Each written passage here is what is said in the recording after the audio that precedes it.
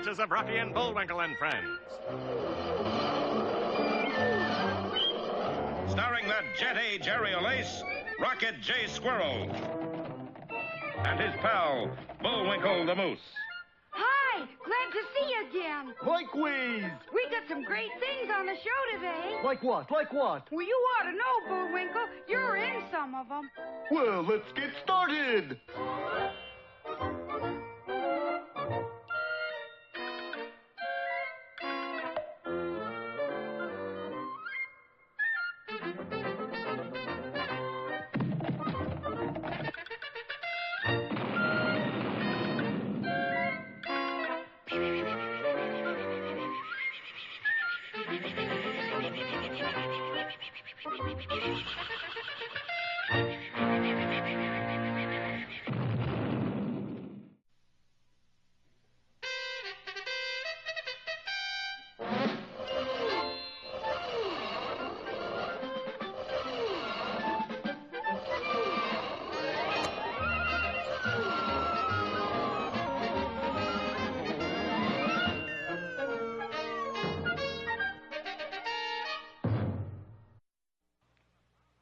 Our heroes are the proud owners of the Lazy J Ranch, 1,000 acres of the worst real estate in the West. So terrible is the terrain that the only thing they can raise on their ranch is worms. That's right. We raise all kinds of worms. Hook, cut, tape, fishing, and angle. Get along, little doggy. And while Bullwinkle rounds up the herd by means of his surplus mine detector, For detecting surplus mines. Rocky has taken on the task of clearing all the stones off the North 40. Gee, Mr. Lazy J, there must be a jillion of them.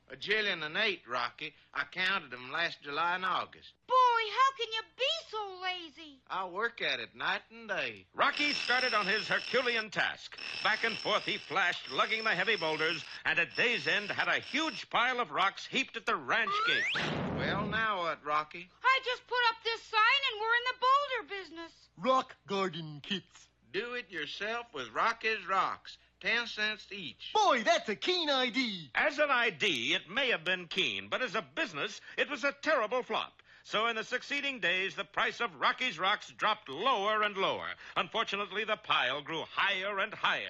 Finally, the sign was changed to read, Free. Take 'em away. but still nobody bought any, and the pile grew larger daily. Is that any relation to Dan Daly? Bullwinkle! Or Dilly Daly? There's only one thing left to do. Pay people to take 'em away. No, listen. Oh, I love these scenes where people whisper. Tickles your imagination. Tickles my ear fuzz.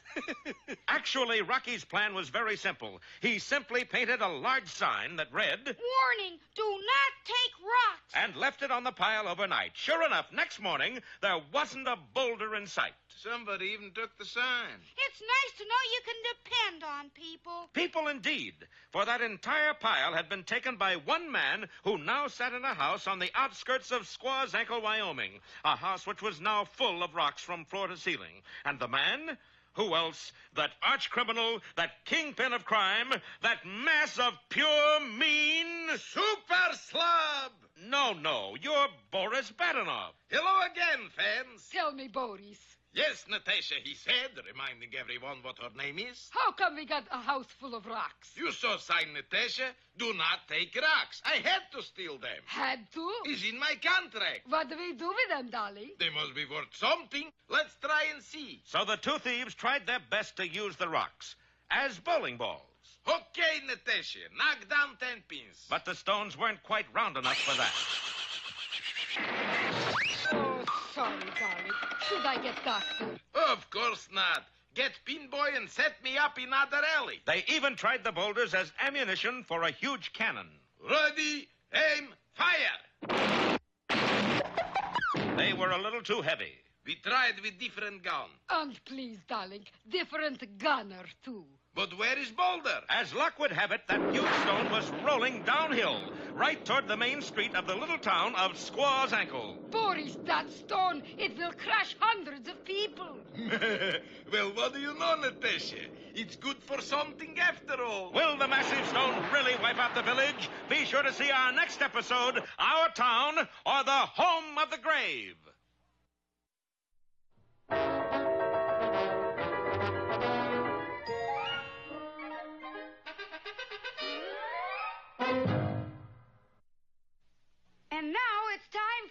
time for the dancing fool, Bullwinkle. Again? Do-do-do-do-do-do-do-do-do-do-do-do. And now for one of our special fairy tales. Yeah.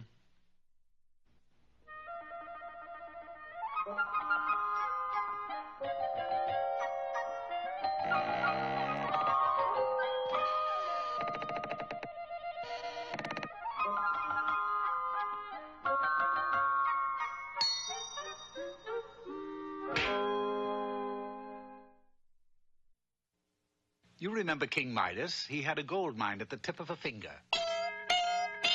Everything he touched turned to gold. For instance, that golden statue in the corner, that was once his daughter. Yes, although it was a fabulous talent, it had its drawbacks. Ah, wonderful. Catfish for dinner. But no sooner did he pick it up than the catfish became a goldfish. I've got it. I'll hire somebody to feed me. And so he was fed by Proxy, which was the name of his favorite servant. More problems, sire. Yes, if you please, Proxy. This relationship lasted almost 1 week, for on the 7th day, Proxy received his wages. What would you like, Proxy boy? A gold watch, gold tie pin? Pick it out. Proxy settled for a gold coin. He was smart, but not smart enough. For, upon receiving his pay, he stuck out a hand to thank his employer. Proxy became a fountain in King Midas' garden. Now, unknown to many people, myself included, King Midas had a son. My boy, why is it we never spend any time together?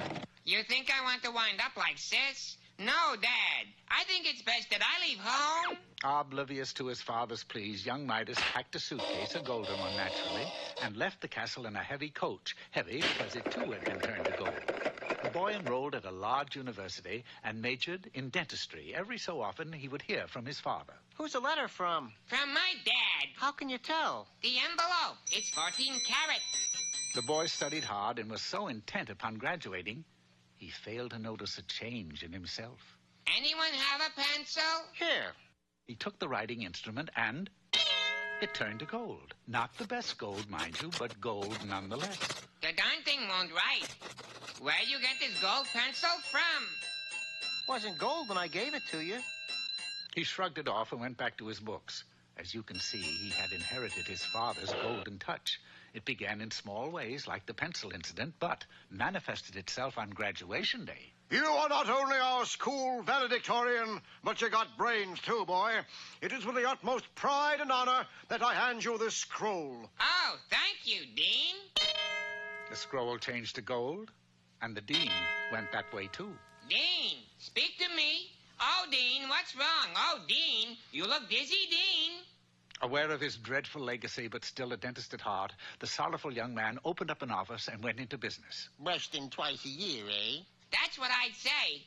Oh, by the way, who put all those gold teeth in for you? What gold teeth? Horror of horrors, he had unknowingly transformed all the man's teeth into gold. In fact, it wasn't long before all his patients were likewise equipped. All I wanted was an extraction, not a gold mine. My boy, it's good to see you again. How can you say that after what you've done to me? What have I done? What have I done? Where have I gone wrong? You have created a finster. You mean monster? I know a guy named Finster who's a monster. They had a father and son discussion, during which the boy displayed his prowess by turning various things into gold. And now I have a good mind to touch you. Oh, dear Dad. You do that to your own father? Well, you did this to me, your son. King Midas spoiled what might have been a golden opportunity by talking his offspring into visiting an old witch who lived on a hill. Go away. I have a spell to get out by noon. But my dad said you would be golden touch me. Oh, very well. Sit in a chair and I'll be right with you. The only chair in the room was a genuine Louis XIV, the witch's pride and joy. He touched one arm. The chair was transformed into gold, and because of its sudden gaining of weight, it lunged through the floor. Why, you little... Oh, I tell you, an angry witch is the worst kind, so the son wasted no time in beating a hasty retreat. If I ever lay my hands on you... Returning to his dentist's office, the crestfallen lad pondered his fate. That's when a voice spoke from the chair. I should like a gold filling, young man. Sir, if I so much as touch one tooth, your entire set of teeth will turn to gold. That's fine by me, Jack, and in return I shall tell you how to solve all your problems. How do you know about my problems? I've been listening to the story. Oh, He went to work, which simply meant that he touched one molar. are. You now have a mouth full of gold. Wonderful, wonderful. Now listen closely. Here is how you can put your golden touch to good use. The dental office has been for rent for many, many years. You see, the boy took the stranger's advice and got out of dentistry altogether. What did he go into? Well, that's his place of business there, that little shop beside the river with the sign that says Junior Midas, locksmith. But I don't understand. What does a golden touch have to do with being a locksmith? What's the matter? You never heard of Goldilocks?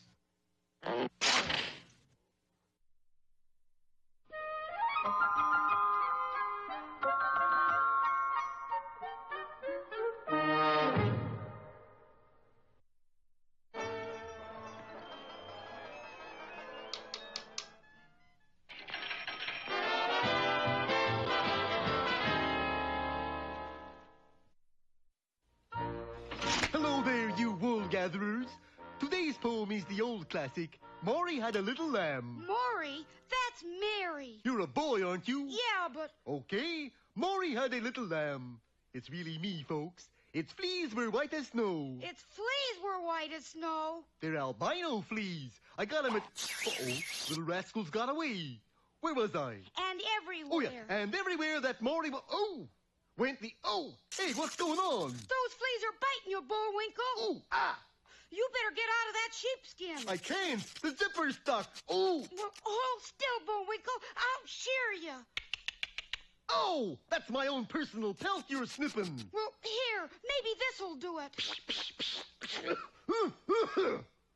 So if you have a little lamb, just take a tip from me. If it has fleas as white as snow... Just use some DDT. Yeah. Look, Bullwinkle, a message in a bottle. Fan mail from some flounder? No, this is what I really call a message.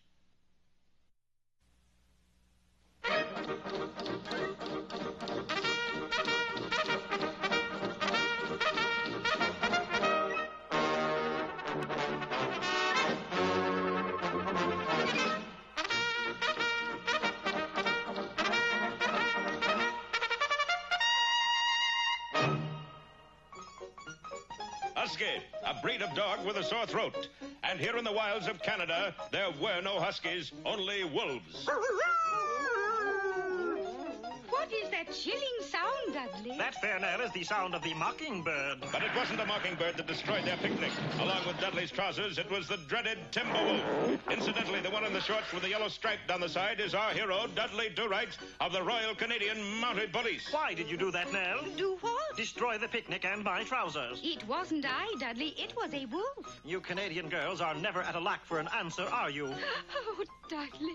The innocent little thing shedding teardrops is, or was, the light of Dudley's life, Nell Fenwick, daughter of Inspector Fenwick, commander of the Mounted Post. Why did you arrest my daughter, Do-Right? For destroying government property, sir. You mean your trousers? No, this picnic basket. I borrowed it from the PX. Nell got 30 days, mostly because it was her second offense. That night, the Post slept soundly. Suddenly, about 1 in the morning... Do-Right, what's making that noise? I think it's a mockingbird, sir. At this time of the night? How about Nell? No, she's still in her cell. The howling went on until the wee hours of the morning. Inspector Fenwick ordered his command out on the parade ground. All right, men, count off my numbers. 1, 2, 3. Well, Do-Right? Well, what, sir? Aren't you 4? No, sir, I'm 26. I don't want your age, Do-Right. You're 4th in line, therefore your number is 4. All right, chaps, we'll try it again. 1, 2, 3. 25. I won't be 26 till next week. The inspector was about to order a court-martial when... There goes Nell again. It isn't Nell and it isn't mockingbirds. Those are wolves. Do-Right, get a rifle and go shoot them. 4. You're too late. Get a rifle. Those weren't ordinary wolves howling up in the hills. True, the majority were of the 4-footed species. But their leader was a wolf who got around on 2 feet. His name, Snidely Whiplash. His occupation, warmonger. You there on the end, the one who used to sing with the 4 aces. You're supposed to come in on the downbeat of the 4th bar, not the 5th. All right, this time we'll give them the old oaken bucket from the top.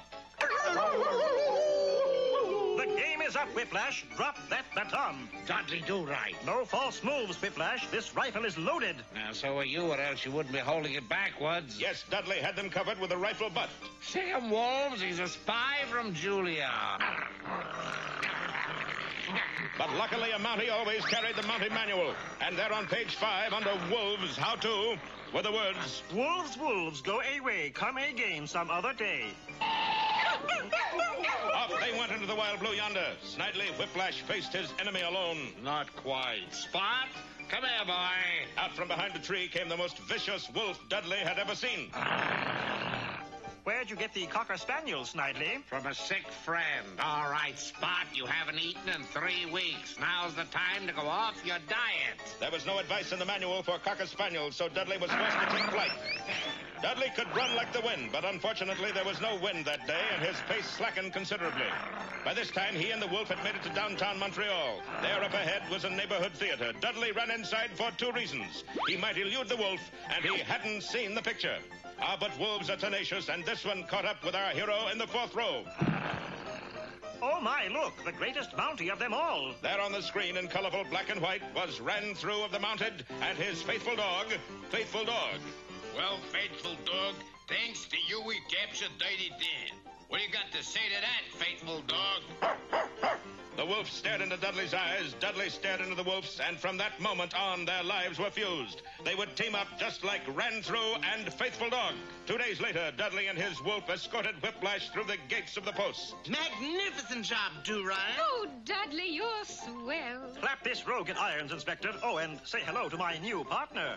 Good grief, a wolf. No, sir, this is Faithful Dog. If he's a dog, make him prove it. Faithful Dog, bury a bone.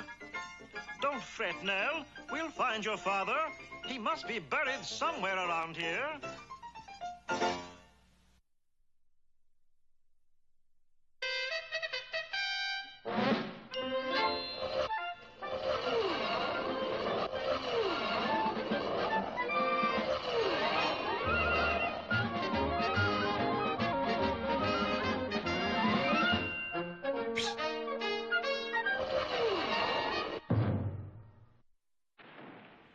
Well, when we left our story last time, a huge boulder was rolling downhill toward the town of Squaw's Ankle, Wyoming, followed closely by Boris Baranov and Natasha Fatal. Natasha, boulder is gaining on us. We couldn't stop it anyway, Boris. Who wants to stop it? I just want to be there when it hits. Then why not take shortcut, darling? Natasha, are you forgetting who is brains of this outfit? Sorry, darling. What do you want to do? We'll take shortcut. Oh, Boris, you've done it again. A little way ahead, the villagers were all unaware of their terrible danger. Dagnabbit, Calvin, nothing ever happens in this here town. You're so right, Durward. Hey, you fellows, big news. What's that, Basil? Harry the Hermit's in town for his annual haircut. Oh, boy! Hot ziggy! Do tell. We'll 23. Yes, in Squaw's Ankle, even a haircut was a big event. And so in a few seconds, everyone had dashed into the barber shop. As a result, the huge boulder rolled harmlessly down the middle of a deserted main street, and when Boris and Natasha arrived on the scene... Phooey, there's nobody here to get run over by boulder. Oh, yes, there is, darling. Wonderful. Who is it? Oh, boy. Run for it, Tony Ball. Run for what? Run for your life. And the 2 villains raced down the street as the mighty stone rolled after them. In here, Natasha. Quickly, the terrified pair dashed into a nearby building, which just happened to be the sample room of the government assay office. Brace yourself against door, Natasha. Right, Boris.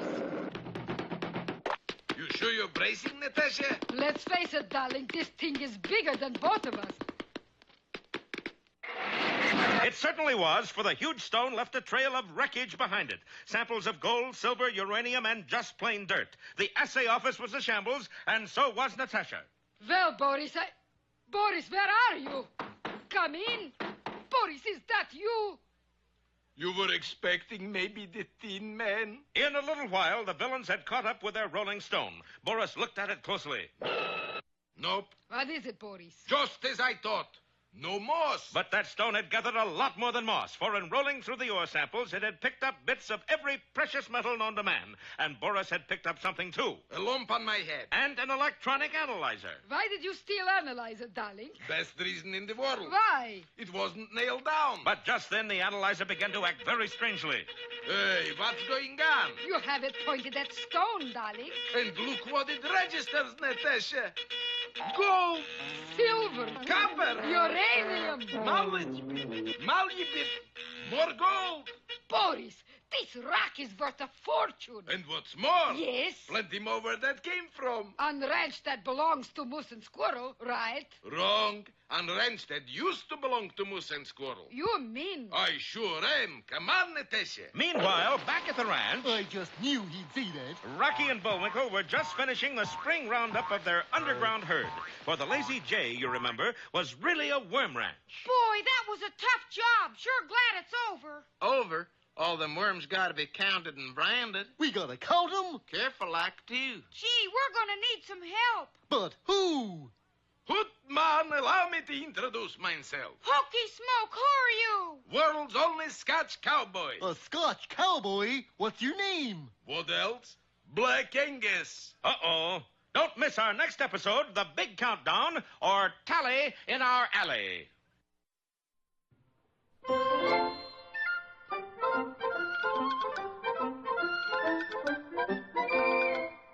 Well, I guess that about wraps up another Rocky show. Certainly hope you enjoyed it. I did. I always say. Bullwinkle, time for us to go. Already? Okay, but first, here are some of the people who made this show impossible.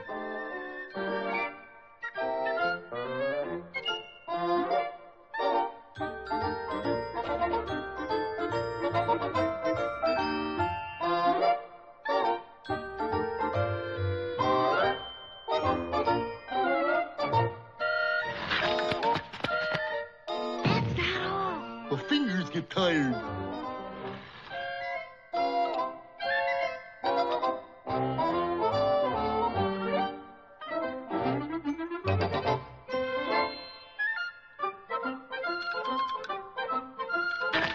Oop!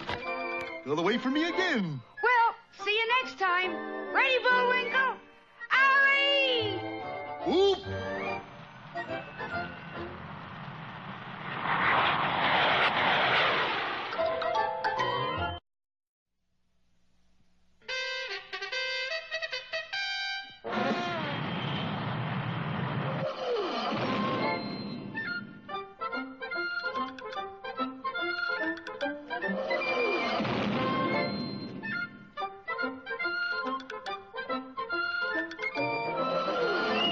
Time now for the adventures of Rocky and Bullwinkle and Friends. Starring that jet-age aerial ace, Rocket J. Squirrel. And his pal, Bullwinkle the Moose. Hi, glad to see you again. Likewise. We got some great things on the show today. Like what? Like what? Well, you ought to know, Bullwinkle. You're in some of them. Well, let's get started.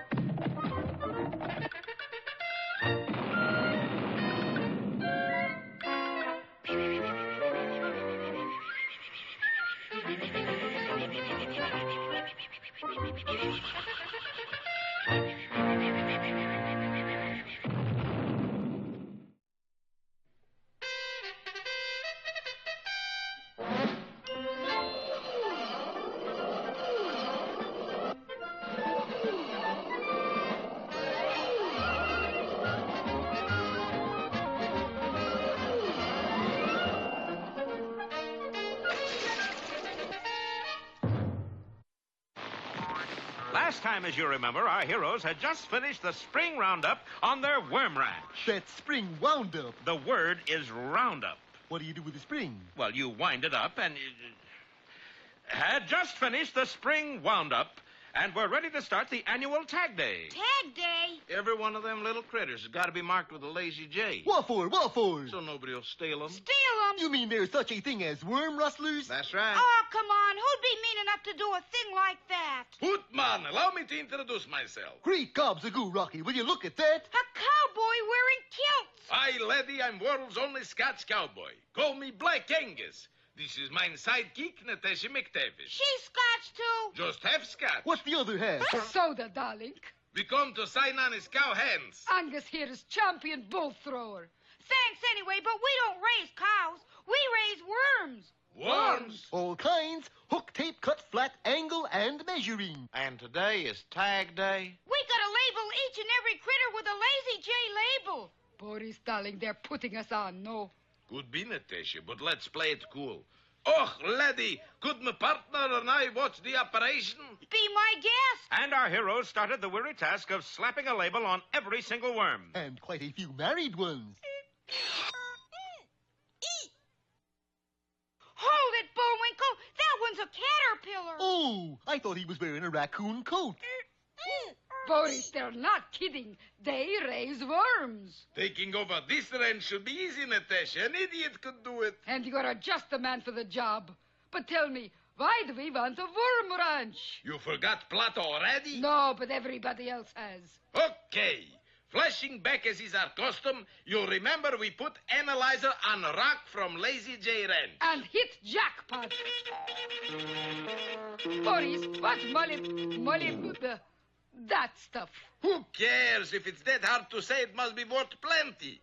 And so that is why we're going to take Ranch away from Squirrel and Moose. But how? Easy. We drive her to market for them. We become ranchers? Sure. Monkey ranchers. You mean? Of course. If I lose whole herd, they go broke. Sell cheap. And thus it was a short time later that Black Angus was made trail boss and put in charge of taking the herd to market. But where is the market? His big fishing resort right here. But that's 50 miles away. How you gonna drive a herd of worms 50 miles? Easy, I got big whip.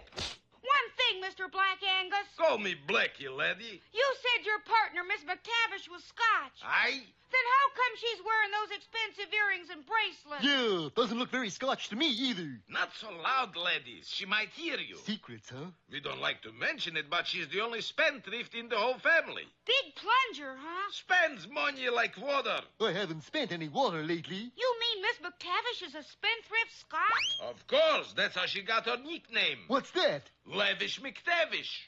I should have known. And so a little while later, our heroes were on the trail, beating the ground with sticks to keep the underground worm herd on the move. Little did they know that their trail boss, Boris, was leading them right to the edge of a steep cliff and certain doom for the whole herd. Don't miss our next episode, Aches and Plains or the Old Chisholm Trail.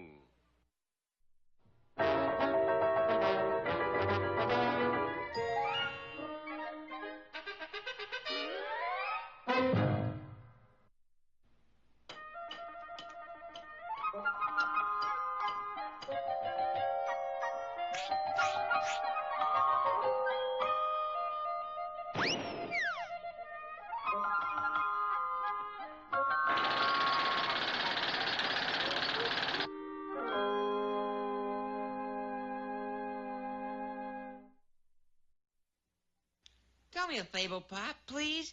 Pop, tell me a fable, please. I thought you didn't like to hear my fables. Oh, but I do. They're so inimitable. I mean, other kids' fathers do such dull things like building bridges, practicing law or medicine, making great scientific discoveries. But you, Pop, will go down in history as... Yes, Junior? superfluous. Well, thank you, Junior. That was nice of you to say that. Inimitably superfluous. That has a nice ring to it. You really have a way with words, Junior. Well, the title of today's fable is The Hen and the Cat. Inimitably superfluous. Oh, by George. Well, it seems that in a certain barnyard, there was a chicken who was allergic. Just allergic to cats. I react perfectly normal to all other things. You might think a simple solution would be just to stay away from cats, but I can't. At least one. Tom, you see, well... Tom and I are in love. That is the craziest thing I ever heard. A chicken in love with a cat. If there's one thing I cannot stand, it's a bigot chicken. Florence and me were made for each other. And just as soon as she gets over those sneezing fits, we're going to be married. But, Tom, it seems so... hopeless. You're right, honey. It's hopeless. In the first place, Florence is a chicken. She scratches around the pen, cackles, lays eggs, and like that. You're a cat. You can't do any of those things. Yes, I can. Okay, smart guy. Let's see you lay an egg. You're forgetting something, aren't you? What's that? I'm a tomcat. Right, and Florence is a chicken. Besides, she's allergic to you. Don't you listen to her, Florence. Love will find a way. Florence tried everything, diets, pills, but nothing seemed to help. Every time Tom came around... It's no use, Tom. Our love is not meant to be. Go. I want to remember you always as you are now. Don't say that, Florence. Keep a stiff upper beak. I've got a surefire plan. Oh, Tom, really? Oh, it's all right, Tom. I stopped it. There, you see. I wonder if his plan really will work. So there it is, oh great wizard. Every time I come on the scene, it's Sneeze City. It's enough to make a grown cat cry. No, help me, great wizard owl. Help me in my hour of need. Now leave me to get this straight. You are a cat, right? Right. You were in love with a chicken. Well, it's a wonder you both aren't allergic, but I'll tell you what I'll do. You take this magic potion, patent applied for, and at the stroke of 12, drink it down. Oh, I will. Thank you, great wizard. Thank you. They said it couldn't be done. No, boy. At last, Florence and I shall be wed. And so, a short time later... Flo, baby, my troubles are over. I know, Tom. Isn't it wonderful? How do you know? Well, I've got so much to tell you, Tom, but it will have to wait because it's 12 o'clock. Did you say 12 o'clock? Yes. Oh, my goodness. Now, what did you want to tell me, Florence? Well, somehow it doesn't seem important now. I mean, what could I possibly have to say to a stupid chicken? In fact, I don't know what I'm doing in this ridiculous chicken coop in the first place. Why didn't you tell me you gave Florence a magic potion, too? You didn't ask me. Actually, everything has worked out for the best. You see, Florence wasn't in love with you. It was just the idea of your being a cat. You see, Florence was really allergic to chickens. That's why she was sick. She was a sick, sick chick. Now that she is a cat herself, she no longer has the allergy. Clear? But what about me? Well, look about you, Tom. You mean... They're all yours, Tom. You are king of the roost. Here I am, girls. So, as it turned out, Florence, who was a chicken, really wanted to be a cat. And Tom, who was a cat, always wanted to be a chicken. So it all worked out for the best. Tom, rise and shine. It's time to wake up the world. Well, Pop, you've certainly outdone yourself this time. That was rather superfluous, wasn't it? I'd say that was the most super superfluous story I've ever heard. And the moral, Junior? Moral. At night, all cats are gray. Unless, of course, they're chickens. Yes, and that's a superfluous moral if I ever heard one.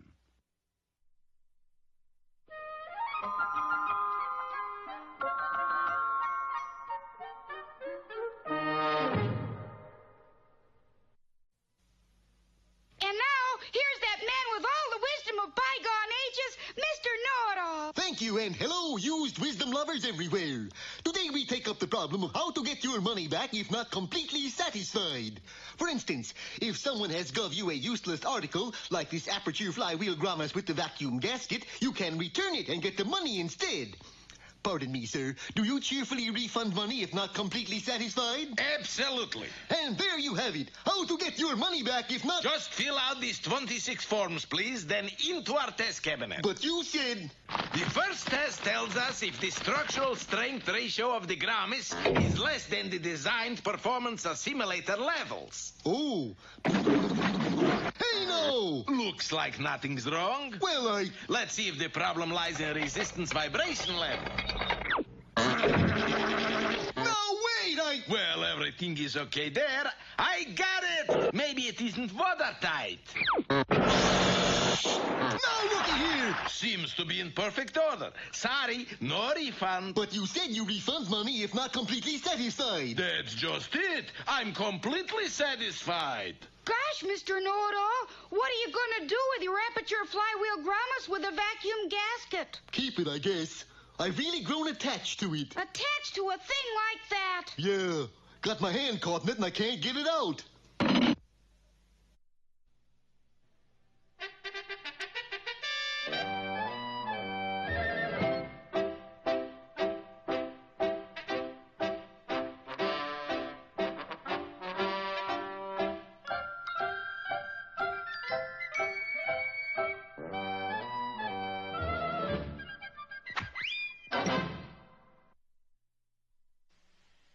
Hello out there, Peabody here.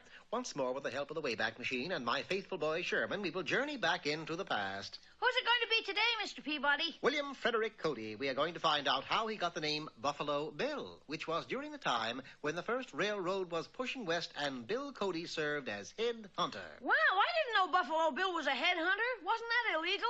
Oh, please, Sherman.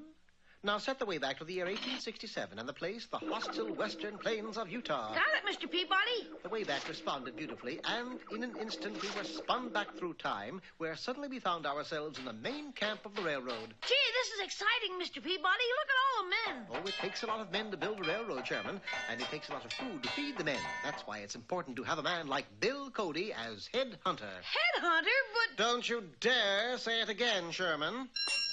Hey, listen, that sounds like the dinner bell. Yes, and you know that's rather strange. Strange? What's so strange about a dinner bell? Oh, I didn't mean the bell. I meant the men. Look at them.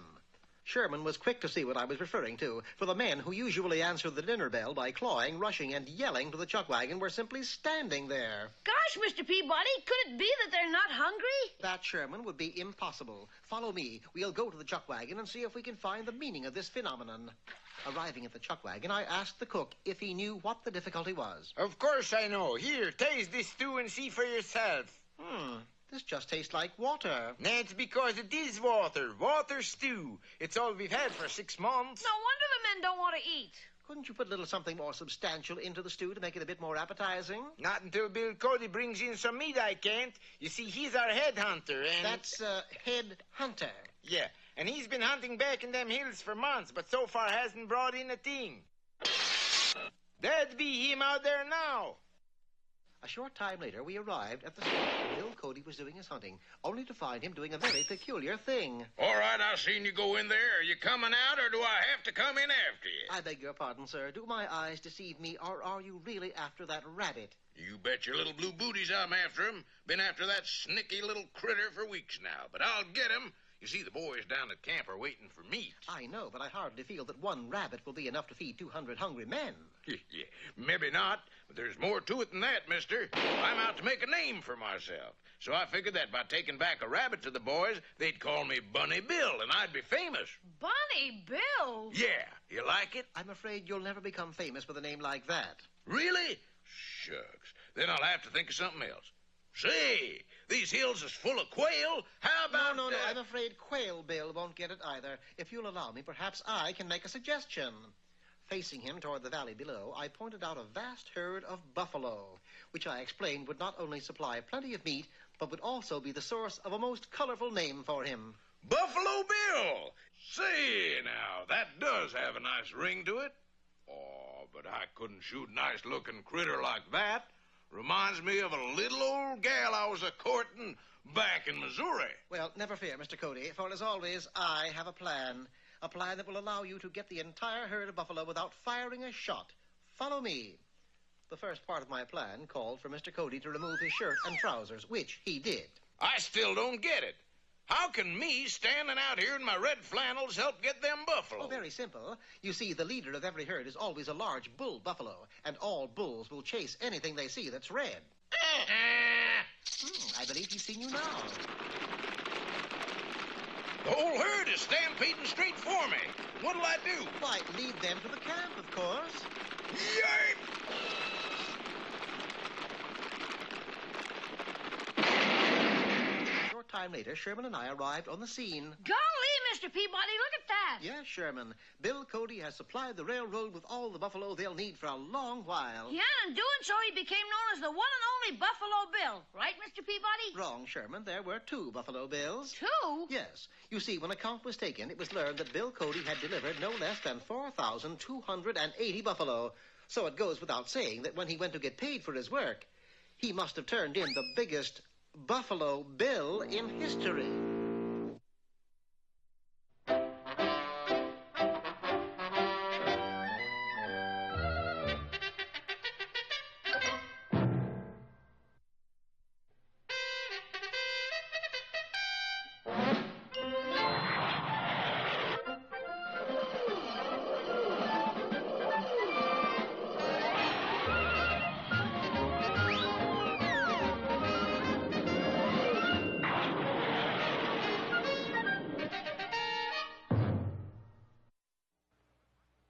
last time, you remember, marked the start of the big underground roundup as our heroes start to drive their herd of angleworms to the nearest fishing resort 50 miles away. Rocky thumped on the ground to keep the herd moving while Bullwinkle used his own mine detector to round up strays. But unbeknownst to our friends, their trail boss, the world's only Scotch cowboy, Black Angus at your service, was in reality Boris Badenov, their old nemesis. Why is you never hear of young nemesis? Boris, of course, was determined to ruin Rocky and Bullwinkle. But, Boris, darling, how you're going to do it? His lead pipe cinch, Natasha.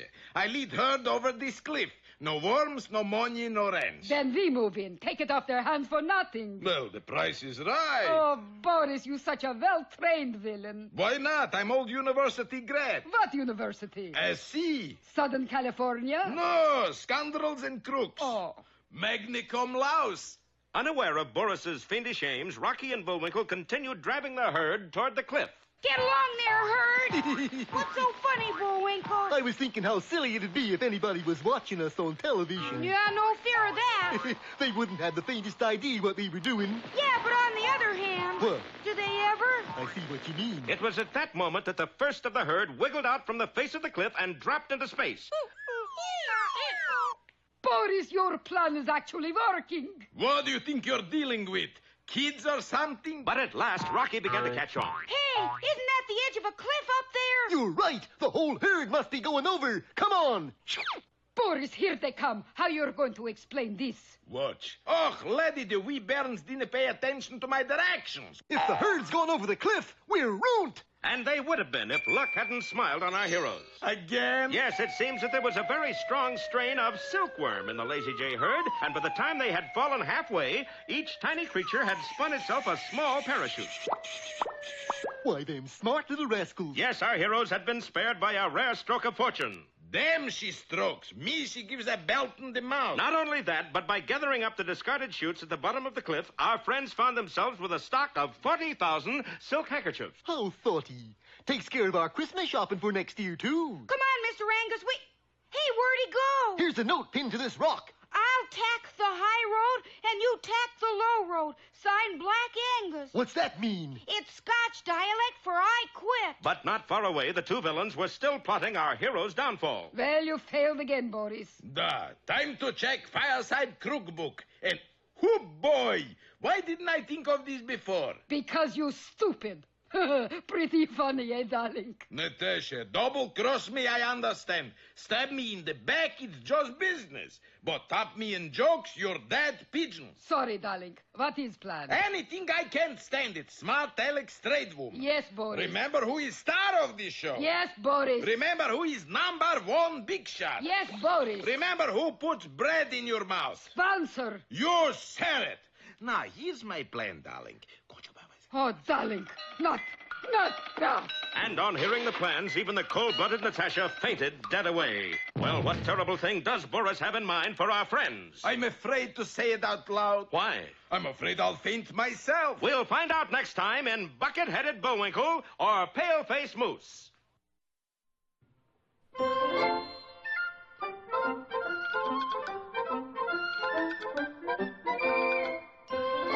I guess that about wraps up another Rocky show. Certainly hope you enjoyed it. I did. I always say... Bullwinkle, time for us to go. Already? Okay, but first, here are some of the people who made this show impossible.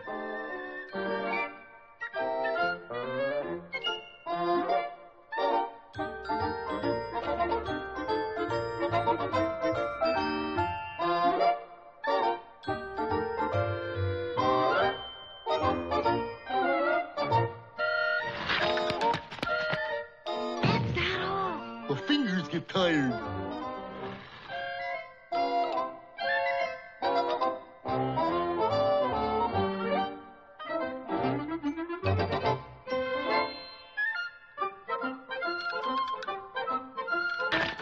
Oop! Got away from me again. Well, see you next time. Ready, Bullwinkle? Alley! Oop!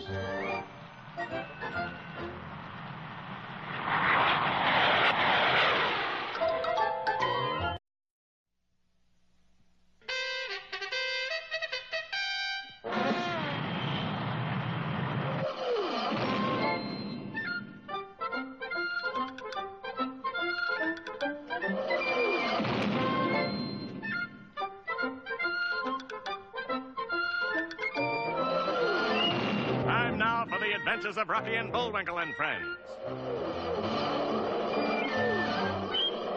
Starring that jet-A Jerry O'Lace, Rocket J. Squirrel, and his pal, Bullwinkle the Moose. Hi, glad to see you again. Likewise. We got some great things on the show today. Like what? Like what? Well, you ought to know, Bullwinkle. You're in some of them. Well, let's get started.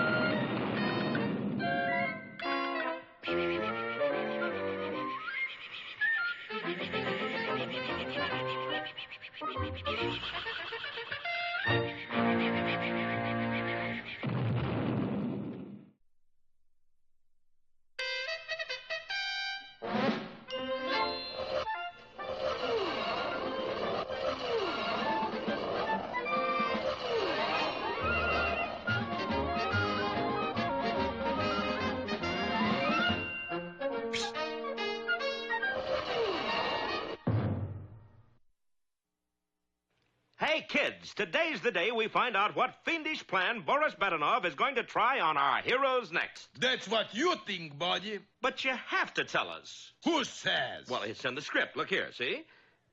Phooey! That's what I think of script. Nobody tells Boris Badenov what to do. Oh, dear. Meanwhile, our heroes, Rocky and Bullwinkle... Hokey Smoke, are we on? You're a page and a half ahead, fella. Well, I know, but the script got torn up. Uh-oh. Meanwhile, our heroes are nearing the fishing resort of Angel's Cramp with their underground herd of fishing worms. Hokey Smoke, I hope we make it, Bullwinkle. That's my line. Sorry, Rock, I'm still a little confused. Meanwhile, at the big fishing resort... That's my line. Sorry. Oh, dear. Maybe we ought to take it from the top again. Meanwhile, at the mountain fishing resort of Angel's Cramp, a serious situation had developed. Finlayson, where are you? I'm in the dark room, Mr. Penworthy. The dark room? What are you doing? I'm developing our serious situation. And what is our serious situation? No bait. It was true. At that moment, the fishing resort was besieged by anglers from all over the country, and there wasn't a bit of bait to be found. Unless we get some bait, we're ruined. I'd pay $1 apiece for fishing worms. Did you hear that, Rocky? Of course not, Bullwinkle. That fishing resort is 5 miles away. I could swear it was right over here. Bullwinkle! Oh, all right. You know, something tells me our herd of worms may be worth $1 apiece. No kidding! Then we had best get a wiggle on. Worm-wise, that is. Everybody up! Let's go! Hit 'em up, move 'em out, hit 'em up, move 'em out. Medium rare hide. Medium rare hide. I can't stand it raw. Now, through the medium of a long-distance lens, let's see what Boris and Natasha are up to. Boris, you are doing jigsaw puzzle? No, putting script back together to find out what is fiendish plan we're going to...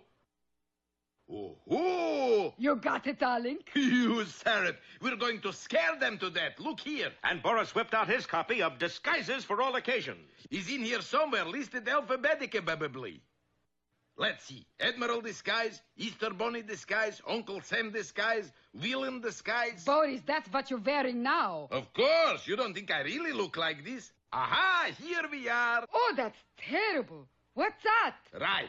No, darling, I asked, what's that? That's it, Natasha. This is the disguise of mysterious monster called what's that? Quick, hand me my kit.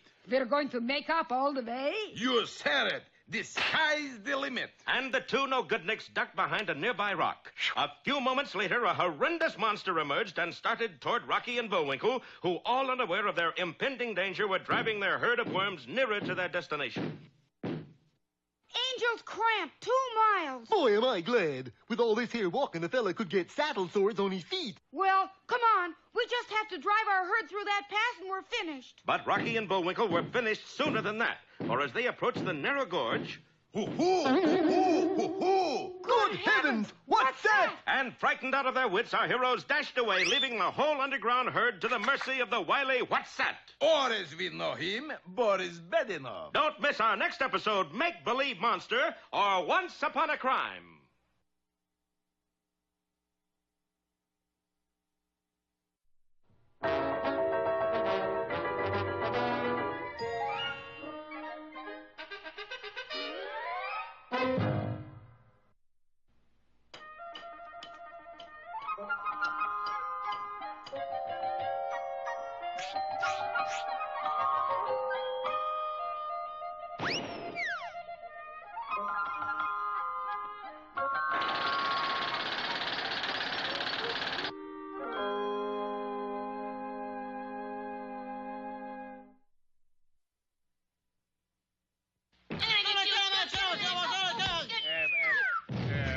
Pogo stick get out of control, did it, Junior? No, it's Romulus and Remus beating me up again. But they're only 3 years old. Yeah, but there's 2 of them and only 1 of me. One of them I could handle, but they always gang up on me. Well, it's like I always say, birds of a feather flock together. But Romulus and Remus aren't birds. They're little devils. But they do flock together, and that brings us to the fable called The Chicken and the Ducks. We all know the ducks fly south for the winter, but what about the chicken? If he's in the north, he stays north, freezing in a cold old coop. Now I know what Admiral Byrd must have felt like. You think you got it bad, hon? You ought to sit on these cold eggs. Well, I've had it. Next year, I'm going to join up with the ducks and fly to Miami. And sure enough, when winter rolled around the following year, the ring-necked mallards had a ringer in the ranks. Hey, Murdoch, what kind of a duck is that flying next to you? I don't know. I'll ask him. Hey, Jack, you a canvasback? No. A teal? No. Ask me if I'm a Rhode Island red. Okay. You a Rhode Island red? No, but thanks for asking. It's true, he was a Plymouth Rock. A week or so later, the migrating flock reached Florida and quickly came to roost on the shores of Miami Bay. That's when an emergency meeting of the exclusive Duck Club was held. Murdoch says we got a chicken amongst us, and this is a club for ducks. He's got to go. All in favor say quack. Quack, quack, quack, quack. Murdoch, throw him out. Ah, but that chicken was not chicken. Ducks, we'll have no more of that. I'm a bird, and I've got just as much right here as the rest of you birds. It was then that Murdoch and Feeney, who had been bosom pals since egghood, made a solemn vow. And we shall join forces. And together never rest until that chick is chucked out. So they sent away for a diabolical contraption called a rocket chair. According to the instructions, all we got to do is get the chicken to sit in a chair, press button A, and he'll be launched into outer space. Here he comes now. Say, you look pretty tired. Yeah, why don't you sit down? Thank you, I will. Press button A. Well, I'll see you birds later. Something went wrong. Look, I'll sit in the chair and we'll find out why this thing went awry. Okay. You comfy? Yeah, okay. Press button A. Press button B. We should have got one with a C button. Maybe a Wilkie button. What's with a toy chicken, Feeney? I sent away for it. The same place we got the rocket chair? Now, look, you watch what happens when I wind her up. Say, haven't we met before? Paris? Rome? Now, watch this. See? He takes the fake chicken's hand, and suddenly, in her other hand appears a German Luger. She pulls the trigger and... Maybe there are some buttons we gotta press, huh? No. Look, here's the trouble. I forgot to put bullets in the gun. See what happens when I pull the trigger. Fellow ducks, Murdoch and I have not been able to rid the club of the chicken. Yeah, we almost got rid of Feeney, but not the chicken. So here's what we suggest. There are 69 of us and only one of him. So we each get a carving knife. You can imagine the poor chicken's dismay at seeing the ducks coming at him armed to the teeth. Flight would do no good. Ducks are faster than chickens. Then suddenly he remembered something he saw a few minutes ago. An old barge had been towed into the bay, and a sign on its bow read, "For Navy Target Practice." Even at that very moment, a plane flew high above it and dropped a bomb. Stop, you ducks, stop. I'm a magic chicken. Don't listen to him. I'm a magic chicken, and I can prove it. So saying, he pulled a feather from his tail, held it aloft, and proclaimed in a loud chicken voice, I hereby order that yonder barge sitting out in the bay be destroyed. The barge blew up along with Feeney's and Murdoch's planes. The chicken was made an honorary duck, and as for Feeney and Murdoch, They spent the rest of the winter pulling out their tail feathers and making all kinds of crazy wishes, none of which came true. That's some fable, Pop. Yes, and you can see why I use the adage, birds of a feather flock together. I'd say it a little differently. How so? Birds of a feather pluck together. Go play with Romulus and Remus, son.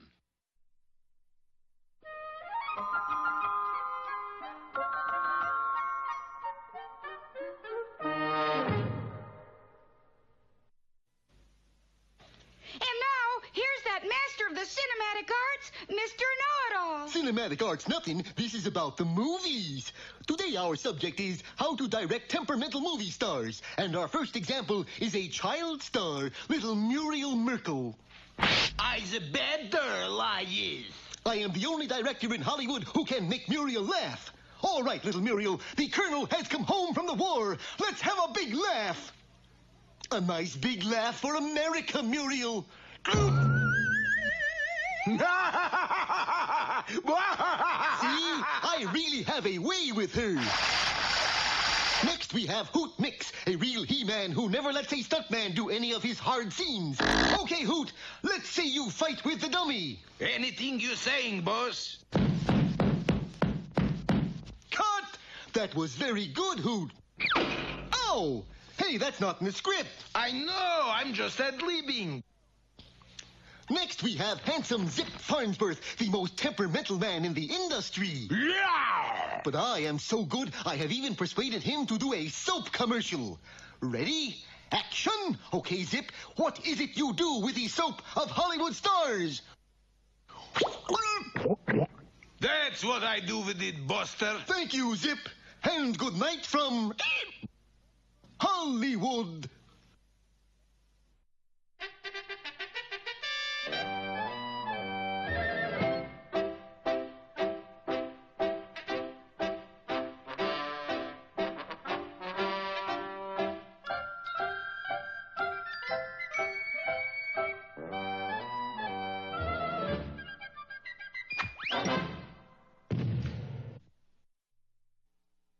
Hello again, Peabody and Sherman here. Who are we going to visit today, Mr. Peabody? Ørsted.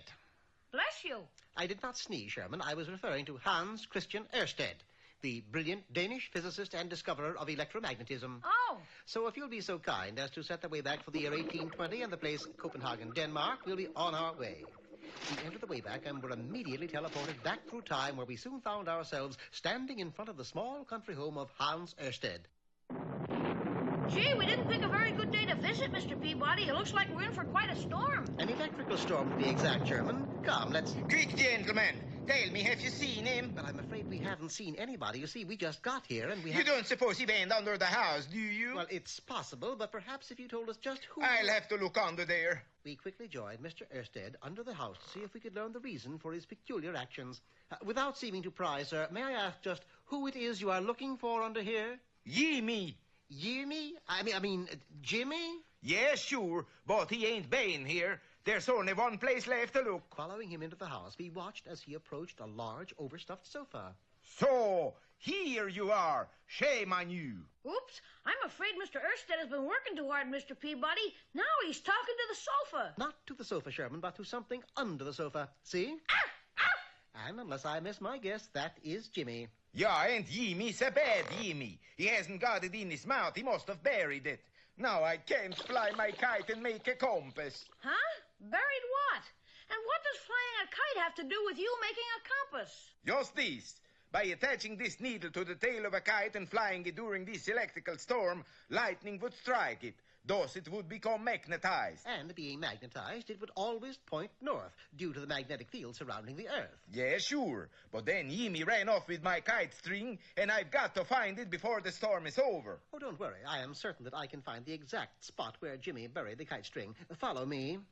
Walking directly to a spot beneath a large tree, I instructed Sherman to dig. In no time at all, he had uncovered 2 soup bones, a newspaper, a rubber ball, a well-chewed slipper, and, of course, the ball of string.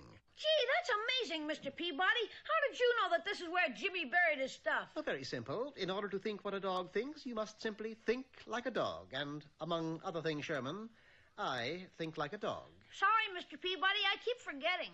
Now would be an excellent time to get on with your discovery, Mr. Ørsted. Good. Here I go, bejabbers. So saying, Hans Ørsted ran across an open field, but watching the kite instead of where he was going, once more stopped the experiment dead in its tracks.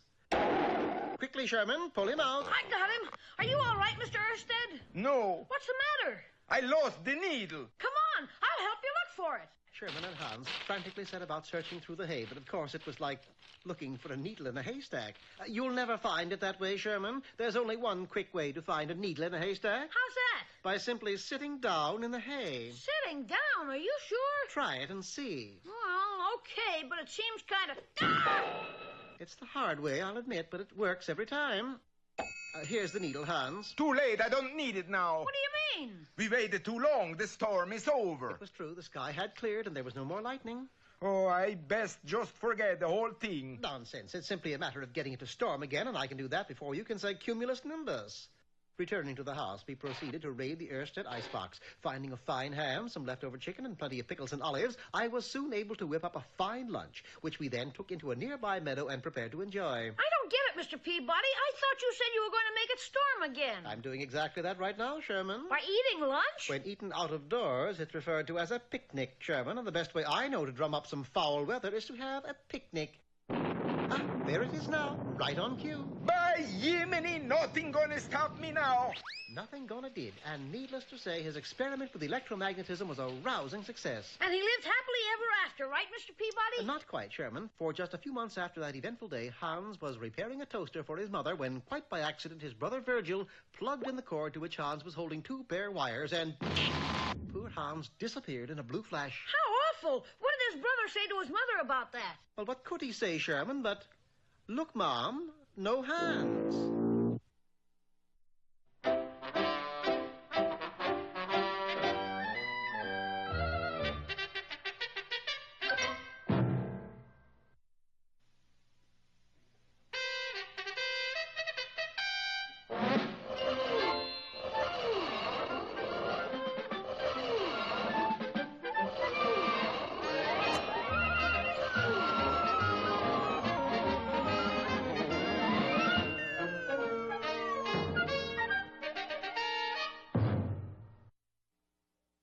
Last time, you remember, our heroes were driving their herd of fishing worms through the gorge when they were confronted by a most dreadful sight, the what's that? A frightful monster so called because whenever anyone sees it, they scream, Good heavens! What's that? See? Our heroes fled in fright and panic. Not to say pell-mell. While back at the gorge, the monster was gay and jubilant. Who's gay and jubilant? We're Boris and Natasha. Yes, the what's that was just a trick dreamed up by Boris Badenov. But, of course, our heroes didn't know that. He's right behind us, Rock. I can hear the pounding of his big flat feet. Those are your big flat feet, Bullwinkle. Oh, so they are. Now let's just wait a second. Okay. That's long enough. Let's go. Hold it, Bullwinkle. I'm ashamed of us. We acted like cowards. Who was acting? We left our herd back there. True. Monster or no monster, we gotta go back. How come? Noblesse oblige. Gesundheit. I mean, it's our duty to meet that terrible monster face to face. We couldn't back up to him, huh? Come on, Bullwinkle. Duty call. And reluctantly, our heroes began to retrace their footsteps. They're coming back, Natasha. Quick, back into what's that costume. Oh, you're in already. Good. Now we can... Raskolnikov. Who's in there with you? Who's guy with the funny feet? Come out, you double-crosser, and fight like men. Natasha, come out. Yes, darling.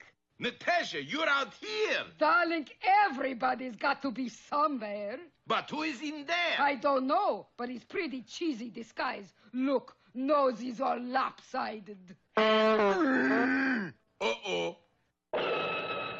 The two villains dashed away, madly pursued by the monster. Round and round the rough and rugged rocks, the ragged rascals rudely ran until they were able to escape temporarily. Darling, I thought Fireside Crookbook said that was extinct. It did. Look right here. This frightening beast is now extinct. Turn page, darling. Almost. Oh, boy. Things looked bad for Boris and Natasha until the wily what's-that, dizzy from chasing around the rock, collapsed in a heap. Let's go, Boris. Hold it, hold it. Look who's coming. Sure enough, our heroes had returned to the worm herd. Well, we're back, fellas. Did you miss us? Let's get going, Bullwinkle. It's almost sundown. Right, and I certainly hope we don't see whatever it was we saw before. Whatever it was. And once more, our heroes began to drive their herd forward. Come on, Worm, get a wiggle on. But just a short distance ahead, Boris and Natasha were ready to go into their act again. Now, when I count 3, we jump out and go, hoo-hoo, hoo-hoo. Got it? Got it, darling. Hoo-hoo, hoo-hoo. And Natasha? Yes? Next time you stand on my shoulders, take off high heels. 1, 2. And a second later, right in front of the startled Bullwinkle. Hoo-hoo, hoo-hoo. What's that? What's that? Hold your ground, Bullwinkle. Hold it, I'm froze to it. Hoo-hoo, hoo-hoo. I'll get a stick and see if I can scare it away. But the plucky squirrel grabbed a nearby cactus and started for the menacing figure. Hoo-hoo, hoo-hoo. But what might have happened, we'll never know, for at that instant... Crime in Nintalese. There's 2 of them. Yes, the real What's That had recovered and was bounding toward our heroes, its teeth flashing wickedly. Don't miss our next biting episode, Choo Choo Baby, or Stick to Your Gums.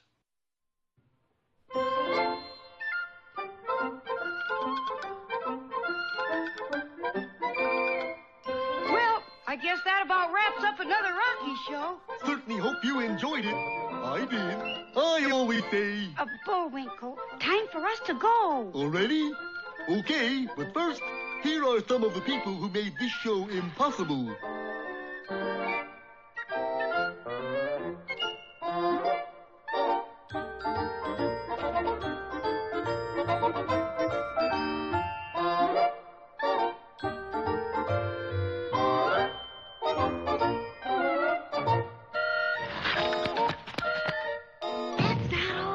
My fingers get tired.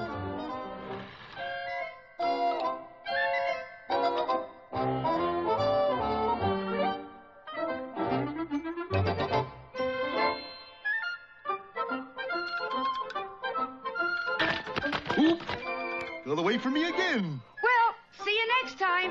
Ready, Bullwinkle? Ollie! Oop!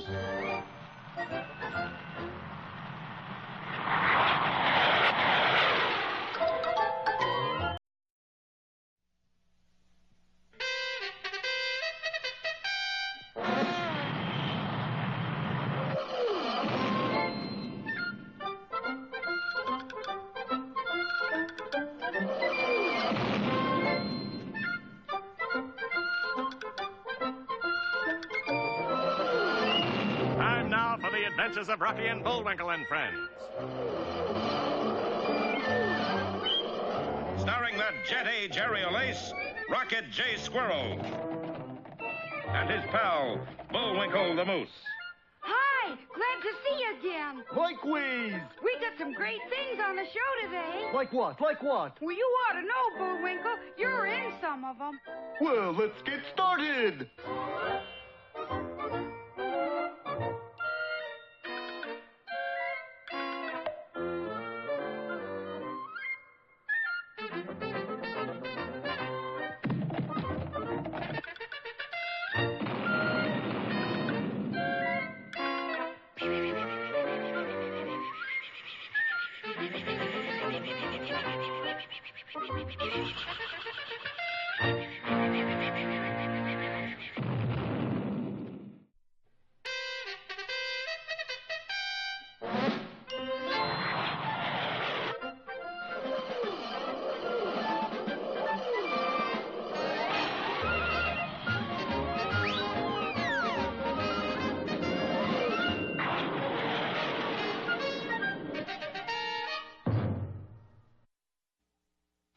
For your next vacation, why not visit wonderful Wyoming?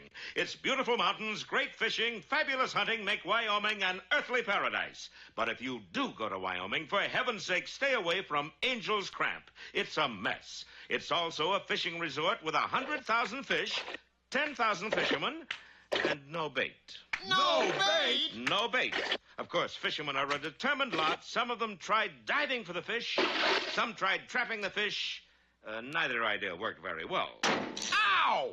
With no bait anywhere, you'd think it would be a field day for fly fishermen, but the fish wouldn't cooperate. They wanted worms. So in the woods near the resort, fishermen dug frantically. You come across any angleworms yet, Mervyn? Nope. I keep running into these silly gold nuggets. Well, keep at it. We're bound to get lucky sooner or later. At the resort itself, there was black despair and his orchestra. But nobody was dancing, and the manager was at his wits' end.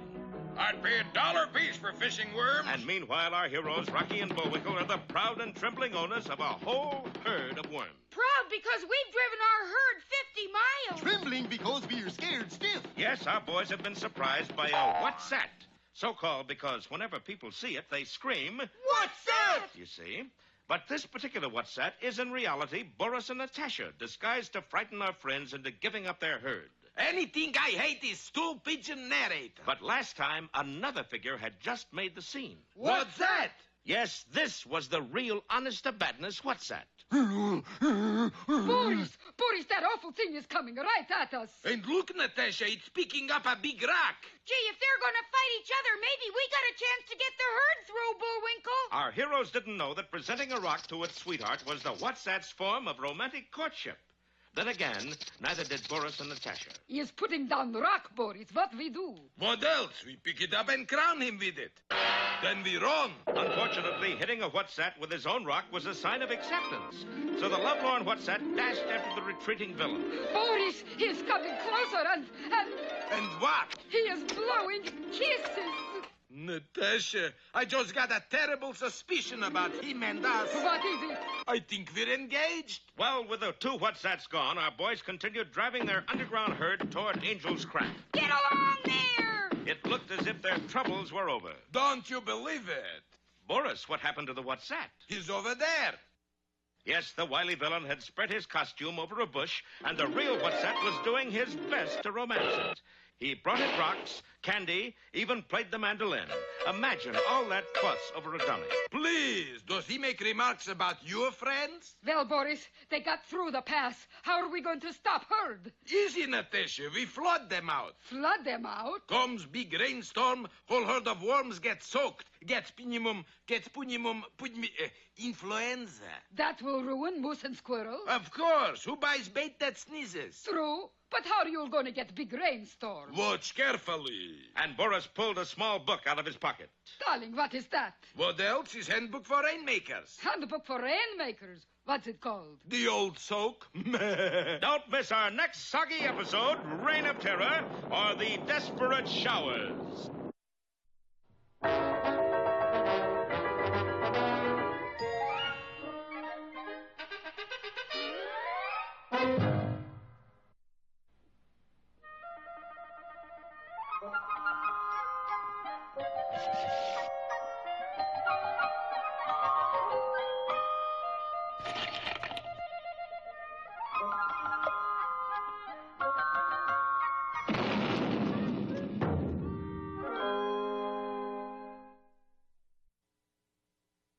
Once upon a time, there was a young farm lad who lived on a farm, which, of course, is where farm lads usually live. He was a happy boy, and he loved the country. I love you, country. He loved the cows. I love you, cows. He loved the trees. I love you, trees. And he loved to go barefoot and feel the mud squish up between his toes. I love you, mud, squishing up between my toes. But most of all, he loved Hilda, a beautiful honey-haired girl whose father was a wealthy merchant. And I've come to ask your permission to marry the fair honey-haired Hilda. I await your answer, sir. The answer was not long in coming. Oh, the boy was heartbroken and certain that he had lost his true love forever. But Hilda, who had grown quite fond of the lad, had a plan. Father doesn't like you because you're just a country pumpkin. That's bumpkin. But if you could become rich, do something impossible, and prove your bravery, I'm certain he would give his consent. Willing to do anything for the hand of Hilda, the lad quickly set off for the nearby city, where it so happened that the king, while taking his morning stroll through the marketplace, was set upon and bitten by a chicken. Ouch! The king sentenced the chicken to life in prison. Fortunately, the young farm lad chanced to pass the prison that very afternoon. As he did, the chicken reached out through the bars and... A rock tied to a note. I am a magic chicken. Help me escape, and I will grant you 3 wishes. This was indeed a stroke of luck, and he wasted no time digging into the prison wall to free the chicken. In no time at all, he was inside. Then, by placing the chicken on his head and fluffing him up, he was able to walk out past the guard who thought he was an Indian. Hello, Chief. How, Kimosabe?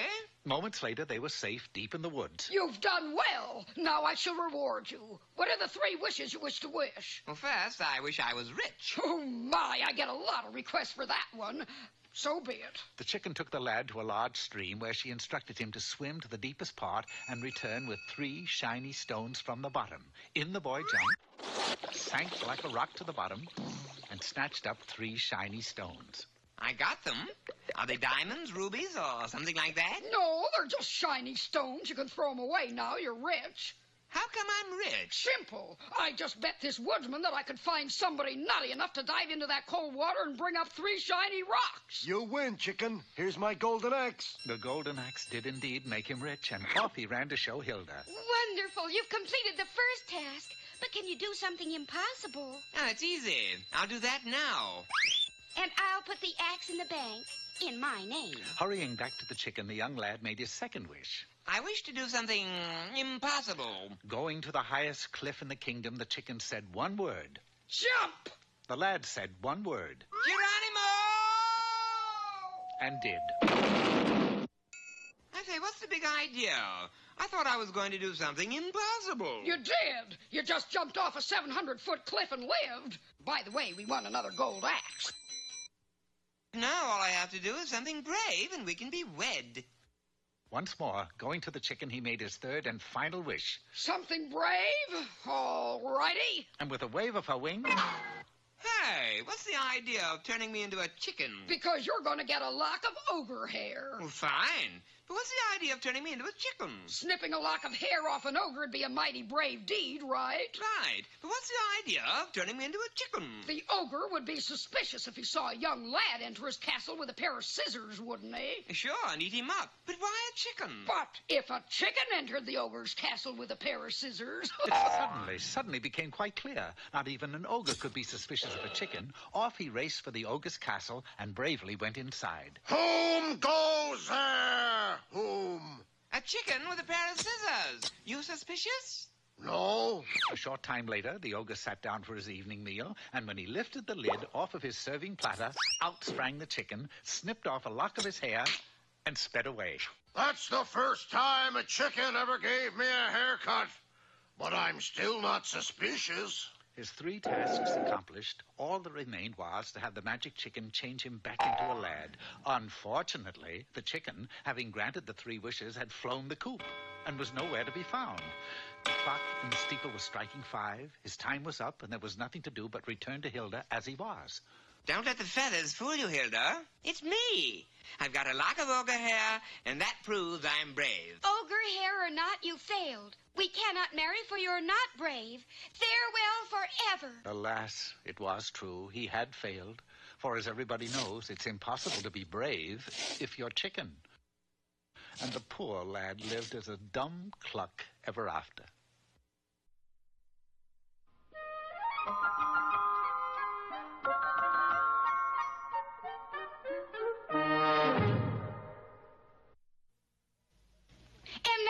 Educational part of our program. Don't say that or nobody'll watch. Anyway, here's Mr. Know-It-All. Hello, friends. Today we take up the problem of how to have a hit record. First, it is necessary to make a record. That part's easy. Oh, palooty-dooty-bitty, rodo-sootity-fo, zoot. See? But next, you gotta have it played by a top-flight disc jockey. And there's one now. Disc Dawson. Hello, Disc Dawson. You're my favorite DJ. Would you like to hear my latest hit? No, I'd like you to hear my latest hit. Sounded more like a hit and run. Now, you may think I'm discouraged, and I am, but the essential thing is he'll remember me. I'll just press my face against the glass here and he'll recognize me. Hello, Disc Doll, remember me? How could I forget? If all else fails, you must impress the disc jockey with the prestige of the company that made your record. Hey, look, Mr. Disc Dawson, baby. What do you say to that? Only one thing to say. And that is... Sick 'em! Gee, Mr. Know-It-All, are you make another hit record? No, I'm out of the record business. But isn't that a record you're making there? Nope, it's a pizza! A one mozzarella coming up!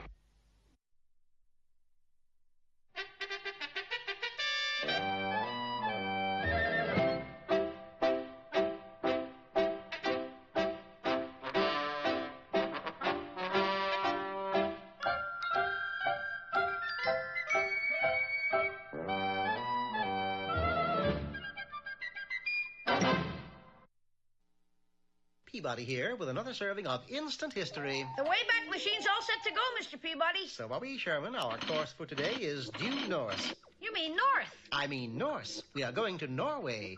The year is 995, and the unforgettable personality we shall palaver with will be none other than that renowned explorer, Leif Erikson. The transition through time was instantaneous. Good old reliable Wayback deposited us right on the Norwegian shores. However, we were anything but prepared for the sight that greeted us. For there, staggering out of the sea, came Leif Erikson, followed by his crew. What happened, Mr. Erikson? I forgot to take the boat. Sure enough, in his haste to discover uncharted lands, the formidable globetrotter had neglected to sail off in his ship. I knew there was something missing, but I wasn't sure. All right, you men, into the boat. We watched in silence as Leif took leave of the shore. The sturdy Viking craft pulled away, surged proudly forward, caught a favorable current, and sank. Jump and Jiminy! Another boat was launched. Unfortunately, this one, too, made dubious progress. I don't understand it. Every time I climb aboard the boat, the dang busted thing sinks. Maybe you're too heavy, Mr. Erikson. Well, Mr. Erikson wasn't, but his beard was. Wow, 200 pounds. When we grow a beard, we don't fool around. Leif, I'm afraid that beard has got to go. By ye Hossafat, no. I had this beard ever since I was a little tinker, and where I go, it goes. Why not weigh everything on a boat, and whatever weighs 200 pounds leave behind? Then the beard can go. Sherman's idea was a sound one.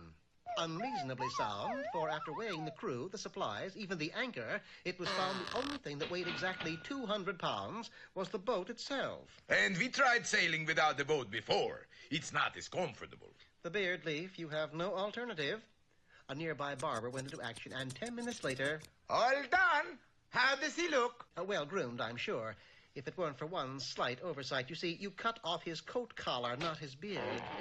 Back to work went the disappointed barber, but at the end of an hour... It's no use. This beard been too tall for my clippers. A hammer and chisel were brought into play, all to no avail. In desperation, Leif even allowed himself to be packed in blasting powder. But when the smoke cleared, the beard was still unsheared. That's weird. Say, I think I know how to do it. I'll be right back. We were so concerned that we decided to follow him. A mile or so inland, we caught up with him. What are you going to do with that torch, Mr. Erikson? Yes, and whose house is this? Well, you see, I figured this way. The one sure way to make hair fall out is to worry. So saying, he applied the torch to the building. Jeepers, the place is a shambles. Your house, Leif? No, it belongs to the King of Norway. Wait till he finds out you burned it down. Are you worried? Not yet, but I got one more thing to do. Before we could stop him, he sped off down a road, and who should be coming along but the king himself? Leif Erikson, as I live and breathe. The King of Norway. Just who I'm looking for. Summoning all his strength, Leif picked up his highness and deposited him in a nearby mud hole. Arrest that man! Put him in the hoosegow! Now you've done it, Mr. Erikson. Instead of sailing away, you'll be in jail. True, Sonny, but now I'm worried. Leif Erikson was carted away, and for 2 hours, Sherman and I implored the king to have mercy. You see, Your Majesty, he was only trying to have something to worry about, so he'd lose his beard and be able to discover uncharted lands. Well, in that case, I forgive him. Leif was brought before us. Well, Mr. Erikson, did all the worrying cause you to lose your beard? No, but I did lose my hair. Leif was bald. His beard was as prominent as ever. It's hopeless, Mr. Peabody. Nothing is hopeless, Sherman. I gathered some grass roots and made a potion which I applied to the persistent beard. Will that make it fall off? On the contrary, it will make it grow. Inside of 20 seconds, the beard grew 2 feet. Now it weighs 300 pounds. Precisely, and if you recall, so did the anchor. Well, Leif Erikson finally sailed away and eventually discovered Greenland. Of course, when it came time to drop the anchor, Leif was a trifle put out. Golly, he sure had his troubles, didn't he, Mr. Peabody? Yes, but there was a brighter side. For instance, Sherman, standing by the rail there is his son. Gee, Mr. Peabody, for a minute there, I was afraid you were going to make some awful pun about Leif Eriksson. Well, I was going to. Instead, I think we'll just say he turned over a new leaf.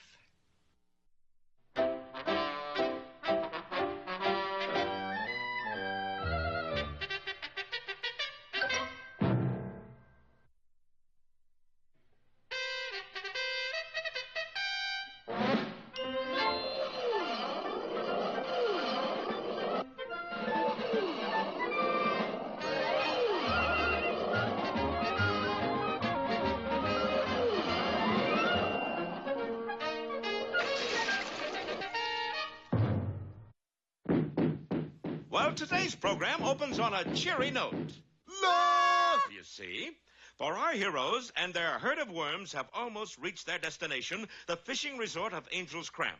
And they're not a moment too soon either, for Angel's Cramp has run clean out of bait. And fishermen deprived of their opportunity to fish can be mighty ugly customers. You said it. Finlayson, what happened to you? I had a little tiff with a couple of the natives. And they tied you in knots? Yes, the natives are wrestlers tonight. But it still isn't clear sailing or herding for our heroes. For in a tiny valley a short distance away, their arch enemy is preparing to do them wrong. Why you in Indian costume, darling? Is all part of Finnish plan to knock off whole herd of worms. Look, in Fireside Crookbook, special fold-out section. See?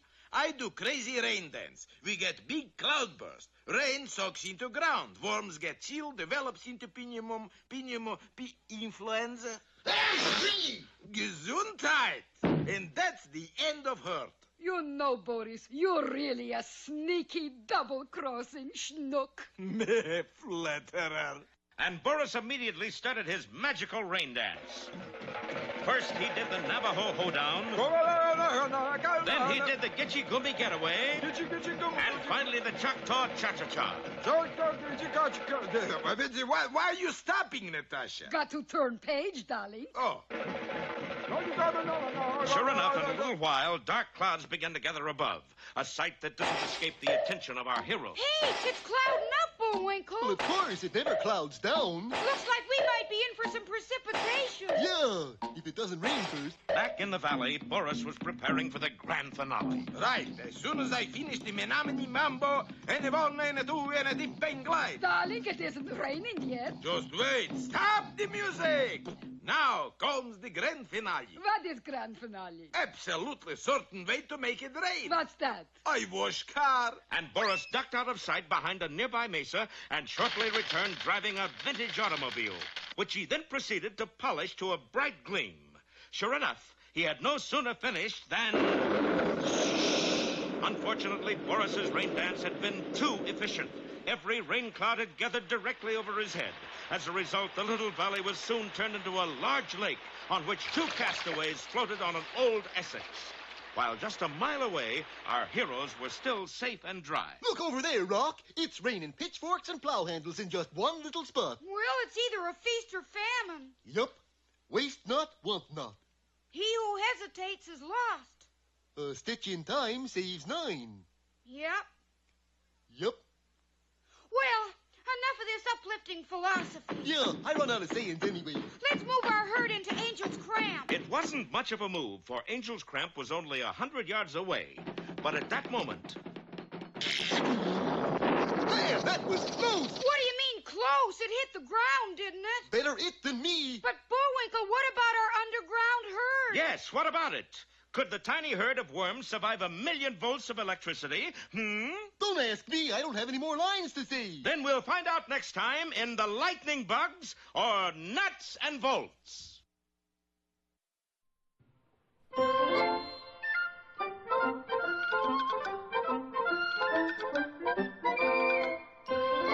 I guess that about wraps up another Rocky show. Certainly hope you enjoyed it. I did. I always say... Bullwinkle, time for us to go. Already? Okay, but first, here are some of the people who made this show impossible.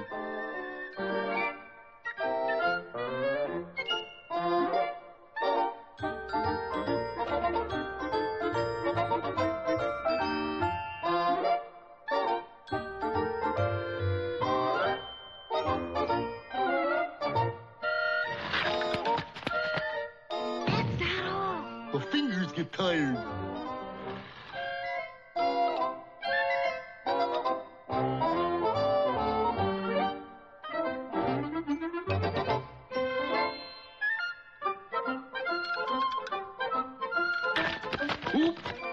They'll wait for me again. Well, see you next time. Ready, Bullwinkle? Hurry! Oop!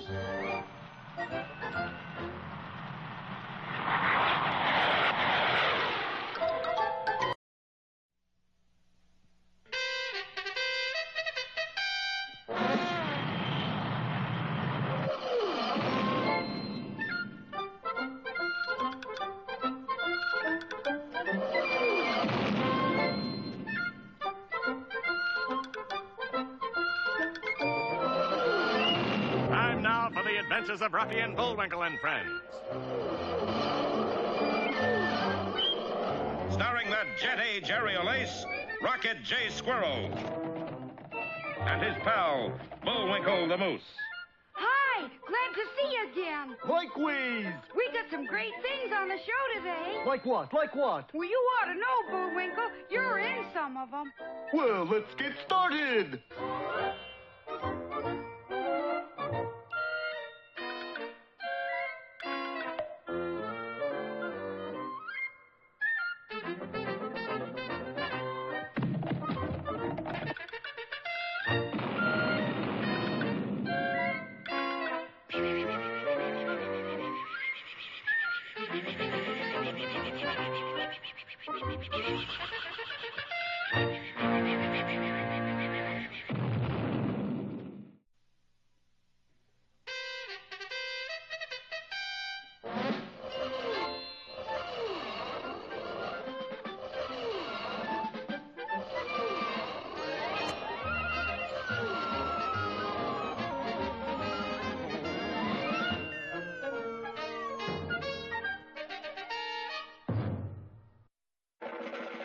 Last time, you remember, Boris's fancy rain-making plan backfired on him, and he and Natasha were left floating about in a lake of their own making. Darling, maybe we could call it Lake Natasha. If you don't share up, we'll call you the late Natasha. Yes, Boris. Shish, what a grouch. Meanwhile, Rocky and Bullwinkle and their herd of worms were almost at their destination. The fishing village of Angel's Cramp. Won't do you no good, fellers. What do you mean? They got lots of fish here, but no bait. Then we're in luck, 'cause we're driving a whole herd of fishing worms. Honest and true. Cross my little squirrely heart. Come on up, Roderigo. Roderigo. He's our lead worm, see? Boys, you'll make a fortune. A fortune. But at that moment, one stray little cloud floated over our hero's head. Uh-oh. I don't like the looks of that cloud, Bullwinkle. Don't that'll rock. What harm can a little cloud like that do? Well,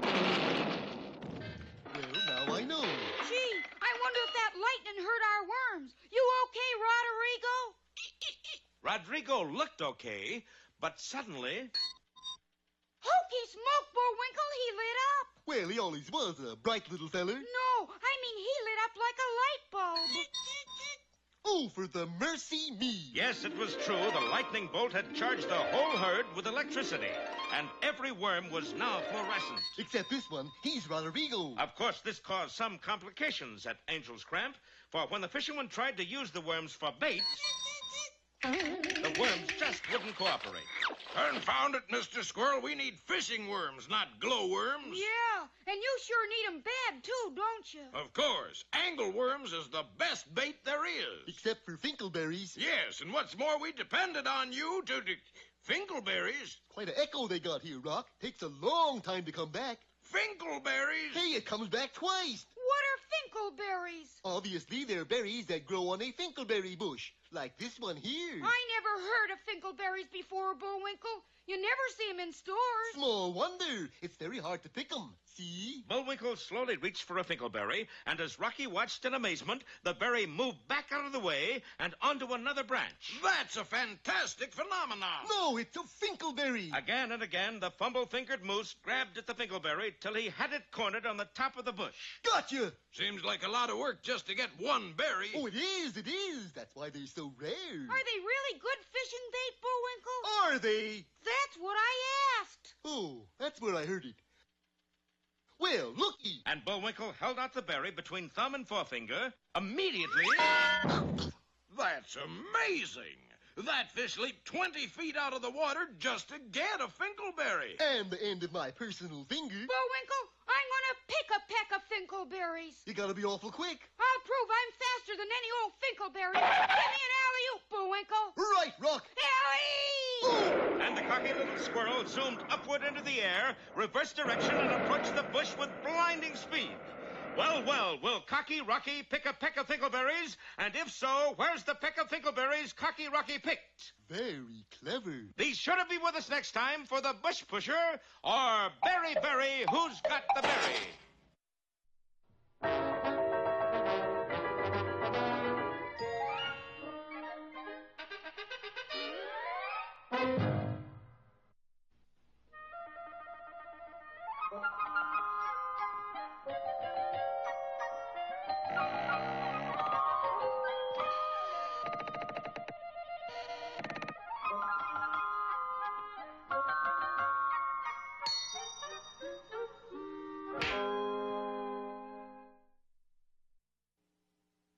Once upon a time, there was an exciting fairy tale about a young boy named Aladdin, who, instead of having a yo-yo like the other kids in the neighborhood, had a magic lamp.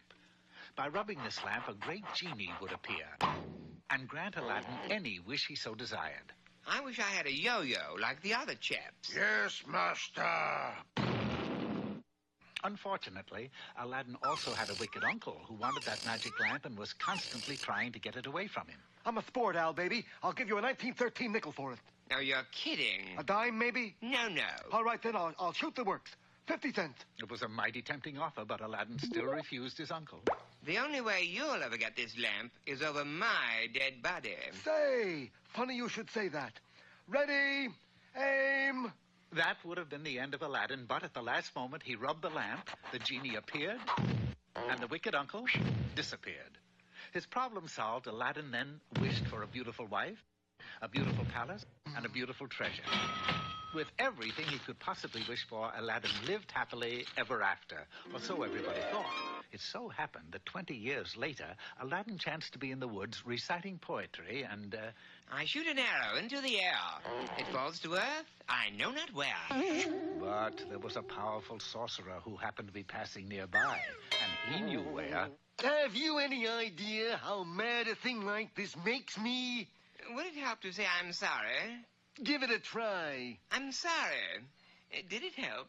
With that, the sorcerer waved his wand, there was a crash of thunder, and Aladdin's riches, wife, and worst of all, his magic lamp with the genie, vanished from the face of the earth. Now, what do you think? Well, offhand, I'd say you're still pretty hacked. And poor Aladdin was right back where he started, a penniless, dirty little urchin.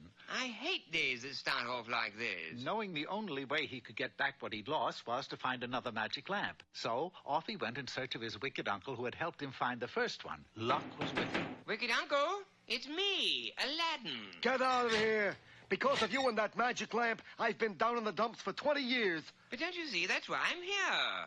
I want you to help me find another magic lamp. A deal was made, and they hurried off to the edge of town and to the mysterious big hole in the ground where they had found the first lamp. Look, if there was one lamp down there, there might be two. If they liked it once, they'll love it twice. Jump down and see, baby. Now remember, dear wicked uncle, we both jumped down. And sure enough, there on the ground before them was another lamp, but much larger than the first one. Go ahead, rub it, see if a genie appears. But though he rubbed and rubbed, nothing happened. Perhaps, if one of us got inside the lamp and pretended to be a genie. Silly, but it's worth a try. Aladdin squeezed his way inside it.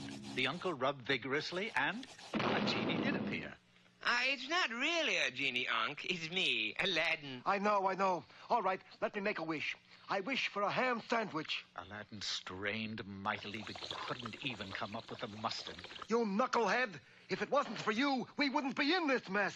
Venting his wrath, he gave Aladdin a sharp rap on the head, which produced a large lump. I certainly wish we were out of here. And just like that, they were. I say, it did work. Unknown to them, it wasn't Aladdin who was magic. It was the lump on his head. By now, it had gone down so that every wish they made was futile. I knew I couldn't trust you. You're holding out on me. The lump reappeared. Maybe we're wishing for too much. I say, let's try something smaller. I wish I had my nickel back. Just as before, the lump worked a miracle, but instead of wishing while the lump was there, they dashed off to spend the nickel. By the time they got back to wishing again, the lump was gone. I wish I had $1 million. I wish I was in Dixie. Hooray! Hooray! Well, they wished and they wished for 6 straight days without one of them coming true. And then, on the 7th day, a minor earthquake shook the city, causing a vase on a shelf to topple down and crash on Aladdin's noggin. You guessed it, the lump was back. Oh, I say, am I lump-prone these days? You know something now, baby? About the only thing we haven't wished for is to be in a huge cavern in which rests all the priceless treasures of the world. That did it. It worked again. We're millionaires. Overjoyed, they cavorted among the vast riches, and all the while, the lump grew smaller until at last it was gone. Well, all we have to do now is wish that we were back home with all this stuff. Yes, go ahead, wish. I wish that we were back home. With all this stuff, like he said. Ah, what a tragedy. For their wish would not come true without the magic lump. They were doomed to stay in that drafty old cavern. Wonderful, wonderful. You want to stay in a drafty old cavern? Oh, I thought he said tavern.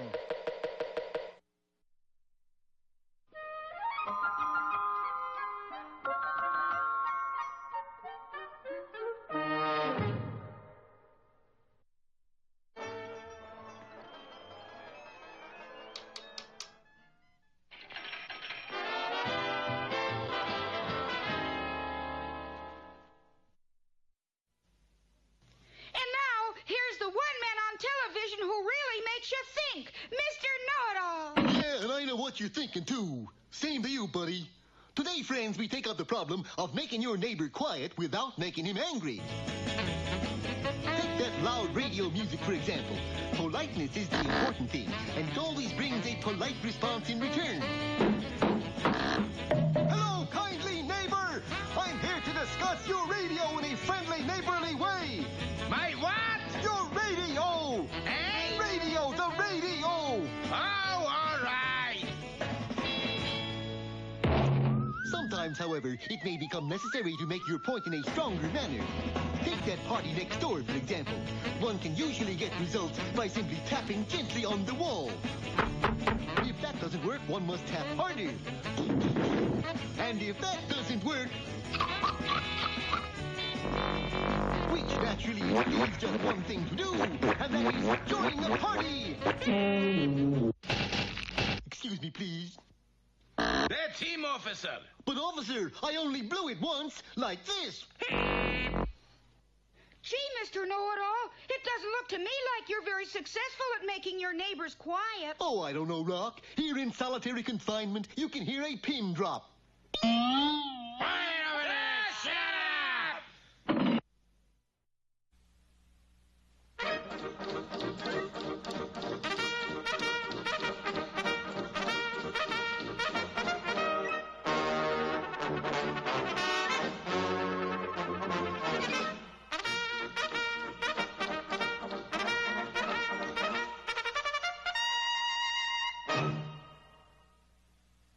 Inspector Nathaniel Fenwick had decided that it was about time that his daughter had her coming-out party. Oh, Father, really? With all the trimmings? With all the trimmings, my dear. Oh, joy. Pardon me, sir, but isn't Nell a little old to be having a coming-out party? Of course she's old. But as usual, Do-Right, you don't get the significance. Why, this isn't an ordinary coming-out party. It's a master plan to catch Snidely Whiplash. I don't quite follow you, sir. I'll put it another way, Dudley. What is it that Snidely wears that he is never without? A leer, sir? No, Dudley, his top hat and opera cape. So? Don't you realize, Dudley, that this is the image he's created? Without his top hat and cape, he's nothing. Look. Funny, sir. I've seen that before. Of course you have. This is a Bullwinkle hat. Can you imagine collecting mortgages in a Bullwinkle hat? Why, he'll be laughed out of every home. But what's that got to do with Nell's coming-out party? Snidely owns an opera hat and cape, right? Right. Well, where in this awful wilderness can you attend a full-dress social function? Well, there's that little theater group. No place. That's why I'm having this grand social event. Snidely won't be able to resist it. He'll check his hat and cape at the door, and then we'll substitute this Bullwinkle hat for his opera hat.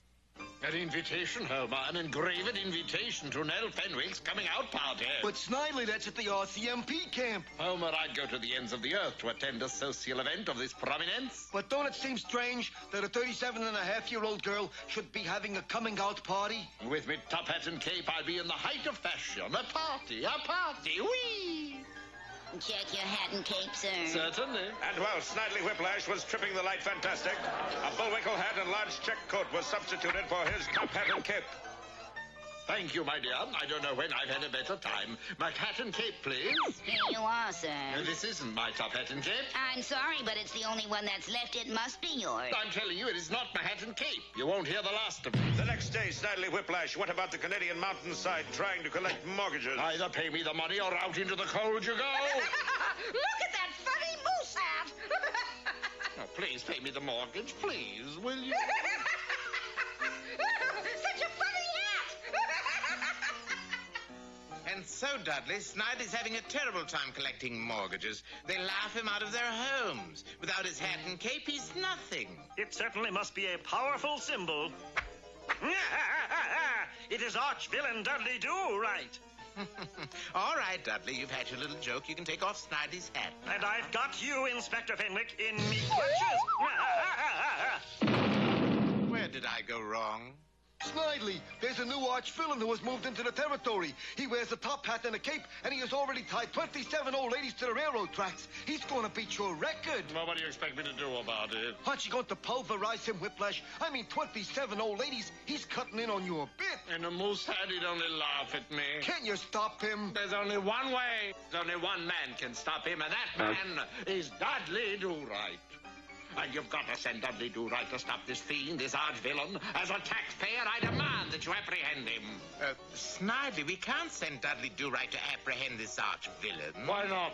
Because that arch-villain is Dudley Do-Right. Stalwart, true, eyes of blue, Dudley Do-Right? The very same. He tried on your hat and cape and went berserk. He thinks he's you. Oh! Say, if he's masquerading as you, why don't you masquerade as him? I never realized the truth in that old maxim, clothes make the man. Look at me, stalwart, true, eyes of blue. Arch-villain Dudley Do-Right, caught you at last. You'll never take me alive, stalwart true with eyes of blue, Snidely Whiplash. Good work, Snidely Whiplash. Inspector, there's one favor now that I've captured arch-villain Dudley Do-Right that I would like to ask. What's that, Whip? Could I please have my top hat and cape back? For sentimental reasons. Of course, dear boy. Now I have you in me power. Where did I go wrong? Well, all's well that ends well, eh, Inspector? Yes, but you know, Do-Right, while he was a Mountie, you could have learned something from that boy.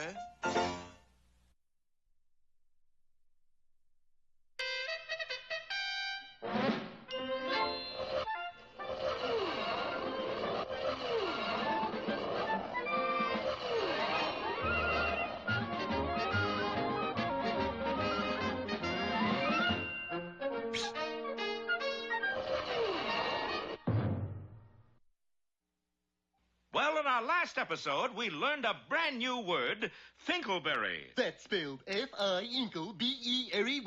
Yes, and... Period. Yes. Finkleberries are the finest fish bait in the world. There's just one problem. They're very hard to pick. It keeps moving from branch to branch. How do you pick a finkleberry? You gotta be awful quick. And to save the fishing resort of Angel's Cramp, Rocky has agreed to pick a peck of Finkleberries. I'll prove I'm quicker than any old finkleberry. How about the young Finkleberries? Them too. Howie! Oh! But that small bush was just a short distance from a large tree, and... Rocky, you all right? I think so, Bullwinkle.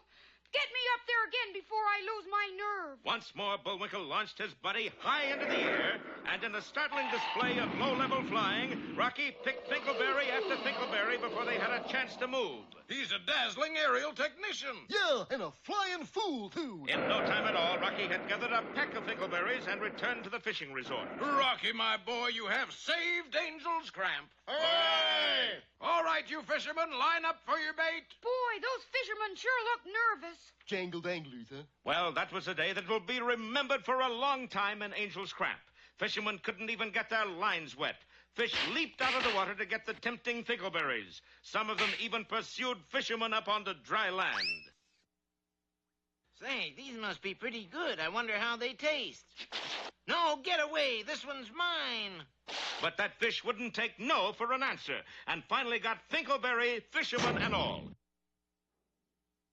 Of course, our heroes were heroes all over again. For they are jolly good fellows, which nobody can deny. Of course, Angel's Crab became famous overnight, or even sooner. And the more fish that were pulled out, the more money that was pulled in. As a result, a short time later, our heroes were in the loot-filled armored car heading for the Squaws Ankle National Bank. They didn't know that Boris's rainmaking had resulted in a brand new lake being in their way. Now, they got to stop here, right? Well. And when they do, we got them in trap, right? Well. Natasha, stop arguing with me. Right. That's better. But unfortunately, when the car got to the edge of the lake, Bullwinkle was at the wheel, while Rocky took a short nap. And Bullwinkle didn't even slow down. That idiot drove right into the lake. Right. What a fool I've been. Right. Natasha, stop agreeing with me. Okay. What we do now, Boris? What else? We pull underwater hold-up. And the two villains quickly donned diving equipment and leaped into the water. Quickly, they caught up with a lumbering vehicle and started to force their way through the top of it. Inside, Bullwinkle was still unaware that he was traveling underwater. Boy, what a rainstorm. Better turn on the wipers. However, instead of turning on the windshield wiper, Bullwinkle punched the turret control, and Boris and Natasha were swept off the top as the turret turned. But Bullwinkle still wasn't out of the woods, or the water. Getting kind of stuffy in here. I better roll down a window.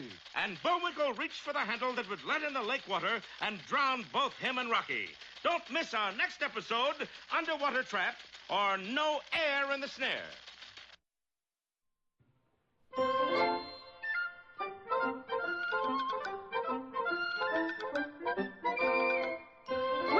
I guess that about wraps up another Rocky show. Certainly hope you enjoyed it. I did. I always say... Bullwinkle, time for us to go. Already? Okay, but first, here are some of the people who made this show impossible.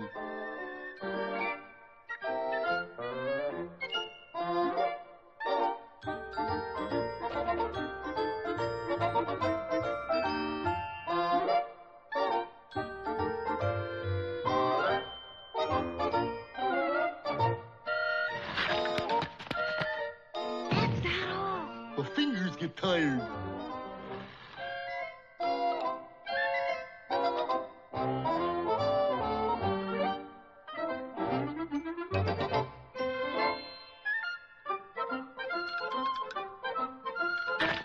Oop! Got away from me again. Well, see you next time. Ready, Bullwinkle? Alley! Oop!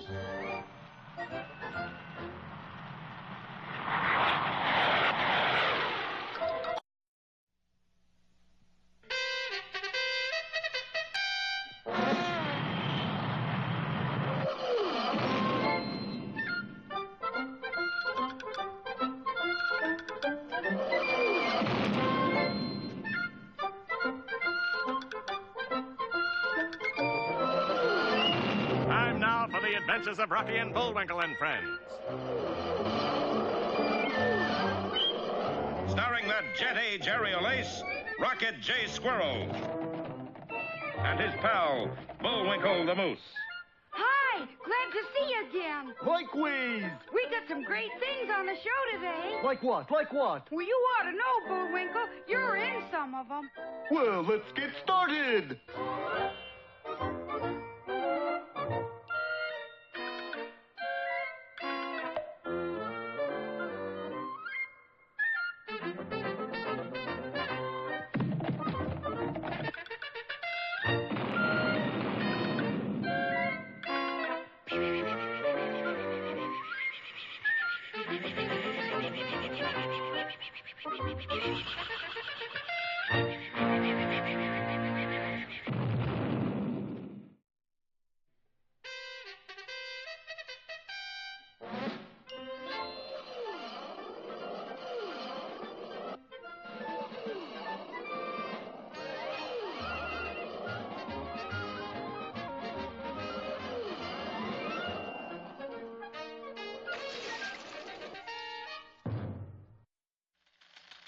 Last time, as you remember, our story took a turn for the wet. For with Rocky asleep on the front seat, Bullwinkle drove the armored car full of money right into a lake. Fortunately, the car was watertight, and Bullwinkle thought he was just driving through a torrential rainstorm. Rainstorm? Heck, it's a regular cloud bust. But at that moment, Bullwinkle passed a submerged signpost. Turn left. Better put off my hand. And the dim-witted moose reached for the crank that would roll down the window and drown both him and Rocky. Seems to be stuck. Hey, Rock, give us a hand here, will you? Well, what? Whoa, oh, sure, Bullwinkle. Hokey smoke, where are we? It's just a little shower. Ought to clear up in a jiffy. Bullwinkle, don't open that window. We're underwater. Underwater? That's ridiculous, Rocky. Then look at that. Well, I've heard of it raining cats and dogs, but this is... But just then... Golly, what was that? Couldn't have been thunder, huh? Sounded like an explosion. Well, the brainy squirrel had done it again. For high above them on the surface of the lake, Boris and Natasha were blithely dropping depth charges on our little friend. 1, 2, 3, O'Leary. 4, 5, 6, O'Leary. 7, 8, 9, O'Leary. 10, O'Leary. We can't last much longer at this rate, Bullwinkle. If it's gonna keep up like this, I don't know as I want to.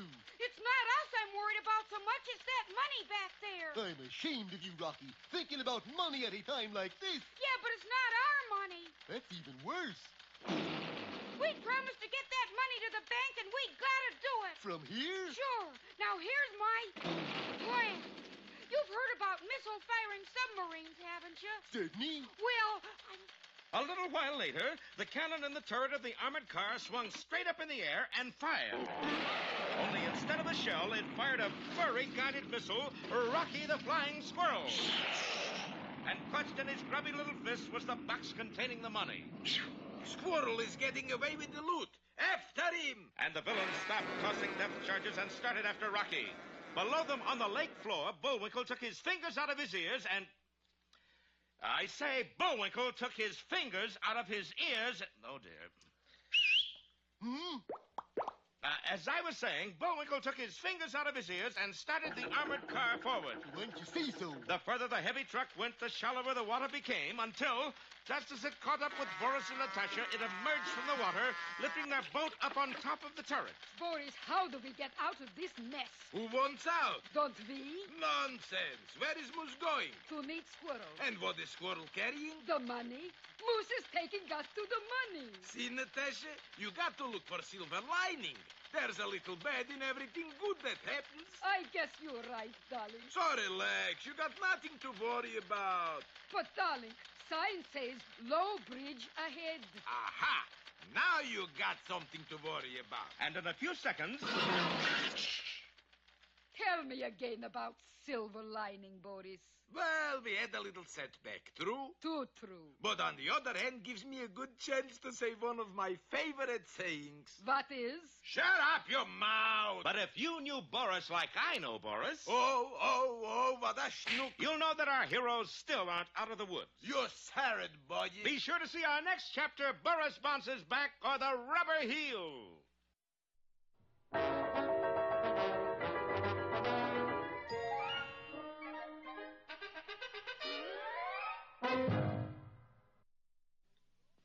Ready, Rock? Sure you know how to work that thing? No. Anyways, here's what it was supposed to look like.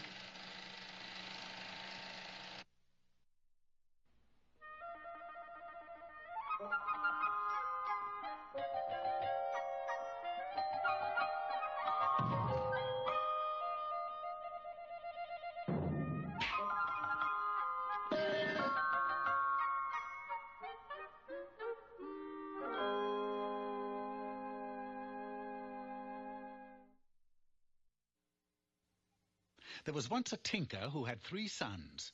Every morning he would leave his sons at home to go and find something to tinker with. Now be good little boys, especially you, Nat. Nathaniel was the youngest and also the most rebellious. Now why did you throw that cake on the floor? Well, you said it was marble cake, and I wanted to see if there was any marbles in it. Nathaniel, if you're not careful, someday you'll hang. And off the tinker went. After 18 hours of tinkering with this and that, he finally trudged home, or at least to what was left of it. Boys, what happened? Nat lit a fire in the fireplace. But we didn't have a fireplace. I know. Nathaniel, someday you'll hang. Well, the years went by as they have a habit of doing, and the sons grew older and wiser, all except Nat. He grew older, but definitely not wiser. Would you mind telling me why you hooked up the cow to the reducing machine? I wanted a milkshake. Nathaniel! I know, Pop. Someday I'll hang. Now, you might think that a tinker's lot is a poor one. Far from it. On Christmas Eve, he showed his sons a strange-looking music box. Merry Christmas, boys. Nathaniel not only opened it, but he bashed it against the wall, and there, standing amidst the rubble, was a little old man with a beard, 2 inches tall. The man, not the beard. I am a sprite who has been locked inside that music box for 100 centuries.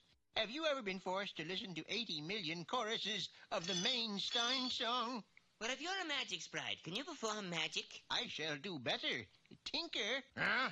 You have 3 sons. They may each ask a wish, and I shall grant it. I should like to be rich. Richer than anyone in the world. The sprite pointed a finger, waved it, and at the young man's feet lay all the precious stones in existence. Sir, I should like to be married to the sweetest, most beautiful girl in the world. Again the finger, and lo, that wish too became a reality. And now you, young man. Look, you may fool the Bobbsey twins here, but not me. Go on, Nathaniel, make a wish. Sorry, Pop, there's nothing to wish for. I just want to be me, Nat.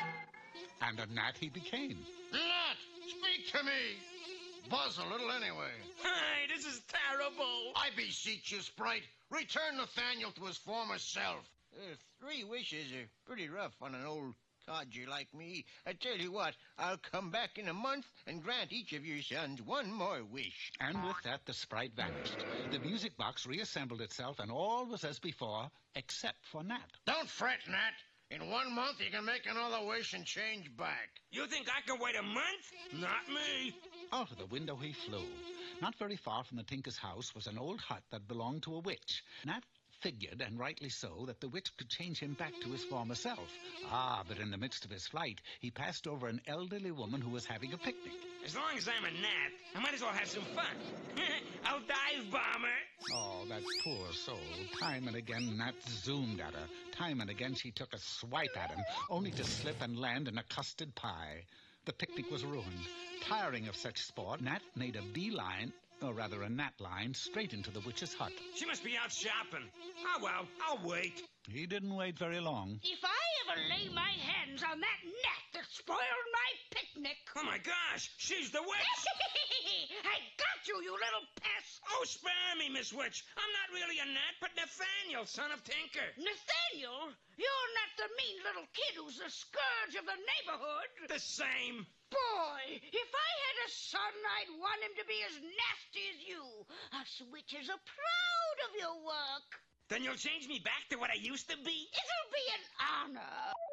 A wave of a magic wand, and it was done. Nathaniel returned home to his overjoyed father and picked up where he left off.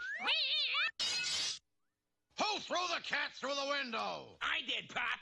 I wanted to give him a pain in the neck. Nathaniel, someday you'll hang. 3 weeks went by, and the little man reappeared. Well, Tinker, I see your son Nat is no longer a gnat. Yeah, he was most fortunate. Will you still grant my sons a wish like you did before? I will. I have nothing to wish for, as I am content with the riches you gave me last time. And I am too happy with my beautiful wife to wish for anything else. What about you, Nathaniel? Like I said before, I just want to be me. No, don't say it again, Nat. Don't worry, Pop. You see this document? I had my name changed to Arthur, so I just want to be me, Art. The sprite pointed his finger, and he became Art. A work of art. An abstract painting in a gilded frame. Alas, I lose my son again. The sprite vanished never to be seen again, and strangely enough, the tinker's prophetic words came true. He said that someday Nat would hang, and he did, on the living room wall.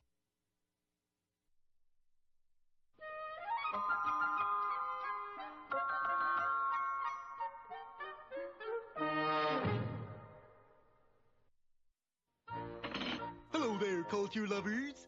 This here pin is part of today's poem, the Old Almanac verse, C.A. Pin. C.A. Pin, pick it up. All the day you'll... Where'd it go? Oh, there it is. C.A. Pin, pick it up. All the... Didn't get it. C.A. Pin, pick it up. Uh-oh, it rolled into a crack. Come out of there, doggone it. All right, I'll pick it up the easy way.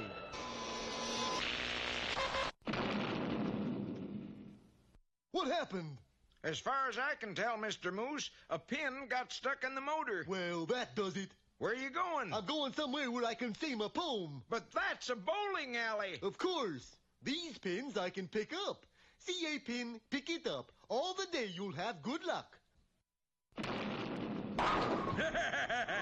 Don't you believe it? And now... Hey, Rocky, watch me pull a rabbit out of my hat. Again? Nothing up my sleeve. Presto! Wrong hat. I take a 7.5. Now here's something we hope you'll really like.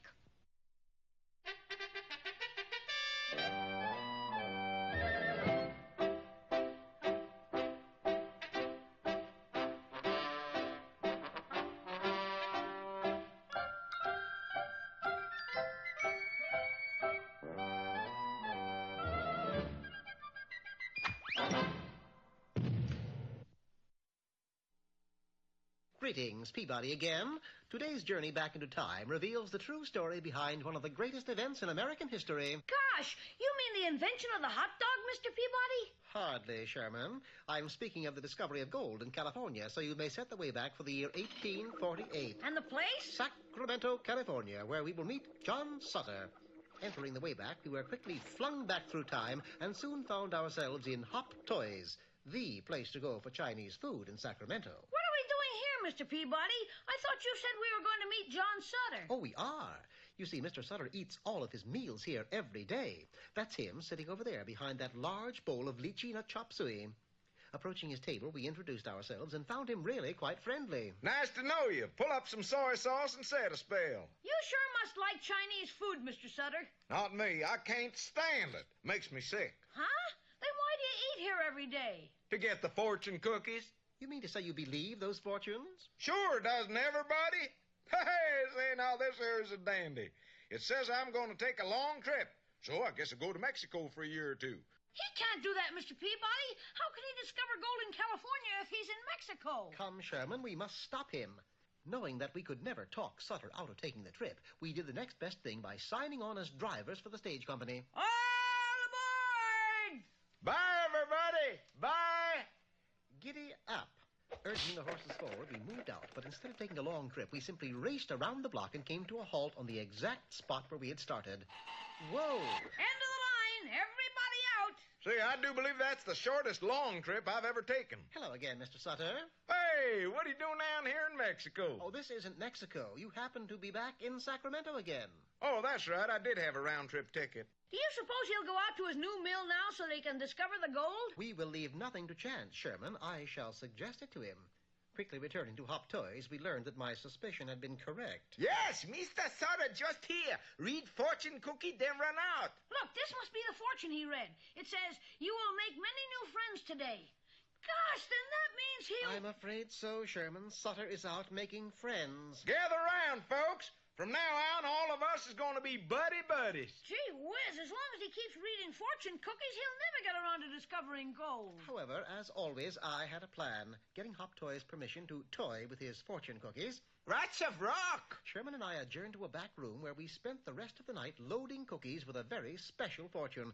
Then, early the next morning, when Mr. Sutter had finished his breakfast of shrimp fried rice... Hey, listen to this. You will make a great discovery in the creek by your new meal today.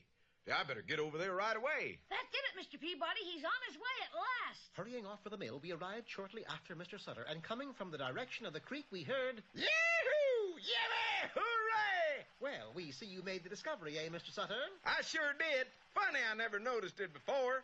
Now all I got to do is dig me some worms. Worms? I'm afraid something has gone amiss. And indeed it had, for following Sutter to the creek, we saw the discovery he had made was that the stream was full of trout. Best fishing hole I ever seen. Oh, no! I guess there's just no way to make him discover gold. But noticing a large tree just above where Sutter was fishing, I was quickly able to put another plan into action. Instructing Sherman to assist me, we hurried to the tree and chopped it down. Naturally, it formed a wonderful dam, thus stopping the flow of water and exposing the creek bed, which was covered with large gold nuggets. Darn, what rotten luck. The water's dried up and ruined the fishing. Nothing there now but a bunch of yellow rocks. What color? Yellow. Yellow. You know, like gold? Gold. Yeah, like gold. Yeah. It's gold. That's what it is. I've discovered gold. Gold! Gold! I discovered gold! Soon the cry of "I've discovered gold" reached across the nation, bringing people by the thousands to seek their fortunes. They sought the gold in many ways, by placer mining, hydraulic mining, vegetable mining. Vegetable mining? Oh, yes, much gold was found in the numerous carrot gardens. Golly, I've never heard of that. Oh, come now, Sherman. Everybody's heard of 14-carat gold.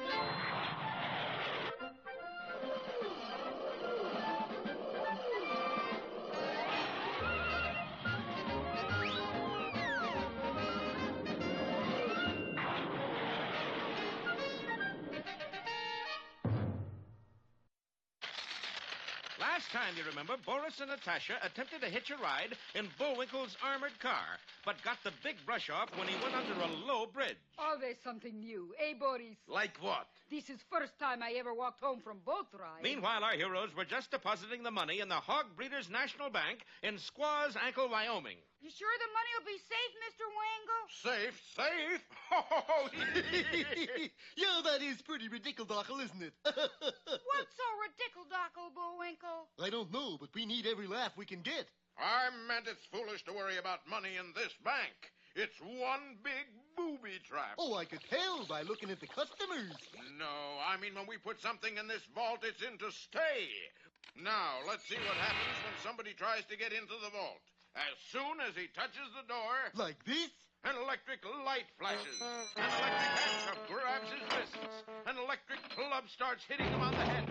And an electric FBI man comes out and arrests him. Pretty impressive. Yeah. What happens if the electricity goes off? It can't. The cable is armor-plated all the way out of the bank and out of town clean to the main power line. Look. And in a little while, Mr. Wangle and our heroes were standing near the main power pole outside Squaw's Ankle. Gee, I guess you've thought of everything. Yep. Except maybe somebody cutting the main power line. Oh, come on, Bullwinkle. How could you cut the main line? Easy. You just climb up this pole and snip-snap with a pair of scissors. Yeah, but the electric company wouldn't let you do that. I'd like to see him stop me. Okay, you're stopped. Who you? Who you? World's most famous electric company detective. An electric company detective? What's your name? Sherlock Holmes. Holmes? O-H-M-S. Is an electrical joke. And this is my partner, Dr. Watts. W-A-T-T-S, darling. Sure, I've seen your name on light bulbs. Ho, ho, ho. Can I get down now? Certainly. Thanks, I guess. And in a little while, our heroes were back at the bank. Well, looks as if everything's okay. We must be near the end of another story. Time for us to walk hand in hand into the sunset, huh? Yeah, except it's awful early in this episode. Early? Look, it's dark outside already. True enough, the sun had gone down, but the story seemed far from ended. It's only the beginning, folks. What is fiendish plan, Holmes? It's obvious, Natasha. We cut line, town is blacked out, we sneak in, rob bank. But if whole town is blacked out, why not rob whole town? Natasha, I got it. Wait till you hear. What, darling? If whole town is blacked out, why not rob whole town? Boris, how do you get such marvelous ideas? Oh, they just come to me. Oh, I know. Okay, Natasha, start snipping with snippers. And the two villains began chopping at the main power line. In just a few seconds, all the lights in Squaw's Ankle began to flicker and dim. Boy, my eyes hurt. My glasses need changing. You don't wear glasses, Bullwinkle. Well, then my eyes need changing. And at that second, all electricity went off in Squaw's Ankle, and the whole town lay at the mercy of Boris Badenov. Mercy? I don't know the meaning of the word. It means the quality. Oh, never mind. Be with us next time for Boris Takes a Town or The Night Mayor.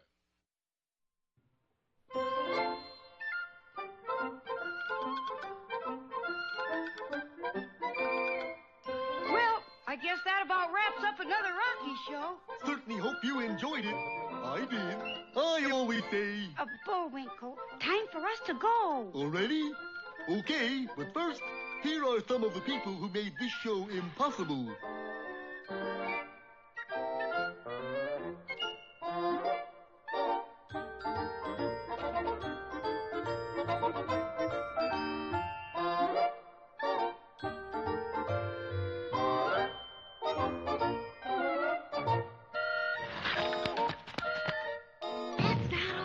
My fingers get tired.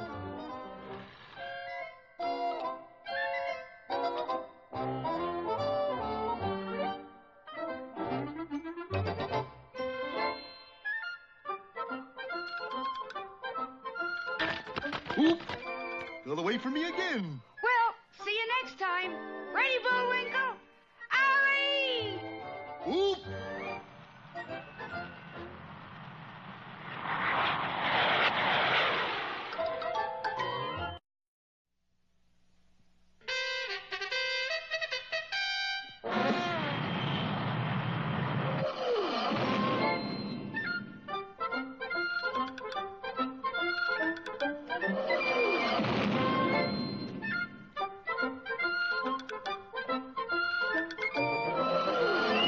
Time now for the adventures of Rocky and Bullwinkle and Friends. Starring that jet-age aerial ace, Rocket J. Squirrel. And his pal, Bullwinkle the Moose. Hi, glad to see you again. Likewise. We got some great things on the show today. Like what? Like what? Well, you ought to know, Bullwinkle. You're in some of them. Well, let's get started.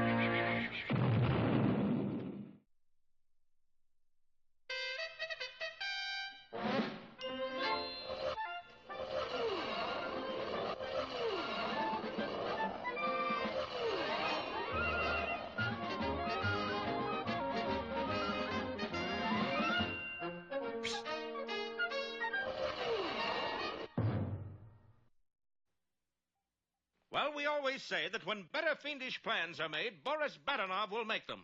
His latest was to disguise himself and Natasha as inspectors for the electric company. Sherlock Holmes and Dr. Watts at your service. Their scheme was to rob a whole town by cutting the main power line leading to Squaw's Ankle, Wyoming, and plunging the town into darkness. And this time, oddly enough, the scheme worked. Back in Squaw's Ankle, our heroes noticed immediately that something was wrong. It's dark. Pretty shrewd. Thanks. It did get late all of a sudden, didn't it? Yeah. Looks like every light bulb in town went out at the same time. They don't make 'em like they used to. Let's go see what's the matter. Our boys started off, but unable to see where he was going, Bullwinkle stumbled over a small dog and crashed his antler through a store window.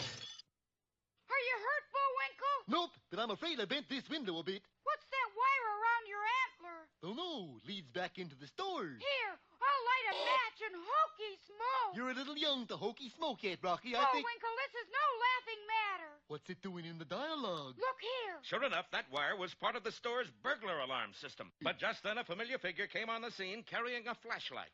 Oop! Hey, it's Mr. Wangle, the bank president. Glad I ran into you, boys. You didn't. You walked into us. We got to get to the bank. We're in trouble. They coming to look at the books? Even worse. With no electricity, our safe isn't safe anymore. Not even half safe? It won't even stay closed. Uh-oh. You said it. Sure enough, when our friends dashed into the bank and shone their flashlights on the vault, the huge door was sagging wide open. Gee, this must be happening all over town. Golly, looks like bank night for bank robbers. It was true. The whole town lay at the mercy of anyone mean and dirty enough to come in and rob it. And you know who he means, don't you, folks? The two villains strolled into the lonely outskirts of Squaw's Ankle and headed for the first store in town, the Bonton Bootery. Sure enough, the door swung open freely, no burglar alarm sounded, and the two villains were able to slip inside with no trouble at all. And small wonder, for the Bonton Bootery had been out of business for 14 years. Never mind. It's good practice anyway. Come on. Meanwhile, back in the middle of town, our heroes were in a dimly lit billiard parlor. Bullwinkle, I got it. 8-ball in his side pocket. No, an idea. Yeah, must have got the wrong cue. What about our worms? Yeah, what about them? Good idea, huh? Yeah. What about them? Don't you remember our herd of worms? What do we raise on our ranch? All right, if you insist, we'll flash back. And Rocky reminded Bullwinkle that when they had been herding their fishing worms underground, lightning had struck the herd and every worm had been supercharged. As a result, they lit up like a lot of Christmas tree lights, which made them very picturesque, but quite useless as bait. Oh, those worms! Gee, Bullwinkle, it was only 2 days ago. Well, I've slept since then. And where are those worms today? I give up. Now let me ask you one. Whatever happened to Evelyn Brent? They're right outside in our armored car, that's where. Evelyn Brent? The worms. Oh. Come on, Bullwinkle. We're going to use them to protect the town. These little creeps? Well, if Rocky has a plan, he'd better put it into action quick, for Boris and Natasha have just turned the corner and are heading for the Hog Breeders National Bank. Last one into vault is dirty no good, Nick. You kidding? I'm always dirty no good, Nick. Be with us next time for Just Boris and Me, or The Yeg and I.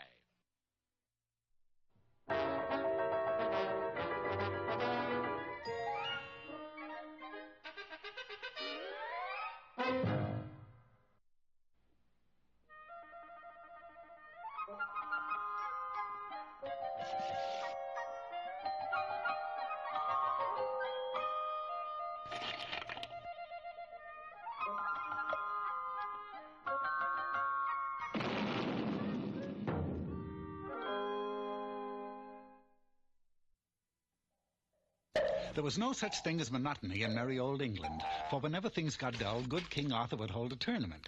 Eventually, one solitary knight emerged victorious to receive the plaudits of his king. On this particular occasion, it was a gallant but rotund fellow named Circumference. Splendid performance, Circumference. Oh, thank you, Your Grace. Oh, that last chap was rather sturdy. I had to smash him with the mace. It was discovered to everyone's horror that last chap was not a chap at all, but rather Queen Guinevere. Oh, no wonder he wore a dress. I've a good mind to denight you. Instead, I shall send you to Chickenshire. Chickenshire, the most cowardly town in the nation, was well named. Run for your lives! There's a lion in the streets! Actually, it was a 3-week-old kitten. Circumference and his wife set up housekeeping in a large but run-down castle on the edge of town. Each day, one or more Chickenshireans would run up to the drawbridge, grab the trumpet that hung from a tree, and let go with a deafening blast. What's the trouble? It's raining. Is that all? Is that all? We might drown. It was occurrences like that turned a once proud knight into a lazy loafer. Well, are you just going to sit there? Someone's blowing the trumpet. Let him blow. The years went by, and the only fighting Circumference did was with his wife. Not too far from Chickenshire, about a stone's throw and a half, sat an institution of learning, a college, and a highly unorthodox college, for this was Dragon U, where dragons of all shapes and sizes studied in the art of combat. Oh, look, I see. We're just in time for graduation exercises. And so, it is with the utmost pride that I hand out these diplomas. Dragon after dragon took his scroll, received a heartfelt claw shake, and left the stand, all but one, named Milo. Where's my diploma, sir? I'm afraid you flunked again, Milo. But gosh, Dean, I've been a senior for 40 years, and I still haven't graduated. Calculus, Milo. You're weak in calculus. There must be some way I can become a full-fledged dragon. There was. According to the Dragon Magna Carta, a dragon could slay 13 knights and thus attain dragonhood. But to prove that you've slain 13 knights, you must bring me 13 helmets. It was either that or another semester. So Milo set out to slay 13 knights. I wouldn't know a knight if I saw one. His meanderings eventually took him to a tiny hamlet where he spotted something of great interest. Helmets by Dantine. There, nestled snugly beneath a tree, stood a helmet shop. That's it. I'll buy 13 helmets and give 'em to the dean and tell him I took on him off 13 knights, which I slewn in fierce combat. 2 weeks later in the dean's office. 10, 11, 12. Milo, there are only 12 helmets, Phil. Why, that dirty? One more, my boy. One more helmet. Oh, and the helmet I should like you to get belongs to a knight named Circumference. And much as he hated it, Milo set off to procure his 13th helmet, the hard way. There they go again. It's not one of the villagers, Lovey. It's a dragon. All my days are dragon. But I'll take a look. What do you want? Put on your helmet, O knight, and we shall do battle. Go away. I said, bring down your battle axe. My wife stays here. This gave the desperate beast an idea. Under cover of darkness, he stole into the castle and made off with Circumference's wife. The next day... So, you took my wife, huh? So what? Well, doesn't that make you mad? Are you kidding? Okay, then I'll bring her back. That made Circumference mad. Jumping into his armor, he rushed out of the castle and engaged the dragon in mortal combat. The battle lasted for days. Finally, after 2 weeks of bitter, unending struggle... Hey, this is work, you know. Yeah, more than I've done in years. Look, dragon. Milo. Look, Milo. Why are you after my scalp? Oh, it isn't your scalp, it's your helmet. You see... And Circumference was filled in on his opponent's plight. Well, if that's all you want, here. Milo couldn't believe his eyes. He now had the 13th helmet. Oh, I'm proud of you, my boy. It was nothing, Dean. Let me see. 13 helmets. Yes, they're all here. Can I have my diploma now? Well, there is one small formality. Oh? According to the Magna Carta, you must now eat the 13 helmets. You're kidding. Read it. Dear, dear, dear, poor Milo. He ate every last one of those helmets. And after eating them, he wasn't much good for anything. You might say he had one too many nightcaps.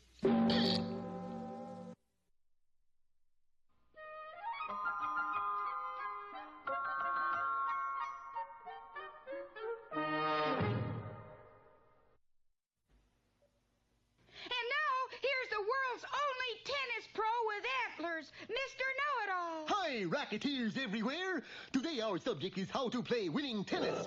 The first thing to do on the court is to establish who is the master by using your pulverizing, non-returnable serve, like this. Whoop. Okay, let's stop kidding around and play tennis. And here you have my next example. Build up your opponent's false confidence at the start of the game. Then proceed to beat him with an easy lob. My point! I wasn't ready! Another way to ruin your opponent's composure is to switch rackets with him. Playing with an unfamiliar racket, he will be sure to lose the game. Is we going to play or ain't? One moment, sir. I'm pretty sure you have my racket. I insist that we trade. Anything you say, buddy. Service! Oof. Now, friends, comes the one surefire way to beat your opponent. You pretend that you're injured. This makes him feel sorry for you, and he'll start to play badly. Oh! Well, I think that's game and set. So long, lame brain. Gee, Mr. Know-It-all, it didn't work to pretend you were injured. Who's pretending? And you call that how to play winning tennis? Of course. He won, didn't he?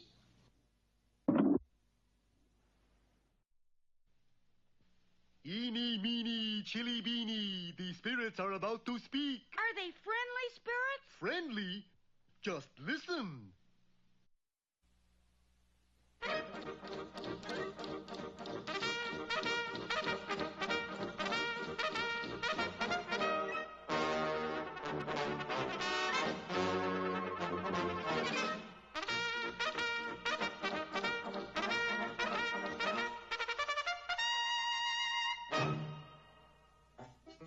COD. To Americans, it meant cash on delivery. To the rest of the world, it spelled out a type of fish. To the good folk of Canada, COD stood for something entirely different. You are looking at the Canadian National Bank. You are now looking at the man who owns it, O.D. Pringle. COD? Yes, I see. Quite a fall. Guaranteed burgle-proof, OD. Let's hope so, Oberlin. That night after the employees had gone home, a skulking figure clad in black stole up to a rear window, opened it, and entered the bank illegally. I smell money, pelf, mammon, filthy lucre. The gentleman with the withdrawal symptoms is that villainous rascal, Snidely Whiplash. I may be a Harvard man, but there's nothing I like better than picking a Yale lock. Whiplash was in for a surprise, for this vault had a new combination lock. A mere truffle. Take a number from 1 to 10, double it, and add $1 million. This was known as the Dick Powell Ruby Keeler method. It worked to perfection. Everything I do works to perfection, until the denouement. This time it was going to be different. Whiplash was going to get it early. For who should be waiting inside the vault? None other than our hero, Dudley Do-Right, who had mistaken it for a telephone booth. Elevate your hand skyward, Whiplash, else I shall fire in your general direction with my Mountie pistol, with the cord on it. Do-Right, what do you want from me? A nickel to make my phone call. Then you shall accompany me to prison, where you will do time, and a few other magazines, too. Curses foiled again. Snidely Whiplash received a sentence of 20 years, but time off for good behavior got him out in 2 weeks. Drop in and see us again, 4936521. Never, I reiterate, never will I darken your door again, because henceforth all my crimes will go undetected. Well, I certainly hope so. A few weeks later, it happened to be Guy Fawkes Day, a gala occasion for the Mountie Post. But, Nell, you promised the next dance to me. I did not. I promised it to your host. But so far you have danced every dance with him. He keeps buying tickets. What can I do? Evening, Do-Right. Oh, good evening, Inspector. How about the next dance? Sorry, your horse asked me first. He must have a conga line going. Oh, by the way, Do-Right, I just got a tip that the Bank of Manitoba is going to be robbed. Well, well. I thought that would excite you. Take the new man and look into it. New man, sir? I didn't know he had it. Mother of pearl, it's the shining light of justice himself, Dudley Do-Right. I have seen that face before. Your name, new man, what happens it to be? Arnold, Benedict Arnold. Benny and I went to West Point together. Constables Do-Right and Arnold left for Manitoba bright and early the next morning. Well, at least early. I don't see any signs of a bank robbery. I don't either. Oh, my, what an attractive chandelier. Where? There. With Dudley rendered more unconscious than usual, it was a simple matter for Whiplash to relieve the bank of its resources. A false alarm, you say? The only thing we saw was a chandelier, Inspector. Well, a phone call just came through. The Quebec Express is going to be robbed at noon. Stop it. To hear is to obey. My very words. Oh, Arnold. Sir? You dropped a sack of coin. Money from home. Just 1 minute. How come that sack has Bank of Manitoba printed on it? That's where Dad buys all his sacks. Oh. Once more, the intrepid pair set off to foil a robbery. We have searched the length and breadth of this train, but no evidence of foul play. Well, what do you know? Look up there. What is it, another chandelier? No, it's a Bunsen burner. Another wild goose chase, eh? Yes, and my heart knows what the wild goose knows. All right, men, you're dismissed. Oh, and Arnold? Sir? That safe you brought back marked property of the Quebec Express. Don't leave it here. Clutters up my office. The one-man crime wave went on for a month until Whiplash had amassed a tidy fortune. It was then time for him to retreat. Am I glad to get rid of that silly hat? Aha! Caught you hat-handed. What's up, Do-Right? My dander, Snidely Whiplash. Oh, you're mistaking me for someone else. My name is Benedict Arnold. Sure. You won't take me without a fight. Man against man, good against evil, Dudley against Whiplash. And then suddenly... Look up there. What is it, a Bunsen burner? No, a chandelier. So Constable Benedict Arnold gave his life in the line of duty. We shall all miss him. Sir? Yes, Do-Right. That leaves a short one man, doesn't it? Oh, no. Here's Arnold's replacement. Constable Do-Right, say hello to Constable John Dillinger. Hello, Johnny.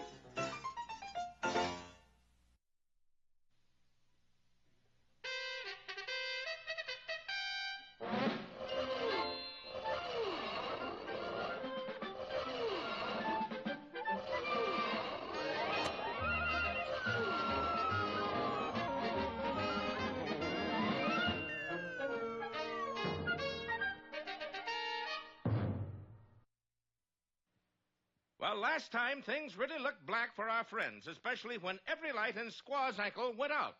Well, now starts the fun, Natasha. Last one into the bank vault is a rotten egg. Of course, darling. But then again, so is first one. Bullwinkle, I think somebody's planning to hold up Squaw's ankle. Won't that make her fall down? I mean, they're going to rob the town in the dark. Jumpin' gee-horse that rock. How do we stop 'em? We light up the town again. But how, Rocky? With our supercharged worm herd. And the brave squirrel reached in the back of a nearby armored car that he and Bullwinkle happened to have. Doesn't everybody? And pulled out one of their special glowworms. Now if we can just get him to cooperate. Meanwhile, Boris and Natasha had reached the half-open door of the bank vault. It's just like taking brandy from a baby, Natasha. That's taking candy, darling. You take what you want, I take what I want. But at that instant... Boris, the town is all lit up like, you'll pardon the expression, Christmas tree. Oh, boy! As old Roman ancestors used to say, in hoc signo vinces. Meaning? The jig is up. Little did Boris and Natasha know that those flashing lights were really Rocky's herd of glowworms, lighting up loyally and making the street bright as day. Keep at it, boys! Well, with their plan ruined, Boris and Natasha had to beat a hasty retreat. Squaw's ankle is safe at last. Okay, fellas, you can knock off now. I don't think they want to, Rock. It was true. So delighted with the glowworms with their success that they stayed at their post from that moment on. This was a boon to the citizens of Squaw's Ankle, for the glowworms could change positions in a matter of seconds. Thus, the same sign was able to blink welcome to new arrivals and bye-bye to those leaving town. When a store changed hands, it was a simple matter to change signs. And glowworms were invaluable at clearance sales time. Of course, people flocked to Squaw's Ankle to see this wondrous sight. Thanks to Rocky and Bullwinkle, the town was finally on the map. And so as our heroes got ready to go home... And in gratitude, dear boy, we are changing the name of Squaw's Ankle to Squirrel's Ankle. Hooray! Everybody was delighted with the idea. Not quite everybody, Sonny Jim. Well, this is it. This is what, darling? This is end of electric power cable, 20 million volts. You fasten that end to that track, I fasten this end to this track. And then train rolls over wires. Roast moose and squirrel fricassee. Oh, how can you be so mean, darling? Because it'll gonna be the end for moose and squirrel. So? The end always justifies the mean. Then we can't fail this time. Congratulations, Boris. You said it, Natasha. Shake. Thus it was that the train bearing our heroes sped safely back toward Frostbite Falls. Gee, I sort of hate to leave the Worm Ranch, Bullwinkle. Oh, I don't know. I thought I was going to be a cowboy. And? Who wants to be known as a worm boy? Yeah, lucky we weren't raising ducks to make down pillows out of. How come? Then you'd be known as a down boy. Pretty sneaky, Rock. Oh, I wouldn't say that. What would you say? I'd say it was the end. And so it is of this story. But next time we'll start a brand new bushy tale of Rocky the Flying Squirrel.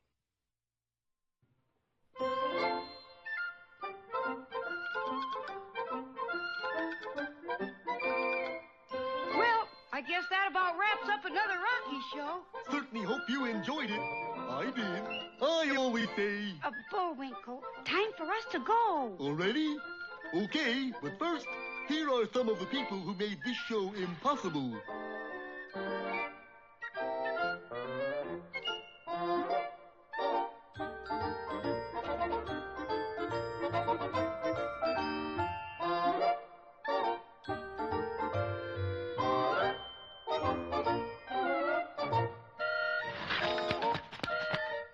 That's not all. The fingers get tired.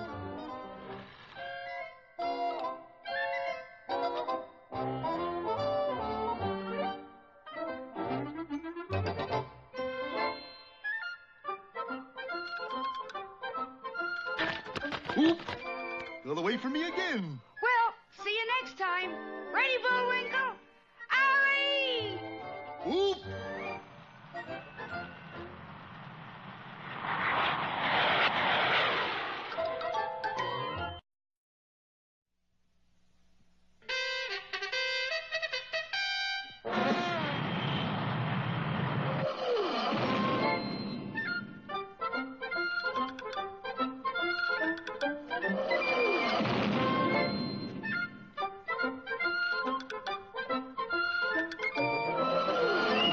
Time now for the adventures of Rocky and Bullwinkle and Friends. Starring that jet-age aerial ace, Rocket J. Squirrel. And his pal, Bullwinkle the Moose.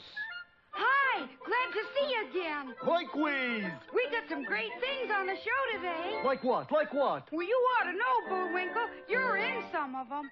Well, let's get started.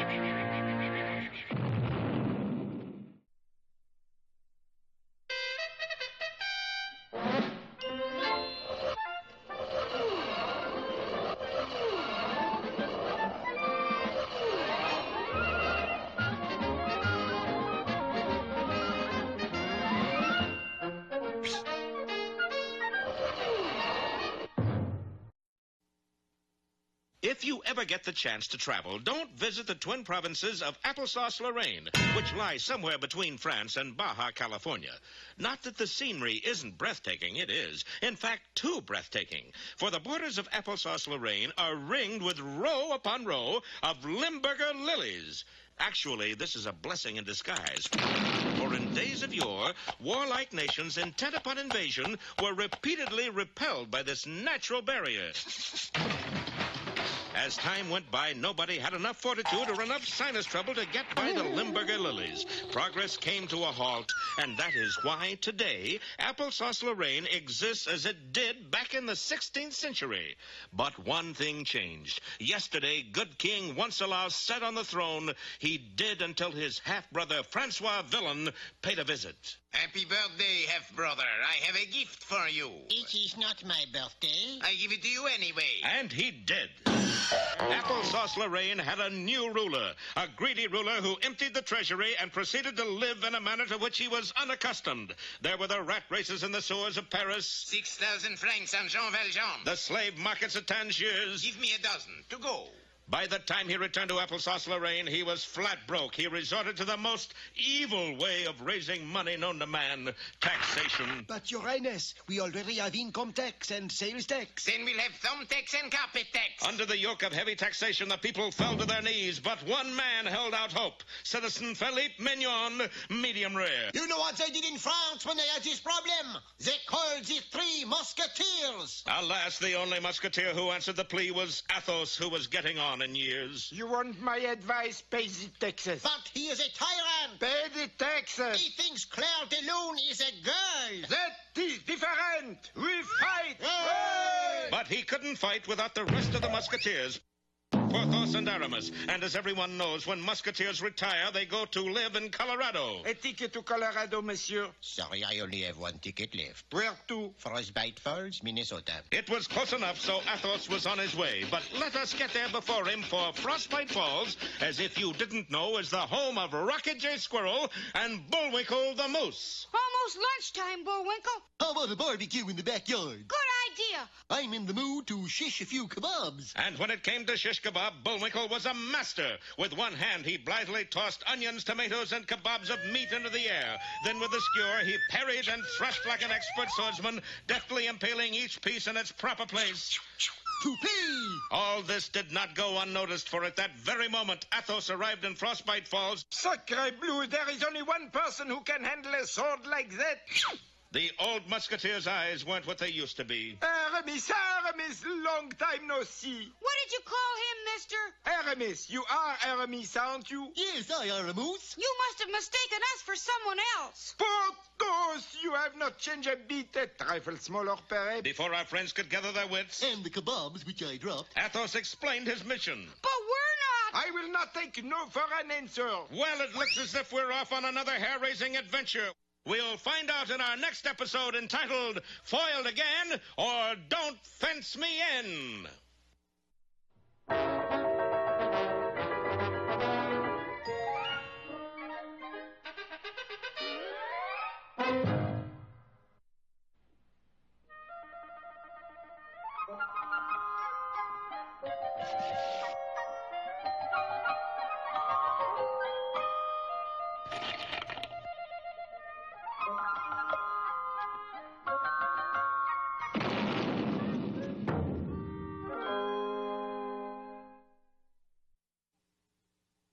I agree that crime doesn't pay, but in the case of Jack and the Beanstalk, it did.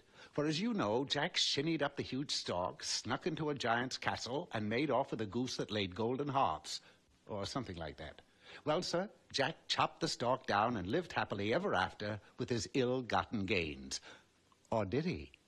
The scene is a castle somewhere in the clouds. The time, 20 years later. I know you're hungry, son. Well, so am I. But there isn't a scrap of food in the castle. What about the wheat field? You ever try getting wheat out of clouds? We're up in the air, remember? Oh, if only Papa was still with us. Listen, he wasn't good for anything except saying fee-fi-fo-fum. He could say that pretty good. Can I say it? Say it later. Right now, you've got to take the pet cow to market and sell it. That's not a cow, Mama. It's a llama. I don't care what it is. Go and sell it. Being on the obedient side, the giant's son did as his mother asked. Hey, what you got there, High Pockets? It's a llama. So it is. I'll give you 5 magic beans for it. I'd rather have money. You can plant beans. You can't plant money. It made sense, so the giant returned home with the 5 magic beans. I was hoping you'd bring back money. Well, one of the beans has a picture of Lincoln on it. There was naught to do but dig a hole in the clouds and drop the beans inside. The next morning, the giant awoke and looked out of his window. Oh, darn. I was kind of hoping a beanstalk would have grown. It did, but not up. Down. Why, that stalk must be 50 miles long. Climb down there, son. See if you can find us some food. As I said before, the giant was obedient. Also a little clumsy. But let us journey ahead of our falling star to where the beanstalk ends, right outside the magnificent manor owned by the son of the original Jack and the Beanstalk. Jack, honey, New York's on the phone. They want to order 50 dozen golden harps. Oh, don't tell me. Tell the goose.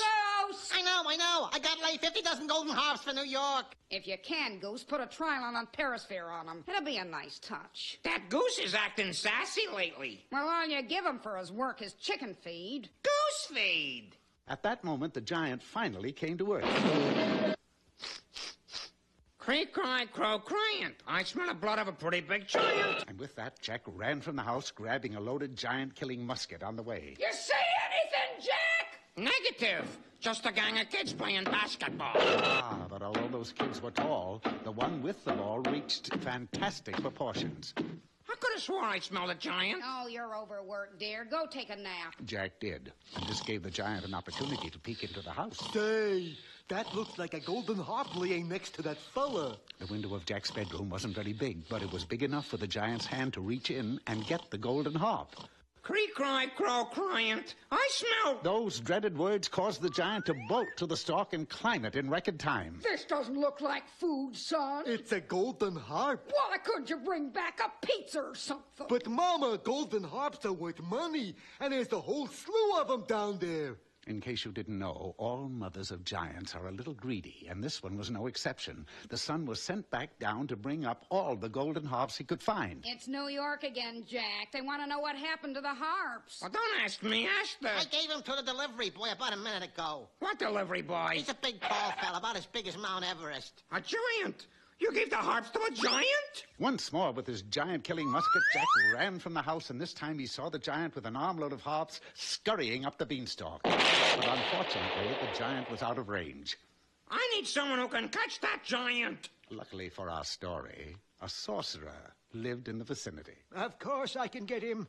Do you think he might come back down for more harps? We're all out of harps. All I got left is a goose. You say a goose lays these harps. Scout's honor, Mama. Well, a goose we can eat. Fetch him, son. The unsuspecting giant came down, probed around the house with one hand, and finally grabbed the goose. That's when Jack and the sorcerer spoke up. Caught you in the act, you devil. Let him have it, sorcerer. And the sorcerer handed a piece of paper to the giant, who merely put it in his pocket and climbed up the beanstalk. What'd you give him? A summons to appear in court.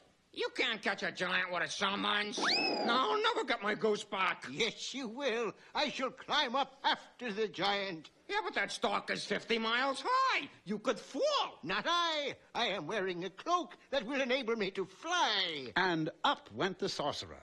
Of course, the giant was no fool. When he saw that he was being pursued, he simply took an axe and chopped the stalk down. What happened to his pursuer? Well, the cloak kept him from falling, all right. In fact, to this day, he's still floating around in the air. And that's why you hear so much talk about a flying sorcerer.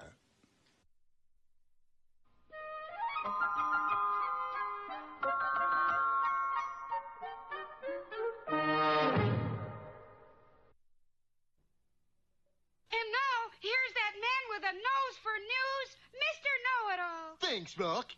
It's also handy for breeding and ornamental purposes.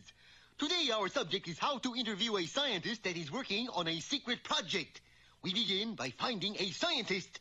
Without a human subject to work on, the experiment is lost. But who would be stupid enough? Pardon me, sir, but are you a scientist? Point 2 is to be subtle about getting to the subject of his project. If the project is secret, he may be reluctant to tell you. You doing anything interesting lately? Certainly. Sit right here and I'll tell you all about it. Let's see. Say, you mind if I ask you about your personal habits, problems, hobbies, and... Certainly not. I just love to put this electronic ball on Moose's heads. It's a habit, a problem, and a hobby. Fine. Now what about pets? I'm glad you asked. My pet? Let's just put him here and put a nice ball on his head just like the one on yours. There. Oh, yes. Is your current project related to the rocket field? No. Is your current project related to the atomic field? No. Well, what's the current then? The current. I want the current. Gosh, Mr. Know-It-All, what happened? Now, how will you remember what the scientist is working on? Oh, I can remember, Rock. I'm almost certain it is a brain transfer machine.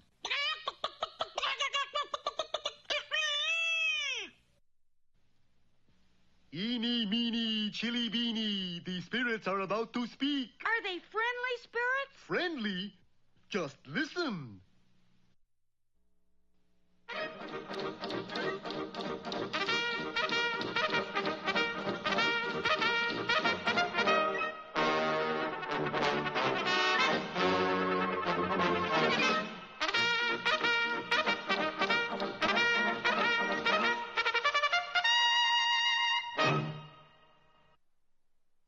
Somewhere in the inner regions of outer northwest Canada, an inventor was at work. And that inventor was Snidely Whiplash.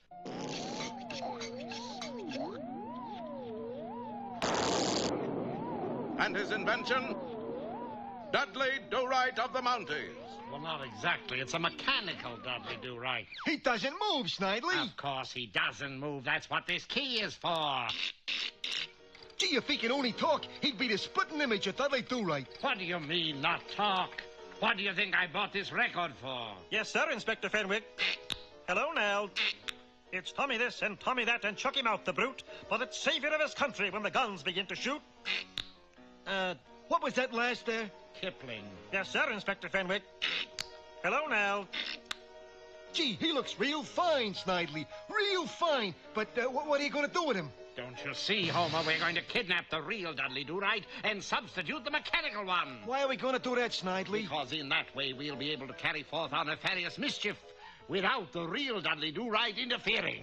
So, as the real Dudley Do-Right was taking an afternoon stroll, Snidely Whiplash substituted the mechanical Dudley Do-Right. Why, hello, Dudley. Yes, sir, Inspector Fenwick. I'm not Father. I'm Nell. Hello, Nell.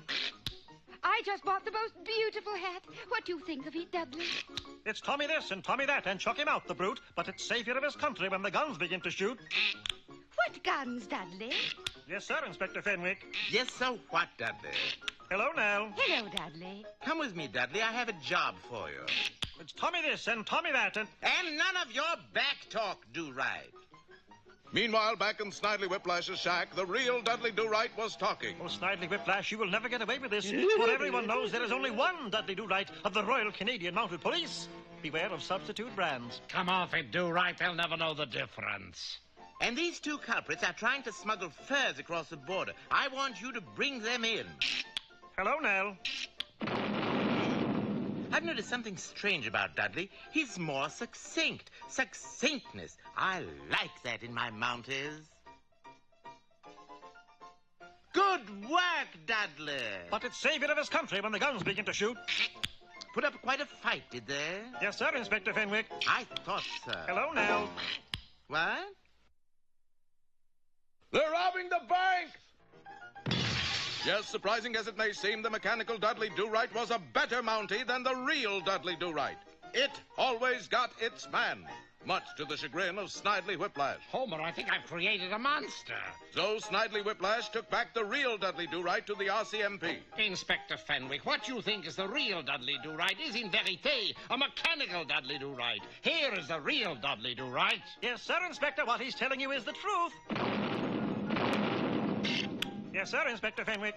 Oh, are you trying to tell me I don't know the difference between a mechanical do-right and a real Dudley do-right?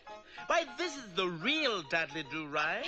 Hello, Nell. And you, sir, are an imposter. But Inspector Fenwick! Out! Out, the two of you, before I have do-right here throw you in the stockade. Gee. Where did I go wrong, do-right? Compose yourself, Whiplash. We'll get to the seat of this problem now. Oh! Oh, the key! I completely forgot about the key. Why, Dudley Do-Right is due to run down almost any time now. Now, Do-Right, I want you to listen carefully, because this is possibly the most important assignment of your career as a mounter. Hello, Nell. Hello, Nell. Hello, Nell. Hello, Nell. What's wrong, Dudley? You seem a little redundant today. Hello. But it's savior of this country when the guns begin to shoot. Whoa. Dudley, pull yourself together. Aha, Inspector! Now you see with your own two eyes that I am the real Dudley Do-Right of the Mounties. Well, perhaps you're right. Then tell me, what is this assignment you have for me that is so important? Assignment? Oh, the assignment! Well, the assignment is to hurry up and put that machine together again. That was the best Dudley Do-Right the Mounties ever had. Yes, Inspector Fenwick. Yes, Inspector Fenwick.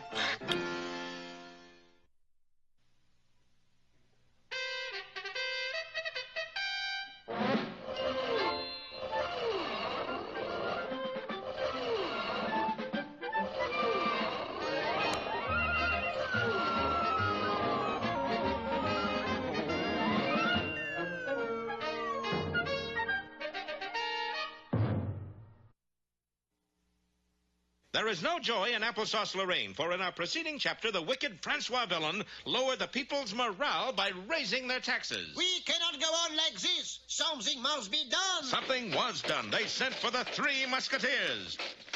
You are the Three Musketeers? I am 1/3. My name is Athos. Athos agreed to help, but not without his comrades, Porthos and Aramis, who years before had retired to a rest home in Colorado. However, through a slight mix-up, Athos found himself in Frostbite Falls, Minnesota, just in time to witness an amazing display of shish kebabbing by one Bullwinkle moose. I know you anywhere. You are Aramis, and this is Porthos. He not only mistook our boys for his comrades, he insisted that they join him in the fight against tyranny. Lawrence Tyranny? Unable to resist the challenge, they soon found themselves facing the border of Applesauce Lorraine. Hokey smoke, something smells awful. Those are Limburger lilies, the natural flower of Applesauce Lorraine. They don't smell very natural to me. They are an impregnable barrier. The odor keeps people from going out or getting in. Well, how did you get out? I had a pass. Unfortunately, the pass was only good for getting out, not getting in. That's when Rocky pulled out his copy of the Who's Who of Flowerdom, the Weeder's Digest. According to this, Limburger lilies stop blooming every 24 hours for exactly 10 seconds. It didn't give them much time to cross the border, but they had no choice. Waiting for the exact moment, they took a deep breath, then made a mad dash. Just when the 10 seconds were up, Athos emerged, Rocky emerged, and Bullwinkle stopped to pick a four-leaf clover. Luck is with me. So was the wind. Bullwinkle was nosed out. Fortunately, Rocky was able to pull him out. 1 hour later, the Three Musketeers stood outside the castle belonging to the evil Francois villain. What are we doing here, Porthos? Francois villain is the only one who can tell us where the king is hidden. Yeah, but suppose Francois isn't villain to tell us. That's pretty bad, Bullwinkle. It's those Limburger lilies. I'm not irresponsible for anything I see. Meanwhile, upstairs, Francois villain was entertaining his #1 spy, of all people, Citizen Philippe Mignon. So, Mignon, you say that the Three Musketeers are coming here to spy on me, eh? Oui, and they are doing it. That must be them now. Very well. Then we shall give them the big surprise. And a surprise it was, for when the castle drawbridge was lowered, out rushed a squad of Francois villain's most deadly swordsmen. Grapes that we are set upon. En garde, mon ami. So saying, Athos whipped out his trusty sword, or in this case we should say rusty sword. As for Rocky, in his haste, the sword flew out of his hands and buried itself into a nearby tree. It looked like our boys were hopelessly outnumbered and outfought until Rocky, recalling Bullwinkle's skill with a skewer, shouted, Shish kebab! That was all it took. The mighty moose pretended his opponents were shish kebab ingredients and quickly impaled them in their proper places. Ooh, to pay! Curses! Your men have failed. Yes, that tall musketeer in the fur coat and crazy hat is a demon with the sword. But I will get them yet. It was not an idle boast, for Rocky and Bullwinkle and Athos crossed the drawbridge and entered what they thought was the castle's main hall. Actually, it was a bare steel room whose door clanged shut behind them. I got a hunch Francois Villain is closing in on us. It wasn't villain, it was the walls of the steel room. Inch by inch, they moved in toward our friends. Be with us next time for Squeeze Play or Glad We Could Get Together.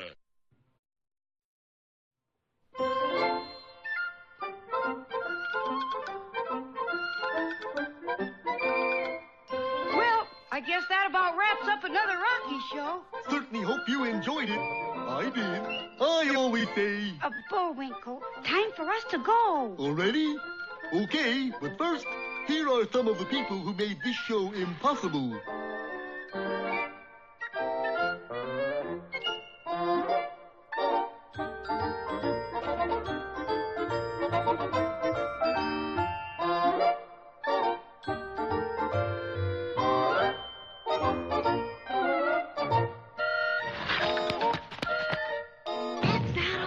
My fingers get tired.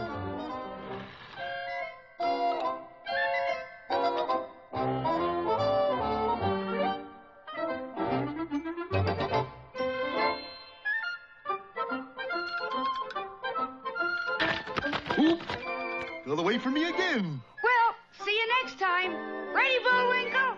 Hurry! Oop!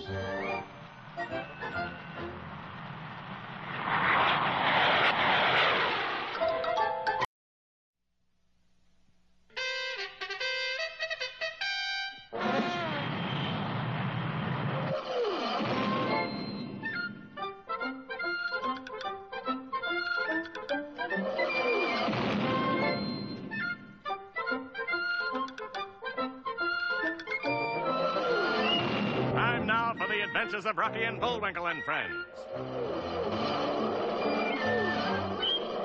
Starring the jet-age aerial ace, Rocket J. Squirrel. And his pal, Bullwinkle the Moose. Hi, glad to see you again. Likewise. We got some great things on the show today. Like what? Like what? Well, you ought to know, Bullwinkle. You're in some of them. Well, let's get started.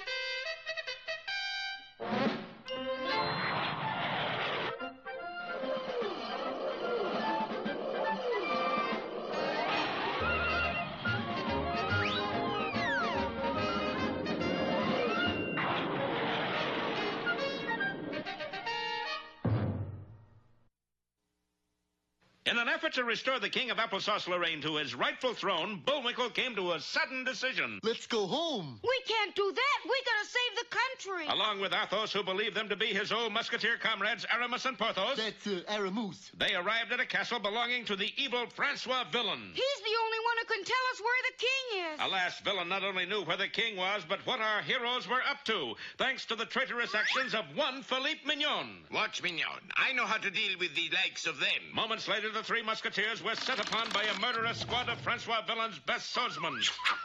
All would have been lost had it not been for Bullwinkle's unorthodox but most effective ability at skewering shish kebab. In the end, our heroes emerged victorious. Sacre bleu, Aramus, you are a master swordsman. Wasting no time, they entered the castle only to find themselves suddenly trapped in a steel room with the walls closing in on them.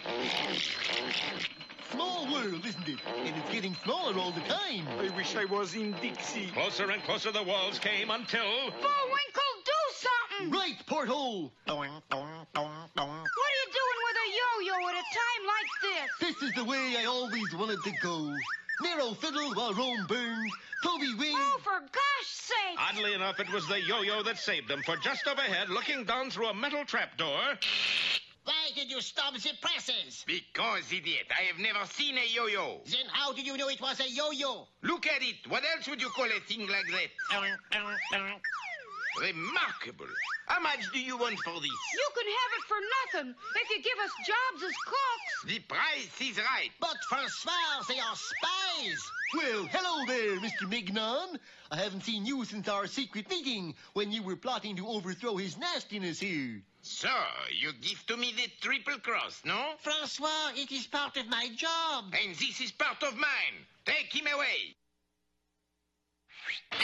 Thus, Philip Mignon found himself behind bars while the three musketeers found themselves in the scullery preparing the evening meal. What are we going to cook, Rock? Francois' goose, I hope. That should have been my line, Rock. But there was no time to switch, for the plucky squirrel immediately set about the task of baking a huge cake. Put these eggs in a bowl and beat it, Bullwinkle. Right! By the time Bullwinkle got back, the cake was completed. Now, here's the plan.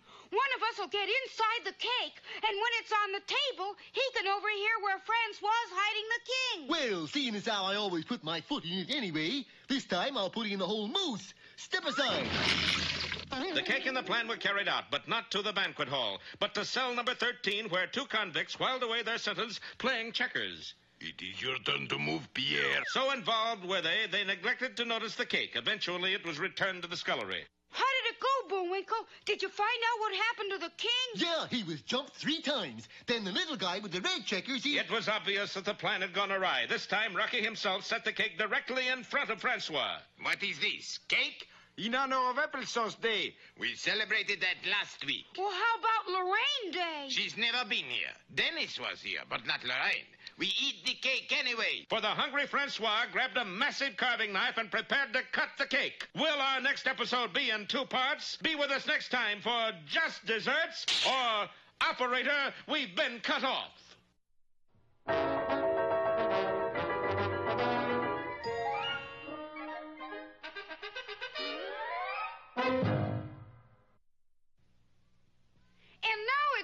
Time for that jolly juggler, Bullwinkle. Oh, dear. 3 at once. 1, 2. And now here's a feature you're sure to like. 3.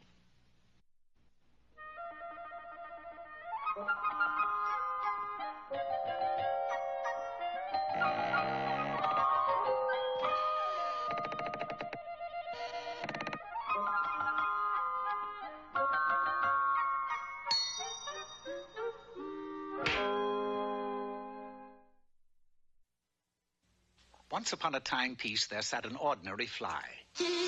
Now, this fly wasn't bothering anyone. He wasn't even trying to find out what time it was. But the timepiece happened to be a sundial that stood in a king's garden, and the king was averse to flies. Gotcha!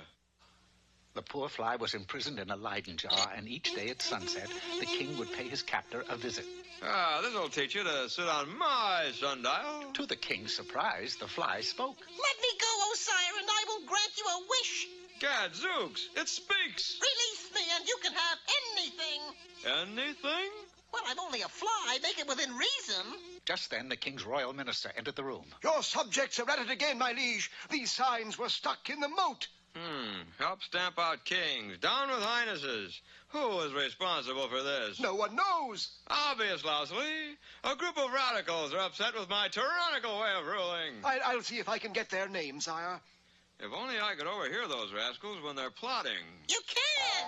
I could if I were a fly. Lo, the fly in the jar waved a wing, and the king was transformed. I can fly! I can fly! The fly in the jar was given his freedom, and the king quickly took off for the village square, which is where the village squares usually congregated. And a king is a fink. Be careful. The walls have ears. The walls didn't have ears, but they did have flies, one in particular with a crown on his head. I still say the king is a fink. The following day, the fink sail was brought to the castle in chains. So you admit that you called me a fink? Yeah, I do, but I don't understand how you found out. By the end of the month, the radicals were filling the castle dungeons to capacity, all because the king was able to change itself into a fly and overhear the plots against him. Congratulations, Your Highness. Your kingdom is completely under your iron hand. Now, this particular king was loaded with bad characteristics, including avarice, or greed, if you prefer. Tell me, Minister, that kingdom across the river, is it larger or smaller than mine? Larger, your wickedness. Then I must have it. So saying, he called upon the king who ruled the kingdom across the river. Nice kingdom you've got here. We like it. I don't suppose you'd care to sell it. No, I wouldn't. How about a trade? It was then that a lofty tower caught the evil king's eye. What do you keep up there? Just my daughter. She was locked in there by a witch about a month and a half ago. Uh-huh. Her name wouldn't be Rapunzel, would it? No, Betty. How come you don't let her out? She can only be freed by the man she'll marry and like that. What else does a man get, besides her? An autographed picture of Key Luke. Anything else? Just my kingdom. That was all the wicked king needed to know. That night, when the moon was high in the sky, which is a good place for it, he set a ladder against the tower and started up. Not only am I ruthless, but I happen to be unavoidably attractive. It's true. He had a fatal fascination as far as princesses locked in towers were concerned. She'll take one look at my handsome features, and we'll be wed tomorrow. He was so enraptured with himself that he neglected to notice the ladder was far too short to reach the tower window. He not only reached the top rung, but took 2 more rung steps above it, which was the wrong thing to do any way you look at it. I have it. I'll pole vault up. Entering a copse of bamboo trees which grew in abundance near the river, he selected a supple sapling and readied himself. This should be apple pie. It was. He took off like a deer and launched himself upward. Up and up he soared directly into the tower window and out of the window on the other side. I can't keep this up forever. Suddenly, from a nearby rosebush came the familiar voice of the enchanted fly. You know, I could sit here all night and watch you. You're funny. Take care. I don't ridicule easily. No offense, but couldn't you get up into the tower a lot easier if you changed into a fly? Great gobs of goo. You're right. An instant later, the king was a fly and quickly zoomed up into the tower. Once inside, he changed back to himself and cried to the princess. Darling! Sweetie!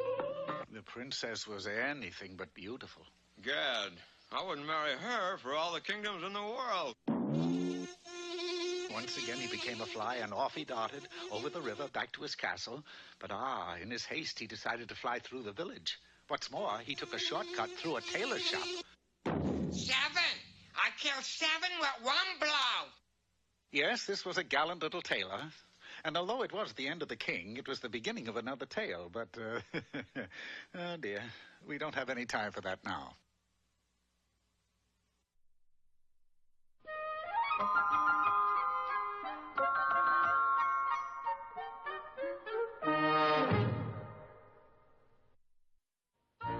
Hi there, culture and archery fans. Today's poem is The Arrow and the Song by Longfellow. I shot a arrow into the... Ooh, my, that smarts. Well, try again. Smaller bow.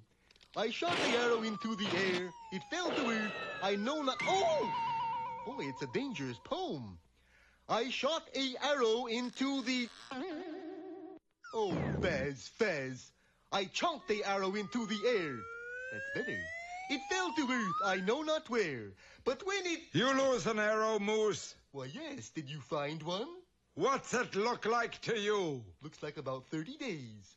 So if your feathered shaft should soar up high among the sparrows, you'll always know the final score. No hits, no runs, no arrows. That's a pretty strange-looking painting, Bullwinkle. I just paint what I see. Well, what do you see? This is what I see.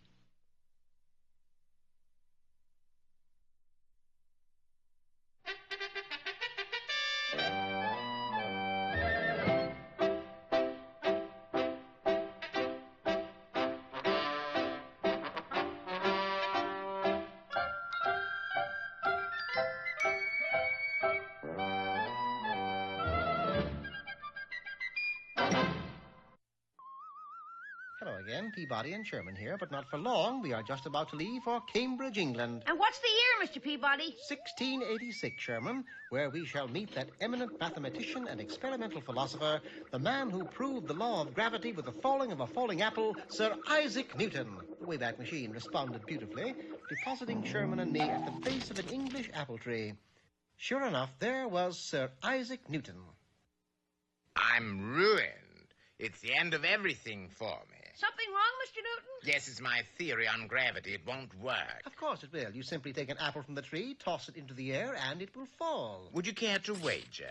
By the tone of his voice, I knew he had attempted what I had just prescribed, but I insisted he try again. Very well. I have the apple, correct? Correct. I toss it in the air thusly, correct? Correct. And now it'll fall to the ground, correct? Incorrect. Oh. Strange as it sounds, the apple remained in midair. But that's impossible. Whatever goes up must come down. Everybody knows that. Quite. You know it, and I know it, but those ruddy apples don't seem to know it. I assure you there's a plausible explanation for everything. Observe. Plucking the apple from the air, I neatly sliced it open to examine the interior. Just as I suspected. A rare species of fluttering fruit fly. I'm afraid it's become quite clear that I shall never be able to prove the law of gravity with a falling apple if those apples won't fall. May I suggest you simply find another source of apples? I said, champion idea. Why didn't I think of it? Going into town, we managed to locate the local fruit peddler. One apple, please. Hey, how about a nice banana? No, thank you. An apple, please. Maybe you like a good marshmallow. What have you got against apples? Nothing, except I don't got no apples. Well, why didn't you say so? You didn't ask me. All right, then give me a banana. I guess it'll fall as well as a blooming apple will. Gosh, he can't do that. History will be all wrong if he proves the law of gravity with a banana. Don't worry, Sherman. If he tosses the banana into the air from where he is standing, I am certain it will not come down. I hereby prove that what goes up must come down by tossing this banana into the air. Oh, Jove, it didn't come down. Don't tell me I've proved there is no gravity. No, Sir Isaac, only that monkeys like bananas. Good heavens, it is a monkey. Fate seemed to be working against Sir Isaac, and needless to say, he was becoming quite discouraged. It's no use, gentlemen. There's simply no place else to find an apple. You're mistaken, Sir Isaac. I am certain that you can obtain an apple right across the street. The schoolhouse, of course. There's always an apple for the teacher in a schoolhouse. Sir Isaac dashed into PS32 and explained his plight to the teacher, who, of course, was only too happy to give him her apple for such a worthy cause. With success in sight, Newton happily ran from the school, only to have misfortune overtake him once more. The apple rolled from his hand with such force that it rolled for 2 blocks and directly into the Cambridge polo grounds, where it was, quite naturally, mistaken for the ball by one of the players. The apple was driven through the goalposts for the winning point, I might add, hit a spectator squarely on the head, flew high into the air where it came to rest, of all places, on top of a very high flagpole. That did it. This is one of those things you just can't fight. Oh, one moment, sir. I feel that at last you can prove your law of gravity with no further ado. Not with that apple, I can't. I could never climb way up there to get it. You don't have to. Taking Sir Isaac, I quickly positioned him directly beneath that flagpole. Then a glance at my watch told me my timing was perfect. But I don't understand. How can... Hold perfectly still, sir. You will know in exactly 4 seconds. 4, 3, 2, 1, now. As usual, my calculations were absolutely accurate. On the nearby Tower of London, the sunset gun was fired. That slight vibration shook the apple from its perch, and it fell, hitting Sir Isaac so that he was certain to notice, so that at last he was able to prove his theory. Boy, sometimes it's sure hard for famous people to get famous. That's right, Sherman. Isaac Newton's brother Figby had his troubles before he became famous, too. Isaac Newton's brother Figby? What's he famous for? Oh, he invented a cookie. Oh, Mr. Peabody, you don't mean... I certainly do. Figby Newton was the inventor of the Fig Newton.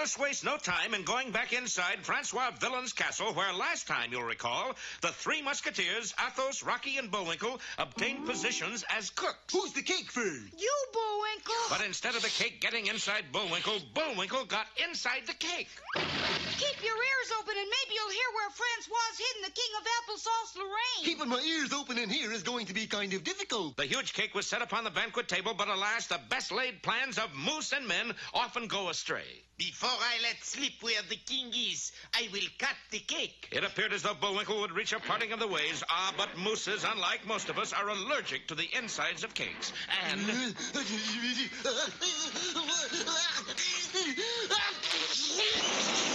at your suit, Mr. Villain. Never mind the suit. You got whipped cream all over this diary in which I keep all my secrets. Huh? Well, here, let me clean it up for you. Moments later, in the castle basement... Open it up, Portal. Perhaps it will tell us where the king is hidden. But the only thing that would open the diary was a key which was around Villain's villainous throat. Leave it to me. I'll get it. Waiting his chance, Bullwinkle crept up behind the unsuspecting Francois and, taking a pair of scissors, snipped a cord behind his neck.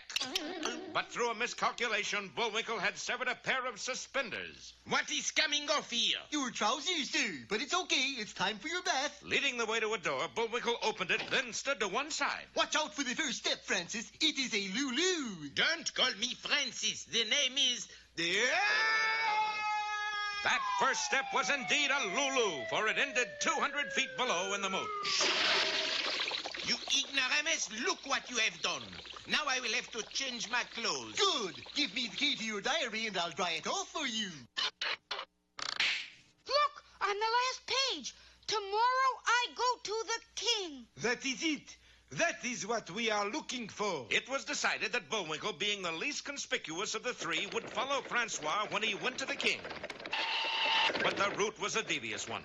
Over tall mountains, through hotel lobbies, until finally they came to a stop inside a large, dark building. This must be where the king is. Bullwinkle was 100% right, except that he was wrong. For the king, as it turned out, was the King Theater, where Francois had gone to see a Chester Morris movie. When the lights came on during intermission, the inconspicuous Bullwinkle was stage center calling... Yoo-hoo, king! Here, boy, here, boy!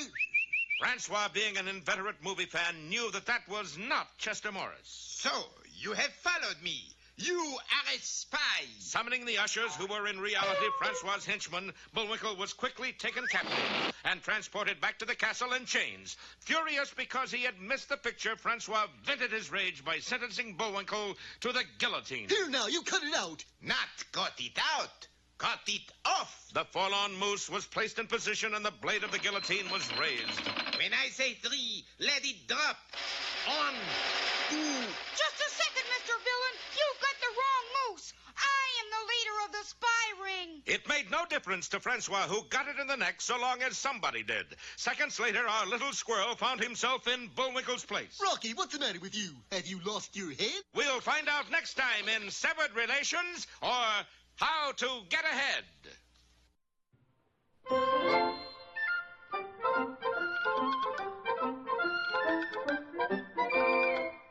Well, I guess that about wraps up another Rocky show. Certainly hope you enjoyed it. I did. I always say...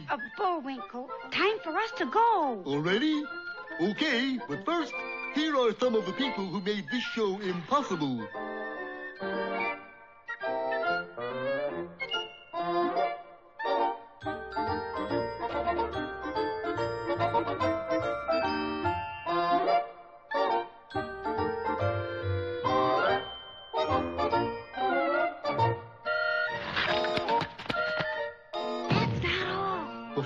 Get tired.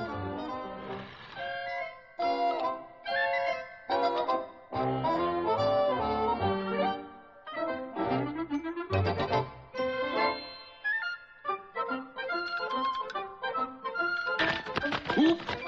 Another way for me again. Well, see you next time. Ready, Bullwinkle? Alley! Oop!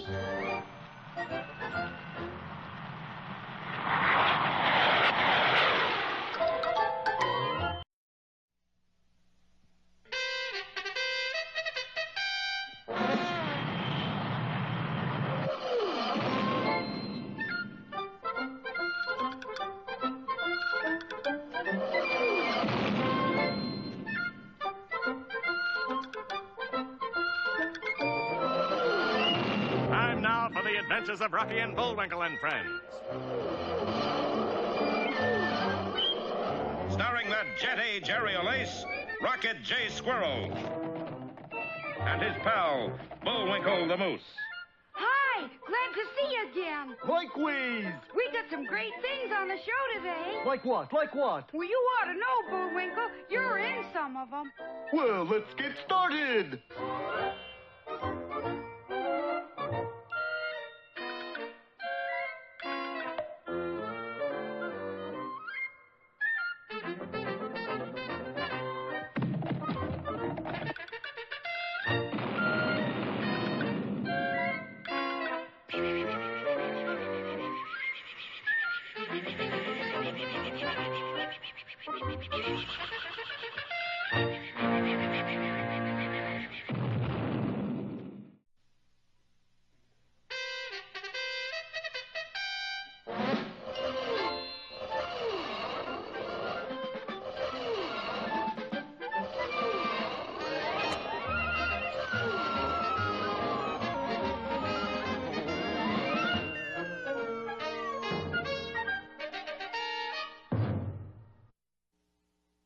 While it looks as though the three musketeers, Rocky, Bullwinkle, and Athos, are finally getting close to discovering the whereabouts of the king of Applesauce Lorraine. Look what it says in Francois Villain's diary. Tomorrow I will go to the king. But unfortunately, the king Francois Villain went to was the King Theater. Goody, a Mickey Mouse cartoon. It was a moose, all right, but the wrong one. Bullwinkle was taken back to Villain's castle and condemned to the guillotine. It looked as though the show would be minus a moose. Stop! I'm the spy you want. And then it looked as though we'd be minus a flying squirrel. What's coming off here, Rock? His head in exactly 3 seconds. Ready? Aim. Drop. The razor-sharp blade hurtled onward, only to strike the back of Rocky's neck and hurtle upward. Then down again, then upward. What is going on? That blade acts as if it was made of rubber. Which is just what it was, for Rocky had switched blades the night before. Very well. If I can't kill you, I will put you away. Take him to Chateaubriand. Dear Bullwinkle, don't try to rescue me. I have a hunch Chateaubriand is where the king is being held. Repeat, don't rescue me. And at that moment, the cart carrying our wee hero came clattering over the cobblestone street. Chin up, Rock! Here, Bullwinkle, catch! Oh, he's got spunk. Playing with paper airplanes at a time like this. Alas, Bullwinkle was unaware that that paper airplane was the note Rocky had just written. See, that gives me an idea. Rushing to the top of a high cliff, Bullwinkle hastily constructed a large version of the paper airplane. I will swoop down and pluck that plucky squirrel right off that cart. But, Aramus, that paper airplane will not stay in the air. I don't see why not. I made it out of fly paper. With that, he took off and disappeared over the edge. Surprisingly enough, the plane flew. Not only that, but Athos stared in amazement when the plane, its pilot, and a passenger came soaring back to the top of the cliff. I got him, Athos! I got him! You got him, all right. You got the driver of the cart. Undismayed, Bullwinkle made a second attempt. I got him this time! You sure have. You got the horse. I thought he looked kind of big for a squirrel. Well, if at first you don't proceed. Certain that the third time would be the charm, he took off again. But alas, by now the cart carrying Rocky had rolled downhill and through the main gate of the infamous Chateaubriand. As for Bullwinkle, he did bring someone back to the top of the cliff. Who is it this time? I don't know. Claims his name is Lindbergh. I'll try again. No, the squirrel is already inside the chateau. Well, let us get him out. Oui. Now listen. Here is what we will do. Rocky, meanwhile, had been thrown into Chateaubriand's deepest dungeon and was contemplating his fate. First, I gotta find the king. Then I gotta get a message out to Bullwinkle. Psst. Rock! Hi, Bullwinkle. Then I gotta think of a way to... Bullwinkle, I thought I told you not to rescue me. But it wasn't a rescue, for Athos' plan to gain access to the prison was to bribe a guard. Only the guard turned out to be me, Francois Villain. Thus, the three musketeers found themselves together again, but in a most hopeless situation. And as if that wasn't bad enough, suddenly the walls of the cell began to tremble. Was it an earthquake? We'll find out next time in That's the Way the Cookie Crumbles, or Me and My Chateau.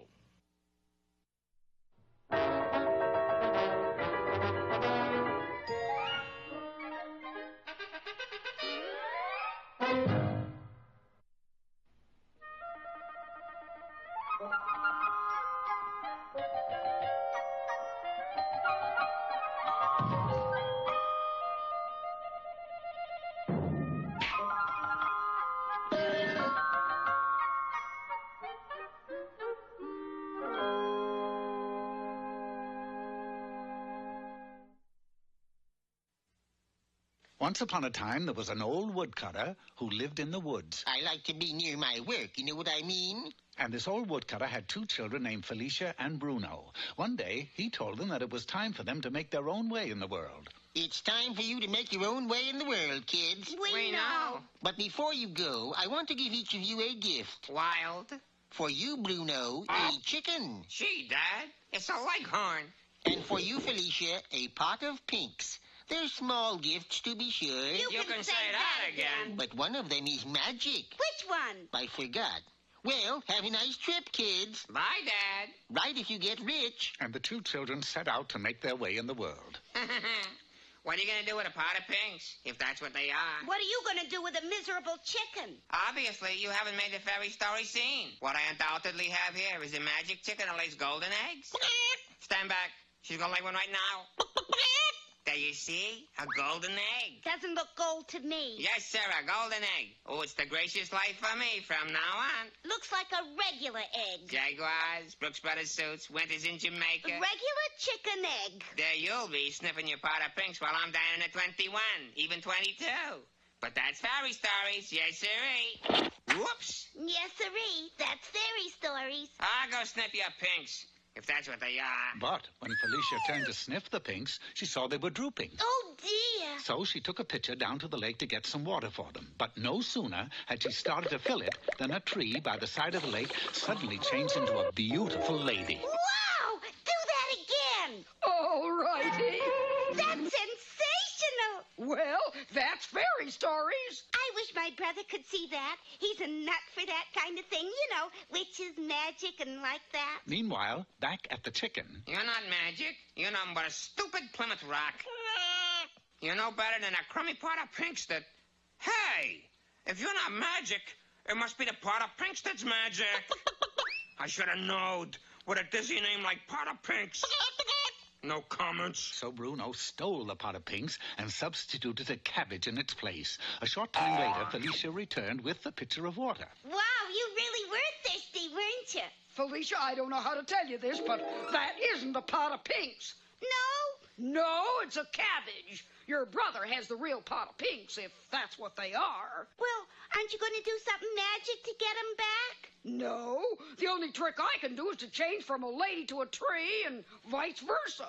Well, that's fairy stories. But when Felicia set the cabbage down on the ground... Ouch! Watch out there, that hurt there. Who said that? I did there. That's all I need, a talking cabbage. Such a bump you gave me there. Well, I'm sorry. But being a cabbage, you got to expect a certain amount of rough treatment. I mean, I didn't make the rules. But listen, I'm not an ordinary talking cabbage. I'm different there. I know. You can turn yourself into a handsome prince. Oh, anybody can do that. Frogs, donkeys. Now, what I do is unique. A whole new bit there. So what's your bit? I lay golden eggs. Oh, ridiculous. If you expect me to stay around and listen to anything so far-fetched... What'll you do? I'll turn back into a tree. And she did. But I'm not kidding. I feel a golden egg coming on now. Oh, cluck, cluck. Cluck, cluck there. Well, the cabbage began to hop around strangely, and would you believe it, actually laid a golden egg. Wow! Would you do that again? No. Why not? I think that's wonderful. Well, to tell you the truth, it's the first time I ever did it, and I don't like it a bit there. Oh. But I will tell you how to get your pot of pinks back, if that's what they are. How? Just take that golden egg and...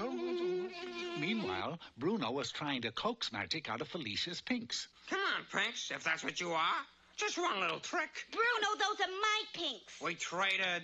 Take your chicken and get out of here. Do I take the golden egg, too? Sure, take the golden egg. Yeah, see? Here's your pot of pinks. Give me my chicken. I thought we traded. We didn't shake hands on it. So Felicia took back her pot of pinks and watered it tenderly. And as she did, a strange thing happened. The pot of pinks turned into a handsome prince. Kind maiden, will you marry me? Oh, Your Highness. Just call me Pinky. So Felicia and the prince were wed, and Bruno, well, he was so insistent that the chicken really did start laying golden eggs. Anything to stop him from bugging me. So they all lived happily ever after, which just goes to show the power of positive thinking. Or as we call it, the power of positive pinking. Well, that's fairy stories.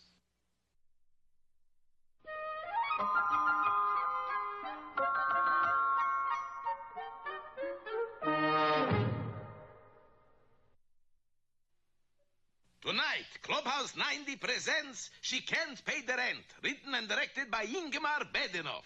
Bullwinkle, is dress rehearsal already. Why can't you remember the lines? I remember the lines, okay? It's them pesky words that's giving me trouble. Well, maybe if you ran through the part yourself, Ingemar, then Bullwinkle might remember it better. Say, it's a pretty good idea.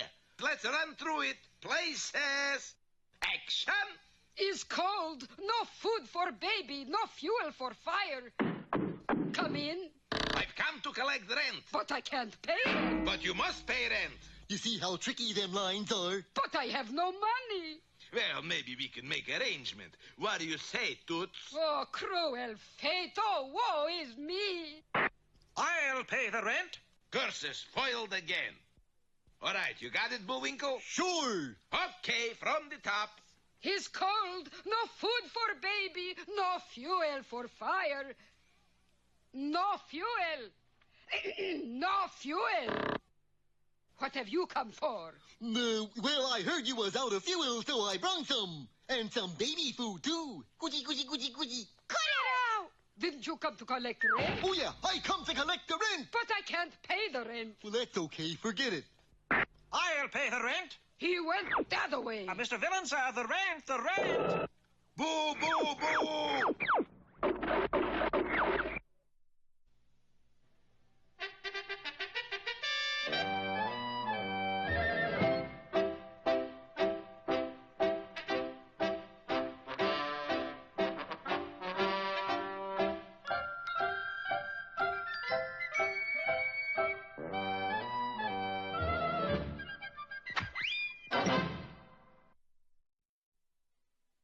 Hello again, Peabody and Sherman here. Hi, and this is Mr. Peabody's invention, the Wayback Machine. Correct, Sherman. And now it's time to be on our way. You may set the Wayback Machine for the year 1842. Got it. And the place? Those rugged plains of New Mexico, where we will join a wagon train that is moving west, being led by none other than that hunter and scout, Kit Carson.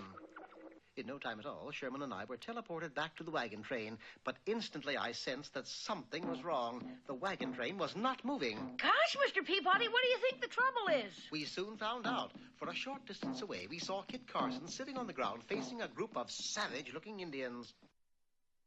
As we approached the group, I was able to see that Mr. Carson seemed lost in thought. Now, let's see. Was it? No, that's not it. Maybe... No, that's not it either. Without seeming to pry, may I ask if you've forgotten there's a wagon train waiting for you? Nope, I remember. Now, let's see. The Indians don't mind your passing through their territory, do they? No, it's fine with them. Then why don't you go back to the wagon train so you can get started again? 'Cause I plumb forgot. Forgot what? How to say goodbye in Injun. That's what. And Injuns get real mad when you don't say goodbye to them. Makes them go on the warpath. Just like that. Ain't that right, boys? See? Gee, then that's why you've been sitting here all this time. Right. I've been speaking Injun man and bar for 40 years. But goodbye is one word I just can't remember. This is a serious problem, but if you'll step this way, I may be able to help.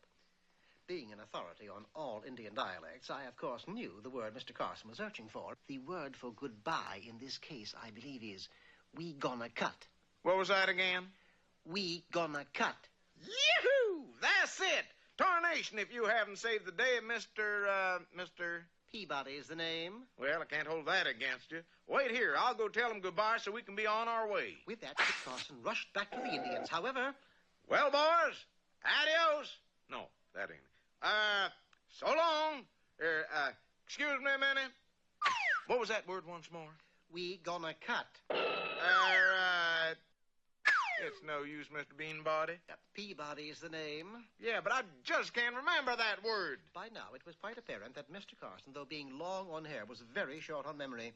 Instructing Sherman to wait, I took him back to the wagon train to find some paper so I could write the elusive word down for him. But no sooner had we gone when... This sure seems like a lot of trouble to go to. If it was up to me, I'd just tell the Indians ta-ta and be done with it. What you just say? Why, I just said ta-ta. That's what we thought you said.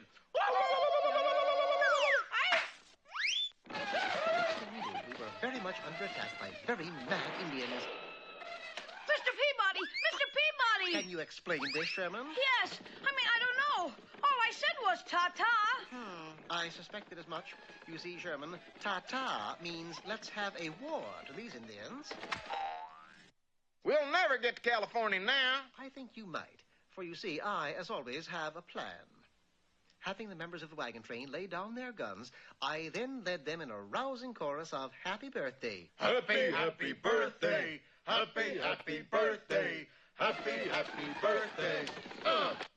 Naturally, the Indians, thinking it was their birthday, stopped shooting and came into the circle of wagons to get their presents. Sure have to hand it to you. That was pretty smart, Mr. Prunebody. That is Peabody, sir, and I suggest you look through these wagons to find some presents for these happy souls. Right, and I know just the thing. We got a whole wagon load of musical instruments that we don't need. They can have the whole kit and caboodle. The Indians were so pleased with their gifts, they forgot all about not being said goodbye to. And the wagon train, led by Kit Carson, moved out and headed west. Well, there they go. It's sure a lucky thing Kit Carson had that wagon load of musical instruments to give the Indians. Quite right. And by doing so, he started quite a fad. For it wasn't long before all Indians took up the practice of carrying musical instruments wherever they went. You're kidding. Why, I never kid, Sherman. You know very well there was hardly a pioneer that crossed the plains that didn't see a band of Indians.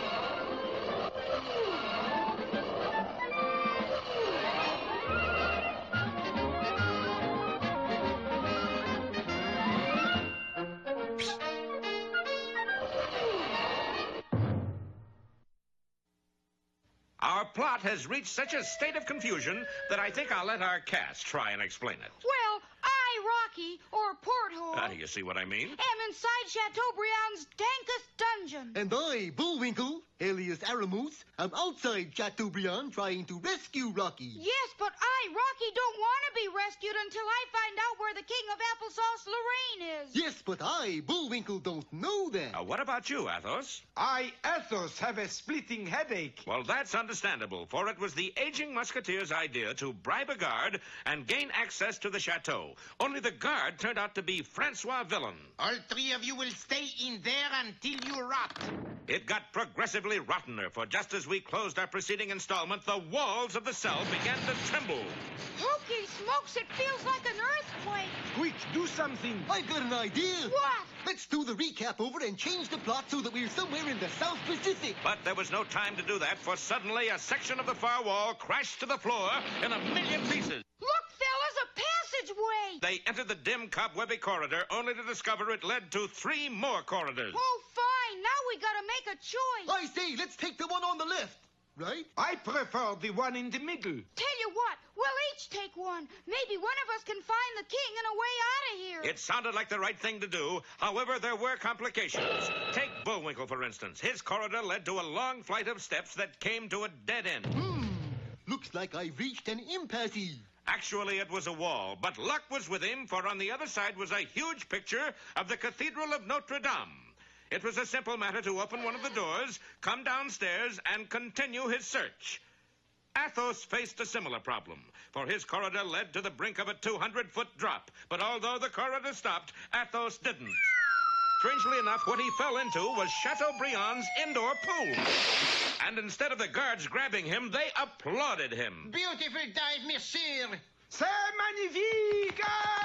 Athos emerged from the water, bowed gracefully, and continued onward. As for Rocky, his corridor eventually narrowed to a point where it was only 1 foot high, and even more puzzling was the fact that he was knee-deep in jewels and coins. Well, at least it's a safe place to keep money. Safe is right, for that's exactly what it was, a wall safe belonging to Francois Villain. I think I will count my goodies. But instead of bringing out the crown jewels, he brought out a flying squirrel. You! Me! Rocky bolted out of the room and down the hall. Guards, arrest him! A frantic search was launched, but proved fruitless, for Rocky had ducked into a room and wisely hung out a do not disturb sign on the doorknob. Well, monsieur, are you two a prisoner? Turning, Rocky came face to face with the King of Applesauce Lorraine. Your Highness. Yes, I am your Highness. How come you're wearing a girdle? They couldn't find an iron mask, so they put me in this. Shh! Somebody's coming in. That somebody was, of all people, Bullwinkle! Hiya, Rock. Who's your friend? That's the King of Applesauce Lorraine. Well, if it is, then who's this? And there, standing at Bullwinkle's side, was another man who looked like the king. We'll learn the answer in A Raw Deal, or Two Aces and a Pair of Kings.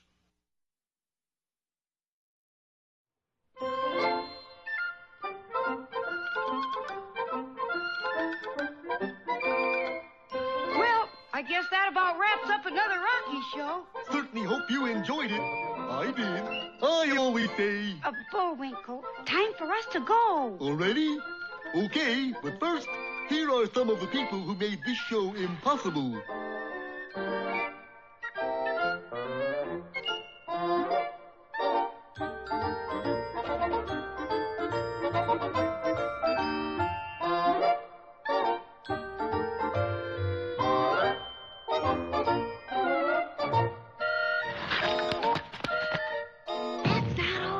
My fingers get tired.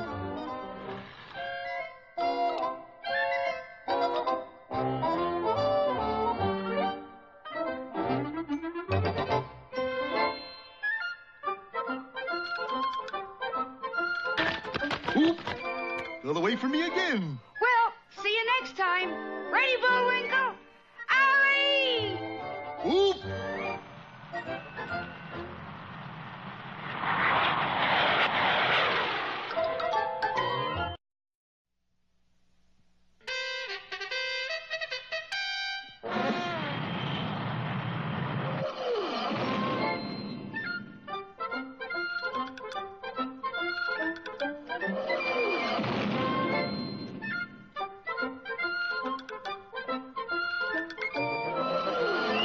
Time now for the adventures of Rocky and Bullwinkle and Friends. Starring the Jet-A Jerry O'Lace, Rocket J. Squirrel, and his pal, Bullwinkle the Moose. Hi, glad to see you again. Likewise. We got some great things on the show today. Like what? Like what? Well, you ought to know, Bullwinkle. You're in some of them. Well, let's get started.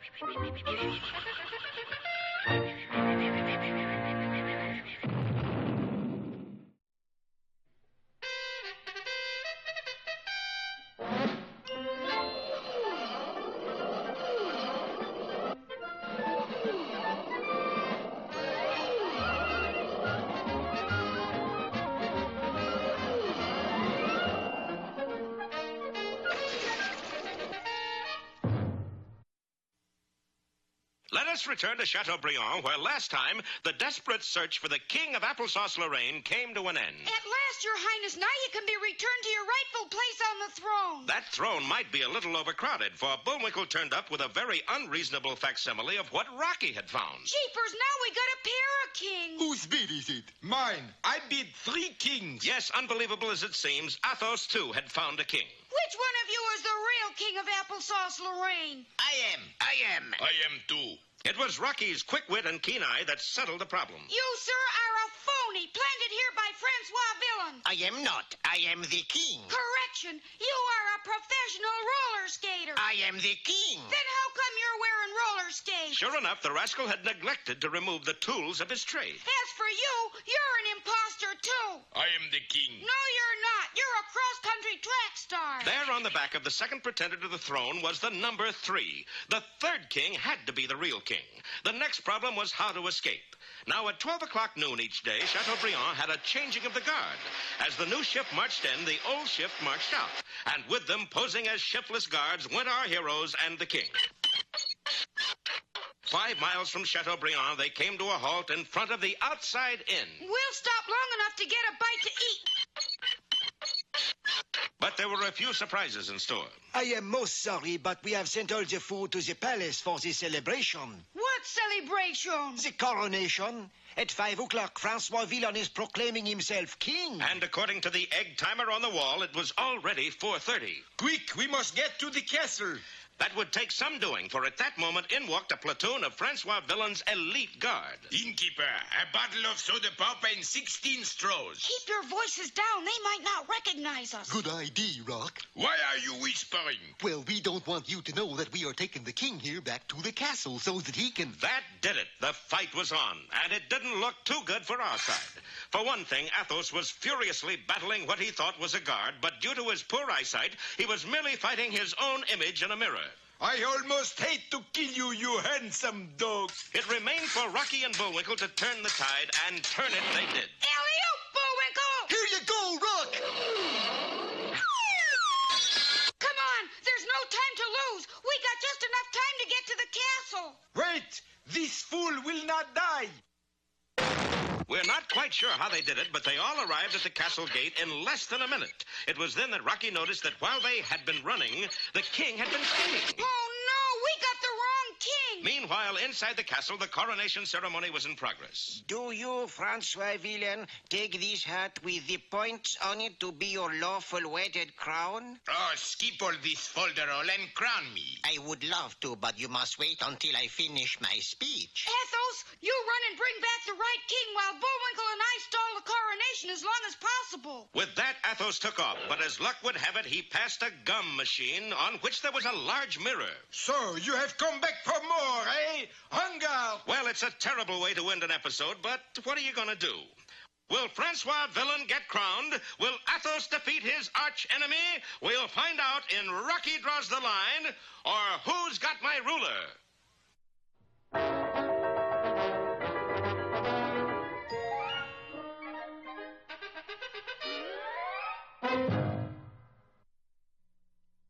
And now... Hey, Rocky, watch me pull a rabbit out of my hat. Again? Nothing up my sleeve. Presto! No doubt about it. I gotta get another hat. Now here's something we hope you'll really like.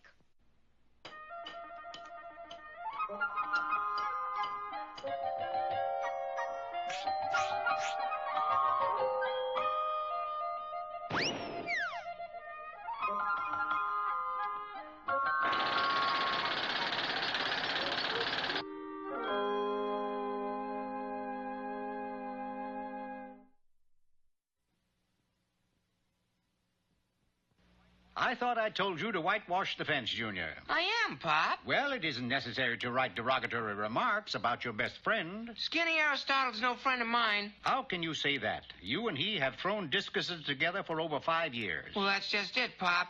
You get tired of a person in 5 years. I can't deny that, son. It's like I've always said, familiarity breeds contempt. Just like in the case of the son of the masked clock. Son of the masked clock? The masked clock was a fox who had an insatiable appetite for timepieces of all kinds.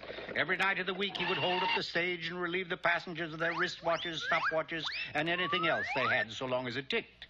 Of course, as I always say, crime doesn't pay, which brings to mind another fable, which I'll save for later. Anyway, the masked clock, or fox if you prefer, was caught and subsequently languished away in prison. He left behind $20 million, one old pocket watch, and a son named Guy. As your late father's attorney, it's my duty to turn over this money and this watch to you. You can keep the watch. Just give me the money. Not so fast, son. Your father tried to atone for his misdeeds in life. He returned every watch he had stolen, with the exception of this one. Well, I'll return it, but I would like to spend some of this money first. And spend it he did. 2 days later at the racetrack, he counted up his losses. How do you like that? I have already lost $5 million, and I haven't made a bet. Sitting in a nearby box was a familiar figure. Have you returned the watch yet, son of the masked clock? What watch? The one your father didn't give back. No, but I will do that tomorrow. The following day, he took a plane to Monte Carlo, and that evening, standing in front of the roulette table, counted up his losses. How do you like that? I have lost $10 million, and I still have not made a bet. Yes, but did you return the watch? What watch? The one you're going to tell me you're going to return tomorrow. Correction. The one I'm going to tell you I'm going to return next week. Ah, but next week found him in a San Francisco real estate office. I got $5 million left. I want to invest it in real estate. 2 minutes later, he was the proud owner of Death Valley. 3 minutes later, he was wandering the streets, penniless and destitute. Oh, well, easy come, easy went.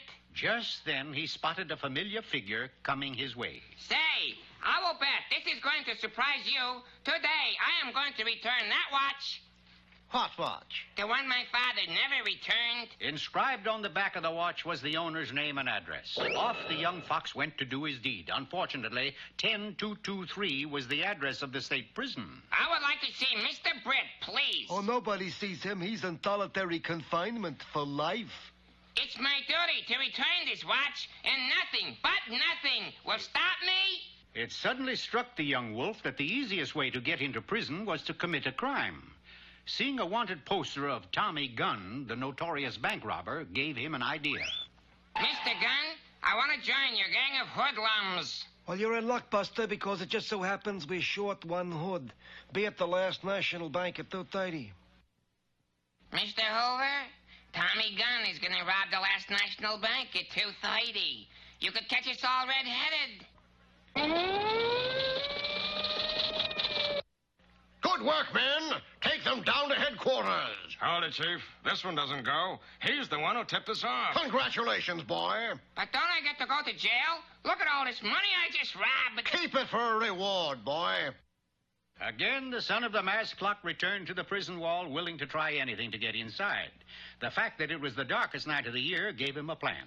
Rope in hand, he started scaling the wall. But by sunup the next morning, he was still scaling. It was then he discovered he was on the 600th floor of the Gruber building in downtown Bakersfield. And in downtown Bakersfield, this was a felony. Tough luck, buddy. You'll go to state's prison for this. Happy day. Now I can return the watch.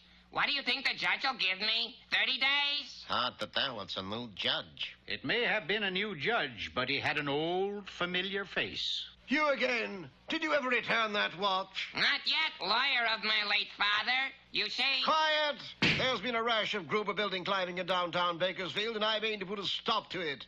I was going to give you 30 days. Instead, I'm giving you 30 years. And so the son of the masked clock finally did return the watch. But the fact that he annoyed the judge throughout the years caused him to spend the best years of his life behind bars.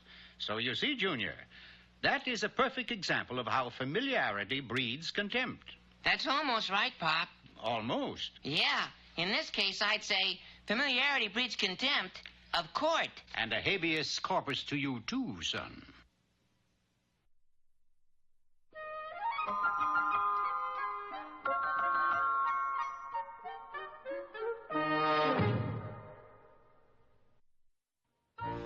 Hello there, poetry lovers. Today's poem is a saga of the sports world entitled Jack Be Nimble. Jack be nimble, Jack be quick. Jack jump over the cat. Hold it, Moose. Who are you? Allow me to introduce myself. Nimble's the name. Jack B. Nimble. Nimble? My card. High Jumps Incorporated. Candlewicks a specialty. You sorry. Well, I sort of thought of jumping over this one myself. Yourself? You got union card? What union? Local 89, Hop, Skip, and Jumpers Union? Well, no. You jump over that thing and we'll snuff out every candle in town. Okay, you do it. No, you talking. Jack be nimble, Jack be quick. Jack jump over the candlewick. Ta-da! That'll be $40. $40? How come? Minimum wage law. Minimum wage law? Certainly. Minimum wage is $1 an hour. So? So obviously I get $40 a week.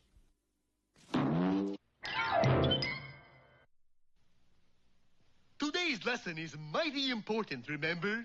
Bullwinkle is a... Not that lesson. This lesson.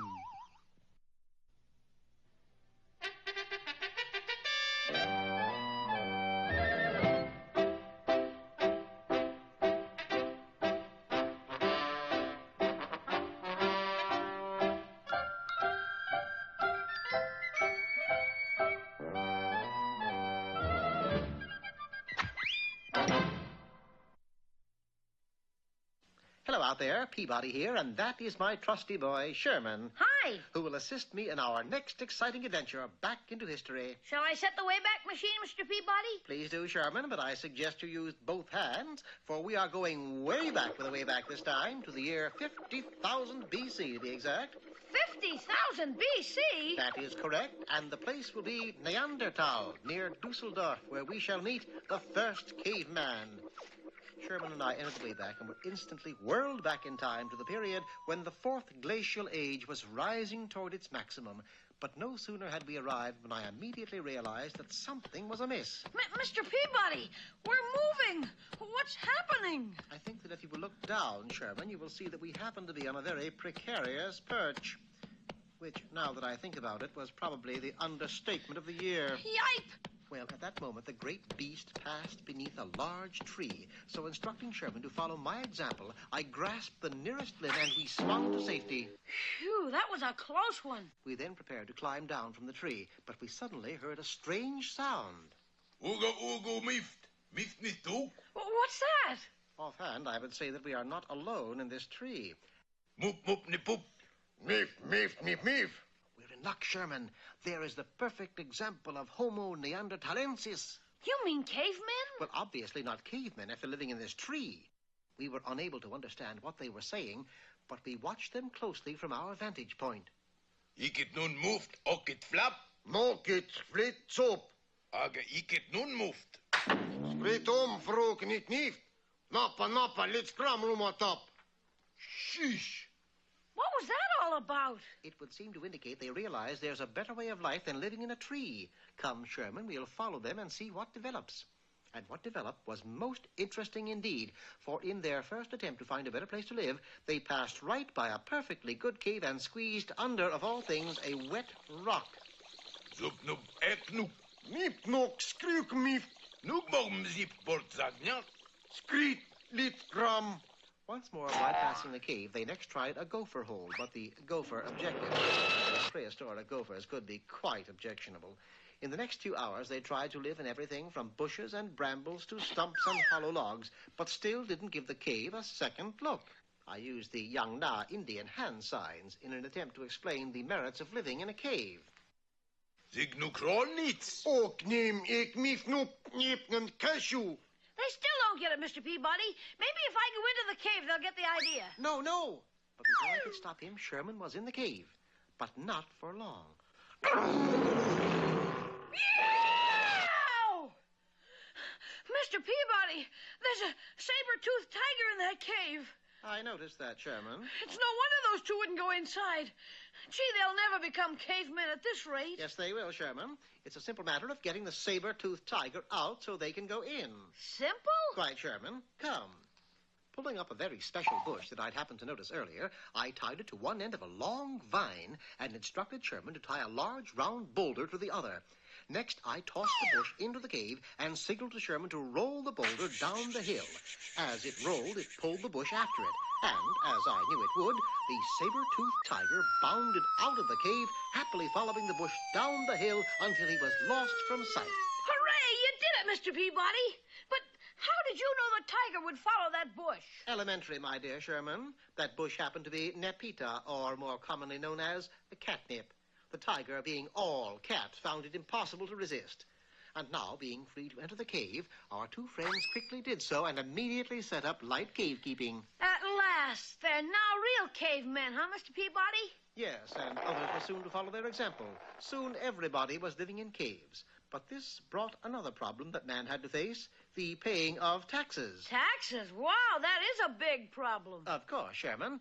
We all know that everything is big in taxes. It never fails to amaze me how he can stand there and say such corny things with such a straight face. Ugala soon fits.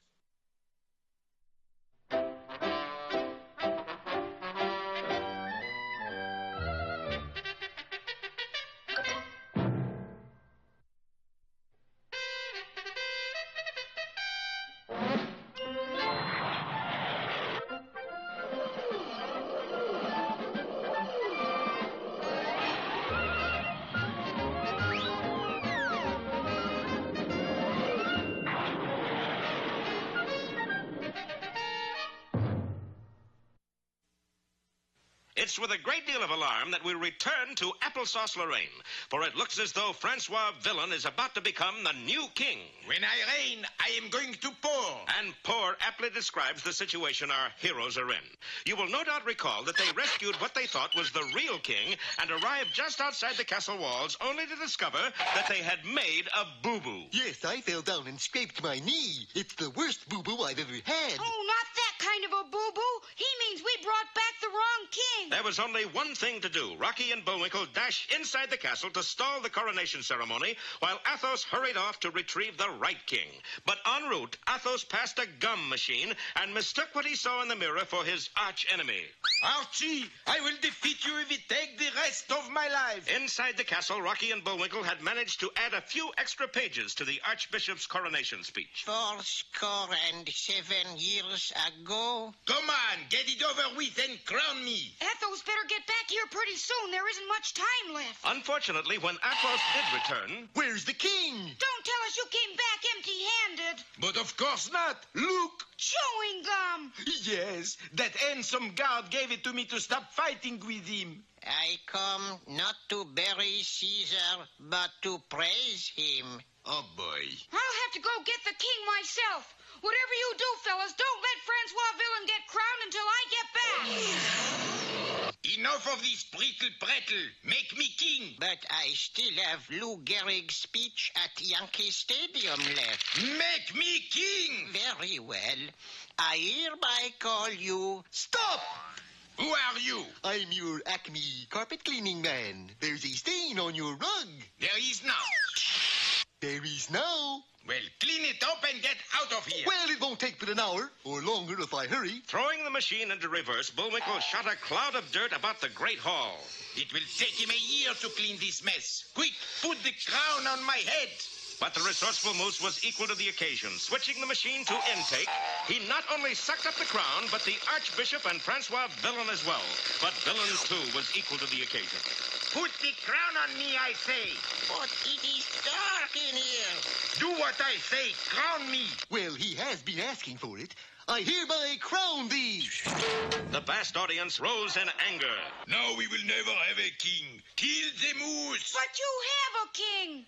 And there in the doorway stood Rocket J. Squirrel with the true king of Applesauce Lorraine. Long live the king! Yippee hooray! Thus, the good folk of Applesauce Lorraine returned to their former peaceful existence. As for Francois Villain, he was made royal gardener and spent the rest of his life pruning Limburger lilies. I've had some lousy jobs in my life, but this one really stinks. Their job done, Rocky and Bullwinkle bid Athos a fond farewell. Au revoir, Portol. Bon voyage, Aramus. See, I think it is high time we told you that I am not really Aramus, and he's not really Porthole. That makes us even, mon ami, because I am not really Athos. To be one of the original Musketeers, I would have to be 500 years old. Well, then, who are you? Robin Hood. Well, Little John, here we go again.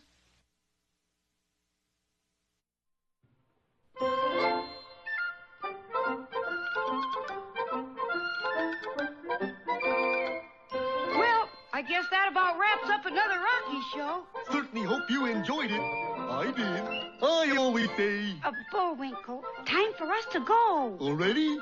Okay, but first, here are some of the people who made this show impossible.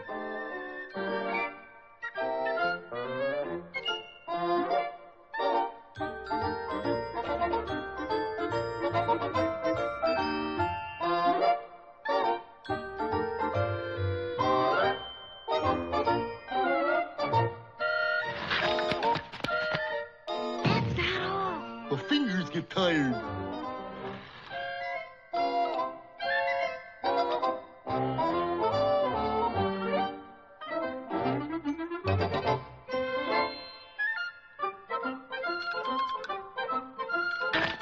Oop! Another way for me again. Well, see you next time. Ready, Bullwinkle? Hurry! Oop!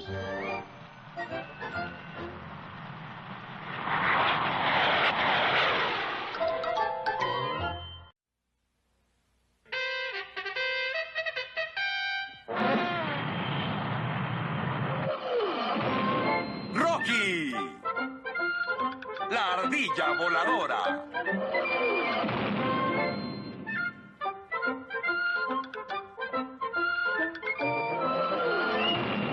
Presentamos las aventuras de Rocky y Bullwinkle y amigos. Con su estrella, el famoso acróbata del aire, Rocket J. Ardilla. Y su compañero Bullwinkle, el alce. Hola, qué gusto verlos. Igualmente. Tenemos muchas aventuras en el programa de hoy. ¿Cómo cuál? ¿Cómo cuál? Tú debes saberlo, Bullwinkle. Tú estás en algunas. Pues, empecemos.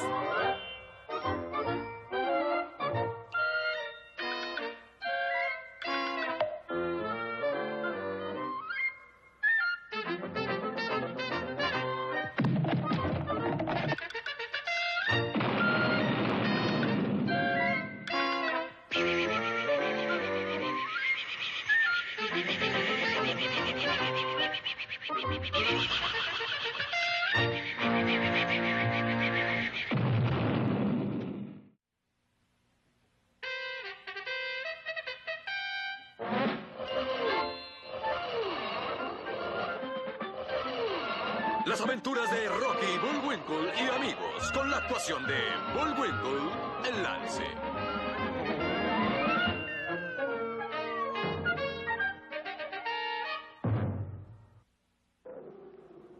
Nuestra historia comienza una mañana en Más que Frío, Minnesota. Buenos días, señor Flanistrap. ¿Cuál es la temperatura? Y cerca de 10 grados. Supongo que bajo cero. Sí, así es. ¡Qué buen clima! Mamá, ¿puedo caminar descalzo hoy? Su correo, señor. ¿Es un buen día? ¿Buen día? 10 grados bajo cero y apenas son las 11 de la mañana. Será un día estupendo. Sí, era verdad. El clima en Más que Frío es frío, así que podrán imaginarse la sorpresa de Rocky y Bullwinkle cuando salieron de su pequeña cabaña un día de diciembre y vieron... No puede ser. ¿Pero lo es? Lo sé, es una flor. ¡Imposible! Ahí está. No creo lo que ven mis bellos ojos. Tal vez es una especie de flor de nieve, Bullwinkle. A mí me parece más bien un narciso. Poco después, en Todo Más que Frío, habían escuchado la extraña noticia y se habían congregado alrededor de la flor. Solo hay una cosa que puedo pensar, Rocky. El clima debe estar cambiando. Eso es imposible, no tiene sentido. Hay una forma de comprobarlo. ¿Cuál es? Internémonos en el bosque para ver si los osos están hibernando. ¿Y ver qué? Si los osos salieron de su sueño de invierno, sabremos que el clima está cambiando. Es una buena idea. No creo que sea una buena idea. ¿Qué? Dije que no creo. ¿No estás de acuerdo con Rocky, la ardilla voladora? Bullwinkle, ¿por qué crees que no debemos ir al bosque para ver si ya salieron los osos? Creo que debemos preguntarles desde aquí. ¿Desde aquí? Así es. ¿Ya saliste de tu cueva, amigo? Te estás volviendo loco, es un oso. Ahora nunca sabremos si dejó de hibernar o no. ¡Santo cielo! Creo que el clima sí está cambiando. ¿Qué haremos? No sé tú, pero yo voy a quitarme la bufanda. Y yo pediré información por teléfono. Cuando Rocky trató de hacer su llamada, se llevó una sorpresa. ¿Información del clima? Lo siento, pero esa información no la tenemos. ¿No tienen esa información? Entonces, ¿cómo sabremos acerca del clima? Tendremos que leerlo en el diario. Y abrieron su ejemplar del diario de Más que Frío para leer las noticias. No está esa información. ¡Qué extraño! No está la información del clima en el diario. Busquemos bien, debe estar por aquí. Tienes razón. Sí, ahí estaba una nota escrita con letra muy pequeña. La información sobre el clima ha sido cancelada porque hay contingencia, punto. Hay contingencia, pero ¿por qué, Rocky? No pueden hacerme esto a mí, Bullwinkle. ¿Pueden intentarlo? Como ciudadano, tengo derecho a saber el pronóstico del tiempo. Todo el mundo habla del clima, pero nadie quiere hacer algo por él. Lo sé. Iremos a la biblioteca por libros sobre meteorología. Buena idea, Rocky. Pero en cuanto cruzaron la puerta... No puede ser, pero lo es. ¿Qué? ¿Es otra flor? No, mira. Es solo tu sombra, no te asustes. Claro, pero ¿no sabes lo que significa? Significa que ya salió el sol. ¿Ya salió el sol? Sí, en Más que Frío. En diciembre. Pronto, a la biblioteca. Y nuestros héroes se apresuraron a la biblioteca pública y pidieron todos los libros que había sobre el clima, pero ellos ignoraban que mientras buscaban, estaban siendo observados por un par de ojos malévolos. Y cuando Rocky quiso tomar un libro que estaba en la repisa... ¿Qué libro estás tratando de sacar, Rocky? Oye, hay alguien observándonos. Interesante título. ¿Y el autor? El que lo hace. Y lo hizo. La siniestra figura se movió lentamente para evitar que nuestros héroes salieran de la biblioteca. Averiguaremos qué está ocurriendo en nuestro próximo episodio ¿Extraño negocio en los libros o intriga en la biblioteca? Y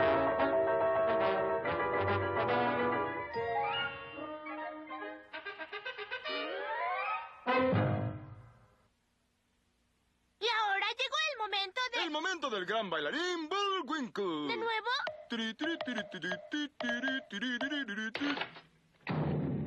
Y ahora uno de nuestros cuentos de hadas especiales. Sí. Cuentos de hadas fracturados.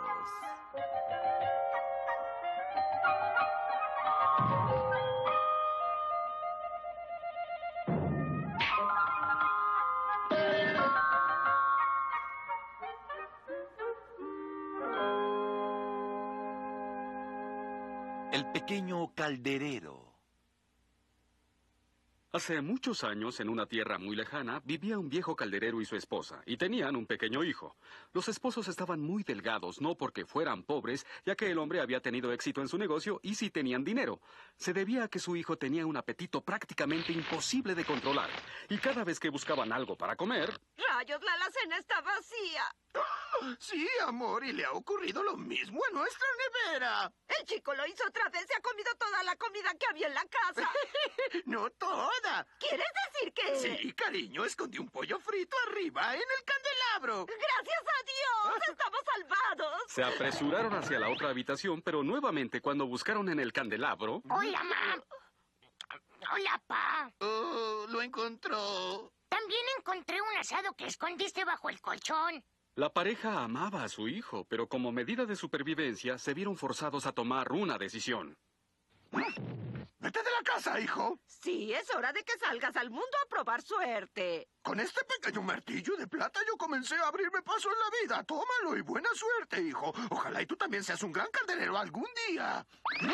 Sabiendo que venía de familia de caldereros, el pequeño tenía mucha confianza. Pronto, al llegar a las ciudades cercanas, caminaba entre las calles gritando su oficio.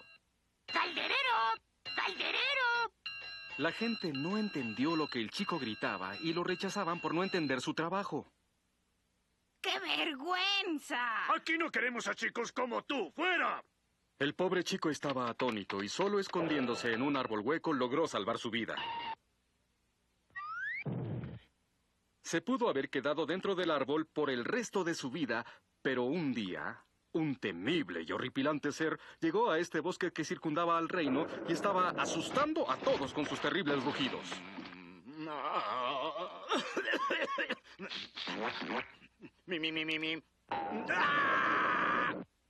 El pequeño estaba desesperado por estar tan cerca del horrible ser.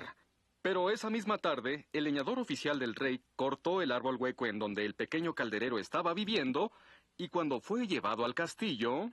¿Qué hay dentro del árbol? Una ardilla con ojos azules. ¿Con ojos azules? Cuando descubrieron que era un muchacho, el rey estaba muy emocionado. Debe ser mágico. ¿Por qué otra razón viviría dentro del árbol hueco? Tal vez mitad ave. Pero el rey, convencido de que el jovencito era mágico, pronto lo llevó al bosque.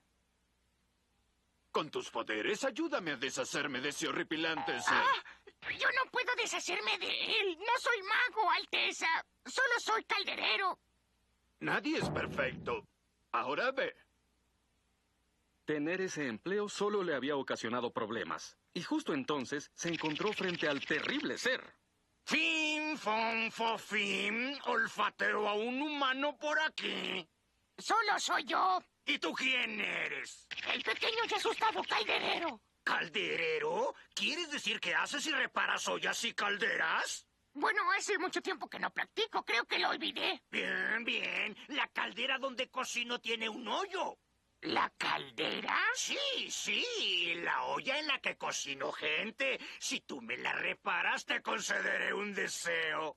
Y tomando su martillo de plata, el chico trabajó y pronto terminó su trabajo. ¡Listo! ¡Quedó como nueva! Bien. Haces muy buen trabajo. Ay.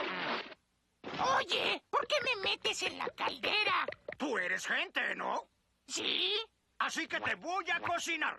Dijiste que me concederías un deseo. Sí, y mentí. Desesperado, lo golpeó con el martillo de plata. Afortunadamente, lo único que funciona para acabar con esos seres es un golpe con un martillo de plata. El pequeño calderero regresó al reino convertido en héroe. La mitad de mi reino es tuyo, hijo. Y ahora la mejor parte. Observa hacia allá.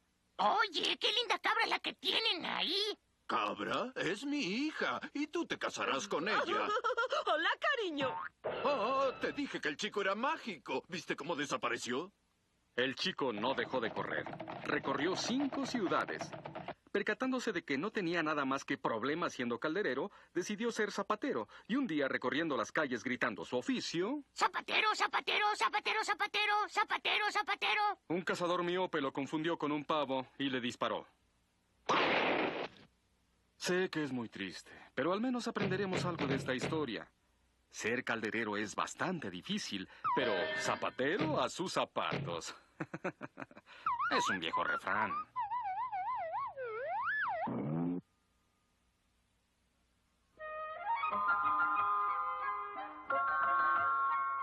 Fin.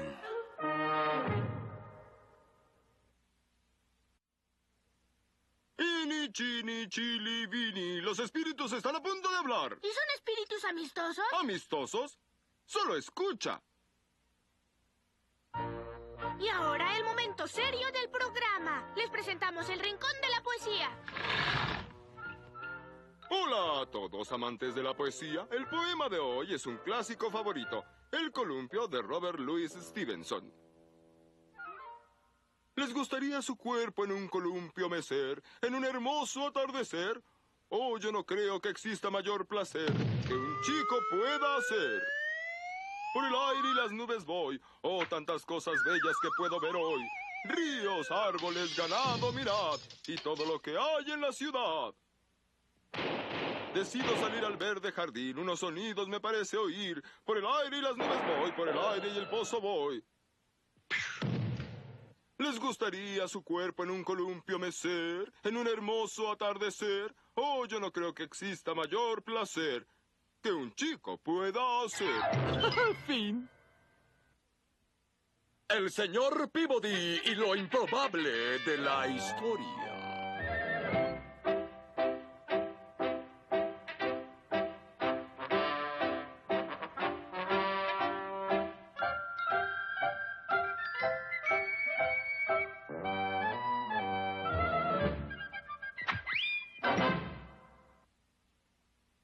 Hola, otra vez. Aquí Peabody y Sherman. Aquí está, señor Peabody. ¿Qué es lo que traes ahí, Sherman? Una peluca. Ya veo. ¿Y para qué la quieres? Dijo que hoy me enseñaría cómo hacer un tupé. Ah, no. Yo no dije eso. Entendiste mal. Hablé de los tipis. Oh. Subamos a la máquina e iremos al año 1886. ¿Visitaremos a un fabricante de tipis? En cierta forma sí, ya que hoy fumaremos la pipa de la paz con uno de los apaches más famosos, Jerónimo. Programé la máquina para el territorio de Arizona e inmediatamente estábamos frente al fuerte Hidden. Ahí estaban 2 hombres importantes. Jefe Blanco, allá en la ciudad de Washington, quiere que tome parte. Jerónimo también querer parte de Arizona, parte de Nuevo México, parte de Colorado. Ahora escuche, o firman ustedes este tratado de paz o los meteré a prisión. Estar bromeando. ¡Soldados, arréstenlo! Esperar. Yo firmar tratado, pero antes nosotros fumar pipa de la paz. Observamos con fascinación cómo Jerónimo encendió la enorme pipa y sacaba bocanadas de humo denso. Vaya, ¿sí que sabe fumar? Sí, Sherman. 40 segundos después, el lugar parecía la ciudad de Los Ángeles y cuando el humo se disipó... Muy bien, Jerónimo, firma este tratado. Pero Jerónimo ya no estaba ahí. Utilizó el humo de su pipa para escapar. Preparen sus armas y disparen. Tráiganlo vivo o muerto. Pero recorcholis, general. ¿Recorcholis? Es una expresión que usan los niños en los dibujos animados. Si le dispara a Jerónimo, nunca podrá firmar el Tratado de la Paz. Depende de en dónde le disparen. Sherman tiene razón, general. Jerónimo debe firmar el Tratado de la Paz. No existe un hombre tan valiente para ir tras él con una pluma en la mano. El señor Peabody es así de valiente. Oh, no, Sherman. Salimos del fuerte llevando el tratado. ¿Cómo lo encontraremos? Solo dejaremos que él nos encuentre. Más tarde llegamos a un lugar cerca de un gran árbol. Sherman, permíteme tu navaja, por favor. ¿Va a grabar sus iniciales, señor Peabody? No, voy a hacer un caballo. Con algunos cortes convertí el árbol en un caballo de juguete. Incluso se mece. Silencio, Sherman, tenemos compañía. Qué hermoso animal el que usted tener ahí. Así es, se llama Hijo del Roble, salido de un árbol. ¿Y lo vende? ¿Qué ofrece? Una fotografía de mi tata y 2 entradas dobles para Disneylandia. ¡Vaya! Creo que no es suficiente, pero si usted firma el tratado, Hijo del Roble será suyo. Honestamente. Es lo que yo espero. Jerónimo tomó su pluma. Iba a firmar el documento cuando... Oh, el no correr, solo mecerse. ¿Qué sucede con él? Es una nueva forma de galopar. Tú quedarte con él, yo ya no querer. Y Jerónimo se fue. Bien, Sherman, ¿te diviertes? Sí, mucho. Cuando termines de jugar, convenceremos a Jerónimo. ¿Quiere decir que se fue? ¿No le agradó el caballo, Record? No lo digas, Sherman. Tomé el caballo de madera y nos dirigimos hacia el bosque. A la mañana siguiente llegamos al campamento de Jerónimo. Ser perro y niño. Con caballo que moverse sin avanzar. Jerónimo, lo reto a una carrera. Usted montará su caballo más veloz y yo montaré a Hijo del Roble. Señor Peabody. Lo sé, Sherman. Recorcholis. ¿Cuáles ser las reglas de la carrera, de la competencia? Qué bueno que aceptó. Las reglas son las siguientes. Si usted gana, Sherman y yo seremos sus mayordomos personales durante 1 año. ¿Estar loco? Si pierde, firmará el Tratado de la Paz. Aceptar el reto. Pero, señor Peabody, usted no podrá correr en ese caballo. No podré. Jerónimo seleccionó un enorme caballo. Yo estar listo. Y yo estaré listo en 1 segundo. Para el asombro de todos, yo tomé a Hijo del Roble y subí al poste más cercano. ¿Qué hacer ahí sobre cable con caballo? Es sobre lo que yo correré. Sherman D. ¡Fuera! La carrera comenzó. Jerónimo iba sobre su caballo, mientras yo simplemente coloqué a Hijo del Roble sobre los cables, di un ligero impulso y estaba deslizándome rápidamente. Logré rebasar a Jerónimo. Él tuvo la mala idea de tratar de galopar a través del Gran Cañón, mientras que Hijo del Roble y yo simplemente lo sobrevolamos. ¿Usted ganó, señor Peabody? Sí, y Jerónimo firmó el Tratado de la Paz. Se ve como si hubiesen sido heridos por navajas filosas. Así fue como su tribu india obtuvo su nombre. No lo entiendo. Bueno, es por eso que se les llama indios navajos.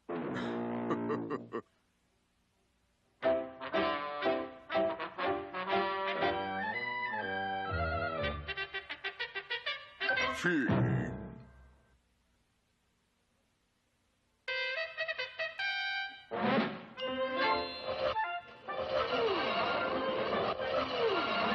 Las aventuras de Rocky y Bullwinkle y amigos, con la actuación de Bullwinkle, el alce.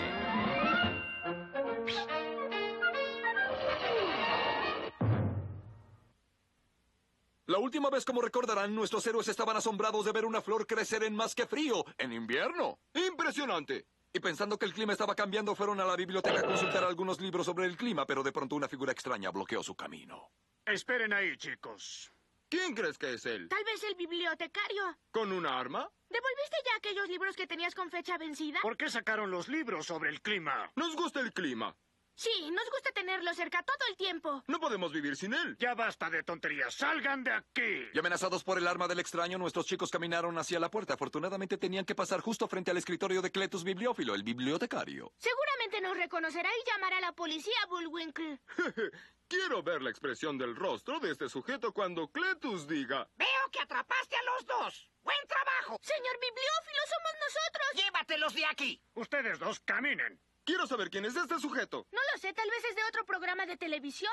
Oiga, el programa de los intocables se terminó hace mucho tiempo. No quiero escuchar otra de sus bromas, ¿está claro? Rocky debe pertenecer a otro programa. Y así nuestros héroes fueron obligados a caminar a través de las calles de más que frío. Hay algo que no se ve todos los días, Chauncey. ¿Qué es, Edgar? Bullwinkle seguido de un hombre con un arma. ¿Y qué tiene eso de extraño? No es temporada de cacería de alces. Oh. ¿A dónde nos lleva, señor? Ya lo sabrán, muchachos. Y el muchacho, Rocky, lo averiguó, ya que en un momento estaban entrando al edificio de gobierno y se acercaban a una oficina. Cielos, esta debe ser una oficina muy importante, Bullwinkle. ¿Por qué? Observa el letrero en la puerta. Censurado, sí, debe ser un detective privado demasiado privado. Nuestros héroes fueron conducidos justo a través de esa puerta. X9 reportando 2 sospechosos. Buen trabajo, X9. El jefe los verá. Y nuestros héroes se acercaron a un hombre que estaba hablando por teléfono. No me importa, operadora. Deben encontrarlos inmediatamente. ¡Rápido! Sí, Rocky la ardilla y Bullwinkle el alce. Bullwinkle es el capitán Pedro Maltimón. Un experto equivocado. Oiga, capitán. ¿Qué sucede? ¿Qué sucede? 2 sospechosos los encontré leyendo libros sobre el clima. Llévenselos. Pero, capitán, somos nosotros. No me importa nada. Estoy tratando de encontrar a Rocky y Bullwinkle. Esos somos nosotros. Nosotros somos esos. Muy bien, escriban sus nombres ahí. Y Rocky y Bullwinkle, ¿cómo llegaron aquí? Fui trajido. Fui traído, Bullwinkle. Sí, ambos fuimos trajidos. Cielos, me alegra que estén aquí. ¿Quién los trajo? El hombre que está aquí. Sí, el señor X9. De hecho, X9 solo es mi nombre secreto. Ustedes pueden llamarme por mi nombre real. ¿Cuál es? X3. Bien, ¿por qué nos arrestó por leer libros acerca del clima? Por favor, no mencionen esa palabra en esta oficina. ¿Por qué? Las paredes tienen oídos. Yo pensé que solo era el papel tapiz. De hecho, el CLEMA se ha convertido en un asunto muy secreto. Creo que está equivocado, capitán. Oh, entonces lo sabes. ¿Saber qué? Que ese asunto está muy mal. Sí, lo que pasa es que hay un error. Tú lo has dicho, hay un problema. Me refiero a que lo escribió mal. Quiero decir que es... ¿Qué es qué? Lo que quiero decir es que está cambiando. Bien, ¿por qué está cambiando? Porque el mundo se está colocando al revés. ¿Qué? ¿Qué? ¿El mundo se está colocando al revés? Pero eso es absurdo. Lo averiguaremos en nuestro próximo episodio. ¿El tiempo cambiado o... le domuen la vez re... Ah, olvídenlo.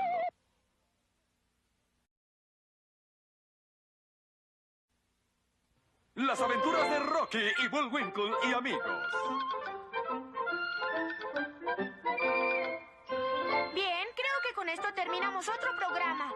Espero que lo hayan disfrutado. Yo sí, siempre lo hago. Bullwinkle, es la hora de irnos. ¿Tan pronto? Muy bien, pero primero aquí hay unas personas que hicieron este programa imposible.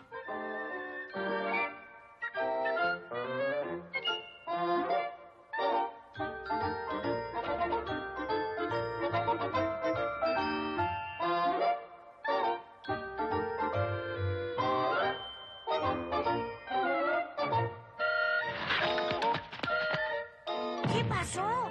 Mis dedos se pegaron.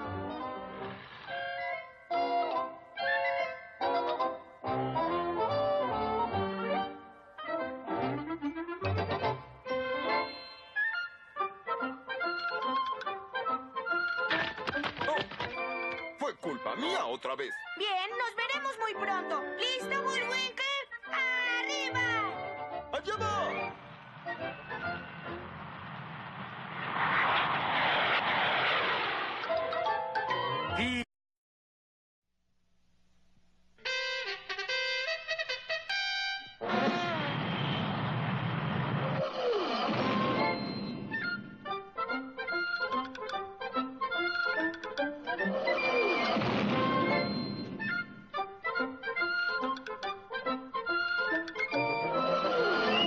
Time now for the adventures of Rocky and Bullwinkle and friends. Starring that jet age aerial ace, Rocket J. Squirrel. And his pal, Bullwinkle the Moose. Hi, glad to see you again. Likewise. We got some great things on the show today. Like what? Like what? Well, you ought to know, Bullwinkle. You're in some of them. Well, let's get started.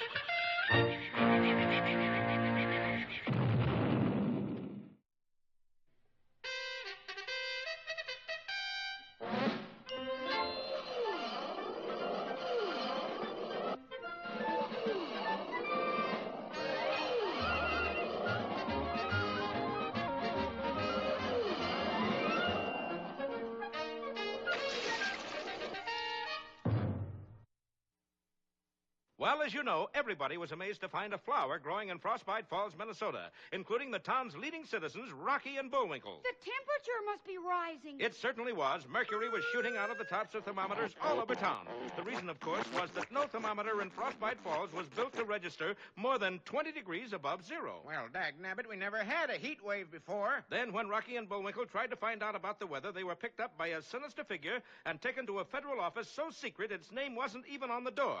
But once inside, it was Old Home Week. For the head of the agency was none other than Captain Peter Wrongway Peachfuzz. Never mind, operator. I found them.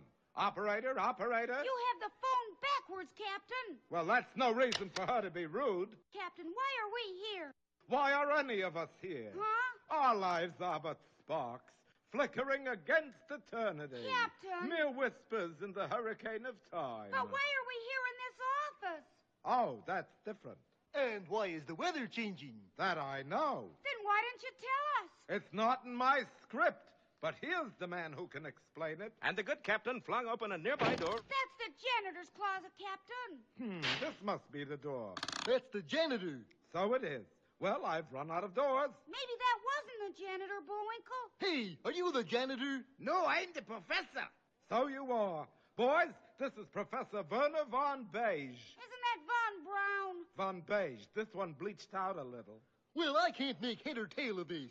Ah, then you know. Know what? That the world is turning upside down. Upside down? Jawohl, topsy-turvy. And the good professor told our heroes his startling story. It seems that according to his calculations, the North Pole was sliding further and further south. Actually, the Earth is slowly tipping over this way. Well, everybody needs a change once in a while. But in 6 months, the South Pacific is going to be where the Arctic Ocean is now. Where'll that put Frostbite Falls, Professor? According to my calculations, Frostbite Falls should wind up right on the equator. Gee. And Chicago will be where Honolulu is. And what'll happen to Philadelphia? Oh, they'll still be in the cellar.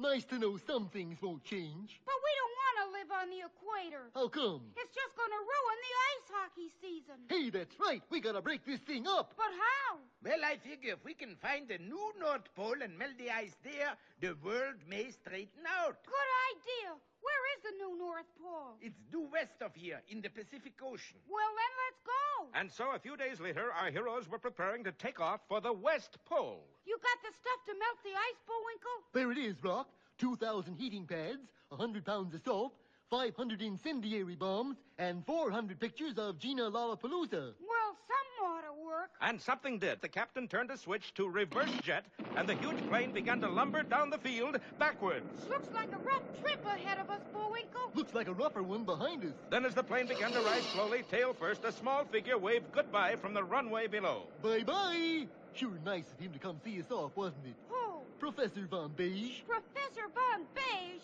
You notice kind of an echo in here? Yes, as fate and Captain Peachfuzz would have it, our boys had left behind the only man who knew where in the world they were headed. What difference does it make? I can only see where we've been anyway. Be sure to see our next episode, Bullwinkle Takes the Wheel or the Bum Steer.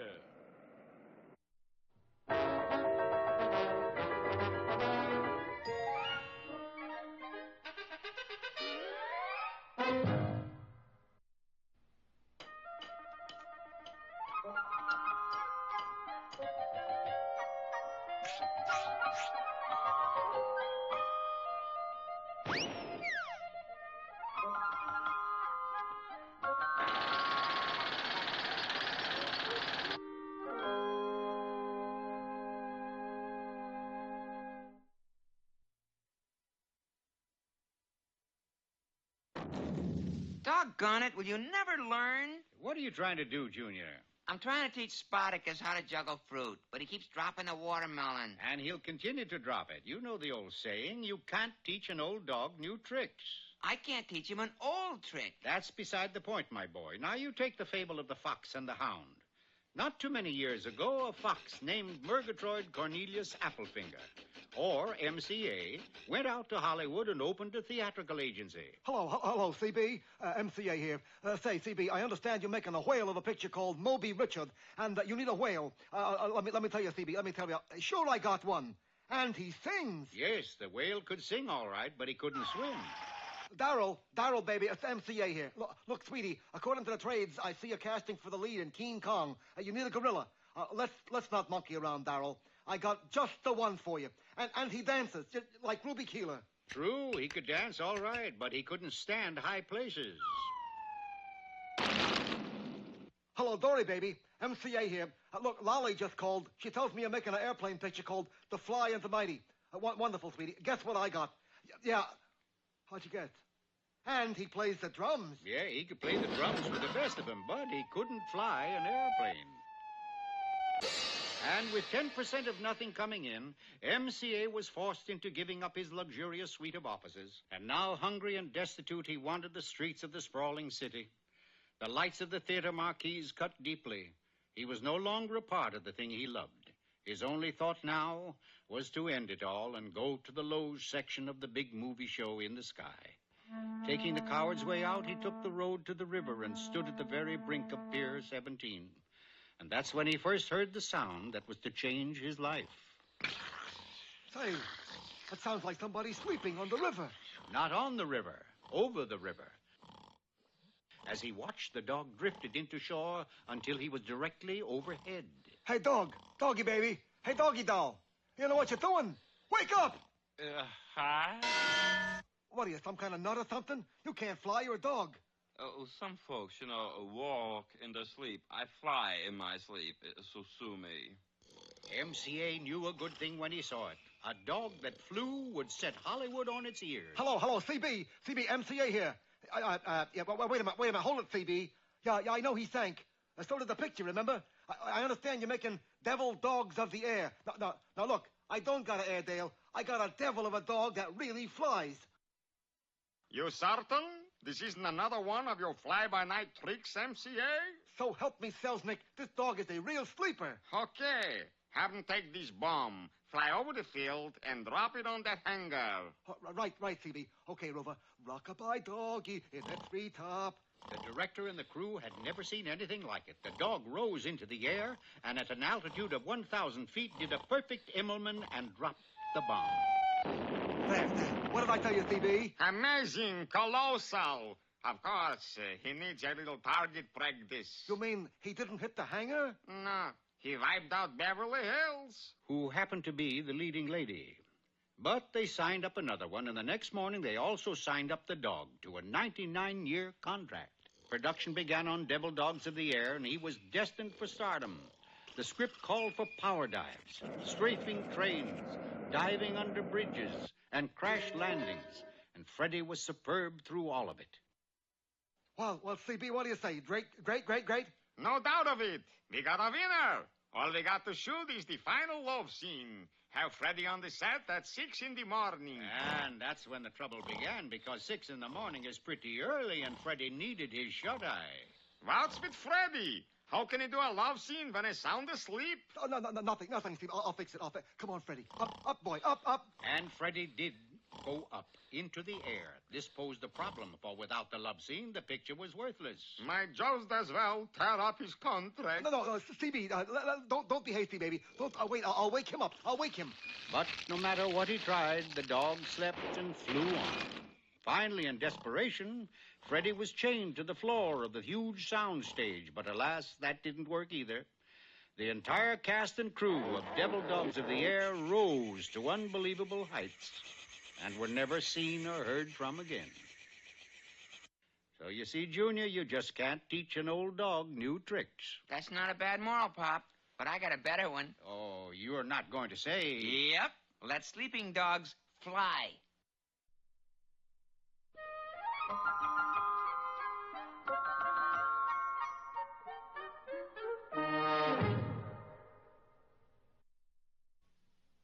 Look, Bullwinkle, a message in a bottle. Fan mail from some flounder? No, this is what I really call a message. Now here's our own tribute to the arts, Bullwinkle's Corner. Hello there. Today's poem is called My Shadow. Okay, Rock. Thank you. I have a little shadow that goes in and out with me, and what can be the use of him is more than I can see. He stays so close behind me, he's a coward, you can see. I'd think shame to stick to Nursey like... All right, wise guy, put him up, put him up. Any time a dang busted shadow gets flipped with me... Ooh! Okay, you've been asking for it. Ooh. Well, I still got my secret weapon. Okay, Rocky, turn off the light. Oh, fiddle faddle.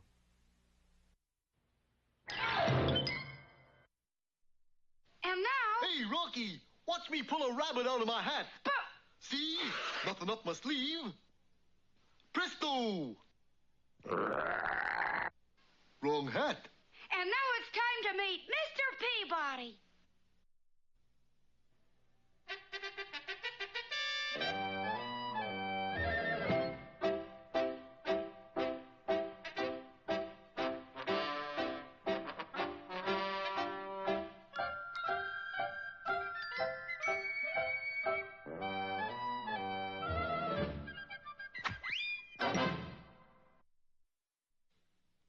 Peabody here, and I'll be with you as soon as Sherman completes his geography lesson. One last question, Sherman. See this spot on the globe? That's China, Mr. Peabody. Correct. Now tell me, what is a China clipper?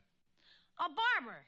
It would seem you need a little brushing up. Therefore, today's historical destination will be China. Oh, boy, while we're there, I can learn how to play chopsticks. Oh, you need a lot of brushing up, my boy. Wasting no further time, I set the Wayback Machine to the year 214 B.C., and the place, the borderline of China proper and Mongolia. In less time than it takes to chop a bowl of suey, we found ourselves standing in the center of the bleak wastelands of Mongolia. What are we going to do here? We are going to witness the building of the Great Wall of China. Well, who's going to build it? I don't see anyone. True, there wasn't a soul in sight. However, 5 minutes later, the place was swarming with ferocious-looking Mongols, led by the legendary Fungus Khan. Now, hear this, you guys. We ravage Mongolia until there's nothing left to ravage. Now, we gonna extend same courtesy to China. Also, Also! With that, they spurred their horses toward the border.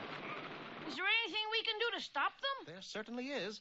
Knowing Mongolia like the back of my paw, we were able to take a shortcut and cross the border into China well ahead of the oncoming horde. Look, Mr. Peabody, there's a house. It belonged to a wealthy merchant named Chop Suey Louie, who had made a fortune exporting chow mein. What is all this jazz about oncoming horde? It's true, Mr. Louie. The Mongols are going to ravage China. Well, live and let live. So long as they don't bother me, I don't care. Yes, but the route they're taking happens to come right through this house. I don't believe it. Now do you believe it, Mr. Louie? That's the 10:15 for Moscow. It's running late as usual. Well, if it was, it left the conductor behind. you better take it on land, Buster. We coming through here every day. Adios.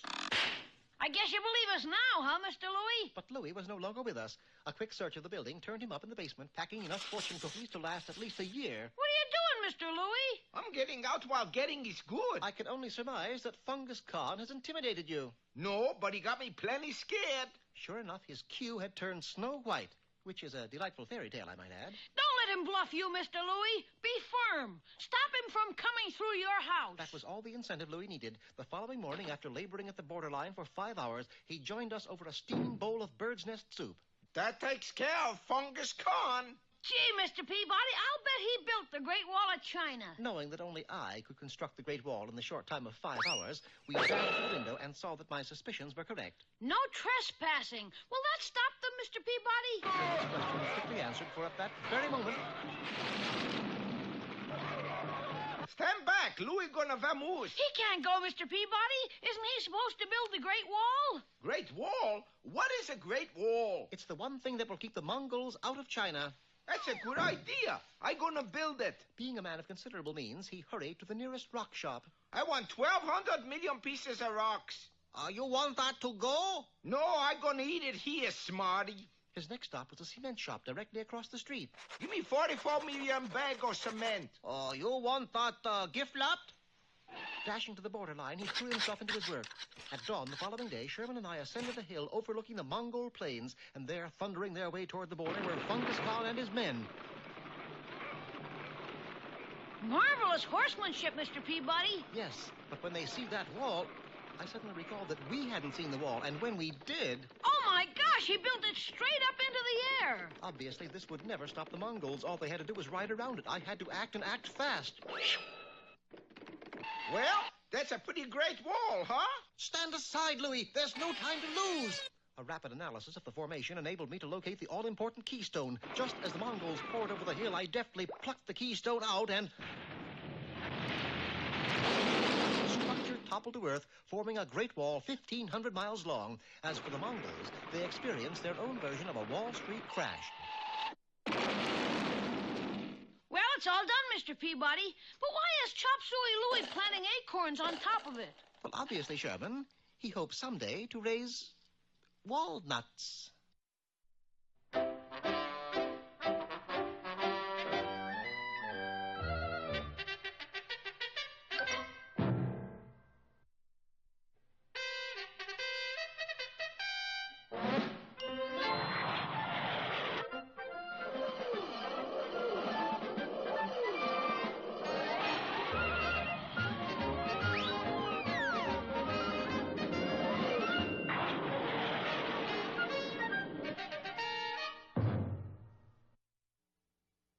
Well, last time our boys were preparing to leave for their long trip to the West Pole, but with Captain Peter Peachfuzz at the wheel, they found themselves taking off backwards. Not only that, but they left Professor Von Beige standing on the runway, and he was the only man who knew where they were going. And I'll tell you something, Junior, it wasn't that way. Bullwinkle, we gotta get Captain Peachfuzz straightened out. Impossible. Well, we gotta try. By this time, even the confused captain had figured out that something was wrong.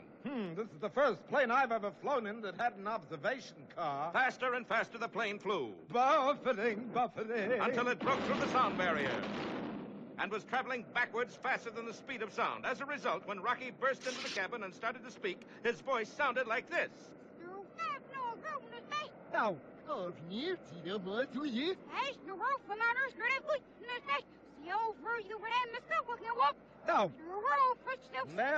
No. And prompted by Rocky, Captain Peachfuzz turned the switch to forward. Instantly, the plane reversed direction. But everything inside it kept going the other way, including our friends. That didn't work out exactly as I planned.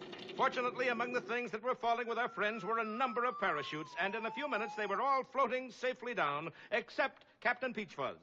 Naturally. Below them, Professor Von Beige was trudging sadly back to town when suddenly... Hey, Professor, it's us! Oh, you've come back for me. How nice. But where's their plane? A good question, that, for at that moment, their abandoned plane broke in half in midair, and part of it landed in a downtown parking lot. Now, there's something you don't see every day, Chauncey. What's that, Edgar? Half an airplane just landed in the parking lot. Oh, I don't know, Edgar. T'other half ought to be here soon. Wonder how come that half landed later, Chauncey. That's the tourist section. True. Back at the airport, our friends were readying another plane. Boy, it's sure lucky for us this is a fantasy show. How come? If this was for real, this plane would have cost a fortune. Well, this time with an experienced flyer at the controls... Rocket G, Squirrel himself! The plane zoomed skyward and started on its long journey. Could you make that a short journey? How come? I forgot the sandwiches. But, Bullwinkle, it is a long journey. Well, couldn't we do like they do in the movies? You know where you see the hands on the clock spinning, and the leaves dropping off the calendar, and the seasons changing, and the first thing you know... Bullwinkle, you got a long white beard. Must have gone too far. I better put a few leaves back on the calendar. Better turn the clock back a bit, too, Bullwinkle. How come? Because we're getting awful low on gas. And at that moment, the jet engines conked out and the plane started to fall. Hey, we're going to set a new record. What's that? We'll crash 2 planes in one episode. We got to send our position on the radio. On the what? On the radio.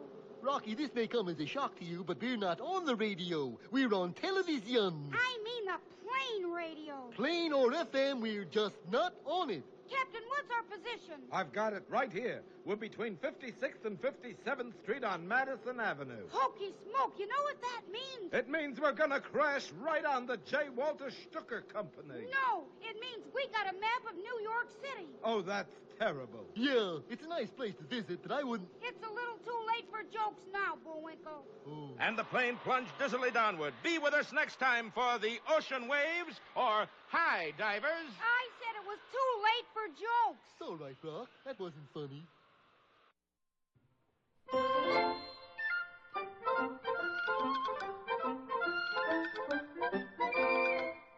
Well, I guess that about wraps up another Rocky show. Certainly hope you enjoyed it. I did. I always say... Bullwinkle, time for us to go. Already? Okay, but first, here are some of the people who made this show impossible.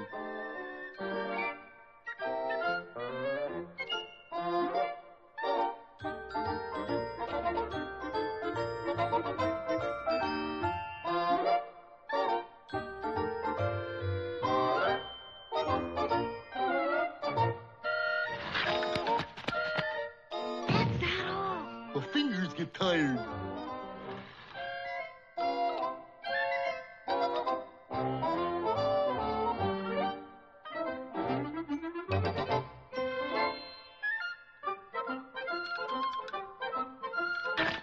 Oop!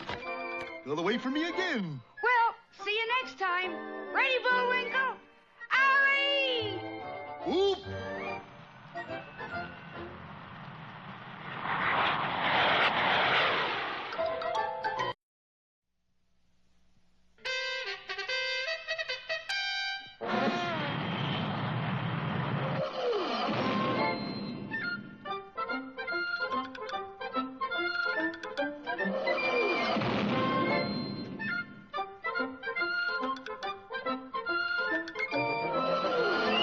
Time now for the adventures of Rocky and Bullwinkle and Friends.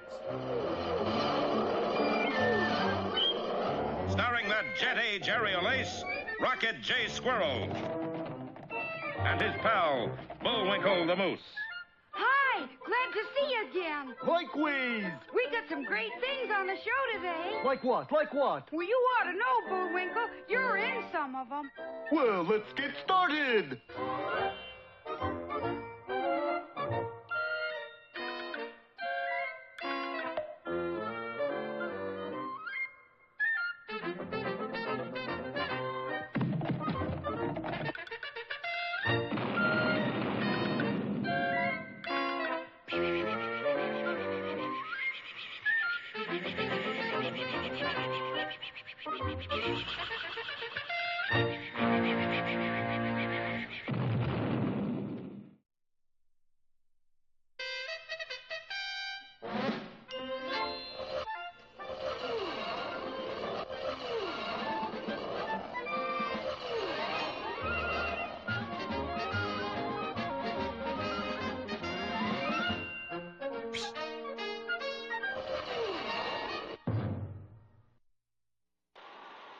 Well, when last we saw Bullwinkle and Rocky, they were plunging straight downward toward... You're not plunging down. We are, too. You're going straight. Ridiculous. But You're just looking at the picture wrong. Yeah, turn your head sideways. No, the other way. well, that's better. Yes, our heroes were plummeting toward the ocean far below. That's better. But first, a brief word about the plot. Very brief. It all started a few days ago with Professor von Beij's theory of the polar flip. Yeah, you see, the ice at the North Pole is getting heavier and heavier, and the whole world's starting to flip over this way, which means that the new North Pole, or as we call it, the West Pole, will be somewhere in the Pacific Ocean. But if we get there and melt the ice, maybe it'll flip back again. So that's why we were headed west when we ran out of gas. I still think we're headed west. Yeah, maybe we'd better bail out, Bullwinkle. Bail out? We're not sinking, Rock. We're falling. If only we had a little more gas. Well, maybe we brought along an extra can. Let's look through the luggage. Good idea, Rock. Let's see. Here's some ice skates, a wiffle tree bolt. Hey, what's in here? Don't open that. Gee, what was that? That was my collection of soap bubbles. Say, here's a copy of the Congressional Record. What's that for? I use it to press flowers in. Let's see, 3 pounds of Gruffy dust. Bullwinkle, that's it. Gruffy dust? We gotta wait till the dark of the moon if we're gonna use... No, the Congressional Record. I don't want to quibble, Rock, but this is no time to catch up on your reading. You don't understand. This is a jet plane, right? Right. And a jet is nothing but a lot of hot air, right? Right. Well, where are you going to find more hot air than there is in the Congressional Record? Mr. Squirrel, this is a scintillating hypothesis. And a pretty bright ID, too. In a twinkling, a connection was made, and Bullwinkle began to read the Congressional Record into the plane's fuel system. Mr. Speaker, the glorious history of the grain and feed industry as reflected in the production figures for the period 1907 to 1912 is... Bullwinkle, it's working. Keep it up. For our American system and our children's children against the encroachment of the forces of international outlawry and the abandonment of our precious heritage of... Hooray! We're saved! She's never flown better. Yes, apparently there was enough hot air in that single volume of the Congressional Record to propel a 4-engine jet clear around the world. Wait till the boys at Cape Carnivorous hear about this. Okay, Captain Peach Fuzz, which way do we go? Forward, Rocky, always forward. No, on the map. Oh, that. Well, let me get it in a better light. We are heading past E.A.War. E.A.War? That's an odd name. It's Welsh, Rocky. In Wales, that means the place where the geese run barefoot. Could I see that map, Captain? Certainly, Professor. There it is. E.A.War. Captain, you're holding the map against the light and you're eating it backwards. Oh? That's really Hawaii. In Wales? Ridiculous. Oh, boy. Meanwhile, back at the Moose. Like to place in the record the names of the Shawnee Falls Arbor Day Committee. Lavinia Waggle, Arthur Grinker. Boy, this is dull stuff. Whitney Clapsaddle, Bernard Walkenfuss. Yes, it was dull. So dull that within 3 minutes, everybody within hearing distance of Bullwinkle was sound asleep. Had the plane flew onward to without a... Be with us next time for...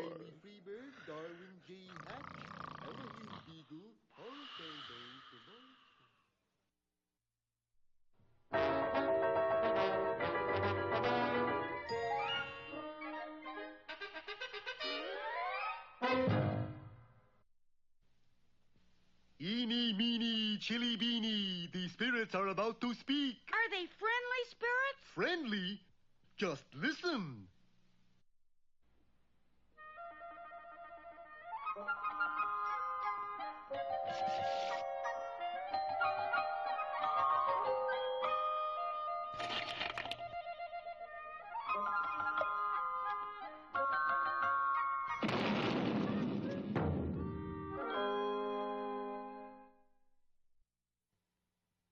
Many years ago, in a primeval pond, there were many frogs. But there was one frog among them who was different from all the rest. His mother called him Julius. Julius, you sit around all day doing nothing. Why don't you go out and play leak people with the other frogs? Thanks, but no thanks. Oh, what is the matter with you, Julius? You haven't touched your lunch.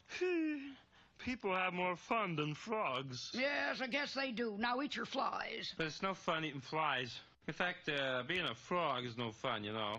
If you want to have fun, you got to be a people because... I know. People have more fun than frogs. Yes, that was the trouble with Julius. People did have more fun than frogs, and he knew it. For many was the time he would sit by the road leading to the great kingdom and watch the people as they passed. They were all having fun. Julius couldn't stand it any longer, and knowing that he could never be happy unless he was a people, while the little frog hopped off into the dark woods to do something about it. By noon that same day, he arrived at the house of his fairy frog mother. So you want to be a people, do you, Julius? More than anything. Can you do it? Well, of course. All I have to do is tap you with my wand, like this. It worked, for he began to grow, and suddenly... Unfortunately, there are all types of people, and Julius had turned into the type that is fat and bald with a long nose. It's quite possible that Julius would have had fun, but for one thing. The first person he chanced to meet was the local bully. Hey, Fatso, come here. Yes? Hey, let me see if that nose is real. Hey, what do you know it is? Boy, I'd like to have that thing full of nickels. And from that moment on, everywhere Julius went, people laughed at it. Now, this is no fun, even if you are a people. So, Julius returned to the house of his fairy frog mother. Well, land's sake, why didn't you tell me you wanted to be a handsome people? Never mind. The point is, could you do it now? Well, certainly. I simply have to tap you with my wand and...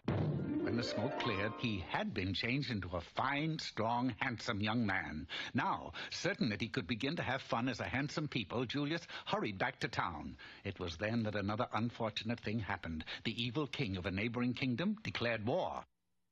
And Julius was drafted. Army life was not easy on Julius. Name? Julius will run us. Where were you born? In a pond in New Jersey. Very funny. Sign here. Next. Good heavens, where did you get those flat feet? Well, it's simple, you know, like you said, I'm really a frog and... Very funny. Next. Turn your head and cough. Hey, hey, he, hey, hey, her, hey! There were months of drilling, marching, and intensive training. Then finally, Julius was marched into battle where his luck ran true to form, for Julius was the first casualty. Weeks later, when he was released from the hospital, Julius once again hurried to his fairy frog mother. I'm telling you, Frog Mother, I could not stand to go through a thing like that again, you know. So, like, you gotta make me 4F. All righty. All I have to do. I know, tap me with your wand, but not so hard. The tap of that little frog mother's wand was enough to make anybody 4F. So, for the third time, Julius headed for town to have fun as a people. He'd only gone a short distance along the road when he suddenly heard a startling sound. And there, just ahead, he saw a large, vicious dog that had chased someone up a tree. Go away. Shoo. Scat. Then it's safe to come down now. Jump and I will catch you. Well, I will be. I did not know that dogs treat pigs. I'm not a pig, silly. I'm a princess. And because you saved my life, you get to marry me. Marry? Yuck. You? Yes. Isn't it romantic? Yeah, boy. Yeah, boy. I'll have Father arrange for the wedding right away. No. Hey, come back! This time it was a desperate Julius that ran to the house of his fairy frog mother. I never want to be a people again. Change me back into a frog, Frog Mother. Hurry, hit me with your wand. Can't. Broke it over your head when I made you 4F. But there is a way. If you can just hold out until the clock strikes 12, the spell will be broken, and you'll turn back into a frog all by yourself. Peekaboo! Julius ran like a deer for the next 5 hours. Then, when it seemed as though he simply couldn't take another step, the big clock in the tower struck 12. And with a blinding flash, Julius turned back into a frog. And he never did have any fun. Now, one would admit that this is rather a sad tale of a frog, but don't feel too badly because not a word of it is true, for you see, it's a well-known fact that frogs don't have tails.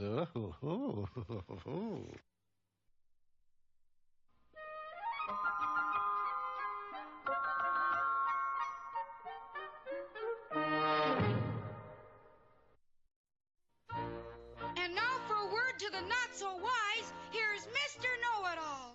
Hello, knowledge seekers. Today's subject is how to train your doggy for fun and profit. To train a doggy, you need two things. A trainer, that's me, and a doggy. A small doggy. That's better. The first thing to do is to make friends with the doggy. Take his little paw in yours and shake hands just like he was...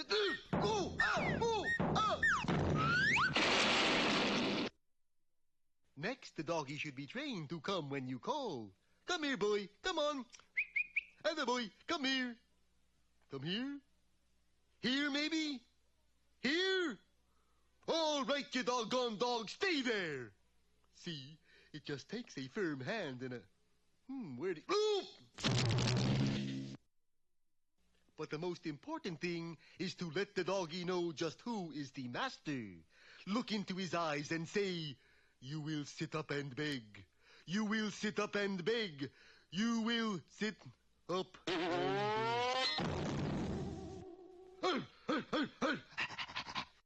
Gee, are you all right, Bullwinkle? Sure, Rocky. Okay, then. Thank you, Mr. Know-It-All. You're certainly welcome.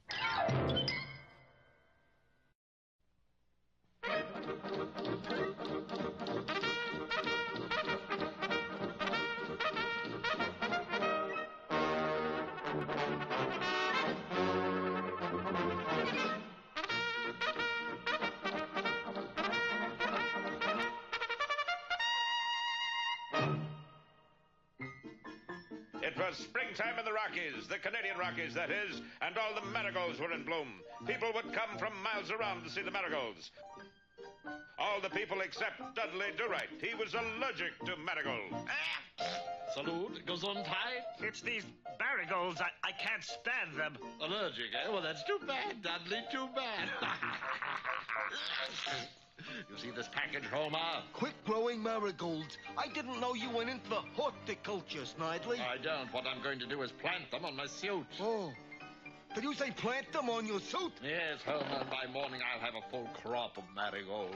On your suit? That's right, Homer. A marigold Snidely suit. Now hand me the peat moss. I know I should never have got that subscription to Better Homes and Gardens. What you don't understand is that Dudley Do-Right is allergic to marigolds. With his suit, I will be invincible. And so the next day... How do I look, Homer? You look just like a float in a rose parade. Meanwhile, at the mounting camp... Dudley, will you walk with me? The marigolds are in bloom. I'm sorry, Dell. I have something else to do. Well...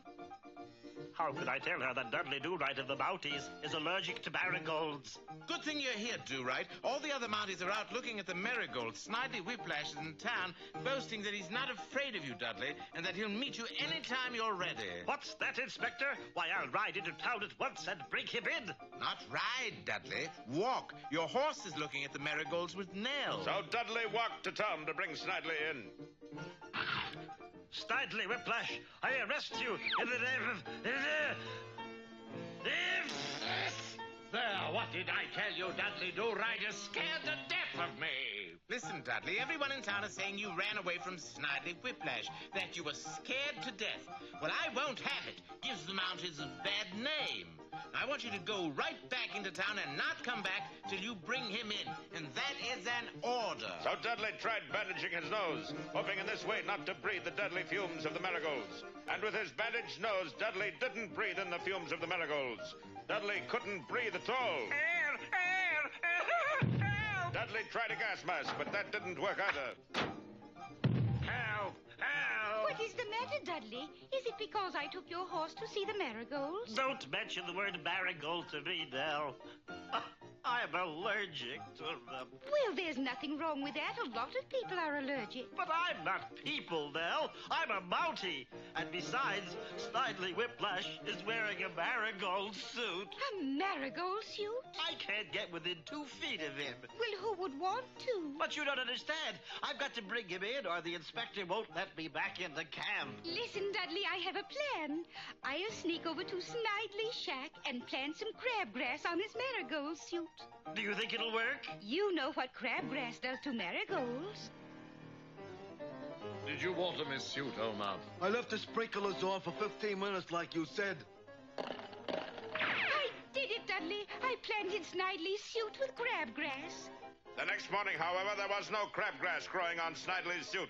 Go ahead, Dudley. Take him. But now the marigolds are still there. There's no crabgrass at all. Well, that's funny. I planted the crabgrass. I used fertilizer. Oops, I forgot to water it. But don't worry, I'll fix that. Nell, my allergy is gone. Well, now all you have to do is cut through the crabgrass and Snidely is yours. I'm halfway through the crabgrass, and I still haven't found Snidely. Well, keep at it. He's bound to be in there someplace. That was close, Homer. Are you going to plant some more marigolds in your suit, Snidely? No, Homer. Snidely doesn't seem to be there at all, Nell. Dudley, I don't know how to tell you this, but I think that's Snidely.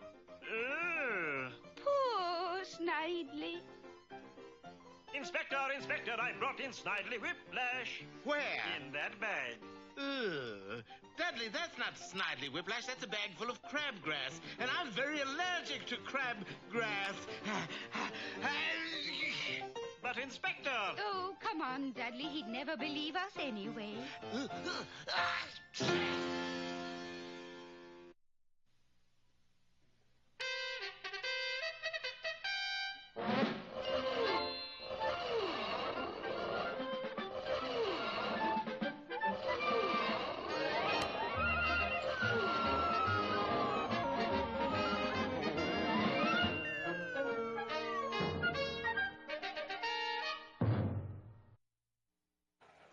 Harvey Fletch, Casper Puddingstone, Marvin Gelb, Elizabeth Ogle, Sinbad Brittle, What?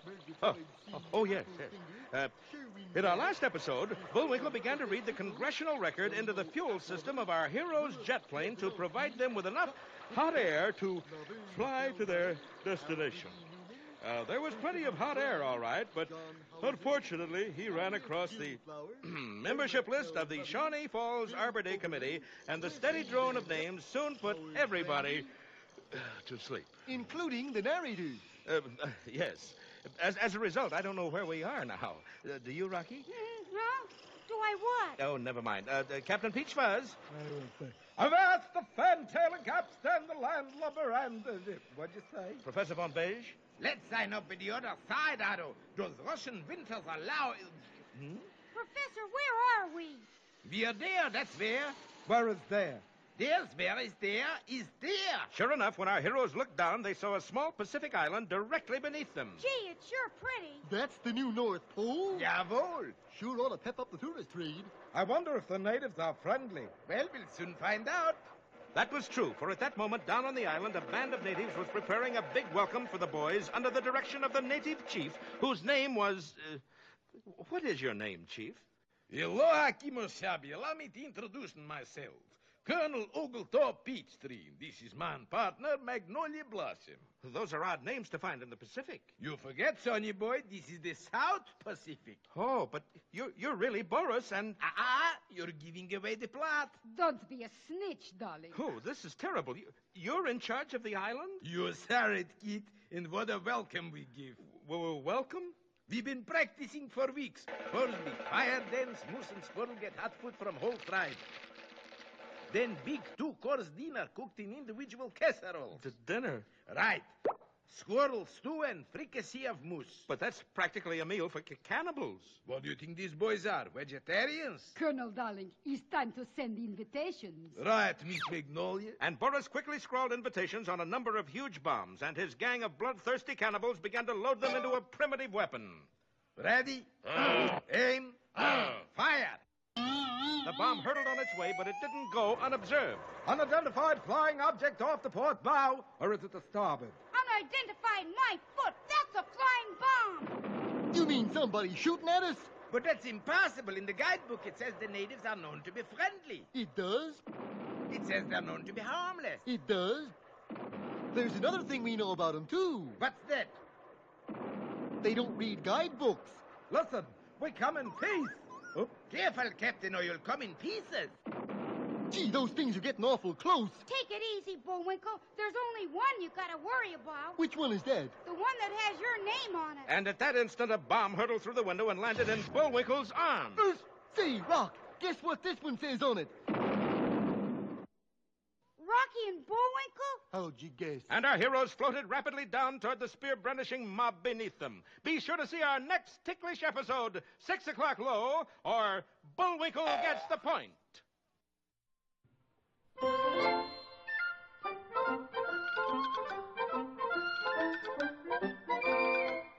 Well, I guess that about wraps up another Rocky show. Certainly hope you enjoyed it. I did. I always say. Bullwinkle, time for us to go. Already? Okay, but first, here are some of the people who made this show impossible.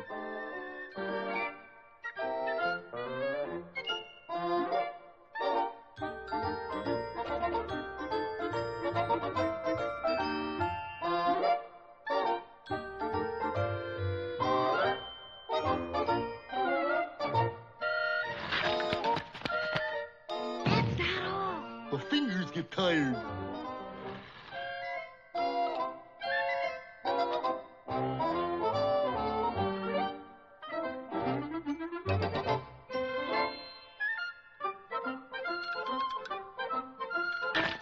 Oop! Got away from me again. Well, see you next time. Ready, Bullwinkle? Alley! Oop!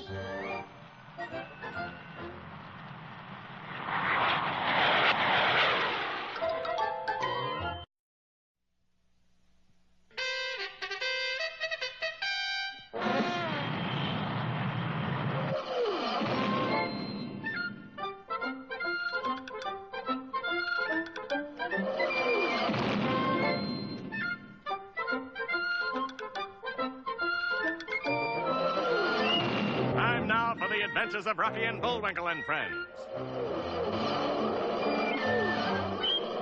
Starring the jet-A Jerry Olace, Rocket J. Squirrel, and his pal, Bullwinkle the Moose. Hi, glad to see you again. Likewise. We got some great things on the show today. Like what? Like what? Well, you ought to know, Bullwinkle. You're in some of them. Well, let's get started.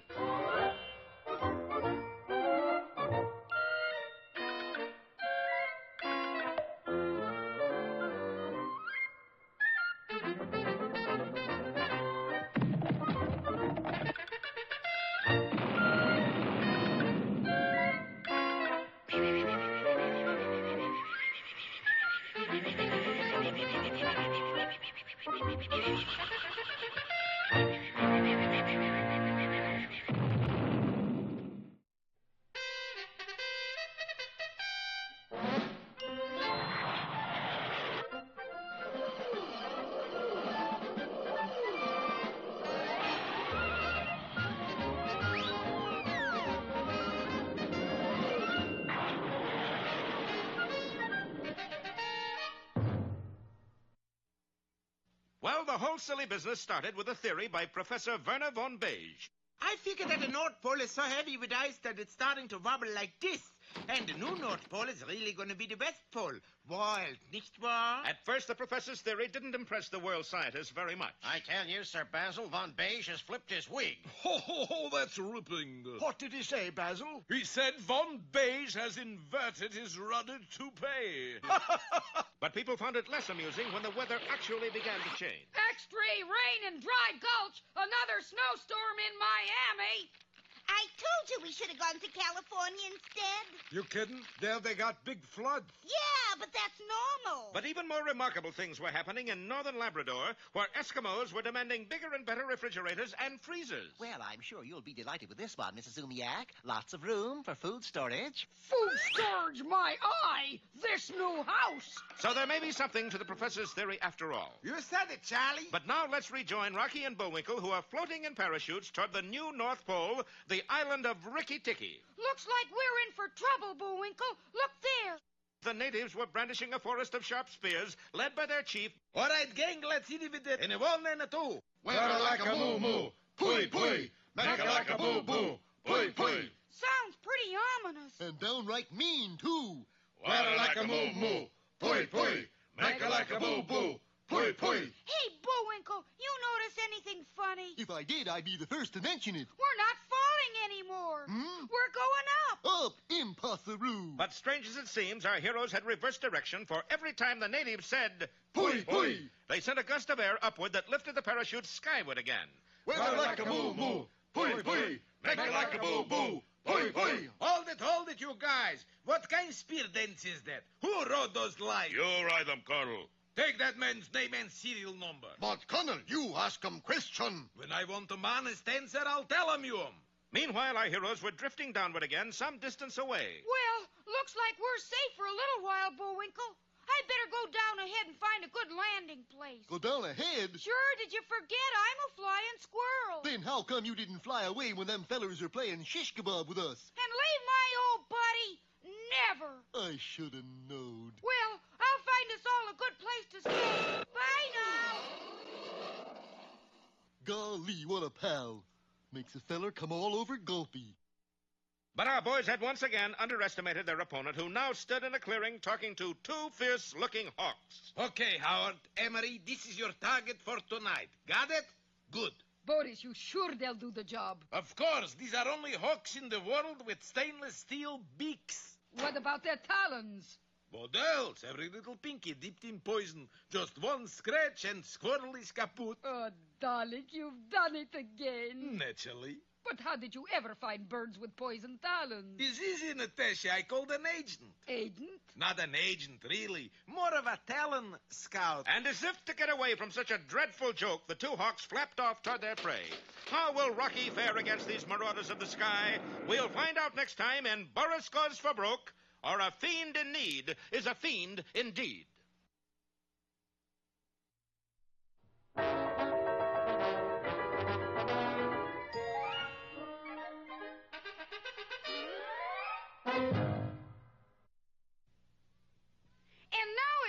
Time for that jolly juggler, Bullwinkle. Oh, dear. 3 at once.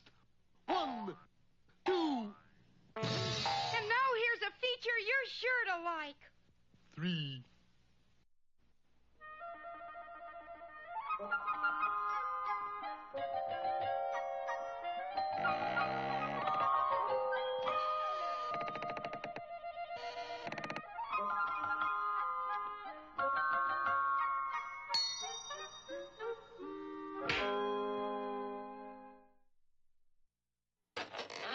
Iraq isn't something you have when your ear hurts. It's a kingdom in southwestern Asia.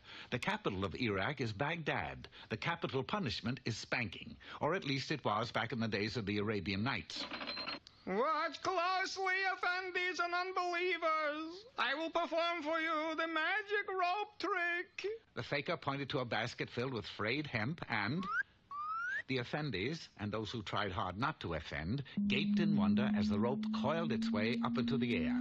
I will now ascend the rope. Hand over hand, up he went, higher and higher, until he was parallel with a window in a minaret. Just a moment, you got license to ascend magic rope? I look in pocket and see. Ah, the price of forgetfulness. The poor man had no pockets, no license, and no grip on the rope. The faker was dragged before the Sultan. You heard what the narrator, Edward Everett Horton, say in the beginning of story. Capital punishment is spanking. Give him 40 whacks. The punishment was meted out, and although it may seem tame to some, there were others who insisted that the Sultan went too far. You got license to eat broken glass? Hey, you soldier, you got license to ask for license? Everybody got spanked at least once a week. In fact, once a year, on Spanking McFarlane Day, it was considered poor taste if one didn't get spanked. I got happy kingdom. Everyone gets spanked but me, and that's because I am the Sultan. That's what he thought.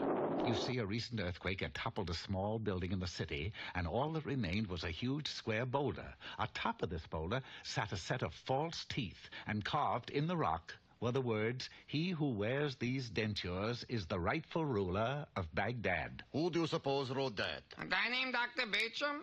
It didn't matter who wrote it. The important thing was that someone had to be found who could wear the teeth. I got first crack at it. But you already got mouthful of teeth. A minor detail. The palace was 4 stories high, so was the Sultan, else he wouldn't have had nerve enough to jump off.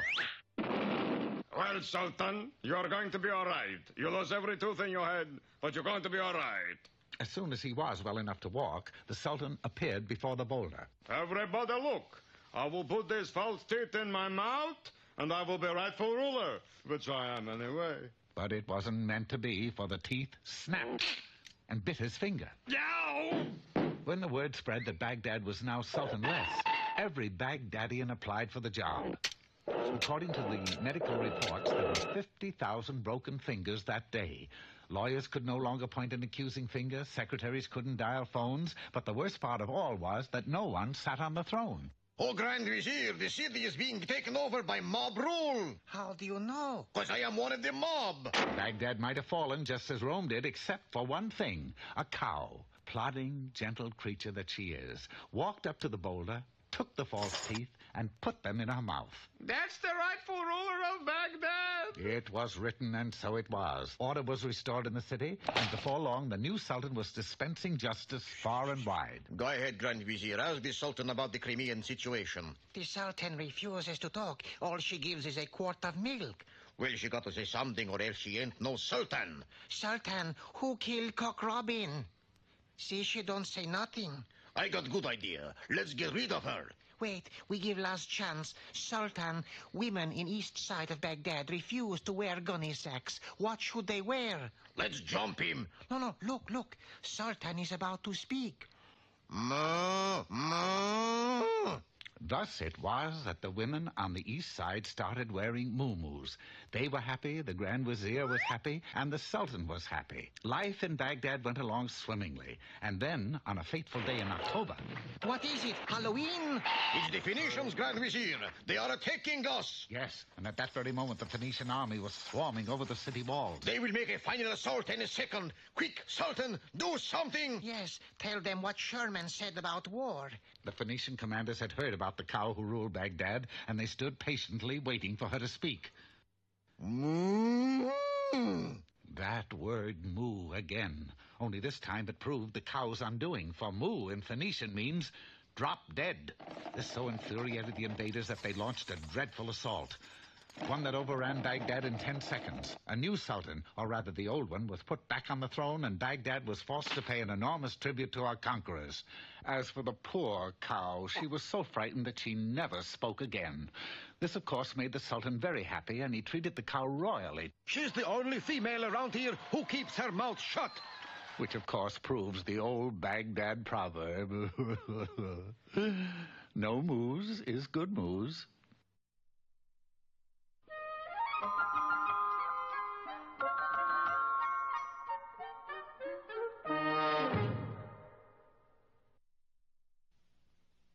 Today's lesson is mighty important, remember? Bullwinkle is a... Not that lesson. This lesson. Hello there, poetry lovers. Today's little gem is called Sing a Song of Sixpence. Sing a song of sixpence, a pocket full of rye, 24 blackbirds baked in a pie. Everything okay in there? When the pie was opened, the birds began to sing. Wasn't that a dainty dish to set before the king? Hold it, Baker. There's only 23 birds here. 23? Your contract definitely says 24. And? Fine print says if you are short one bird, you short one head. Uh-oh. Wait, look here. It's just an egg. But something's inside. Look, it's the 24th blackbird. Pretty clever, Moose. Not at all, Your Majesty. I'm always delighted to give you the bird.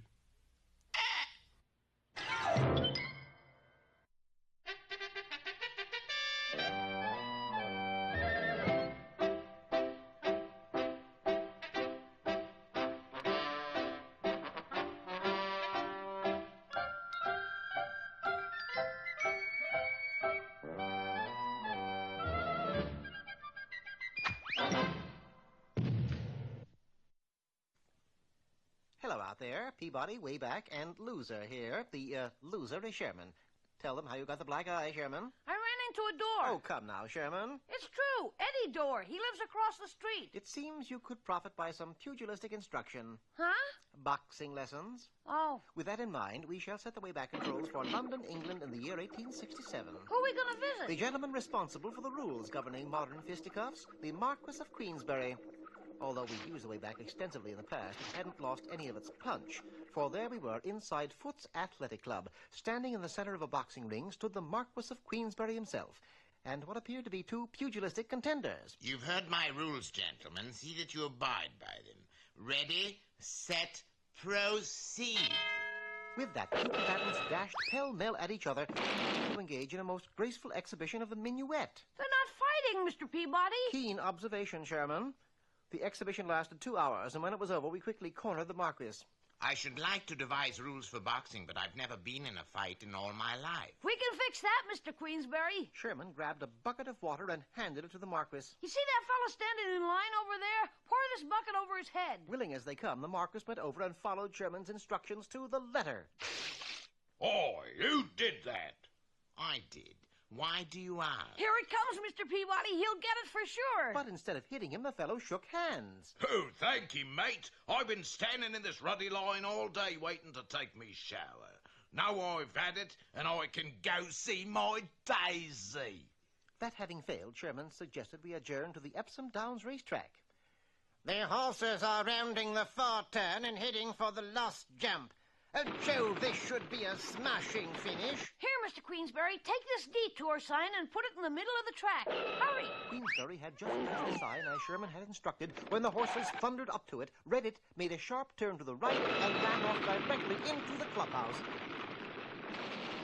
Who is responsible for that ruddy detour sign? He is. I guess you're going to give him what's coming to him now, huh? I certainly am. Here, sir, is a reward of £5,000. It seemed as though a holdup had been in progress inside the clubhouse when the horses galloping through had put a timely stop to it. The Marquis was a hero and Sherman was a failure. Again. Gee, I thought that would work for sure, Mr. Peabody. What do we do now? We will let me take over. Noticing it was exactly 4 o'clock, I called to a passing waiter. Your pleasure, sir. A cup of tea for me, a cup of tea for the boy, and the Marquis of Queensberry would like a cup of coffee.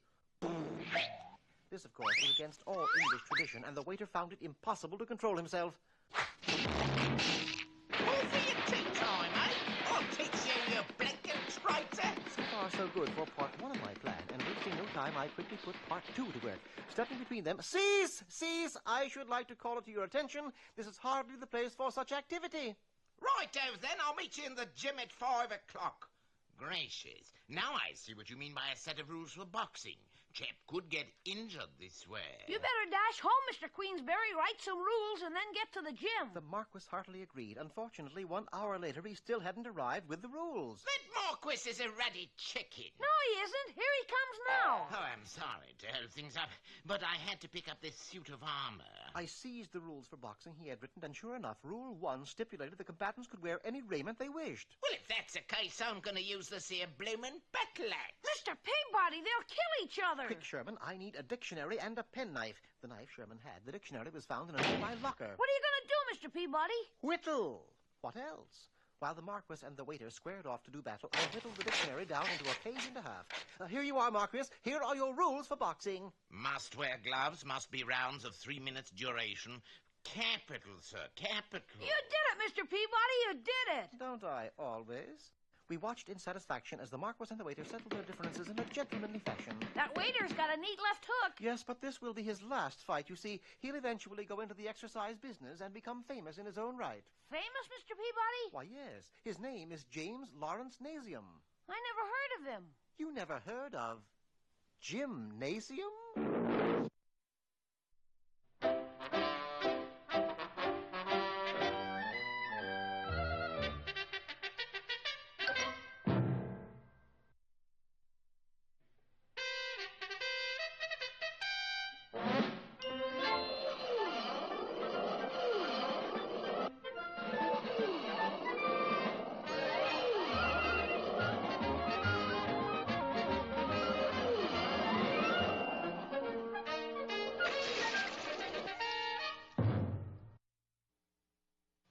Last time, you remember, as our heroes were trying to land on the island of Rikki-Tikki, Rocky slipped out of his parachute harness and began to reconnoiter the island.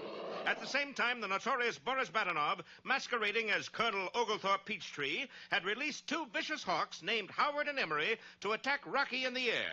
Meanwhile, what of our other 2 friends, Professor Von Beige and Captain Peachfuzz? Never mind us. Get on with the story.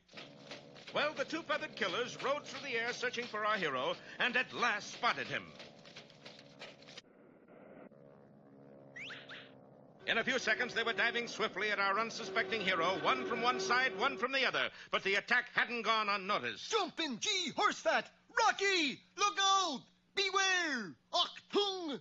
It was no use. Rocky was too far below to hear Bullwinkle's bellowing. Well, I can clout one of them hawks anyway. And Bullwinkle hurled his binoculars down at the attackers. Unfortunately, they went right past the hawks and... Ow! Yes, the heavy glasses knocked Rocky into a spin just as his 2 pursuers closed in on him. As a result...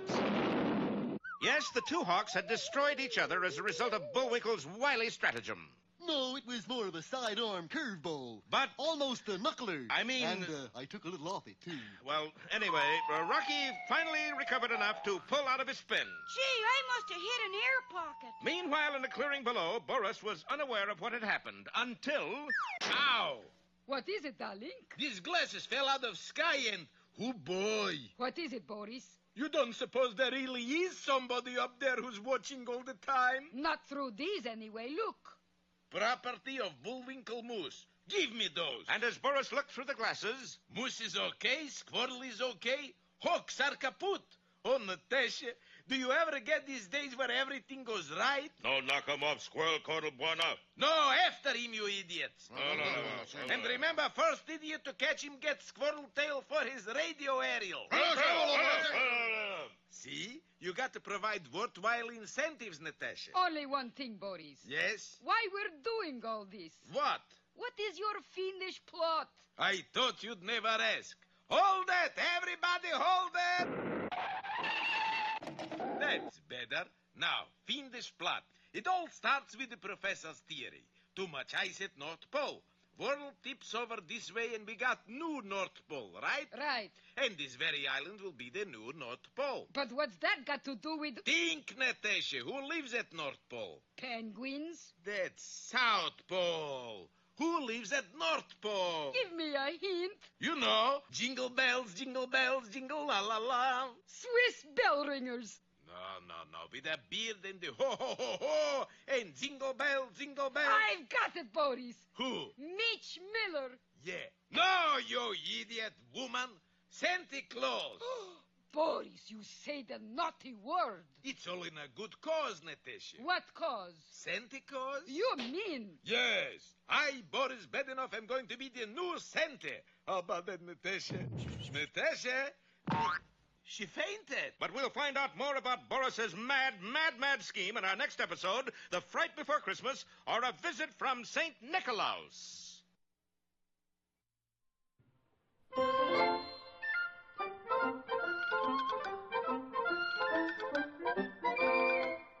Well, I guess that about wraps up another Rocky show. Certainly hope you enjoyed it. I did. I always say... Bullwinkle, time for us to go. Already? Okay, but first, here are some of the people who made this show impossible.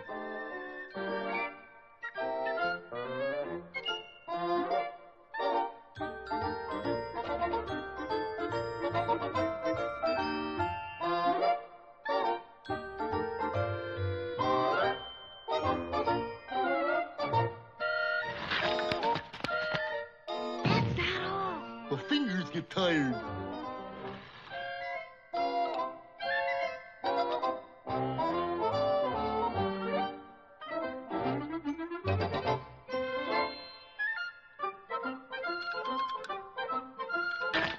Oop! Got away from me again. Well, see you next time. Ready, Bullwinkle? Alley! Oop!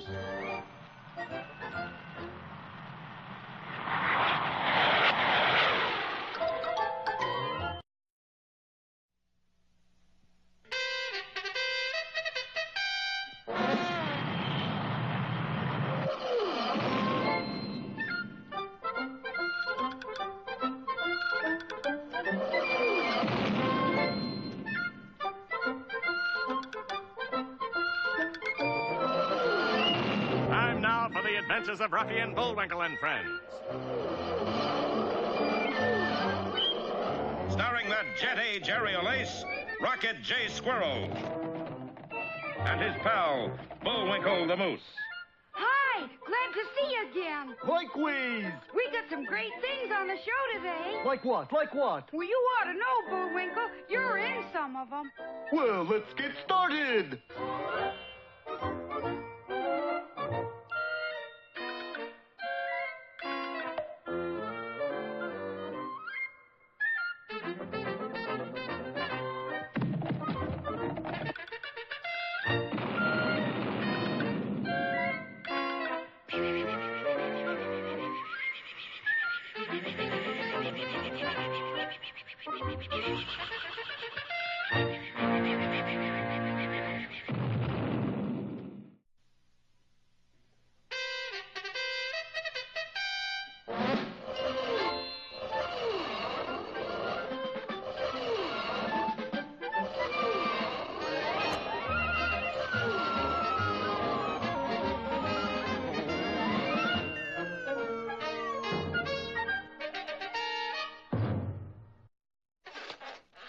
Last time, you remember, Natasha had made Boris a happy heel by inquiring... But, Boris, what is your fiendish plan this time? I thought you'd never ask. And this one is a Lulu. Yes, you remember that according to Professor von Becher's theory, the North Pole was so top-heavy with ice that the world was tilting over sideways and would soon have a new North Pole. And where will the new North Pole be? I give up, darling. Where?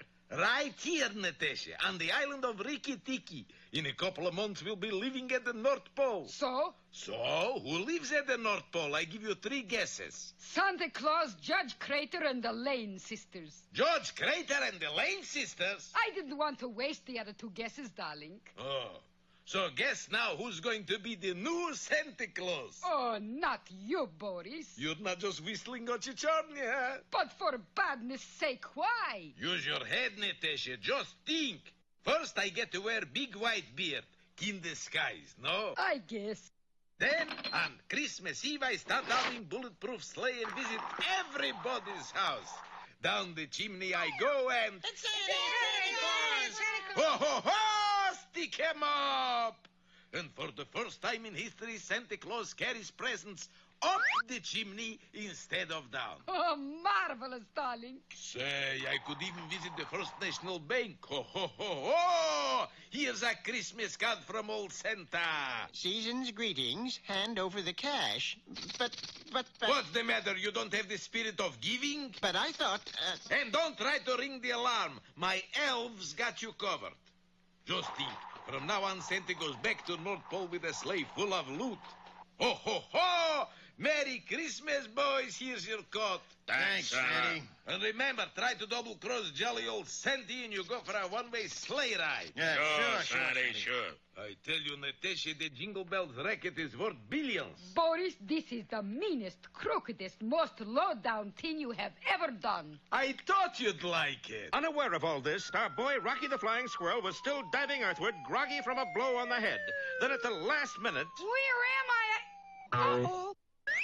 Gee, I must have blacked out for a second. I'd better land in that clear until my head stops buzzing. Little did Rocky dream that that clearing was surrounded by the fierce natives of Rikki-Tikki, every native holding a sharp spear except for one who was holding a large pot and a cookbook.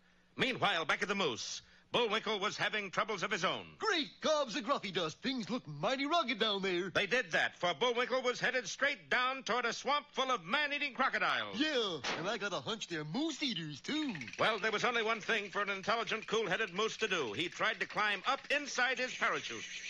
Of course, the parachute instantly collapsed on one side and slid sideways, just enough sideways to carry Bullwinkle out of danger and let him land safely. No sooner had he hit the ground than... Bullwinkle!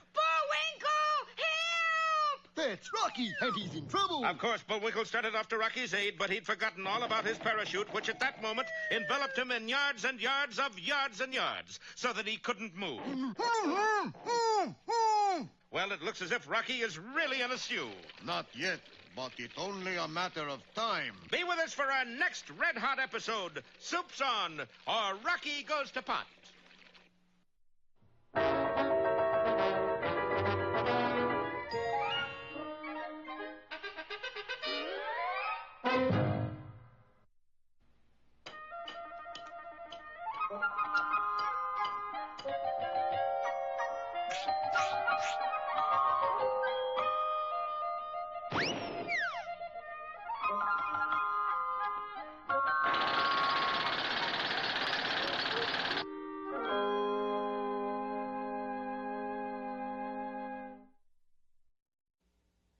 How do you like your new playhouse, Junior? Not so hot, Dad. Now, why do you say that? Well, take a look at it. Oh, my gosh, it's burned to the ground. How did it happen? Well, I was playing house, and I lit a fire in the fireplace. There wasn't any fireplace in that playhouse, son. I know. Well, it serves you right. You know the old saying, he who plays with fire kindles disaster. You got an old fable to go with that, too? Not so old. I just made it up. It's called The Bears and the Dragon. Years and years ago, a large forest was ruled by a mighty king, Leo the 32nd. What have we here? Oh, my loyal subjects have sent me 3 books for a birthday present. They were How to Cook Lyonnaise Potatoes, Remember the Maine, and The Story of King Arthur and the Knights of the Round Table. The first 2 I've read, but the third one has pictures. Thus he pored through the book night after night until... These nights are driving me crazy. I've got to have some myself. And a royal proclamation was issued. Hear ye, all ye who wish to become knights, better sign up today. By the end of the week, every animal in the kingdom had donned a suit of armor. I dub thee Sir Cur. King Leo and his knights took their places around the round table. Whose deal is it? But before they could break open a new pack of cards, a startling discovery was made. We don't have any chips. That wasn't what I meant. For one chair was conspicuously empty. I'm in a daze. I've lost a knight. Hear ye. One more knight is needed today. These words fell upon the ears of 2 itinerant bears who, until now, had faced a rather grisly future. Well, very interesting news, but, I'm on my way to Yosemite. Have a nice trip, Maxie, huh? Well, aren't you coming with me? No, I think I'll head up north. You know, the grunion or runyon. Oh, well, take it easily. Likewise. Yeah, both of them were barefaced liars, for although they took a different route, they arrived at the king's castle at the same time. Good night. There's only one vacancy. So it was decided that the more courageous of the two would fill the spot. Bear number 1, you slay the ogre that lives in the woods. Bear number 2, you rescue the fair maiden who is locked in the Black Tower. Whoever completes their task and returns to me first will be knighted. And with that, both bears set off on their quests, and both bears ran into trouble. Sorry, Buster, nobody gets into the woods today. The Elks are having a picnic. Yeah, but I got to get into the woods, 'cause I'm supposed to slay the ogre. But the fox wouldn't budge, so bear number 1 had to get into the woods by using strategy. And a shovel. There was nothing wrong with his ability to dig a tunnel, but there was with his sense of direction, for instead of coming up in the woods, he came up in the king's bathtub. You'd better get going, or you'll never slay that ogre. Sorry, Your Cleanliness. Having failed to come up into the woods, he attempted to go down into the woods. Geronimo! His aim was faultless, which is more than can be said for his luck, for the wind caught the bumbershoot and... When next he appeared on the edge of the forest, he was wearing a clever disguise. You're late, Elk. The picnic ended 2 hours ago. Oh, you mean I can go into the woods now? Of course. Anybody can. Look out, ogre. Here I come. Meanwhile, at the Black Tower, bear number 2 was also having his difficulties. What are you talking? I'm the one that needs our help. Why didn't you tell me the drawbridge was up? Oddly enough, by nightfall, both bears returned from their missions flushed with victory. Bear number 2, did you rescue the fair maiden? I certainly did, Your Grace. Ain't she cute? Good heavens.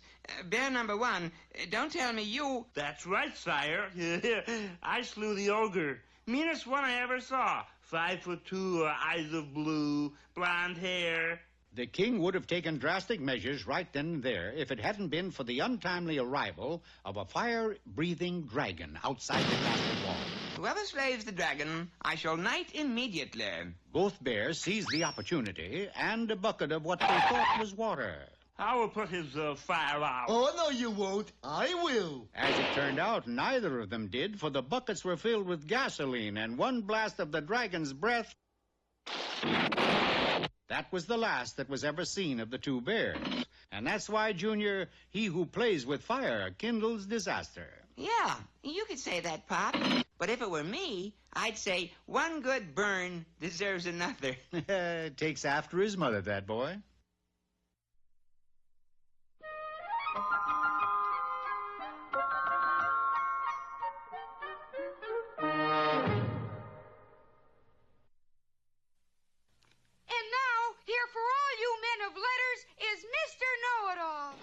Hello, mailman! Today's dissertation is subtitled, How to Escape from Devil's Island and Get Away from It All. Supposing you were incarcerated on Devil's Island, and supposing further still you had served 10 years out of your 30-day sentence, you would want out. And this is how you would do it. First, you would put on your bathing suit, then walk out of your cell and go directly to the warden, who is standing on the edge of a high cliff. Good morning, 1, 2, 3, 4, 5. Good morning to you, merciless jailkeeper. For my recreation period today, I am going to swim to the mainland. Having completely pulled the wool over his eyeballs, you make the leap, and you're on your way out. Fortunately, so is the tide. After returning to Devil's Island, they put you where they put all the incorrigibles, in the kitchen. You going to peel potatoes till they're coming out of your ears? This should give you an idea. Putting a potato in each ear, you jump into a sack and await shipment to a foreign port. Of course, there is always the danger they are having potato soup for dinner. Whoever peeled these spuds did crummy job. I'm doing the best I can. And that is how you escape from Devil's Island. But, Mr. Know-It-all, you didn't get out. I most certainly did, by joining the baseball team. And that's how you escaped. Sure. 3 strikes and you're out.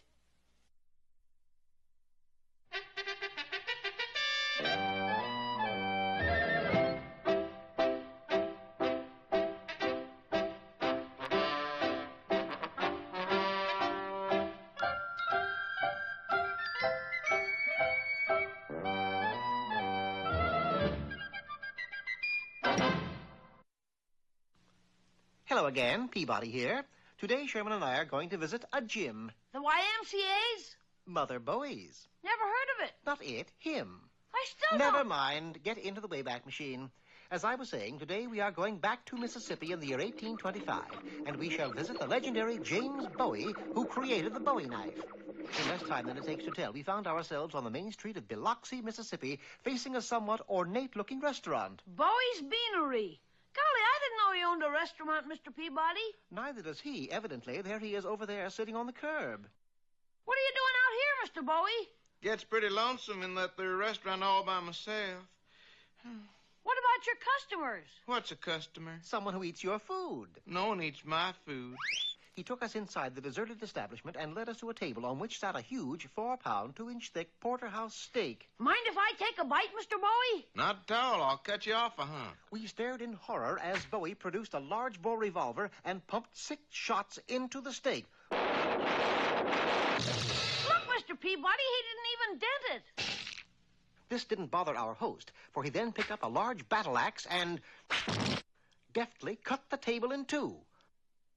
But not the steak. Now you see why nobody eats here.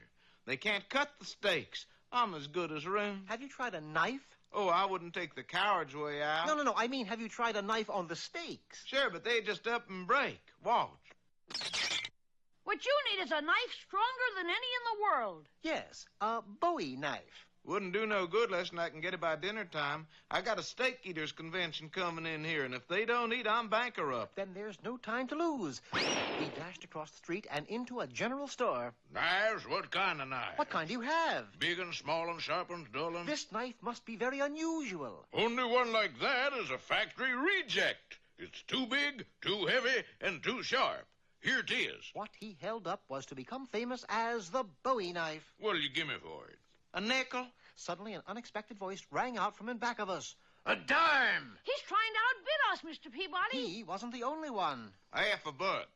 $1. Yes, we were in the middle of a spirited auction. $2. 3. 4. 1,000. Why do they want the knife so badly? Well, that's quite obvious, Sherman. The little fellow is named Jack. He wants it to be called the jackknife. The portly fellow in the middle is named Pen. He wants it to be called the penknife. Who's the man on the end? Mr. Butterfield of the Butterfield stage line. He wants to call it a butter knife? No, he wants to call it a fork. Well, why? He's the village troublemaker. Just then, Bowie made his final bid. $6,872. Sold.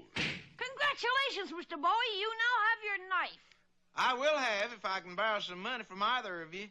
You mean you don't have $6,872? Well, not quite. I got a nickel, though. That means we have to raise $6,871.95. And we didn't have much time, for a glance out the window revealed the Steak Eaters Convention was already entering Bowie's restaurant. Golly, Mr. Peabody, we got 2 minutes to get the money. Just enough time, for next door to Bowie's Beanery was the Biloxi Bank. In front of it were 3 horses with their motors running. That could mean but one thing, a holdup. Mr. Peabody, you're going in the wrong direction. The bank's over here. There was no time to explain. I made tracks to a schoolhouse on the edge of town. Seconds later, the robbers emerged from the bank, got on their steeds, and took off, going right past the schoolhouse. I thought it would be fitting and proper if they would be told off. So, cutting the school bell... Neatest job outlaw kitchen I ever saw. Here's your reward. $10,000? All we need is $6,871.95. The remainder goes to the school bell fund. And so the school got its new bell, the storekeeper got his money, Bowie got his knife, and the steak eaters were able to cut their steaks. Thanks, Mr. Peabody. I owe it all to you. Poor Mr. Bowie having to lug those heavy steaks. Yes, as you can see, it had a damaging effect on his legs. My gosh, he's bow-legged. Bowie-legged, Sherman. Oh, Bowie, Mr. Peabody. Touché, Sherman.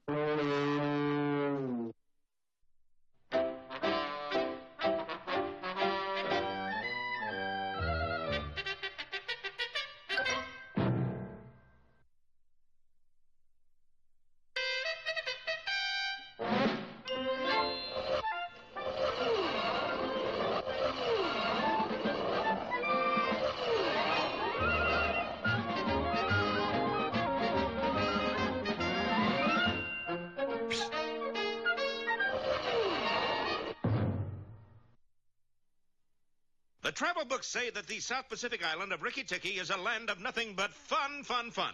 But in our last episode, Rocky was seized by natives who seemed to have some rather special dinner plans for him. And that's no fun, believe me. You hush mouth. No one's back talk from main course. Of course, Bullwinkle landed by parachute just a short distance away. But as he started to Rocky's aid, the chute landed on top of him, and he started to stagger about blindly. And with our other two friends, the captain and the professor, hung up in a wait-a-bit bush, things looked pretty gosh-awful for our side. Like it says, nothing but fun, fun, fun.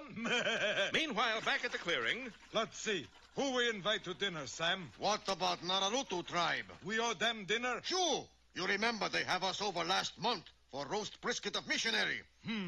Think squirrel big enough to go round? Better add more carrots, Mobutu. Who else we invite? I'd like to invite somebody. You? Who you invite? The United States Marine. Squirrel, pretty good sport, huh? Very sweet kid. In fact, he's so sweet... You gonna let me go? No, but maybe we serve you for dessert instead. Oh, boy. Yes, Rocky was in hot water, all right, and he might have wound up as just another entry in the Rikki-Tikki Fireside Cookbook if just then... Uh-oh. What that, Sam? Nothing human, you bet. Sound like great swamp spirit. Oh, come on, Mobutu. This 20th century. You got points, Sam. No great swamp spirit, huh? No. Then what that? Sure enough, coming at them out of the gloom was an eerie, shapeless figure. Well, no just stand there, Mobutu. Run! I thought this was 20th century. It is, but how we know great swamp spirit count that high?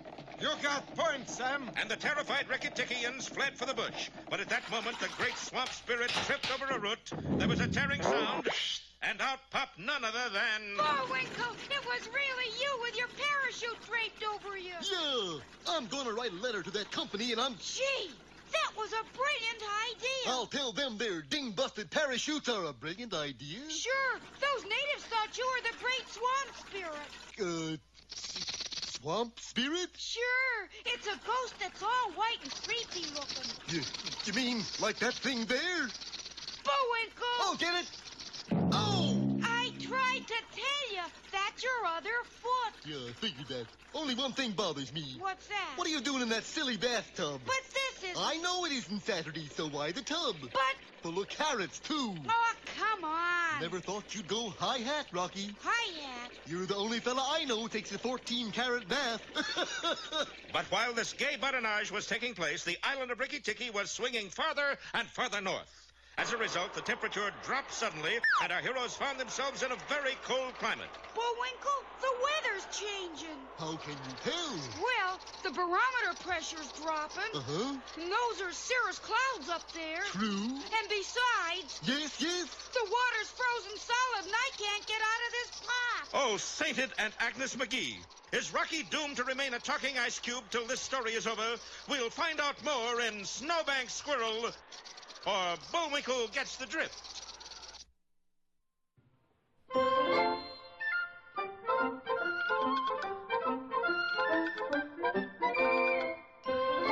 I guess that about wraps up another Rocky show. Certainly hope you enjoyed it. I did. I always say... Bullwinkle, time for us to go. Already? Okay, but first, here are some of the people who made this show impossible.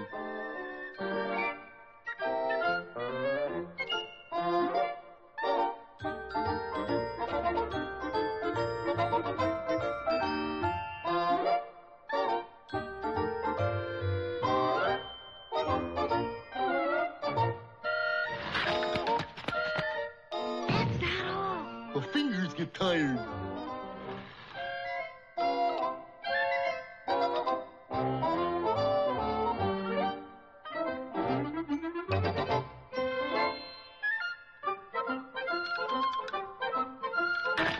Oop!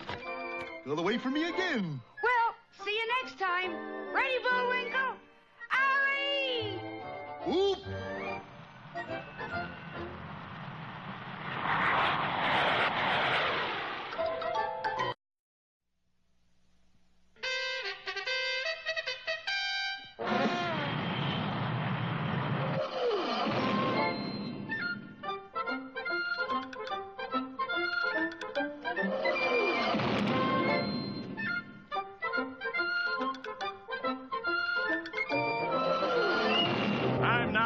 Adventures of Rocky and Bullwinkle and Friends. Starring that jet-age aerial ace, Rocket J. Squirrel. And his pal, Bullwinkle the Moose. Hi, glad to see you again. Likewise. We got some great things on the show today. Like what? Like what? Well, you ought to know, Bullwinkle. You're in some of them. Well, let's get started.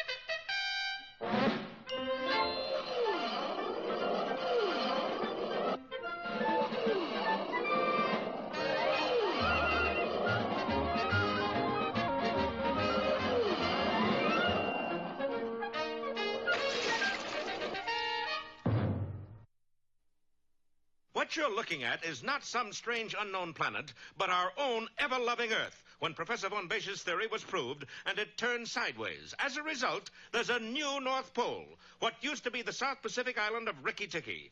Oh, and here in a pot full of ice is Rocky the Flying Squirrel. Gee, and I was afraid you were going to be boiled in this thing. Hey, that's it, Bullwinkle. What's it? You want to get boiled? No. But if you light a fire under this pot, it'll melt the ice. A pretty brainy idea, Rock.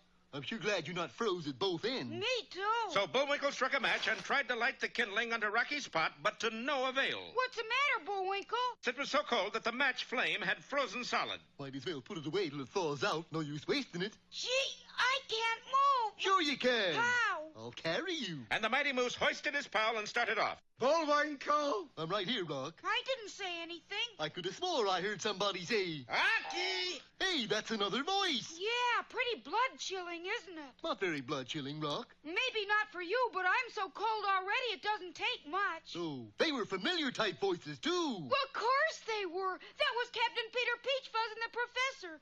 They must be in trouble. Sure enough, as Bullwinkle looked down from the top of the hill, he saw their two friends being carried away by a band of half-frozen but still ferocious natives. We gotta stop them. You bet.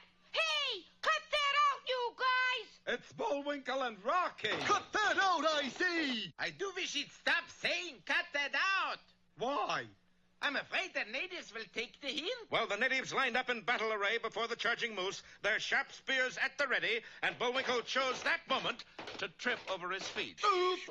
He's done for. Him? What about us? But in falling, Bullwinkle had dropped the pot containing Rocky and his ice cube. Oh, Buzz Fuzz, I got a split. That's going to be hard to pick up, too. Not too hard, really, for while the captain and the professor took care of one Rikki-Tikkian, the empty pot took care of the other. Empty pot? Looky there! Rocky on the rocks! The collision had freed the plucky squirrel, and he sat unharmed on a pile of ice cubes. Well, Professor, looks like your theory was right. It's pretty cold. Jawohl, but I wish I wasn't quite so right. And a little bit warmer. But at that moment... What happened? We're in luck. I think Bullwinkle's match is thawed out. Come on. And while our friends tried to warm their hands behind a smoldering Bullwinkle, they were watched by a pair of evil eyes belonging to... Oh, no. Ho, ho, ho! Give a guess who? Oh, come on now. You're not Santa Claus. You're Boris Badenov. I'm Sandy Claus and I can prove it. How? I got a witness. My assistant, Elf. Isn't she a little tall for an elf? It's the high heels, darling. They fool you. Oh, boy. Well, Elf, it's time to pay our first visit. To whom, Santa, darling? To those goody goods on the other end of island. And I take everybody a present, too. What kind of present? What else? Bum-bums. Well, will Boris's dastardly scheme really succeed? We'll find out next time in Clause and Effect, or you'll be sorry.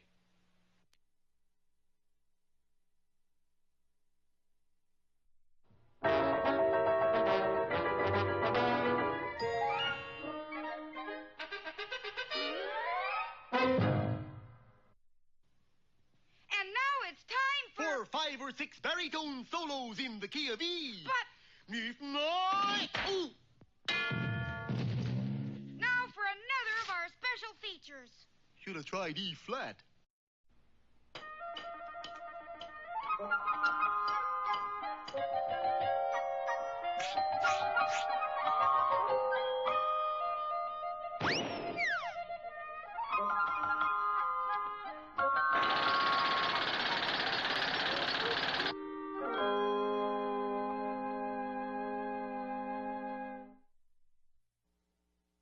Junior, my boy, I've done it. What's that, Pop? I've written the great American fable. How's that again, Pop? I can see it now. My name going down in history alongside of such immortals as Shakespeare, Dante, Balzac. Alfred E. Newman.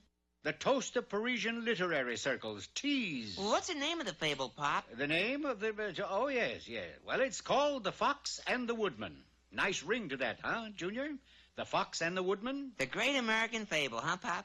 This I got to hear. Will you lay it on me, Pop? Why, certainly, but don't get any ideas. I've sent for the copyright. I'm your son, Pop. If you can't trust your own son... Yeah, oh, that's right. I got carried away. You remember all that trouble I had with Mother, what's her name? Goose? Yes, Goose. Mother Goose stole every idea I had. In fact, I had to get out of fairy tales and into fables on account of her. Well, Junior, our story starts out like this.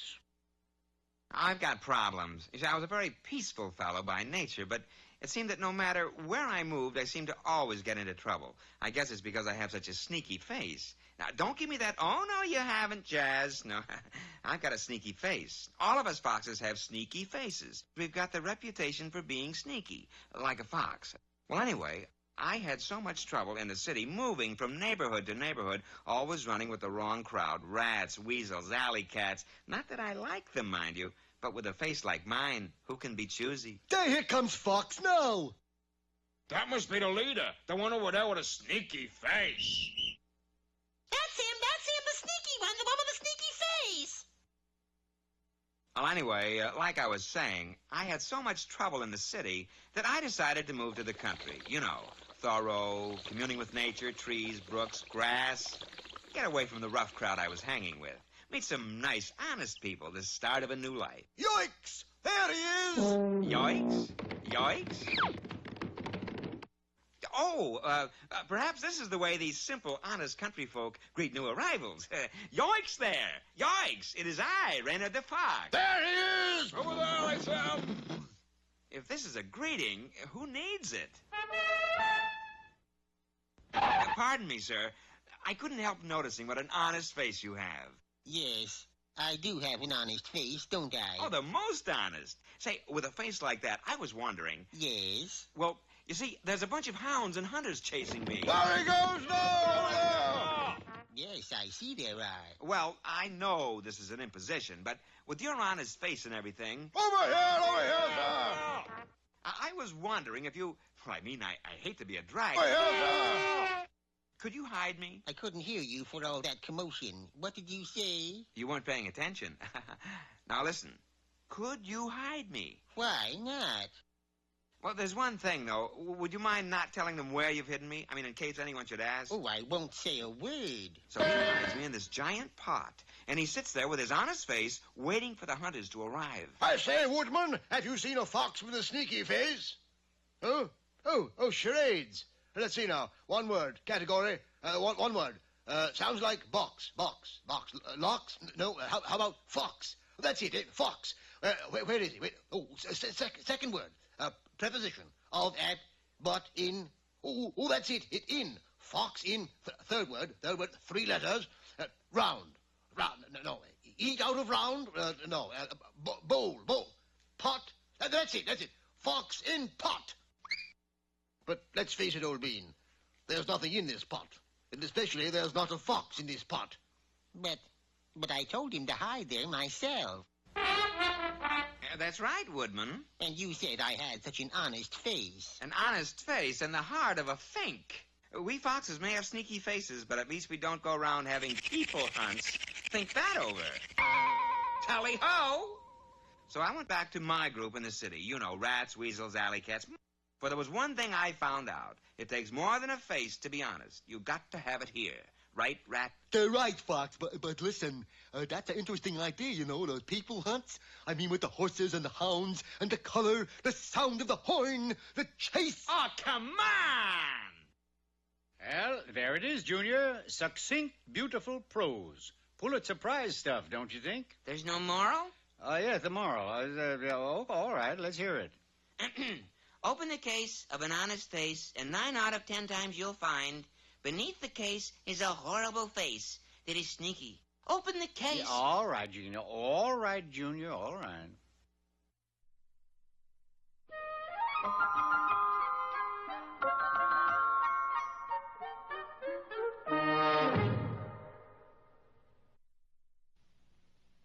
Today's lesson is mighty important, remember?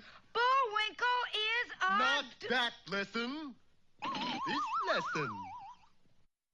And now, here's Bullwinkle's Corner. Today's offering is The Raven by Edgar Allan Poe. Once upon a midnight dreary, while I pondered weak and weary over many a quaint and curious volume of forgotten lore, suddenly there came a tapping. 'Tis some raven come a-rapping, rapping at my chamber door. Only this and nothing more. No raven. Back into my chamber spooky, feeling sad and somewhat kooky. Come in. Hey, you're no raven. You're a woodpecker. Quickly then I grabbed a poker. Okay now, you feathered joker, I'll teach you to interrupt a verse by Edgar Allan Poe. Now the room is round me waving, feels like I've been in a cave-in. When will next I read The Raven? I can tell you, never know.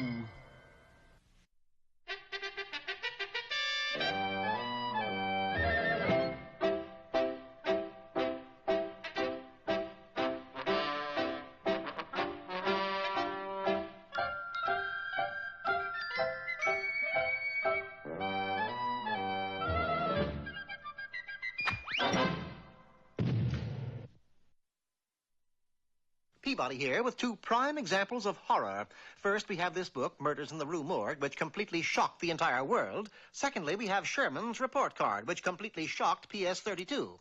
Which brings us to the man we're going to visit today. My teacher, Mr. Peabody? No, the man who wrote the most famous horror stories of all time, Edgar Allan Poe. We set the Wayback Controls for Baltimore, Maryland in the year 1832. I did get an A in hockey, Mr. Peabody. That's hooky and step inside. The Wayback, which I invented one morning while waiting for a bus, responded magnificently. And there we were in Poe's study.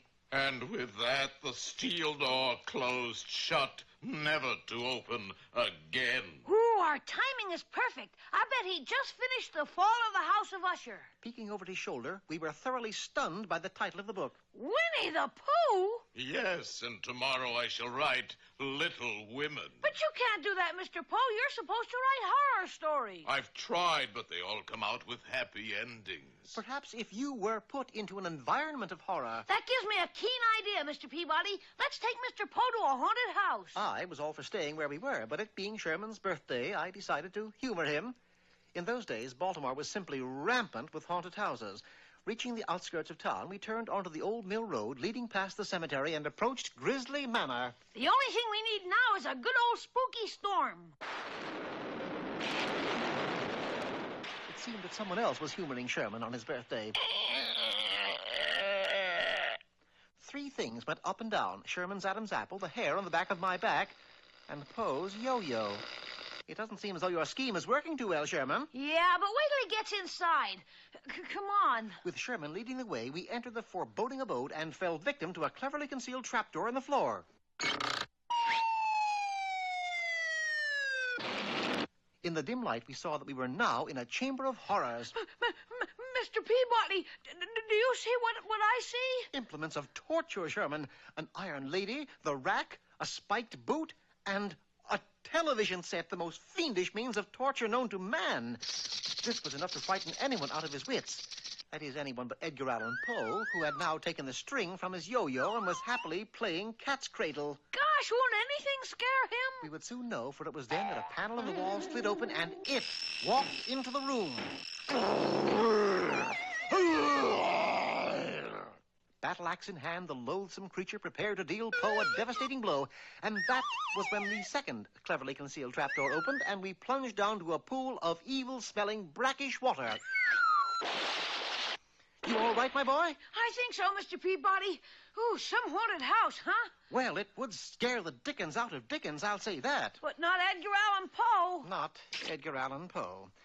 In fact, there he was, floating next to us inside an old inner tube, having the time of his life. Gosh, nothing scares him. Something might. Look. Pins. And they don't belong to a Cadillac. Grabbing Sherman with one paw and Poe with the other, I headed for the bottom of the pool. If that shark got in here, there must be a way of getting out. Sure enough, there was a drainage pipe just large enough for all three of us to get through. We swam through the pipe for what seemed like hours until finally we came to a point where the water emptied into Chesapeake Bay. Seconds later, we were sunning ourselves on the beach. Some experience, huh, Mr. Poe? Poe was busy constructing castles of sand. I give up, Mr. Peabody. I guess Mr. Poe will never be frightened enough to write horror stories. Oh, yes, he will. Edgar, what time does the postman arrive at your house? 12 noon exactly. Then we just have time. We caught the first ferry boat going west, transferred to a horse and buggy going north, took a streetcar going east, and there we were in the southern part of Baltimore, right in front of Poe's house. 12 on the nose, Mr. Peabody. And here comes the mailman. Under my instructions, Poe took the letter he was given and opened it right on the spot. Mr. Peabody, he's scared stiff. Naturally. You see, today is April 15th. That letter contained his income tax report, enough to frighten the wits out of anyone. Who's that gentleman giving Mr. Poe smelling salts? Well, that's his brother, Richard, a noted writer in his own right. What did he write? An almanac. Richard Poe's almanac. Don't you mean Poe Richard's almanac? Come to think of it, I guess I do.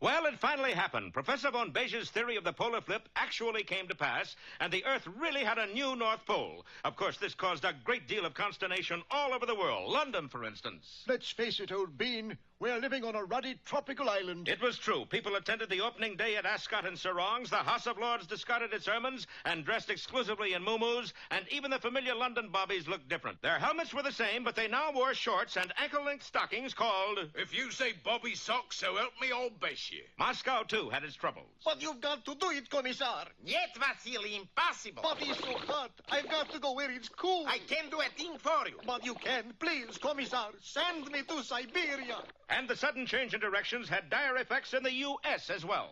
Hey, Clint, how come you looking so down in the mouth? I'm just looking at the new map here, Harold. And? The full enormity of what's happened just hit me. Enormity? Yep. Look, Texas is now way up here. What difference does that make, Clint? Don't you see, Harold? From now on, we're Yankees. As a matter of fact, only one man seemed delighted at the change, and he was on the island of Rikki-Tikki, which formed the new North Pole. His name... Boris Badenov. Or as we call him, St. Nicholaus. Yes, Boris had decided to put himself in the Santa Claus business. You know a better location? Think of it, Natasha. People invite you down their chimneys every year. It's like a license to steal. As if you needed one, darling. And for his first call, Boris decided to pay a visit to Bullwinkle and Rocky, who were at that moment trying to work out a plan. Bullwinkle, we just gotta get the world straightened up. Yeah, and after we do that, let's think about what to have for dinner. Fortunately, our heroes had the help of Professor von Bege himself. Gentlemen, I've got it. A way to straighten up the world? No, what to have for dinner. First, a little Kartoffelsuppe mit Maybe we ought to solve the other problem first. Rocky, when my stomach starts growling, there are no other problems. Well, let's ask ourselves how this happened in the first place. All righty.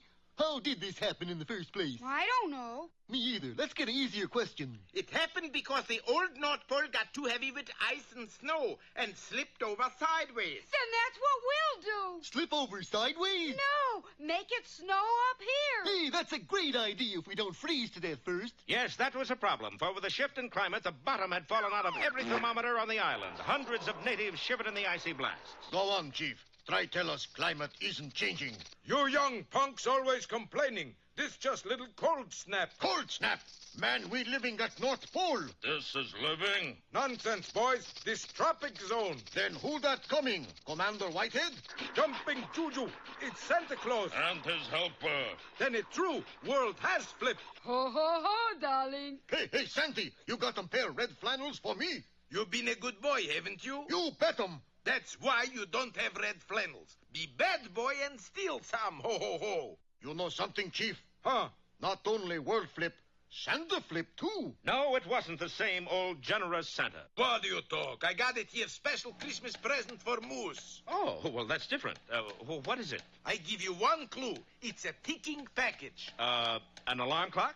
A wristwatch? An egg timer? See, Natasha, you can fool some of the people all the time. And we'll find out just how many people in Boom at the Top are the angry young moose. Well,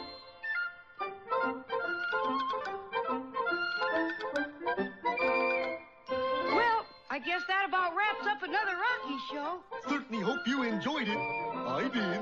I always say. Bullwinkle, time for us to go. Already? Okay, but first, here are some of the people who made this show impossible.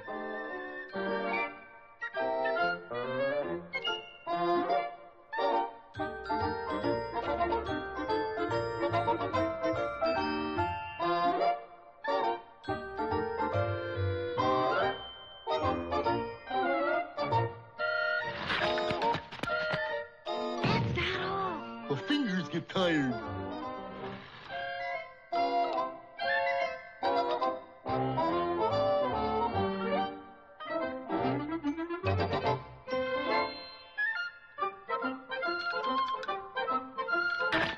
Oop!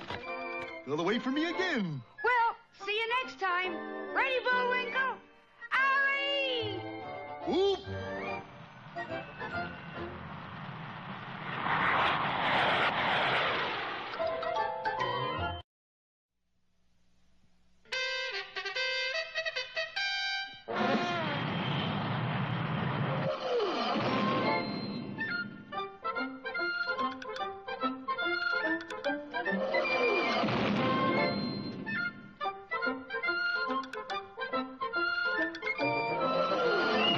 Time now for the adventures of Rocky and Bullwinkle and Friends. Starring that jet-A Jerry O'Lace, Rocket J. Squirrel, and his pal, Bullwinkle the Moose. Hi, glad to see you again. Likewise. We got some great things on the show today. Like what? Like what? Well, you ought to know, Bullwinkle. You're in some of them. Well, let's get started.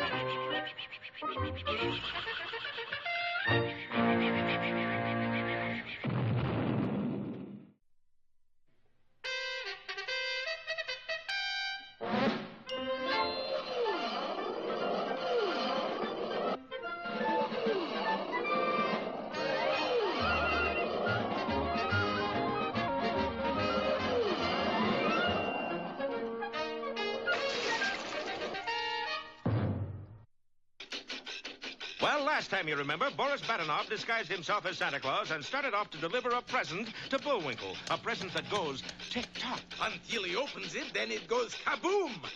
In just a little while, he approached our shivering friends and... Hello, hello, hello. And ho, ho, ho, everybody. Merry Christmas. Hokey smoke, Bullwinkle. Look at that. It's Sandy Claus. He looks a little seedy to me. Look at that beard. It's molting, darling. Always looks a little scraggly this time of year. And who are you? Santa's little helper, Elf. Elf. Santa, they don't believe in me. They don't even believe in me. Now, wait a itty-bitty minute. Nobody's gonna tell me I don't believe in Santa Claus. Not even Santa Claus himself is gonna tell me that. That's the spirit, little fellow, and just for that, here is your present, a warm woolly coat to wear. Gee, dandy. Merry Christmas, ho-ho-ho. That ho-ho-ho sounded pretty phony to me. Yes, that's the first time I ever heard of Santa Claus talking dialect. Oh, come now. Are you trying to destroy a young moose's faith in Christmas? Oh, for gunny sacks. What is it, Bullwinkle? What a Yuletide boo-boo. What is? We didn't give him a present. Well, I really don't think he was expecting one. Makes no never thee minds, Rock. We got to give Santa a present. Yeah, but we don't have a present to give him. No, nothing but this one. Hey, that's it. That's what I said. We'll give him this present. That's what I said. So with warm hearts and frostbitten fingers, our boys rewrap Boris's present. This way, Bullwinkle. We'll hit him off at the ice floe. Do you think he'll mind getting his own present back again? He may not know it's his. I guess you're right. If you've seen one warm woolly coat, you've seen them all. Besides, you already have a warm woolly coat. True, though it is wearing out a little in the... Oh! What? I forgot this is my own personal pelt. Hey, here he comes, Bullwinkle. See, Rock, let's just toss it in his sleigh as he goes by. That way it'll be more of a surprise. Bullwinkle neatly tossed the package into the rear of his motorized sleigh. What a jolt he'll get when he opens it. I'll bet. I'd give a purdy to be there. I sure like surprises. Well, you're gonna love this, then. Look behind you. Indeed, for our heroes were surrounded by a band of ferocious Ricky-Tickians. Gee, they're blue with cold, Bullwinkle. That's because they got no warm woolly coats like you and me, Rock. True, but it's only a matter of time. You mean? You said 'em. Squirrel coat, just the thing for cold weather. Yeah, but I'm not big enough to make a coat. Then I make moose coat with squirrel collar. Pretty sporty, huh? But to do that, you have to skin us. You got 'em another way? I knew I should have had a zipper put in. We gotta stall for time, Bullwinkle, till Captain Peachfuzz and the professor get here. Well, that shouldn't take long. How come? They're right over there. Captain, you've dealt with South Pacific Islanders before. What'll we do? Well, the usual thing is to bargain. Bargain? Sure, break out the trade goods, do a little swapping. Swapping? Yes, you let them wear your glass beads, they let you wear your head. Sounds like an even trade. Well, let's start swapping. What's the going price for a moose head? No want beads, no want mirrors. Well, what do you want? Want warm woolly coat. Oh, careful, that's fastened on to me. We fix 'em that. Wait, I got an idea. What is it, Rocky? I can't tell you. What? Why not? 'Cause it's the end of the episode. You know he's right, but be sure to see the next episode, Fur, Fur Away, or Hair Today, Gone Tomorrow.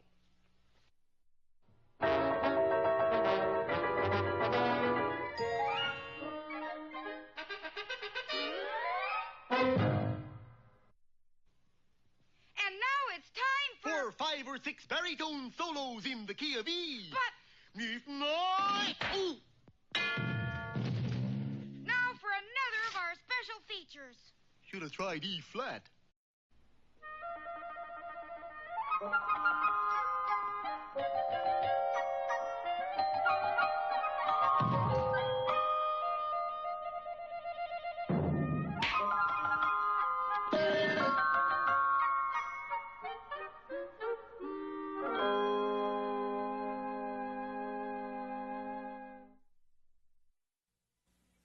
Many years ago, there was a particularly good year for fairy tales. It was the year that Prince Charming put the glass slipper on Cinderella, Sleeping Beauty was awakened with a kiss, a frog was turned into a prince, and Rumpelstiltskin didn't get the kid. Fairy godmothers were everywhere and times were good. Everybody was healthy, wealthy, and happy.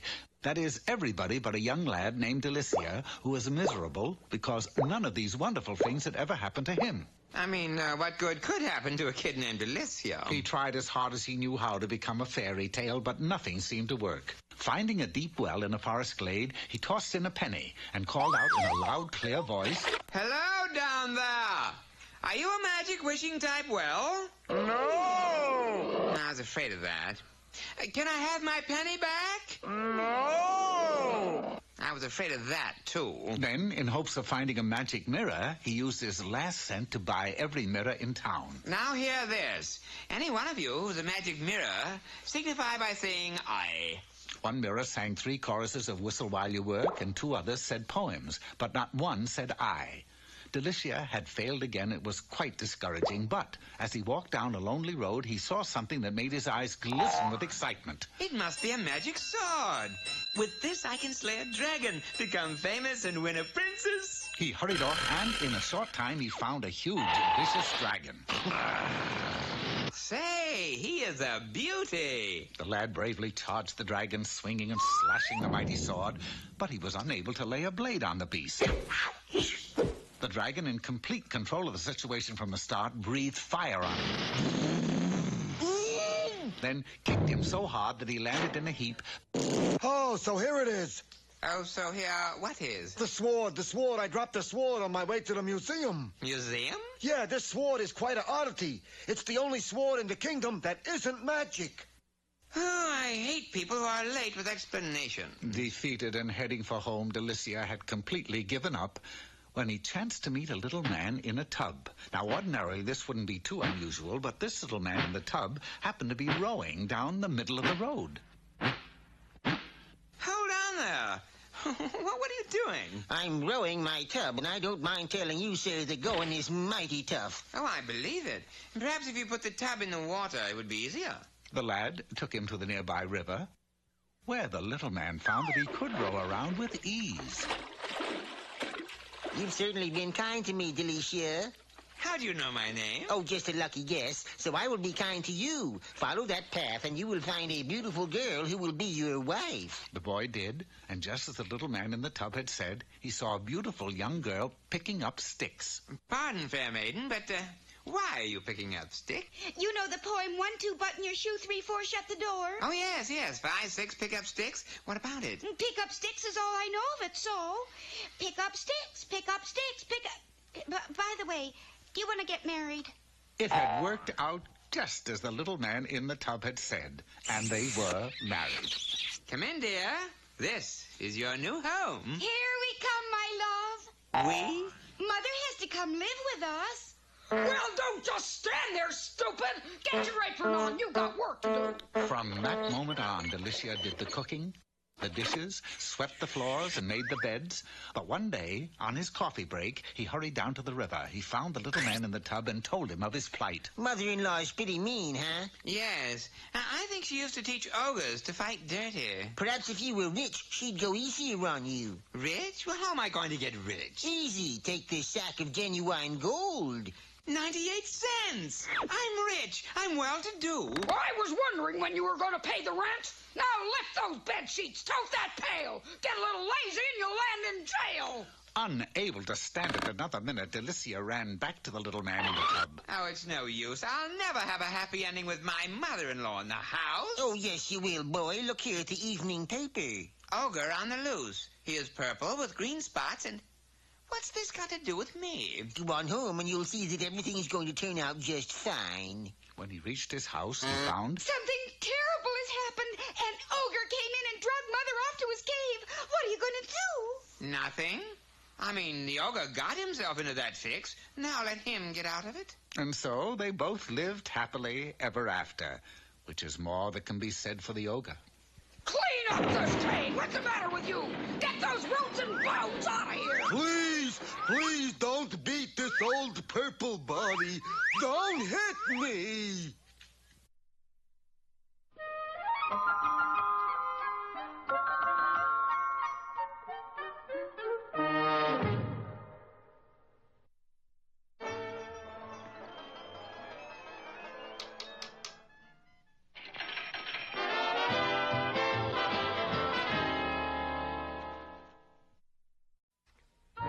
Hello, Culture Gang. Today's poem is that epic of time travel, Hickory Dickory Dock. You're sure you know your part now? Sure. Okay. Hickory Dickory Dock, the mouse ran up the clock. Very good. The clock struck 1, then down he run. Down he run. Hey, that's your cue. No, the clock didn't strike 1. I don't care, you're supposed to run down. In my script, it's the clock that runs down. You come on out of there, I'm coming in to get you. Just try it. Okay, of all the dag, flatted blag stagging. No! There. You'll be all right in a week or so. Why don't you pick on somebody your own size? Now, just what caused the accident, Mr. Moose? Well, obviously, it was Hickory Dickory. Doc?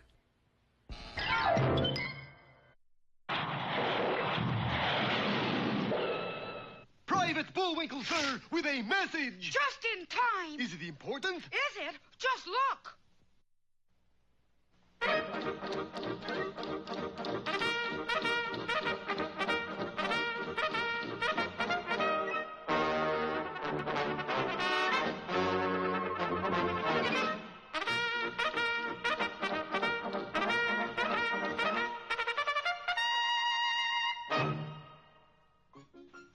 The month was June in the Canadian Northwest, and once again, Dudley Do-Right's heart turned to Nell. Nell, Nell, Nell, Nell, Nell. Your name sounds like the ringing of a bell. Oh, Dudley, I know my name sounds just like a bell, but is that enough? A pretty name, a pretty face. But while I stay here and do the household chores, you go out into the world where there's excitement, adventure. But, Nell, that's the way things are. That's Mountie business. We always get our man. How about women? How's that? Do you always get your women? I hadn't thought about that. Of course you don't. Women are too smart for you. Besides, if you do always get your man, why is Snidely Whiplash still at large? It will take some doing, but I'll bring him in. Haw. But? I said haw. I could bring in Snidely and all his henchmen with no trouble at all. All right, Dudley. You change places with me and I will show you. Well, all right. Homer, do you know why I can get away with all my nefarious mischief? I don't even know what nefarious mischief means. Because I am not one jump ahead of Dudley Do-Right. I am 8 jumps ahead of Dudley Do-Right, but that's to be expected of anyone who has a hyphenated last name. Snidely! Snidely! They have replaced Dudley Do-Right on a Mounties with another Mountie. How can you be sure? Because there was the strange Mountie riding on a horse. We must work fast, Homer. We must put a cordon of our most trustworthy henchmen around the shack. Right. What's a cordon? Life moves in mysterious ways. This morning I was Dudley Do-Right of the Mounties. This afternoon, Dudley Do-Right, homemaker. Oh, Nell, after you finish sweeping in here, could you tidy up my office? Oh, and another thing. I think you're seeing altogether too much of Dudley Do-Right. Well, you're even beginning to look like him a little. Inspector Fenwick, I am not your daughter, Nell Fenwick. I am Dudley Do-Right. Then what are you doing in that funny apron? That's what I'm trying to tell you. Nell has switched places with me. She is out trying to bring in her man, and I'm doing the housework. Bring in her man? Don't you know what this means? A thing like this could lead to woman's suffrage. But when Nell reached Whiplash's hideout, she found it well guarded. Why don't you boys come up to the RCMP camp and see me sometime? Wow! But, Inspector, you know what we all go through to get our man. Nell hasn't a ghost of a chance to get her man. Not a ghost of a chance, eh? And now, Snidely Whiplash. We must stop Nell from bringing in Snidely Whiplash. If she brings in Snidely, there'll be no stopping her. She may become the first woman Prime Minister of the Commonwealth. What in the world has happened to my cordon? Where have my men gone? They all went off with Dudley's replacement. Put up quite a fight, did they? No, they seemed to go willingly. What am I going to do? What am I going to do? Well, you better do it fast, because here he comes now. I know what I'm going to do. What any red-blooded villain would do. Hide. Snidely Whiplash, give yourself up in the name of the mounted police. Nell Fenwick. Come along now, Whiplash. You are my prisoner. No, Nell, I think you have that a little twisted. The way it looks now, you are my prisoner. Oh, but Snidely, don't you see? I have to make good. This is my big chance, and now you won't come with me. I can't stand to see a woman cry. Stop it, Nell. I'll go along with you. She caught him, Dudley. Oh, we've got to help Snidely escape. Psst, Snidely. No, thanks. It's no use, Dudley. Snidely's petrified with fear. But I have a plan. All I ask is that you agree with everything I say when we get back to camp. Dudley, Father, I did it. I brought in Snidely Whiplash like I said I would. Where is he, Nell? Why, right here, Father. I don't see Snidely Whiplash. Do you, Dudley? Why, yes, sir, Inspector Fenwick. He's right over. Are you quite sure, Do-Right, that you see Snidely Whiplash? No, Inspector, I can't see anything. Well, Nell, you can see for yourself. Dudley can't see Snidely Whiplash. I can't see Snidely Whiplash. So we may presuppose that Snidely Whiplash is a figment of your imagination. Well, Nell, I tried. Father, that figment of my imagination is about to blow up the RCMP camp. That's right, Nell. Figment did blow up this camp. Hairy Figment. Dudley, I want you to bring this hairy Figment in at once. Yes, sir, Inspector. Hairy Figment?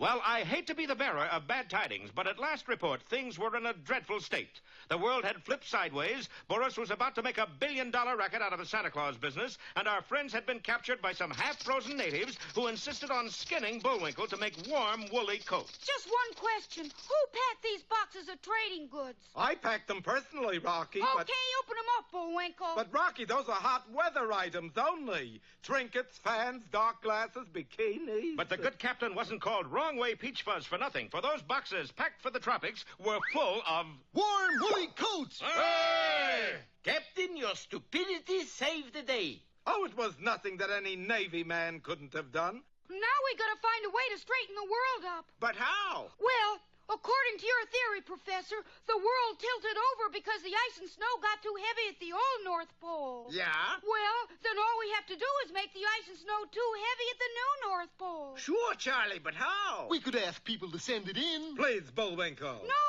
he's right. He is? I am? Sure, we'll do a big snow telethon. And so the call went out all over the topsy-turvy television world. Send your old ice and snow to the island of Ricky-Ticky, folks, and let's straighten up. And fly right. And people did just that. From the icebound shores of California to the snow-capped jungles of Tanganyika, people began to send ice and snow to Ricky-Ticky. By the train full, by the plane full, by the ship full, even by the tray full. That's it, folks. Keep it coming. One more snowstorm should do it, Rocky. One more snowstorm, eh? And before you can say Tusanella Werfenpickel, the plucky squirrel had grabbed a nearby sack of silver iodide crystals and was zooming through the air over the island. Silver iodide crystals? If you drop them into a cold cloud, it makes snow. Oh! Yes, Rocky was flashing through the frigid air above the island, seeding the clouds. Hi-yo! Silver iodide! And everywhere that Rocky went, he left a curtain of white falling behind him. Gentlemen, please take off your hat. How come? This is a solemn moment. We are witnessing the greatest snow job in history. And it was true. The added weight of the snow began to tilt the island over more and more. And within a few hours, the world had flipped back to normal. And everybody was delighted with the change, except for one old gentleman who lay basking in the sun. Oh, confound it. I knew they'd find a way sooner or later. All right, come on, boys. The vacation is over. We're coming, Santa Claus! Yes, the island of Ricky-Ticky suddenly swung back into the warm South Pacific again, and of course all that ice began to melt. The result was a fantastic flood in which two woebegone figures struggled. Well, Boris, there goes the Santa Claus racket. Well, easy come, easy go. Boris, you're not unhappy? Of course not. His first story where I wind up with something. What? This present the moose gave me when he thought I was Santa Claus? He looks a lot like present you gave him, with bomb in it. Nonsense. Would Moose be stupid enough to give me back my own present? Well... On second thought, maybe I... What were you going to say, Boris? Only one thing, Natasha. Shut up your mouth! Well, anyway, Bullwinkle, we managed to give Santa Claus a well-earned vacation in the sun. Yeah, I can hardly wait to see the old fella next time he gets here. How come? 'Cause I'm dreaming of a tan Christmas. Aren't we all? And also dreaming of our next episode of Rocky Squirrel and Bullwinkle Moose.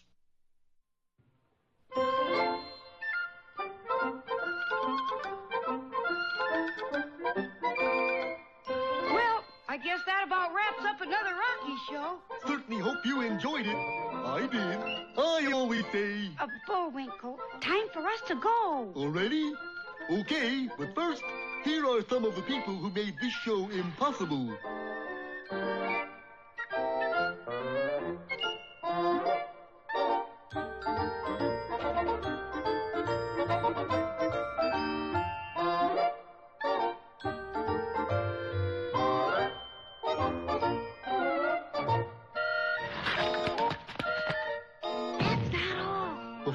Get tired.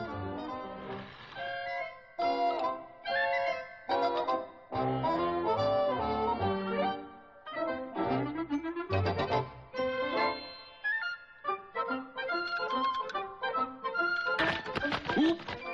Another way for me again. Well, see you next time. Ready, Bullwinkle? Ollie! Oop!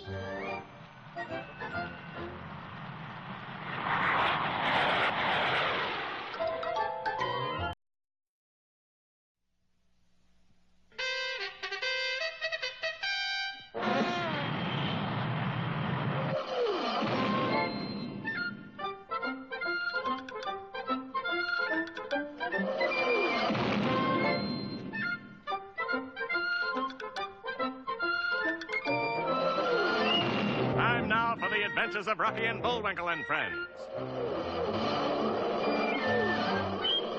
Starring that jet-age aerial ace, Rocket J. Squirrel.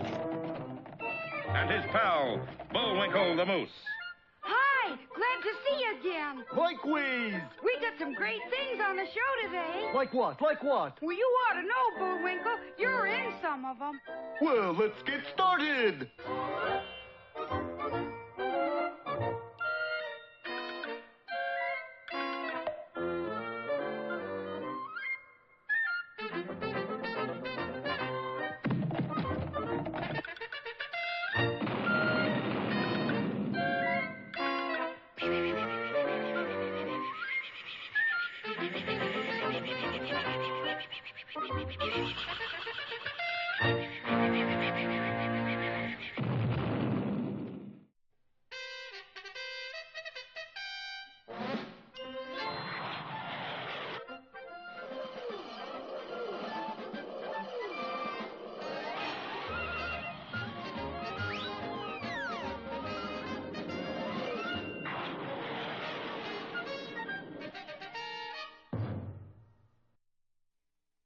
Today, our story begins at the National Art Gallery in France, a fabulous collection of paintings dating back many hundreds of years and including thousands of old masters. So valuable are these pictures that every room in the gallery is watched by not one, but two guards. Guards whose loyalty is unquestionable. Guards who are honest, faithful, and, How about True Blue? But you're not... Shh! But you're not guards. You're Boris Badenov and Natasha Fatal. Right, darling. Well, what are you doing here? Just waiting for you to introduce us. Come on, Natasha. And in less time than it takes to tell, the two crooks had cut 10 old masters from their frames. Natasha quickly rolled them around Boris just as the door opened and the museum director walked in. Ah, bonjour, Pierre, Marcel. Bonjour, darling. Putting on a little weight, aren't you, Pierre? Not for long. Where are you going? It's time for crepe Suzette break. Crepe Suzette break? And I never like to keep Suzette waiting. Come on, Marcel. And the two villains dashed out just as the director said... Sacre bleu, mille tonnerre, and other mild French expressions. Stop them! But he was a little too late. The two villains were already dashing through the alleys of Paris. However, the French police were not to be caught napping. I said the French police were not to be caught napping. Huh? Oh, oui, oui. Calling all gendarmes. Calling all gendarmes. Bonsoir, messieurs. And so, within moments, the whole area was surrounded by police. Boris, if they find the paintings on us, we are kaput. How do we hide them? Don't worry, Natasha. Boris, you got fiendish plan? When don't I got fiendish plan? Look. Sure enough, the wily thief had wrapped the paintings in a package ready for mailing. And as his partner watched, he dropped it in the nearest pillar box. Now, how do we make our escape? It's a snap. And sure enough, as dozens of French gendarmes watched wide-eyed, an odd-looking couple strolled down the Rue de la Paix. L'homme de mes tantes, Henri, look there. He's nothing to average American tourists. Are you sure? Am I sure? Look, he's throwing away dollar bills. Oui, he must be an American. Besides, he obviously doesn't have the painting. And so the two villains strolled right through the police cordon. But as the gendarmes looked more closely at the bills... Hey, Henri. Oui? This is the first picture I ever see of Washington with a mustache. No wonder he shaved it off. He looks terrible. Could he be a counterfeit? Hey, watch what you say about George Washington. You want to break up NATO? Nevermore, this dollar is, how you say, the phony baloney. And the police once again took up the chase, but too late. For a short time later, Boris and Natasha were in a jet plane heading for, Yes, where are we headed, Boris? To pick up the package we mailed. Where did you address it, darling? Think, Natasha. Who could you send $1 million package to? He'd be dumb enough to give it back. You don't mean. Yes, I do. Yes, that package, which arrived at its destination a few days later, was addressed to... Bullwinkle Moose, Frostbite Falls, Minnesota. That's me, all righty. You're expecting a parcel from Paris, France? Of course not. This is a family show. Oh, boy. Sign here. Did you send away for anything, Bullwinkle? Just some wallpaper samples, Rock. Wallpaper samples? Yeah. I've been thinking of doing over the chicken coop. The chicken coop?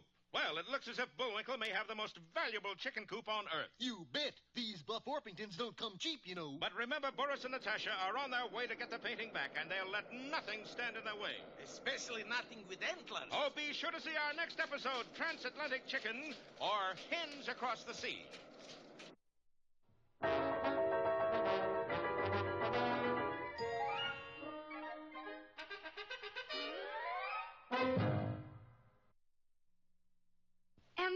Hey, Rocky, watch me pull a rabbit out of my hat. Again? Nothing up my sleeve. Presto! No doubt about it. I gotta get another hat. Now here's something we hope you'll really like.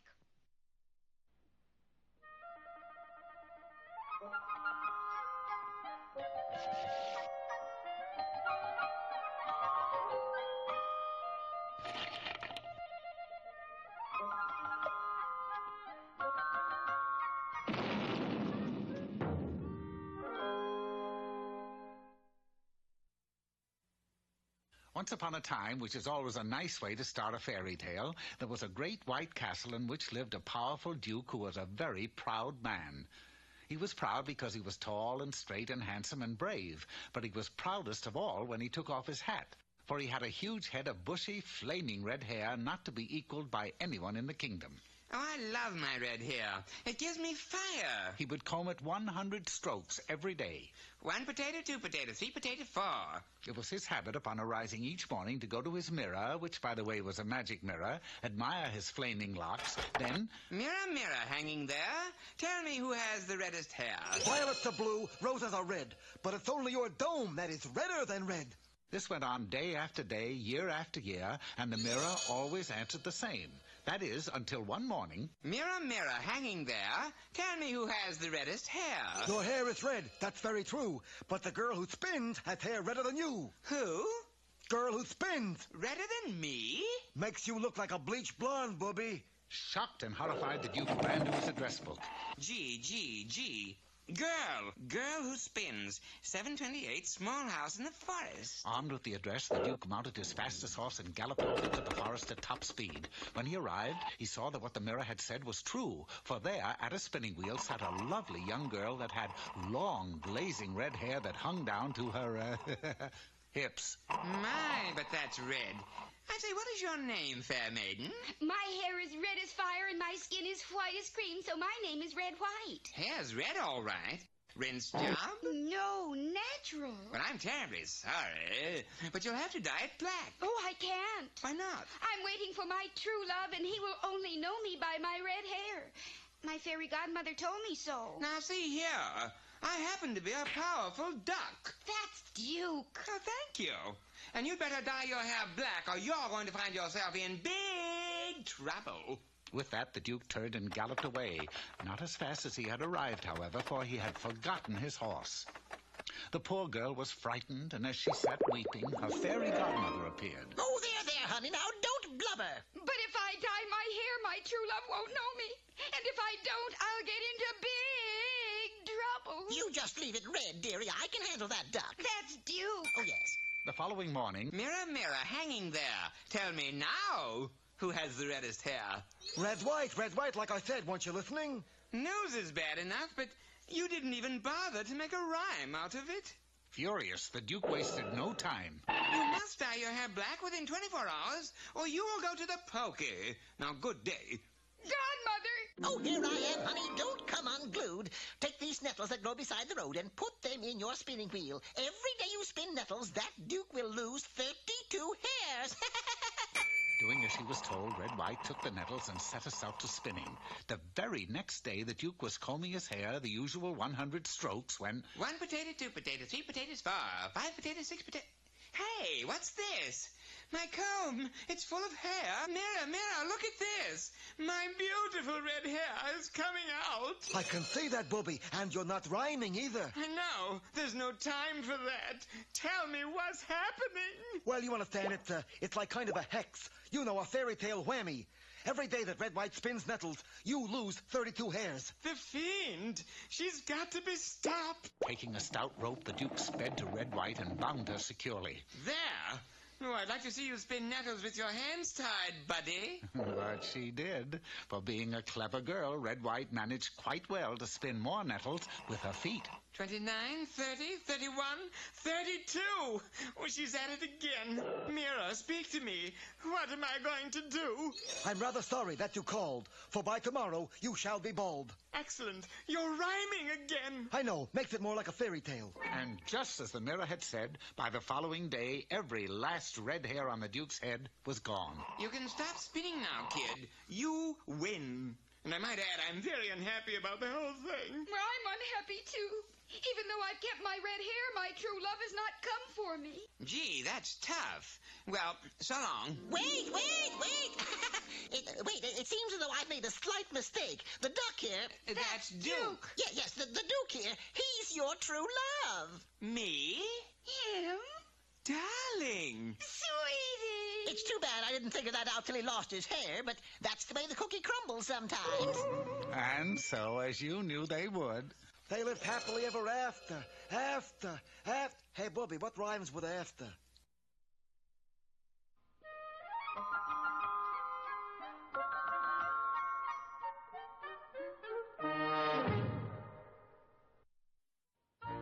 Hi there, culture and archery fans. Today's poem is The Arrow and the Song by Longfellow.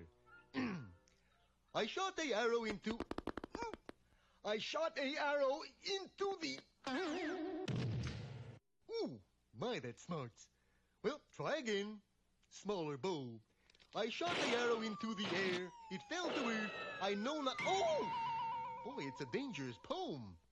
I shot a arrow into the... Oh, Faz. I chunked the arrow into the air. That's better. It fell to earth, I know not where. But when it... You lose an arrow, Moose. Why, yes. Did you find one? What's it look like to you? Looks like about 30 days. So if your feathered shaft should soar up high among the sparrows, you'll always know the final score. No hits, no runs, no arrows.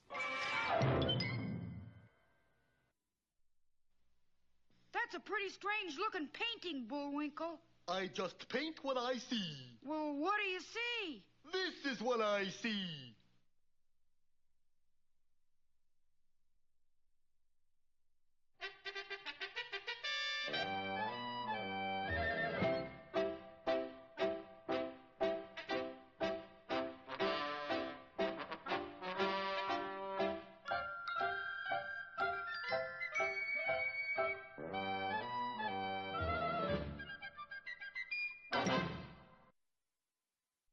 Hello out there, Peabody and Sherman here. Anyone for Tennyson?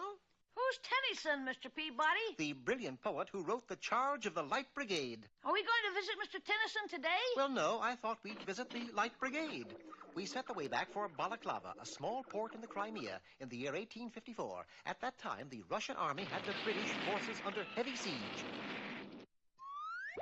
We arrived on the scene just as Lord Cardigan, sitting astride his magnificent British horse, raised his sword to signal the advance. Oh, boy, Mr. Peabody, we're just in time to see the Light Brigade charge. You are laboring under a misapprehension, Sherman, for if you'll notice, the brigade is lighter than usual. You're right, Mr. Peabody. The horses are there, but there's nobody on them. It was imperative that Lord Cardigan be informed of this fact. Brigadiers! Stop! Stop! What do you mean, stop out of the way? We're going to charge. If you charge, your lordship, you'll be charging alone. A quick glance to the rear told the story. Good Lord, they've done it again. Done what again? Where are they? They've all taken weekend leave for a month. But someone's got to get them back here. That is an impossible task. Not for Mr. Peabody, it isn't. Sherman's well-founded hero worship of me had done it again. Here is a list showing where each man is spending his leave. How many men are there? 6. I thought there were 600. Oh, no, there's only 6. That's why it was called the Light Brigade.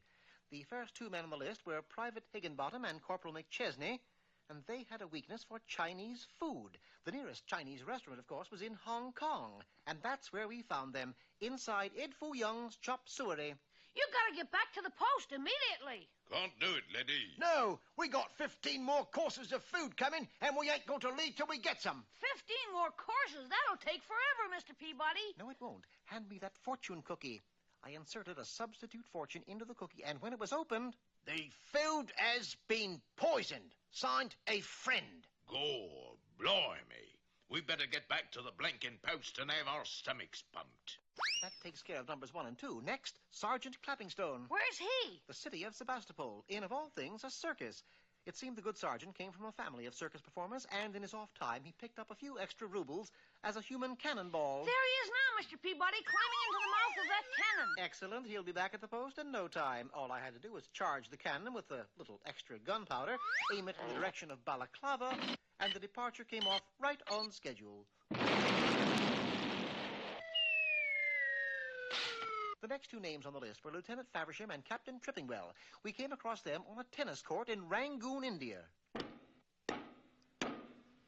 If they're that engrossed in the game, we'll get them back without their even knowing it.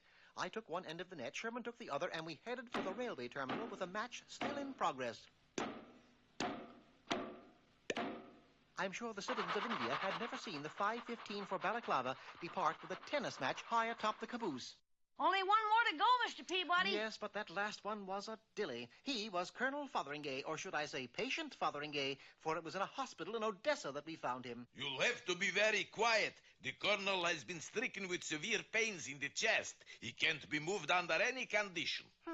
Mind if I see the x-rays? Not at all. Here. Close examination revealed something that only my keen eye detected. I can have him on his feet in 30 seconds. Prepare the operating room immediately. But, Mr. Peabody, you're not going to operate, are you? Sherman, by now you should know that I am one of the smoothest operators there is. Scissors, please. There, it's done. Amazing, sir! Amazing! The pain is gone. What did you do? I simply removed the metal from your tunic. Whoever pinned it on pinned it rather deeply.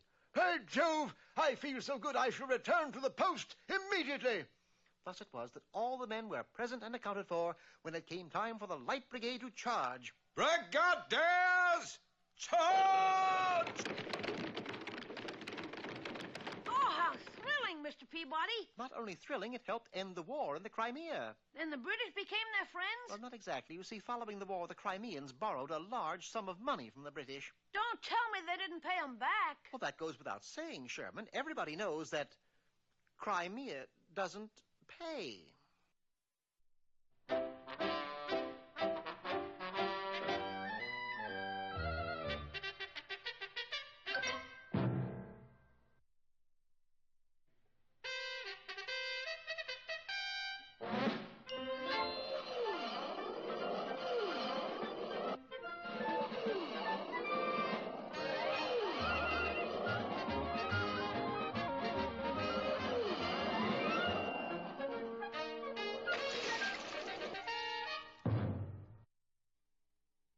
Last time, you remember, Boris and Natasha posed as guards in a French National Art Gallery and swiped 10 old masters, each worth a fortune. Of course, the museum director was very upset. He summoned the head security officer. They took the paintings right from under your nose. It's a pretty big nose. Well, you deserve a little something for this episode. I do? Which of these paintings do you like? Can I have the one of the clown? Of course you can. What happened, Chief? It's obvious. I was framed. Meanwhile, Boris and Natasha had dropped the paintings into a mailbox and sauntered past the police, disguised as American tourists. I say arrest them anyway, Henri. Tut, Aristide, you never arrest a tourist. Even if they steal? Aristide, look at the prices in the store window. They are ridiculous. Of course. So no matter how much a tourist steals, we're bound to get it back before he leaves. Unfortunately, Boris and Natasha weren't crooked tourists, just crooked. And so a short time later, they were zooming over the ocean to intercept their precious package of purloined paintings. Where do we catch up with it, Boris? Where else? Frostbite Falls, Minnesota. Little did they know that their package had already arrived and been delivered to Bullwinkle Moose, who mistook the paintings for wallpaper samples. I'm thinking of doing over the chicken coop. How do you like this pattern, Rock? The Mona Lisa. Can't say I care for that pattern. She's got kind of a sneaky smile. Bullwinkle, these aren't wallpaper samples. Somebody sent you a mess of beautiful pictures. Drawn by hand? Of course not. If they were original, they'd be worth $1 million. They're just reproductions. What good are they? They got no calendars attached to them. Bullwinkle. They'll do to keep the drafts out of the chicken coop. And Bullwinkle set to work, nailing the paintings to the walls of the chicken coop. There you are, girls, your own windproof art gallery. But in the next few days, Rocky had bad news to report. Look at this egg chart, Bullwinkle. Those hens just aren't laying like they used to. It's not their fault, Rocky. It's those pictures of the Laughing Clavicle and Mona Lisa and all. What have they got to do with it? Well, can you do your best work with somebody looking over your shoulder all the time? Well, maybe you're right. I better do something about it. Such as? I'll whitewash the whole place, pictures and all. Oh, you're welcome, I'm sure. And as Bullwinkle set off to find the whitewash brush, a long black car was pulling up in front of their little house. Ooh, anybody home? Hokey Smoke, who are you? Allow me to introduce myself. Cerulean Blue, world's greatest art collector. And this is my secretary, Rose Madder. Those are sure hearty names, all right. We pick nothing but the best. Hey, haven't we met before? You've probably seen my portrait in several galleries. Art galleries, Boris. Rogues galleries, Natasha. Well, what are you doing here? Just one of our little collecting trips, darling. You wouldn't by chance have any old pictures around that you'd like to sell? We pay top prices. Up to $3.98 a piece. $3.98? Up to $3.98 a piece. How about that? Come on, Mr. Blue. We may have something here for you. And the unsuspecting Rocky led the disguised villains to the chicken coop, just in time to see Bullwinkle sloshing whitewash over the last old master. Of course, there was only one thing for Boris to do. He fainted. Ooh. Well, is this the end of our hero's artistic adventure? Be with us next time for Portrait of a Moose or Bullwinkle Gets the Brush.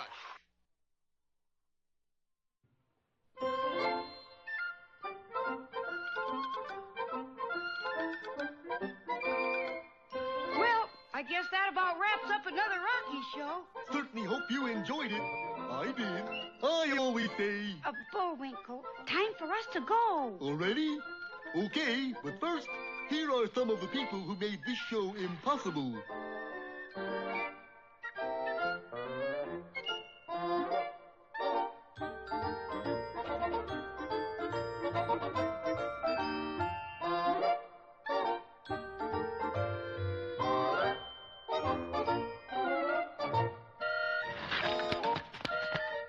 That's not all. My fingers get tired.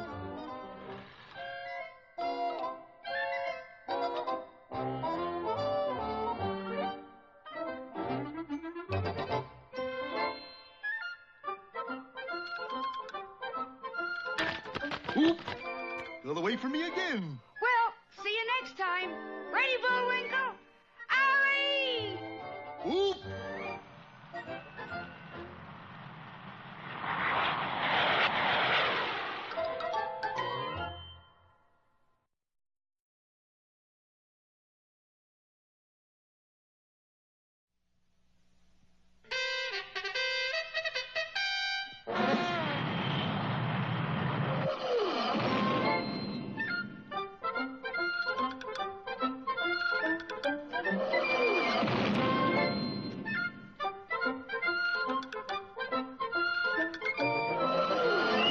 Time now for the adventures of Rocky and Bullwinkle and Friends. Starring the jet-age aerial ace, Rocket J. Squirrel. And his pal, Bullwinkle the Moose.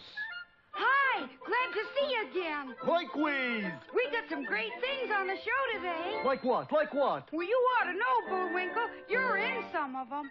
Well, let's get started.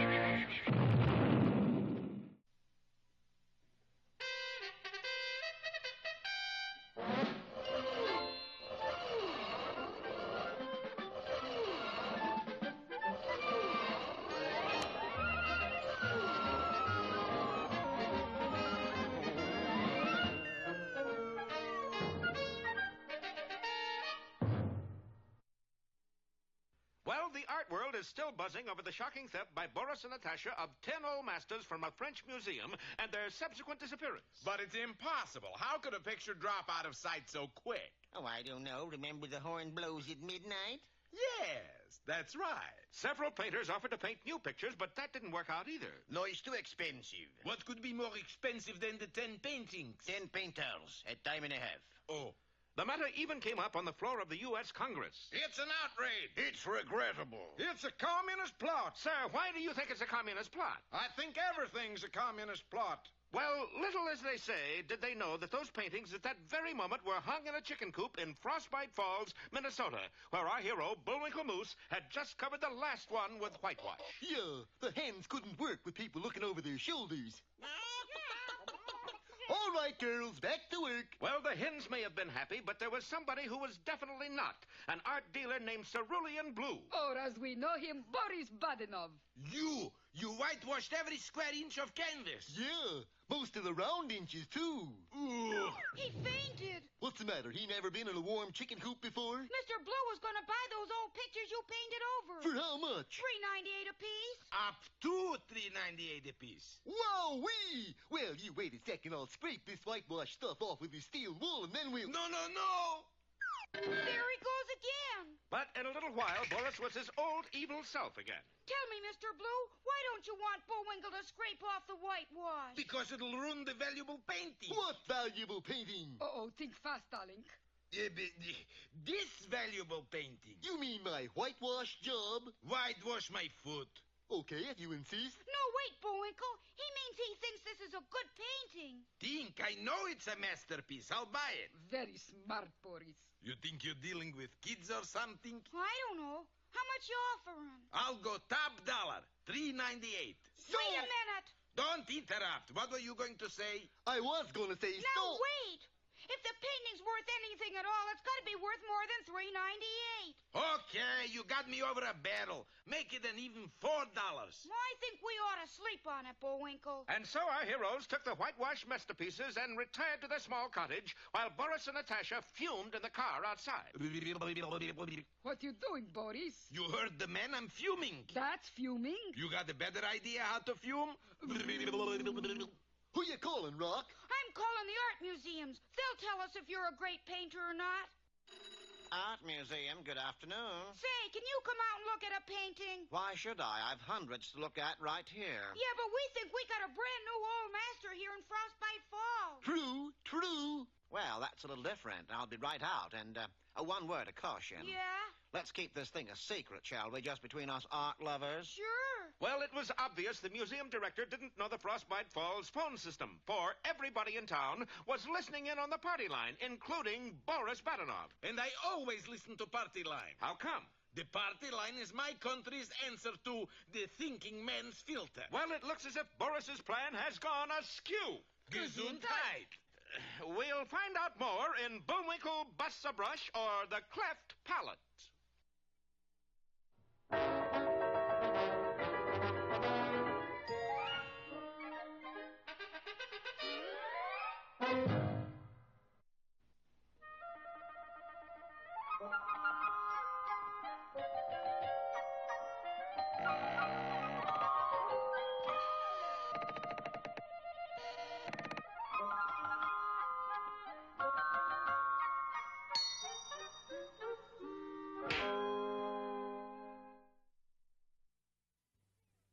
There once lived an old man who had nothing to do. It wasn't that he was a loafer, for he had a job at which he had worked for years. He was a clockmaker. The trouble was that clocks hadn't been invented yet. Therefore, none of the clever little clocks that he had made worked. And making clocks that don't work is really nothing to do.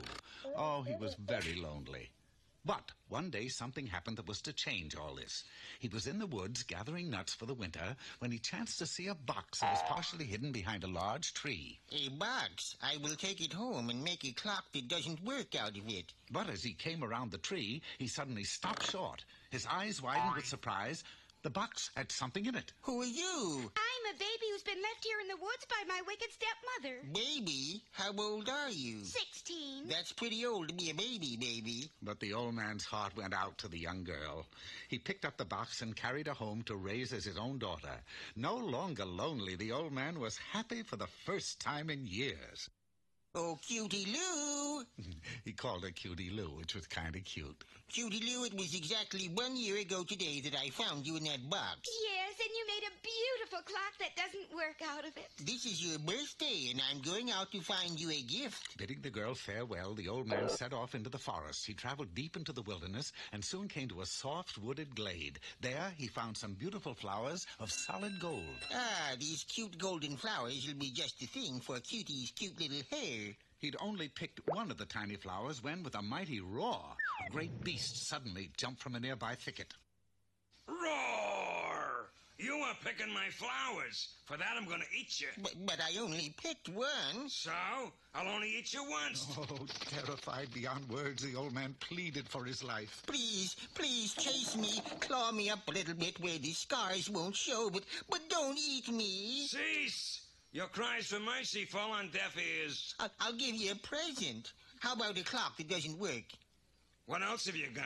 Nothing. The only thing I value in my life is my cute little daughter. This caused the beast to stop and think, for he was unhappy as beasts go, and the fact that the old man had a cutie for a daughter brought a plan to his mind. Listen, terrified old man, I'll tell you what I'm going to do for you. A short time later, the beast gave the old man his freedom, and he wasted no time in racing for home. When he arrived, his daughter met him at the door. Father, you're home. Do you have a surprise for me? I sure do. What is it? I gave you to a beast. I see ya. Wait, where are you going? To find a box. I'm going out in the woods and abandon myself again. But the old man quickly explained that the situation was not quite as bad as it looked. It seemed that the beast didn't really believe that he was a beast at all. He had heard a story about another beast who, when kissed by a beauty, was changed into a handsome prince who had been bewitched. And so the beast figures that if it worked with a beauty, it ought to work with a cutie. Logical? Could be. If he's really a handsome prince, we could get married and live happily ever after. In a castle yet. I'll do it. And following the old man's directions, Cutie soon found the forest glade where she found the beast anxiously waiting. Ah, fair cutie. I thought you'd never get here. Sheesh. It's hard to believe that somewhere under all that hair there's a handsome prince. Well, let's get it over with. Going to the beast, Cutie kissed him on the cheek to break the spell. Now, that's strange. I don't hear bells or nothing like that. How do I look? Ooh, horrible. Nothing happened. Maybe I kissed the wrong cheek. And turning to the other cheek, Cutie tried again. Something? Nothing. I can't understand it. The kiss should have worked. Oh, it's no use. If you're ever going to change back into a prince, we're going to have some help. And going into the kingdom, Cutie took the beast to a wise man. Now, just how long have you had this feeling that you're a bewitched beast? Well, it started when I was a little monster, only about 5 years old. Then, 7 hours later... Madame, I wish to announce that he is cured. You mean he's a handsome prince now? No, but he thinks he is. Alas, fair maiden, it is I, Prince Charming. Oh, knock it off. I wanted you to be a prince so we could live happily ever after. Me too. But I do want to thank you for all your trouble. Farewell. And with that, the beast kissed her hand. And, in a blinding flash, Cutie turned into a beast. Well, how do you like that? I'm the one who was bewitched. I was a girl beast all the time. And so, as usually is the case, it was a happy ending. They were married, and as far as anyone knows, are still living a beastly happy existence to this very day.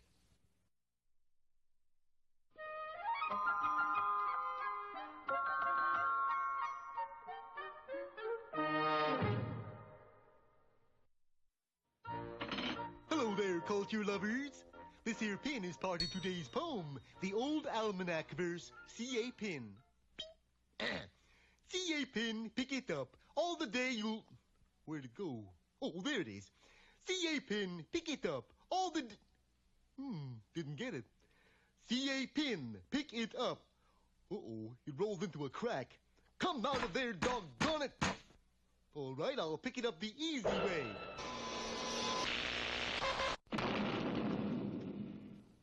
What happened? As far as I can tell, Mr. Moose, a pin got stuck in the motor. Well, that does it. Where are you going? I'm going somewhere where I can say my poem. But that's a bowling alley. Of course. These pins I can pick up. See a pin, pick it up. All the day you'll have good luck.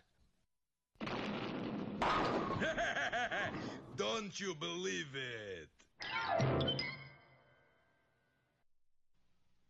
And now... Hey, Rocky, watch me pull a rabbit out of my hat. Again? Nothing up my sleeve. Presto! Wrong hat. I take a 7.5. Now here's something we hope you'll really like. Ready, Rock? Sure you know how to work that thing? No. Anyways, here's what it was supposed to look like.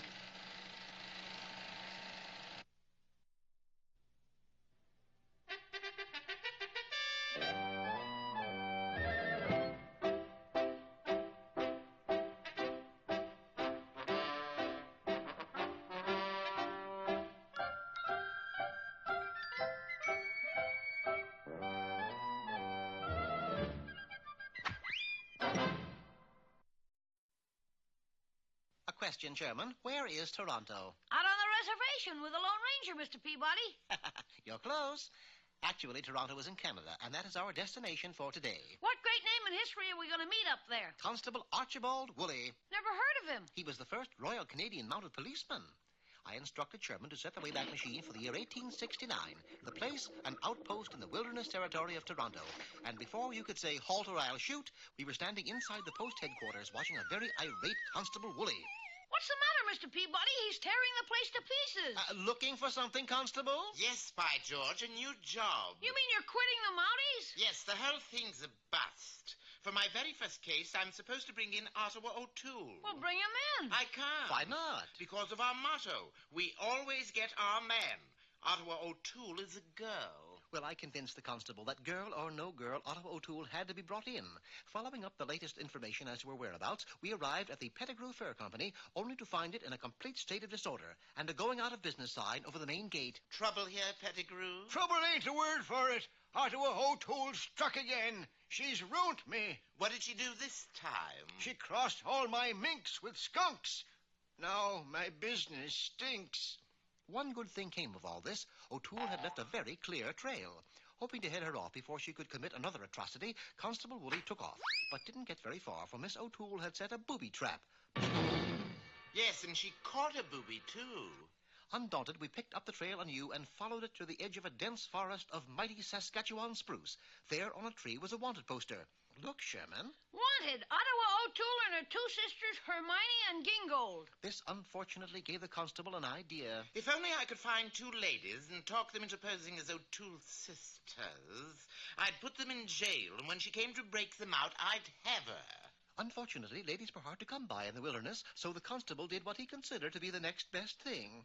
How come I have to wear a bonnet, Mr. Peabody? Because most girls don't have cowlick, Sherman. We were locked up in the nearest jail and awaited developments which were soon to come. As Constable Woolley had figured, Ottawa O'Toole took the bait. Look, Hermione, a rock with a note tied to it. Suppressing the urge to throttle Sherman, I instead read the note. Sisters, I will take care of the Mountie and have you out in a jiffy. Signed, Ottawa. It seems as though she means the constable bodily harm. Yeah, we better warn him. Constable, come here, hurry. Be with you in a moment. Someone's at the door. But that's what we want to... Good evening, madam. We're still locked up. How's she going to get us out? Just then there was a tap at the window. A hand thrust its way through the bars and dropped a long, thin object at Sherman's feet. A burning candle, Mr. Peabody. That is not a candle. Are you sure? Positive. When we came to, we were trussed up in the back of a speeding buckboard, heading into a remote area. Our driver was obviously the fiendishly clever Ottawa. Also, obviously, she had discovered the ruse and was out to dispose of us. I'm awful hungry, Mr. Peabody. Mind if I eat my jelly beans? What jelly beans? I ripped a hole in your pocket, and you've been dropping them at the rate of 3 beans per quarter mile. What did you do that for? To provide a trail for Constable Woolley. Sure enough, a scant 400 feet behind was the redoubtable constable, not only following the trail, but eating it as well. It was almost sundown when Ottawa O'Toole brought the buckboard to a stop at the edge of a lofty precipice. How come she's stopping here, Mr. Peabody? Obviously, she intends to push the buckboard and us over. But before she could do so... Ottawa O'Toole, you're under arrest. Good work, Mr. Constable. Tie her up. I can't do it. We always get our man, not our woman. This isn't cricket. O'Toole would have escaped had it not been for my superior powers of deduction. So grabbing a nearby rock... You can't hit a lady, Mr. Peabody. She's no lady, Sherman. The disgrace of it all. Capturing a woman instead of a man. Ah, but you did get your man. Observe! Ottawa O'Toole was a man disguised as a woman. Bravo! Hear, hear, and all that, Tommy Rot. Gee, how did you know Ottawa was a man? Because she had 5 o'clock shadow at 3:30. That Constable Woolley sure is a great policeman. Very true, but he became even a better actor. He did? I never heard of him as an actor. Well, of course you have, Sherman. Surely everybody's heard of Mountie Woolley?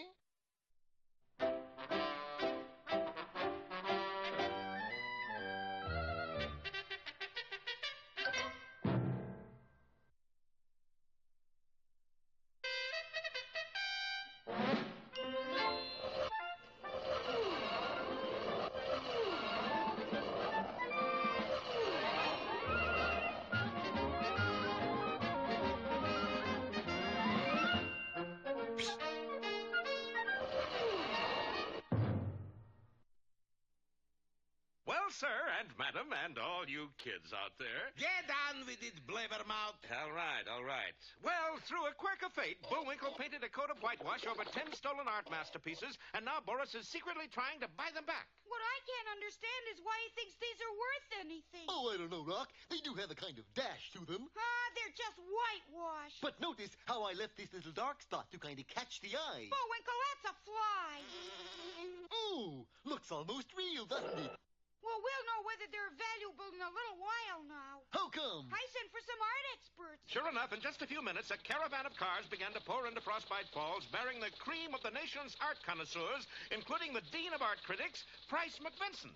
Very well. Where are these alleged paintings? Oh, get them for you. Boris, suppose those art critics find out what's under that whitewash. Maybe I better raise my last offer. Well, here they are, Mr. My enemies call me Mr. McVincent. What do your friends call you? What friends? Yeah, see what you mean. Well, what do you think of this one? This is absolutely and without a doubt the most dreadful, nauseating, ugly... I'll pay $10,000 for it. The most ugly frame I can imagine for such an exquisite picture. You think it's exquisite? My dear boy, any painting worth $10,000 is exquisite. I say, Ernest, who's the chap who bid 10,000? Speaks with an accent, probably from the Middle East. You mean he may be representing King, Well, the king just can't go on collecting dancing girls. There's a bag limit, you know. Well, if it's worth 10,000 to him, it's worth 15,000 to me. I bet 15,000. Yeah, but wait a minute. These are just whitewash. The medium doesn't matter, short and furry. It's the soul of the artist. What do you call this, my good man? Moose. Moose? I call this one White Cow Eating Marshmallows in Snowstorm. It fairly sings, doesn't it? Boris, they are going crazy. 15,000 for a coat of whitewash. You know something? It is kind of pretty at that, Natasha. You too. You think I don't appreciate beautiful things? 20,000. Now hold on there. This is getting out of hand. Let it go. Let it go. I don't think we ought to sell any of these till we've had a chance to think things over. The squirrel is right. We really should think things over. We agree. I bid 25,000. 30. 40. Well, that did it. Within hours, the news of an astounding new find in the art world flashed across the continent. The most titillating new talent since Frank Yaconelli. Looks like a moose, paints like an angel. Collector's bid, Moose says nix. Extreme! Moose starts art school! Well, Boris, you have done it again. You have made the moose famous. But not for long. Boris, you got a plan? Of course. And who, boy, is it ever fiendish? And so the next time Bullwinkle left the house, he was accosted by a strange little boy. Please, Mr. Moose, could I having your autograph? Of course, little fella. Thanks, oodles. Name is Bullwinkle. Sweet kid. Cute mustache, too. Mustache! And that wasn't all, for Bullwinkle had just signed a will, leaving all of his paintings to Boris. So when he dies... Which could happen any minute now. We get the old masters. Oh, that's my Boris. Please, you're crushing my curl. Well, will the sinister document mean the end of our hero? And if so, what will happen to the Bullwinkle show? I get that, too. Be sure to be with us next time for Boris Badenoff Presents, or the 20-inch Scream.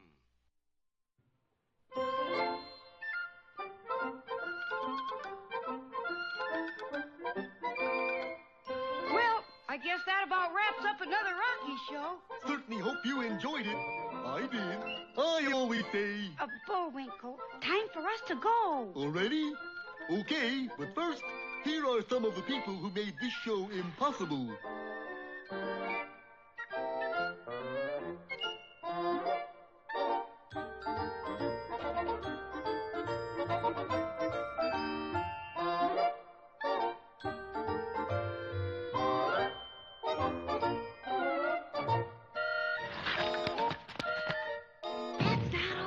The fingers get tired.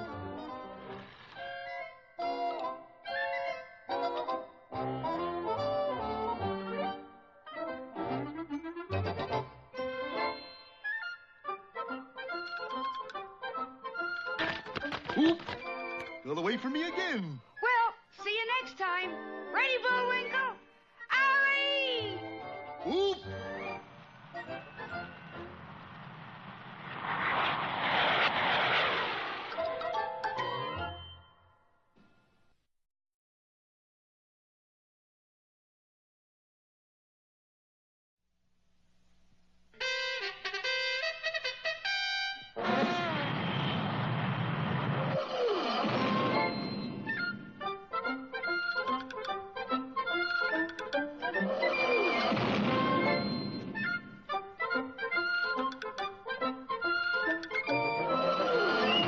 Time now for the adventures of Rocky and Bullwinkle and Friends.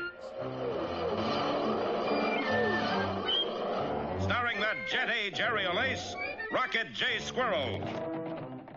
And his pal, Bullwinkle the Moose. Hi, glad to see you again. Likewise. We got some great things on the show today. Like what? Like what? Well, you ought to know, Bullwinkle. You're in some of them. Well, let's get started.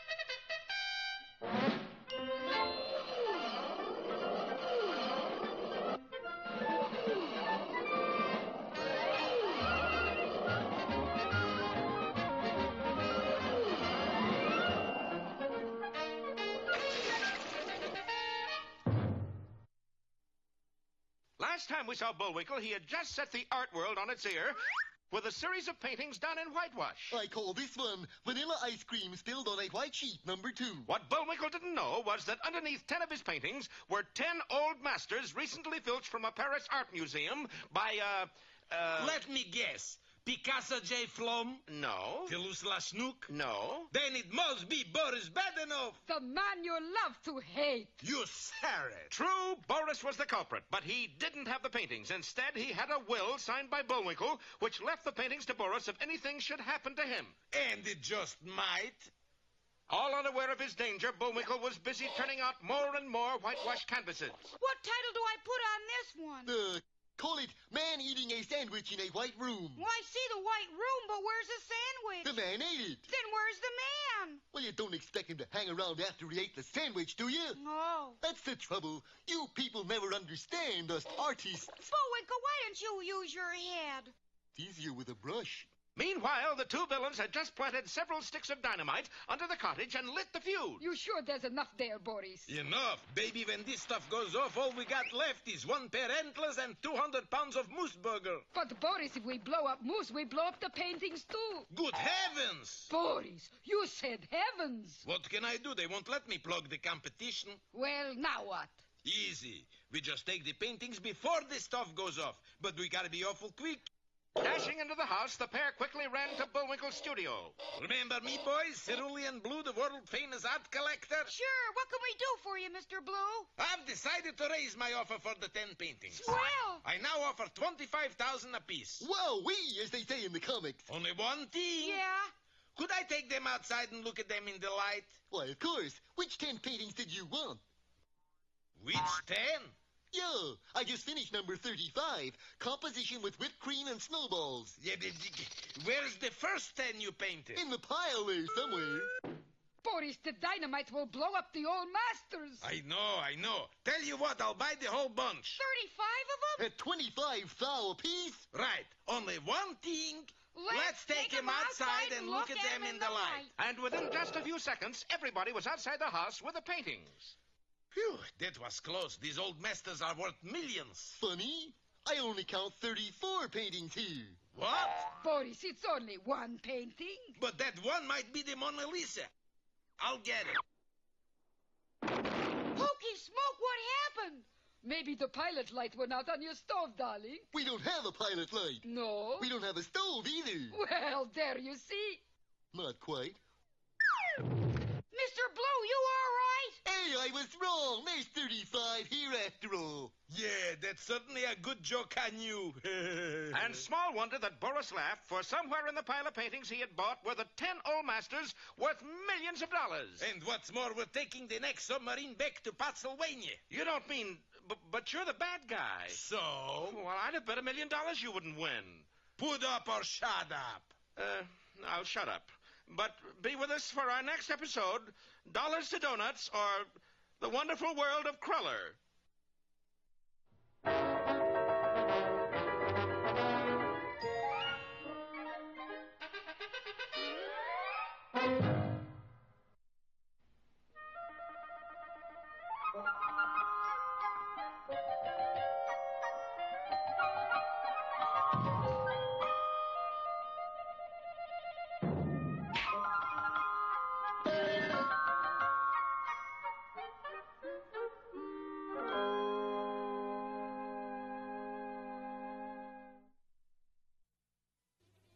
A very long time ago, in a far-off land to the east, there lived a very rich and powerful sultan. Every year, on his birthday, the people flocked to his palace with gifts. Now, as it happened, a young rug salesman from another land who did not know of this custom chanced to come into the town that day in hopes of selling his rug. As he passed the palace, it was naturally thought that he was just another peasant bearing a gift to the sultan, and was quickly ushered inside. Ah, what have we here? A rug. How nice. But being a second-hand rug, it had a hole in it, and when the sultan saw this, he was furious. By the beard of my mother-in-law, how dare you bring me a rug with a hole into it? Well, it's a small hole, Booby, just a little teeny one, but if it bothers you, I can let you have it for half price. What do you say? At this, the sultan flew into such a rage that he was unable to speak. This unfortunate circumstance had placed the young man's life in serious danger, and realizing his mistake... What a really nice highness you are. You certainly can't take a joke. Joke? Well, of course, Booby. As a gift, this is much more than just a small rug with a large hole in it. You knew that all the time, of course. I did? Yes, of course you did. Oh, yeah, I did. Of course. What is it? Get this, Big Daddy. It's a flying carpet. Say, this is the finest gift I've ever received. And you know, I'm so pleased that I'm going to reward you handsomely. But first, I'm going to fly my carpet. The young lad, of course, knew that the old rug would not fly, but before he could stop him, the sultan ran to the highest wall of the palace, sat on the rug, and pushed himself over the side.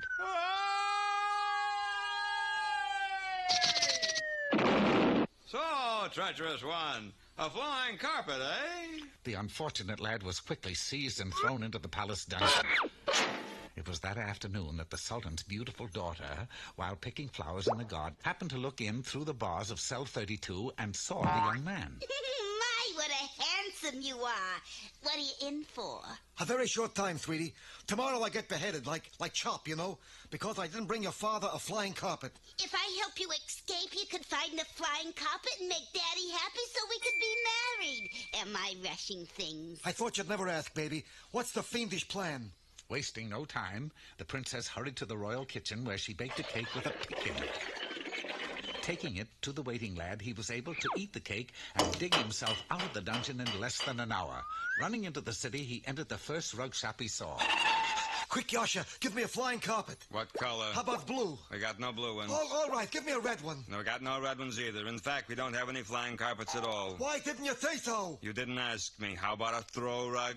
The lad went to every rug shop he could find. He found one carpet that could crawl, two that could bounce, another that could swim, but not a single one that could fly. Finally, in a last desperate effort, he went to a fortune teller.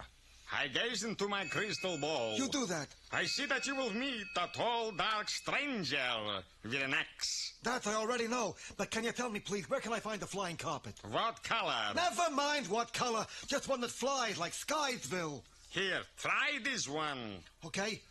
Up, up, and away, fly, carpet, fly. But alas, nothing happened. What are you, a spy from Hanna-Barbera? The thing won't fly. Of course not.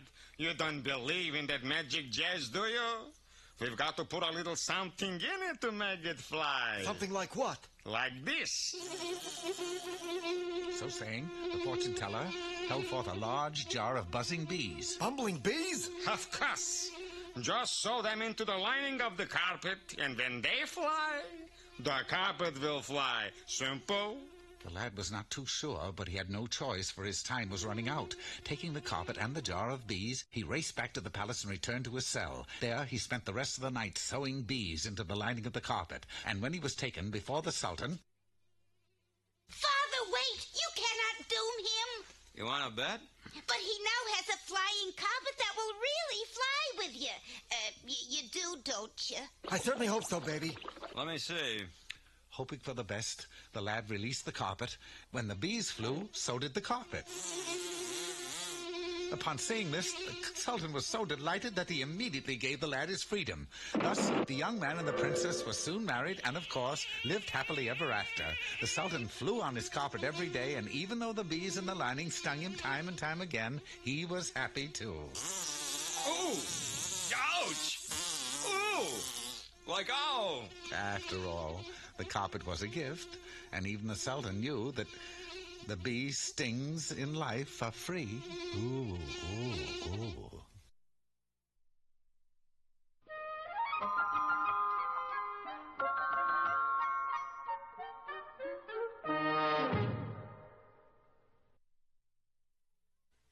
And now for all you knowledge seekers, here's Mr. Know-It-All. Hi there!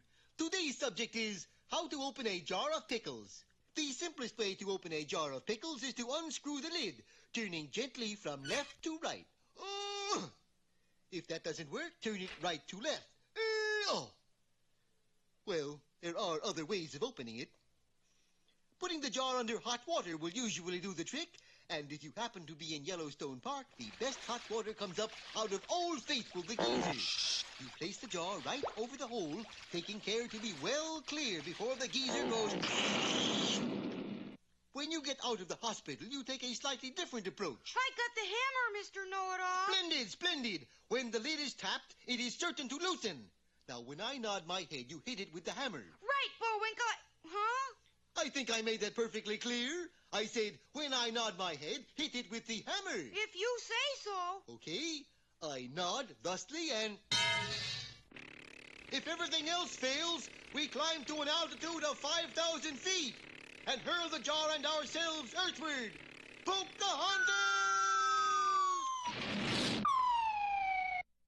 But if you really want to open a jar of pickles... Wait a minute, Mr. Know-It-All. That isn't a jar of pickles. That's a jar of jelly. No wonder I couldn't open it.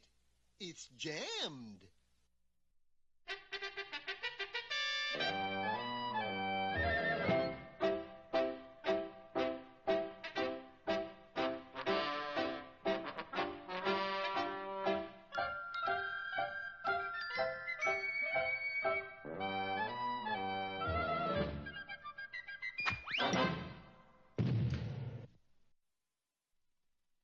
Sherman, when a person yells caramba and cries, what is he doing? Peeling Spanish onions? No, he's watching a bullfight. Is that what we're going to do, Mr. Peabody? Well, we're not going to peel Spanish onions.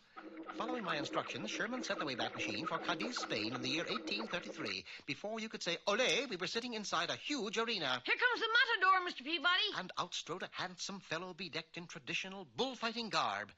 A roar went up from the vast throng as a gate at the far end of the arena swung open, and out trotted a ferocious-looking bull. Dog. That's not a bull. We watched in utter dismay as the matador took a stick, threw it, and the bulldog retrieved it. This went on for an hour and a half, and then Sherman brought something to my attention. You're asleep, Mr. Peabody. Yes, so was the crowd in the arena. Leaving our seats, we quickly cornered the manager of the establishment. So, senor, you don't think fetching the stick should be Spain's national sport? I think bullfighting would be far more colorful. That's true, but there is only one bull in this neck of the woods, and he won't come near this arena. Lend me the services of your bravest matador, and we'll bring him back. Well, his bravest matador turned out to be one Porfirio Garbanza. You leave it to me, senor. I will catch that bull. With a butterfly net? We left the net behind and should have done the same thing with Porfirio, for just on the outskirts of Cadiz... There's the bull, Mr. Peabody, standing in the road. And one I might add, he has his dander up. Then I will let his dandruff down. Before I could stop him, Porfirio, or Porfirio, which I somehow prefer, approached the creature and told him off. Senor Bull, it is for you to come into the arena and make with the bull fight. Now, the bull was in a bad humor as it was, but when Porfirio chose that moment to pull out his red hanky... The bull sped off into the distance. We turned to Porfirio. There's some bull thrower, eh? Now we've got an even longer way to bring him back. 40 miles from Cadiz, we spotted our quarry standing in a meadow. This time I get him for sure. Yes, but this time keep the hanky in your trousers, please. And use subterfuge. Reason with him. Pretend he's your best friend. Hello, Bull. Where's the 2 pesos you owe me? Tell you what, you pay me the money and I buy you a pair of socks just like these ones I got on. And, of course, the socks he had on were red. Well, you scared him off again, Mr. Garbanza. Why don't we try catching a jackass? We already have one, senor. It took us 3 hours to catch up with the bull, and this time he was standing in the shade of a large tree. This time I take off the red socks and throw the red hanky away. We made him go even further. But I could catch cold. Just so long as you catch the bull. Buenos dias, Bull. What's new? Say, how about a nice piece of fruit? Here, have an apple. You guessed it. The apple was red. As the sun sank over the hills, so did our bull. 1 week later, some 400 miles from Cadiz, we discovered the bull sitting on the railroad tracks. If you don't get off there, he's going to get hit by the Onion Pacific. Sure enough, around the bend and bearing down hard came a fast freight train. Quick, Sherman, Porfirio, hop aboard as the train passes. But what about the bull? As I had surmised, the cowcatcher in front of the engine swept up the bull and carried him along. Well, what do you know? The bully is on his way back to Cadiz. Well, not for long he wasn't. We had the great misfortune to be stopped by a red light and... Well, there he goes, heading into the city of Seville. I told Sherman and Porfirio to go into Seville and wait for me while I stayed on the freight train and went back to Cadiz. There, in one of the larger gambling casinos... 21 red again. You keep this up, you are going to break the bank. By applying calculus, Hector's arithmetic, and PS39 multiplication, I had amassed a fortune in no time. One more win and you win the city of Cadiz. Which, of course, was exactly what I was after. 21 red again. Why not 21 black? Well, it would simply ruin the color scheme of this whole story. Needless to say, 21 red came up and I owned the city. Well, Senor Peabody, now that you own my arena, what are you going to do with it? I'll give everything back to the city and your arena back to you if you move it to Seville. You got a deal. And thus, instead of the bull coming to the arena came to the bull. Spain, and Seville in particular, had its first bullfight. Oh, my gosh, Mr. Peabody, look, that matador in the arena. It's a lady. Yes, her name is Barbara. Not only the first female bullfighter, but the best of them all. I never heard of her. You have never heard of the Barbara of Seville?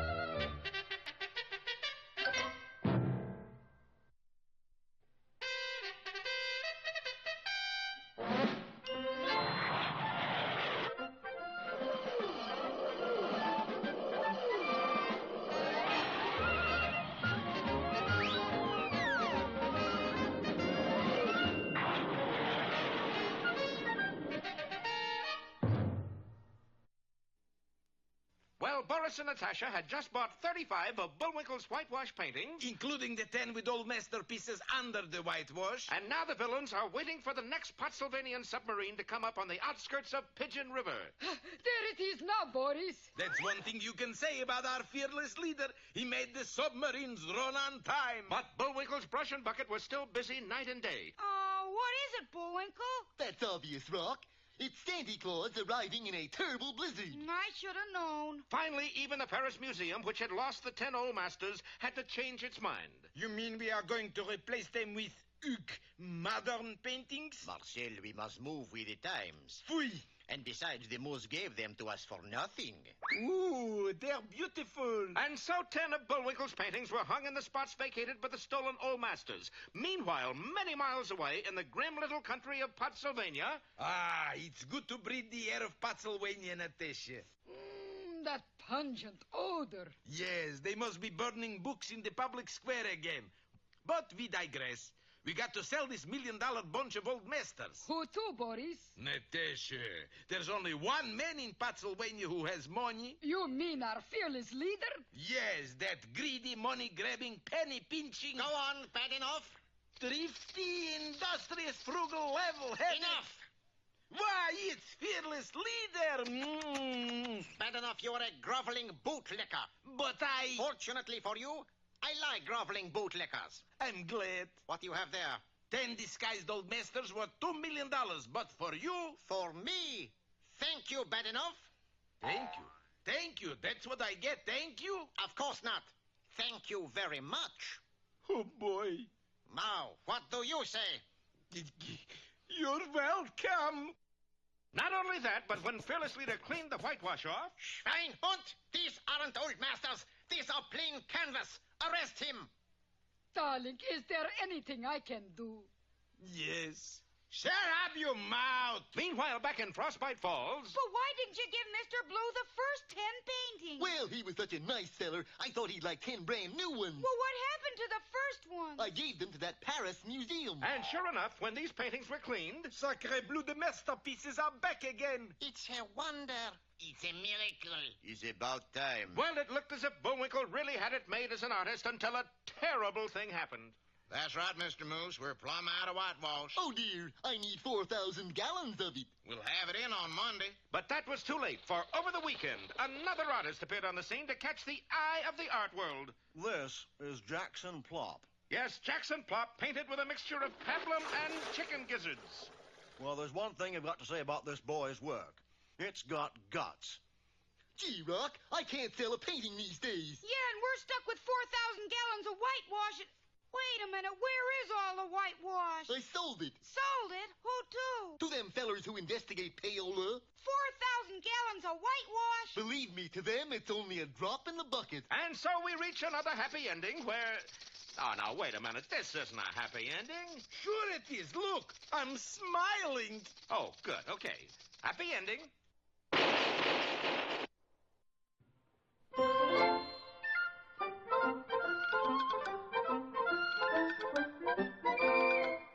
Well, I guess that about wraps up another Rocky show. Certainly hope you enjoyed it. I did.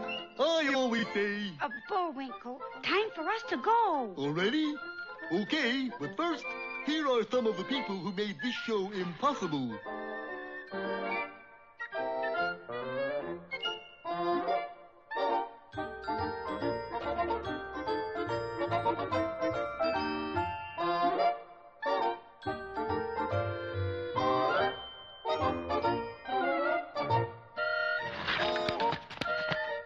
That's not all. My fingers get tired.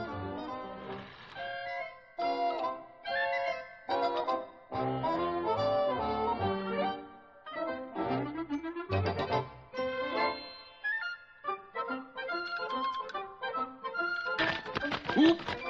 Another way for me again. Well, see you next time. Ready, Bullwinkle? Alley! Oop!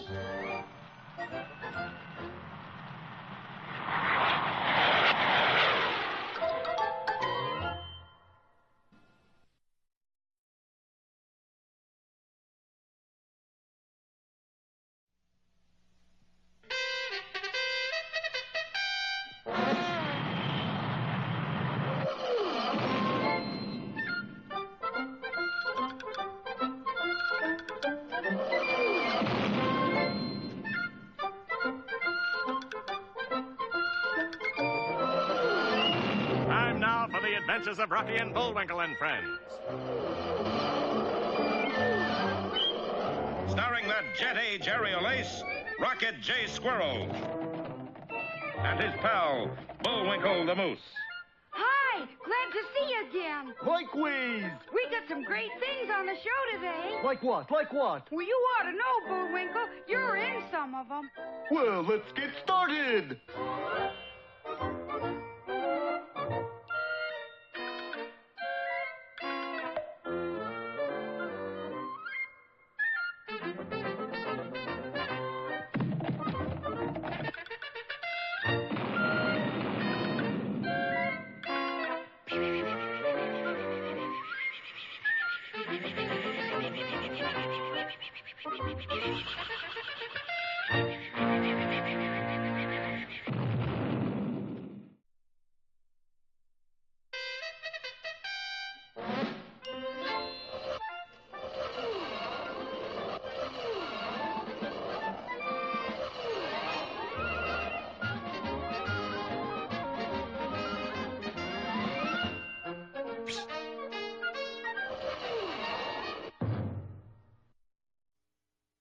This small island in the Aegean Sea was a decisive factor in the outcome of World War II. The island was called Abalone. On July 22nd, 1943, 5 gigantic cannons were brought to the island. It wasn't long before they were bombarding every spot on the globe, generally causing a terrible nuisance. What you're about to see is an account of how these fearsome leviathans were silenced. This is the story of the Guns of Abalone. Send Captain Schneider in here. I am Captain Schneider, General. Well, you certainly got here fast. Schneider, form a group of commandos and destroy those guns the narrator was talking about. To hear is to obey. Thus came about the formation of Schneider's Raiders. To make a short story even shorter, Schneider's Raiders accomplished what they set out to do. The Guns of Abalone were silenced, but not forever. 18 years later, a reunion was held on the second floor of a one-store building. Captain Schneider, older and wiser, proposed a toast to his comrades. So drink, chug-a-lug, chug-a-lug, chug-a-lug. So drink, chug-a-lug. Include me out, Captain. What's wrong, Crenshaw? Are you driving tonight? No, it's them headlines in the paper. And there in black pica were the words, Guns of Abalone, renew firing. The paper's wrong. The paper was right. A worldwide appeal was launched for volunteers to destroy the cannons once and for all. Alas, not one volunteer stepped forward. Hokey smoke, Bullwinkle. We're out of milk. One of us has got to run down to the store. Leave it to me, Rock. I'll go. Wouldn't you know it, those last two words, I'll go, were overheard by a newspaper reporter who relayed them to his editor, who relayed them to a linotype machine, who relayed them to page 1 of the Frostbite Falls Flyer. Read all about it. Bullwinkle says he'll go. Is it true, Bullwinkle? You're going to Abalone? Oh, I never shop at Abalone's. Too crowded, you know. I always buy my groceries at the J&T. You don't understand, Bullwinkle. Somehow or other, when you said you'd go, everyone assumed you'd volunteer to go to an island in the Aegean Sea. What's wrong with the milk in this country? It took Rocky the better part of the night to explain what had happened. In fact, he was still explaining aboard a jet airliner bound for Europe. And if those cannons aren't taken care of, they could blow up the world. What's that got to do with the price of milk? We've nothing better to do, so let's jump ahead of our heroes to their eventual destination. Now, the island of Abalone isn't very large, yet the cannons are not easily discernible. That's because they are camouflaged. You see that small building with the 5 smokestacks? Well, those smokestacks are in reality smokestacks. The cannons are on the other side of the island, disguised as trees. Whoops, there they go. Oh, boy, Boris, those things make loud booms. You think this loud? Wait till world gets ransom note. Then you hear noise. I'm going to say, world, Boris will blow you up unless you give to me moose named Bullwinkle and squirrel named Rocky. For why you let those two bug you? Because, Natasha, I promised someone I rid hemisphere of all goodies. Who you promise? Me. Here, take shell and load number 1 canyon. Yes, those two ne'er-do-wells, Boris Badenov and Natasha Fatal, were responsible for reactivating the Guns of Abalone. Who we aim for this time, darling? Oh, we take potluck. And the shell arched its way up into the sky, then took off on a straight line for the airplane carrying our heroes. And that's one of the few straight lines in the show. Will it be a direct hit? Will the real Bullwinkle stand up? Don't miss Falling Stars, or Only a Plumber Should Plummet.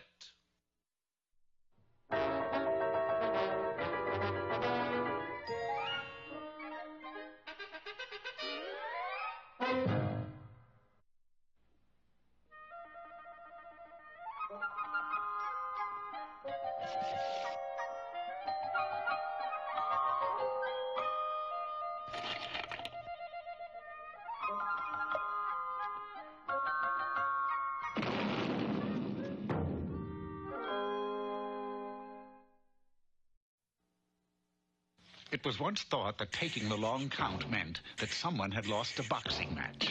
In the kingdom of Withering Heights, however, taking the long count simply meant that the very tall Count Basil had been swindled again. The poor count was an easy dupe for any charlatan he chanced to meet. Hey, Bud, how would you like to buy a stable of racing chickens? Racing chickens? Nobody races chickens. I know. You'll be the only one in the world. That way you'll never lose a race. Say, that's right. I'll take it. Then again, that same morning... I'll bet you 1,000 to 1 you can't jump over 4 Mile Canyon. I'll hold the stakes. Of course, even the Count knew that he couldn't make it, but at 1,000 to 1, he couldn't resist the odds. This went on year after year, and finally, there came a day when the poor Count had nothing left to be swindled out of. His castle was repossessed, his riches were gone, he even had to give up his stable of racing chickens. Oh, I really hate to see those chickens go, especially the trotters. Penniless and in rags, the Count was forced to become a lowly wood chopper so that he could earn enough to buy bread and cheese. A lowly wood breaker, to be exact, old boy. You see, I can't even afford to buy a ruddy axe. Then, one morning, as he was going off through the forest to his daily task, he saw a beautiful bird. A sapsucker, I believe, with one of its wings caught in the branch of a tree. I'm what you might say a sap and sucker myself. Going to the branch, he released the tiny bird, whereupon it fluttered into the air, circled several times, and then, landing on his head, laid an egg in his hat. And with a cheery song, he flew away into the clouds. I say, how nice. He quickly made a fire and prepared to cook the egg, but, to his amazement, when he opened the egg, a gold coin fell out. By Jove, what a generous and talented bird. It was several days later, while making his usual trip into the woods, that he heard a familiar sound, and there, in the same tree, he saw the same bird caught on the same limb. My word. Once again he released the bird, and just as before, it fluttered into the air, circled several times, landed on his head, laid an egg in his hat, and flew off into the sky. Quickly taking the egg, the Count broke it open, and this time 2 gold coins fell out. Champion! A double yoker! Thank heaven for little birds! The Count had 2 gold coins, but not for long. Less than 2 hours later, a fast-talking rogue had the coins, and the Count had a deed to the Atlantic Ocean. Now, don't laugh. This might turn out to be a good investment someday. Well, back to the tree. Yes, but when he arrived, the little bird was not there. I wonder what could be keeping the little beggar. Oh, yes, here he is. And this time, the Count was taking no chances. Instead of setting the bird free, he took it with him. I shall never let you out of my sight again. And for the next 6 months, the bird laid eggs in the hat, and the Count counted coins. 1,000,002, 1,000,003, 1,000,004, 1,000,000... What's this? An Indian head penny? Ooh. See, here we'll have none of that. The marvelous little bird was able to lay eggs full of gold coins faster than the Count could be swindled out of them. So it was no time at all before the Count was richer than he'd ever been before. He was able to buy fine castles. I'll take 2. They're small. Had all of his clothes made from the most expensive material. Let's see, that's 700 gold shirts, 600 silver sneakers, and 1,000 satin socks, right? Quite. And don't forget the mink middies, okay? He had everything he could wish for. He even bought back his stable of racing chickens. Rich and famous, he was the envy of every fair maiden in the kingdom, and, choosing the fairest and the most beautiful of all, he was married. Dearest, I have a gift for you. Oh, how nice. What is it? It's the thing I treasure most. Me. No, seriously. This tiny bird to whom I owe everything. A sapsucker. Oh, how nice. His wife took the bird and was very pleased. It seemed as though the Count was most certainly destined to live happily ever after. But that very afternoon, tragedy struck. Extra, extra! Read all about it! Here, boy. Paper. And when he read the headlines... Snow White eats poison apple. Good grief. What's the matter, mister? You look green. Snow White. She ate the apple. So what? Odds were 5 to 1 that she would. I know, but I wagered everything I have in the world that she wouldn't. I've lost everything. I am wiped out. But remembering that he still had the little bird that laid eggs full of gold coins, he frantically rushed to his wife. Dear, you know that little bird I gave you? Yes. How did you like it? Oh, fine. It was delicious. Ooh. Ruined beyond words, the Count went back to the woods and sat under the old tree where he waited and waited for 100 years. But from that day to this, no one has ever found another sapsucker that laid eggs full of gold coins.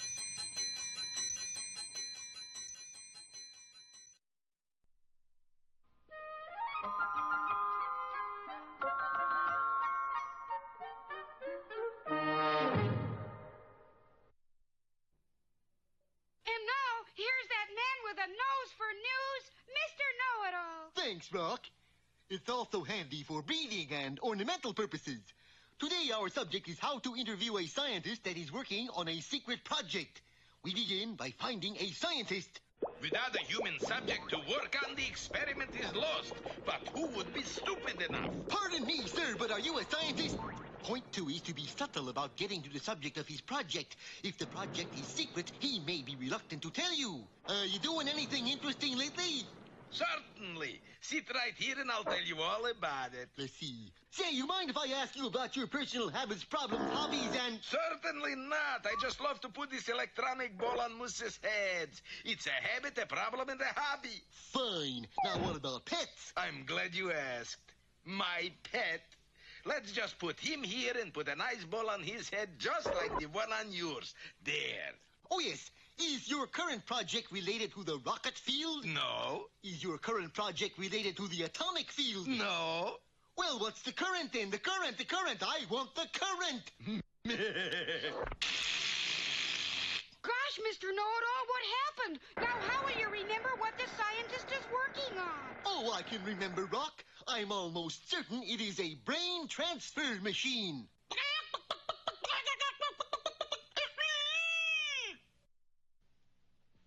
Eeny, meeny, chilly beany. The spirits are about to speak. Are they friendly spirits? Friendly? Just listen.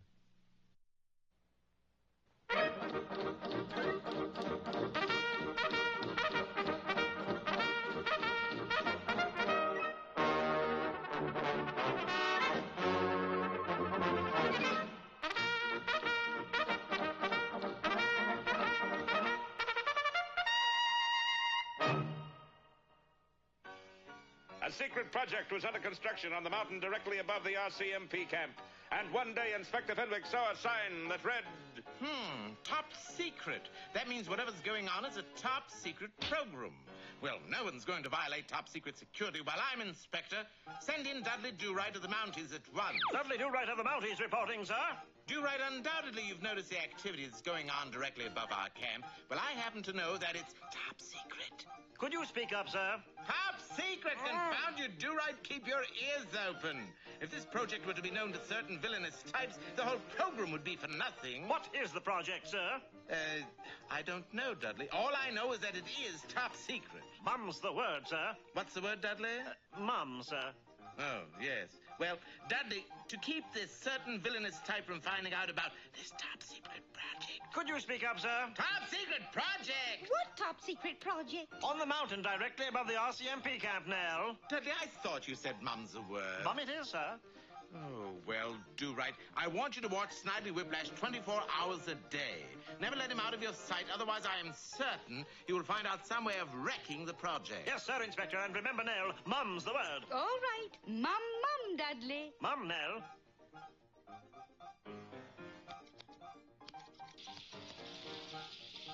There you are, sir, all finished. Thank you, Baba. Sorry to keep you waiting, sir. But you don't understand. Hey, patient, eh? Well, this ain't gonna take long.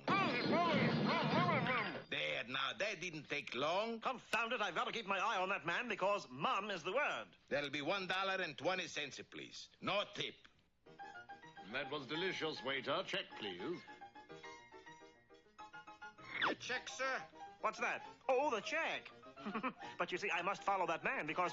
Well, I can't tell you because Mum is the word. I see. Mum, huh? Well, I won't tell a soul. Just pay the check. But you don't understand. I haven't any money. You are letting arch-villain Snidely Whiplash get away. Of course I'm letting him get away. He paid his check. Dudley? Dudley, I don't mind you picking up a little extra money, but not on mounted time. You were supposed to be watching arch-villain Snidely Whiplash, not freelancing dishwashing. But, sir... Quick, Do-Right, follow that man. Is that an order, sir? That's an order, Do-Right. All right, what happened to the guy who couldn't pay his check? Oh, you mean Dudley? Well, he's following his man. Well, that doesn't get the dishes done, now does it? Dishes? Yeah, somebody gotta finish those dishes to pay for his check. Do you have anyone in mind? Yeah. You. And I had a feeling he was going to say that. Dudley Do-Right followed his man. No underworld dive could hide the elusive Snidely Whiplash from the Hawkeye's Hawkeye. Do-Right of the Mounties. Gee, Inspector, where did you get those rough red hands? You should know, Dudley. At least if you don't pay your check, find a restaurant that uses soft detergent. I'm sorry, Inspector. Have you been keeping an eye on Snidely? He's right over there, Inspector, eating a candied apple. Well, he was over there. That's funny. Dudley, if I've washed those 3,041 dishes and you've lost Snidely Whiplash, I'm going to drum you out of the force. I see him, Inspector. Where is he, Dudley? He's over there by the taffy pole. Well, stick to him, man. Stick to him like glue. And that's exactly what Dudley did. He stuck to Snidely like taffy. Finally, the big day arrived. The top secret project was finished, and at 3 o'clock was to be unveiled. I want to tell you, Do-Right, you've done a splendid job in keeping an eye on Whiplash. I know you'll feel proud when the top secret project is unveiled to know that you had an important part in it. It's 3 o'clock, sir. Confounded Do-Right, it's all your fault. How can we function when arch-villain Snidely Whiplash is leering down on us like that? What I can't understand is how he had the time to carve a big face like that. I've been with him all the time. Well, I don't know how he did it, but I know one thing. You are going to climb up there and erase that big face, Do-Right, and I'm the double. For days and days, Dudley worked on the mountain. And one day, it was finished. Inspector, I did it. Good work, Dudley. Is the face completely erased? Better than that, Inspector. Look!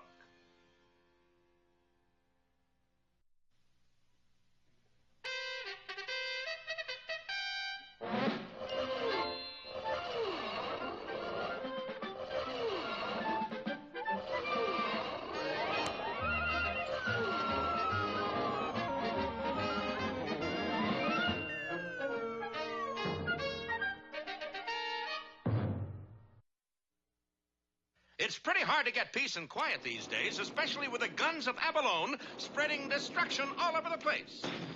Someone's got to silence those cannon. Bullwinkle and Rocky were on their way, but it wasn't going to be easy. Unless they send me moose and squirrel, I blow up cotton pekin world. Alas, that shell was aimed directly at our hero's aircraft. Quick, tell the pilot to make a 90-degree turn. Bullwinkle dashed to the pilot's compartment, but the pilot was already aware of the situation and had parachuted to safety. What'd he say, Bullwinkle? Not a heck of a lot. Well, if he doesn't make a turn, we're going to get blown up. Prophetic words. Seconds later, all that remained was a black cloud. But when the cloud broke up, it revealed the wreckage of the plane, and the plane was sitting atop the Rock of Gibraltar. It must have hit us just as we landed. We sure are lucky. Some of us are, anyway. Bullwinkle, you're hurt. Oh, it's nothing, Rock. Few third-degree burns. The smoldering moose was in need of medical attention, and the only place to get it on Gibraltar was the British Army Hospital. Britons, however, were notoriously healthy on the island, and the hospital had been converted into a billiard parlor. Looks like they're busy operating. Pardon us, gentlemen, but is there a... Hush! Can't you see I'm in the midst of a devilishly ticklish shot? Oh, shoot, Carruthers, you're beaten and you know it. Not if I make this shot, I'm not. Why don't you try putting a little English on the ball, seeing as how you're British and all that? Exasperated, General Carruthers looked up just as he shot and neatly stuck his cue through the table. Nice try. Good Lord, that's torn it. You've made me ruin this table, my favorite snooker table, and you've caused me to decimate it. Well, couldn't you play miniature golf on it or something? Guards, place these two under arrest. But you don't understand, sir. I'm burned. And you think I'm not? The boys were unceremoniously dumped into a cell. Oh, fine. Now how do we get to Abalone from here? In 2 words, escape. The walls are 2 feet thick. There weren't any windows, and the only door is airtight. Well built, isn't it? Seems to be some writing on the floor. Wait till I blow the dust off. Can you read what it says?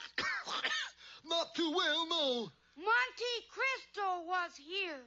Hey, do you know what that means? Yeah, some guy was in here making sandwiches. No, the Count of Monte Cristo must have been imprisoned in this cell, and he got out. Said so in the book. How long did it take him? About 200 pages. Well, we better hurry. I think we're on our last chapter. Working feverishly, Rocky and Bullwinkle dug with their hands, attempting to discover a secret passage. Their efforts were soon rewarded.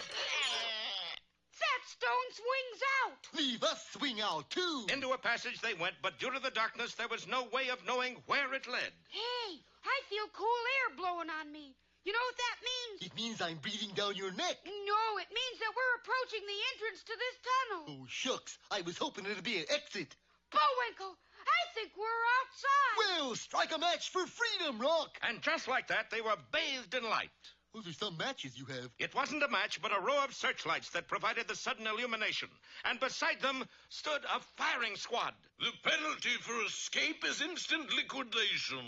Sorry. Prepare to volley, chaps. Uh-oh. Is this to be our hero's swan song?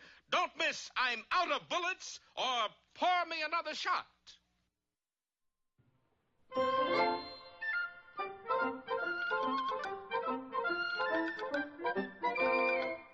Well, I guess that about wraps up another Rocky show. Certainly hope you enjoyed it. I did.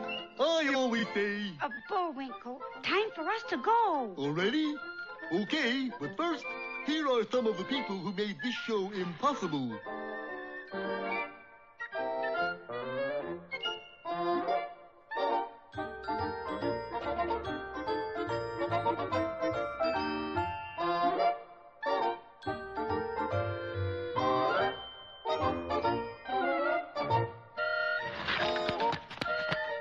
That's not all. The fingers get tired.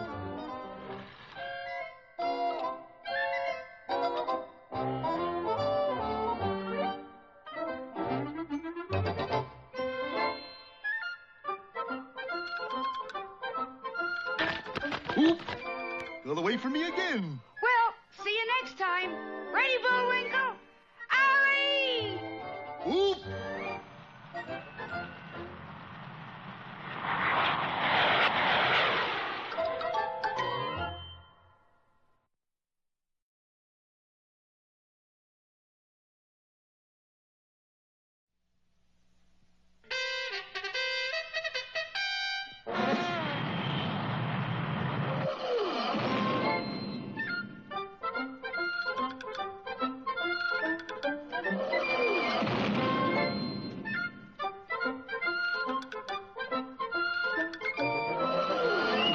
Time now for the adventures of Rocky and Bullwinkle and friends. Starring that jet-age aerial ace, Rocket J. Squirrel. And his pal, Bullwinkle the Moose.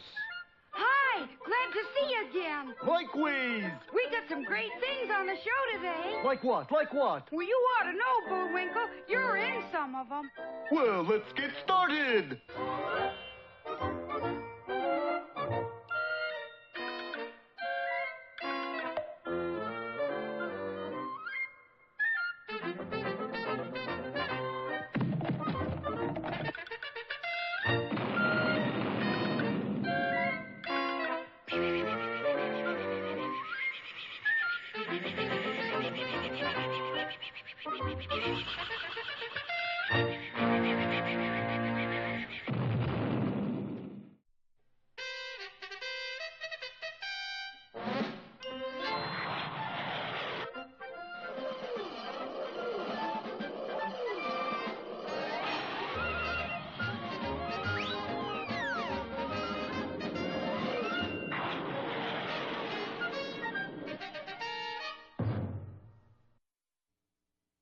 Well, our boys are having a terrible time trying to destroy the guns of Abalone. For last time, you may recall, they were forced down on the Rock of Gibraltar and thrown into prison. In the advertising game, this would be known as hard sell. Not only hard, but seemingly escape-proof. That sounded like the narrator's line, Rock. Ingenuity and the fact that they couldn't spend an entire episode within four walls brought about a discovery of a secret passage. Where do you suppose it leads? Only one way to find out. Ask somebody. Nope. Follow me. And the plucky little squirrel led the way. Unfortunately, he was plucky when he should have been lucky. The secret passage brought them before a firing squad. Article 22 of the Gibraltar Constitution stipulates that all escapees must be dealt with severely. Oh, please, sir, don't spank us. Bullwinkle, they're gonna shoot us. Take away our good conduct medals, but don't spank us. Didn't you hear me? Reprimand us, if you will. Call us names. They're gonna shoot us. How about that?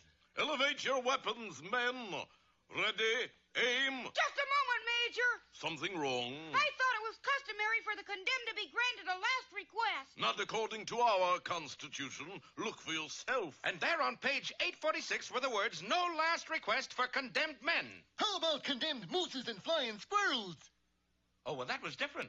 Very well, you may have a last request. What is it? Not to be shot. The request had to be granted. Thus, Bullwinkle and Rocky were given pardons and put aboard the first boat leaving for Bayonne, New Jersey. Is that anywhere near the island of Abalone? It better be. This gives us a splendid opportunity to revisit Abalone and see how things are progressing. Yes, Boris is still at it. How long you going to keep up bombardment, Boris? I told you until world gives to me Bullwinkle and Rocky. Keep sending message on shortwave. I keep sending, but nobody sends back. Try Morse code. Samuel B. Morse? Samuel B. LMA, I don't care. Meanwhile, Rocky and Bullwinkle were having problems of their own. I said let go of the wheel. But, Captain, you just gotta make us stop at Abalone and let us off. This is the Bayonne Express, boys. And you know what express means. Some kind of Italian coffee, isn't it? It was just about that time that a nasty group of clouds formed overhead. Captain, the barometer's falling. Well, nail it back up. Please, sir, won't you please put us off at Abalone? Not now, Sonny. I don't like the way my ship is behaving. The captain had ample reason for alarm. For the storm had suddenly increased to typhoon proportions, and the tiny vessel was buffeted about on the raging seas. By now, all hands were on deck, and even our heroes were garbed in sou'westers. I wish I had a box of soda crackers tucked under my arm. I'd feel more secure. I'd feel more secure with a different captain. I don't like the way he sticks his arm out the window every time he makes a left turn. Engine room, can you hear me? Aye, aye, Captain. I need more steam to ride this squall out. More steam, you hear? But, sir, it's hotter than Florida down here already. Well, if you're hot, open a window. Well, you don't open a porthole during a storm without suffering the consequences. The sea came in, and the fire went out. Well, at least it's cooler. I think our pace is slackened. You're right. We're not going ahead anymore. True, because they were now going down instead. Be with us next time for Seasick Bullwinkle, or How Green Was My Moose.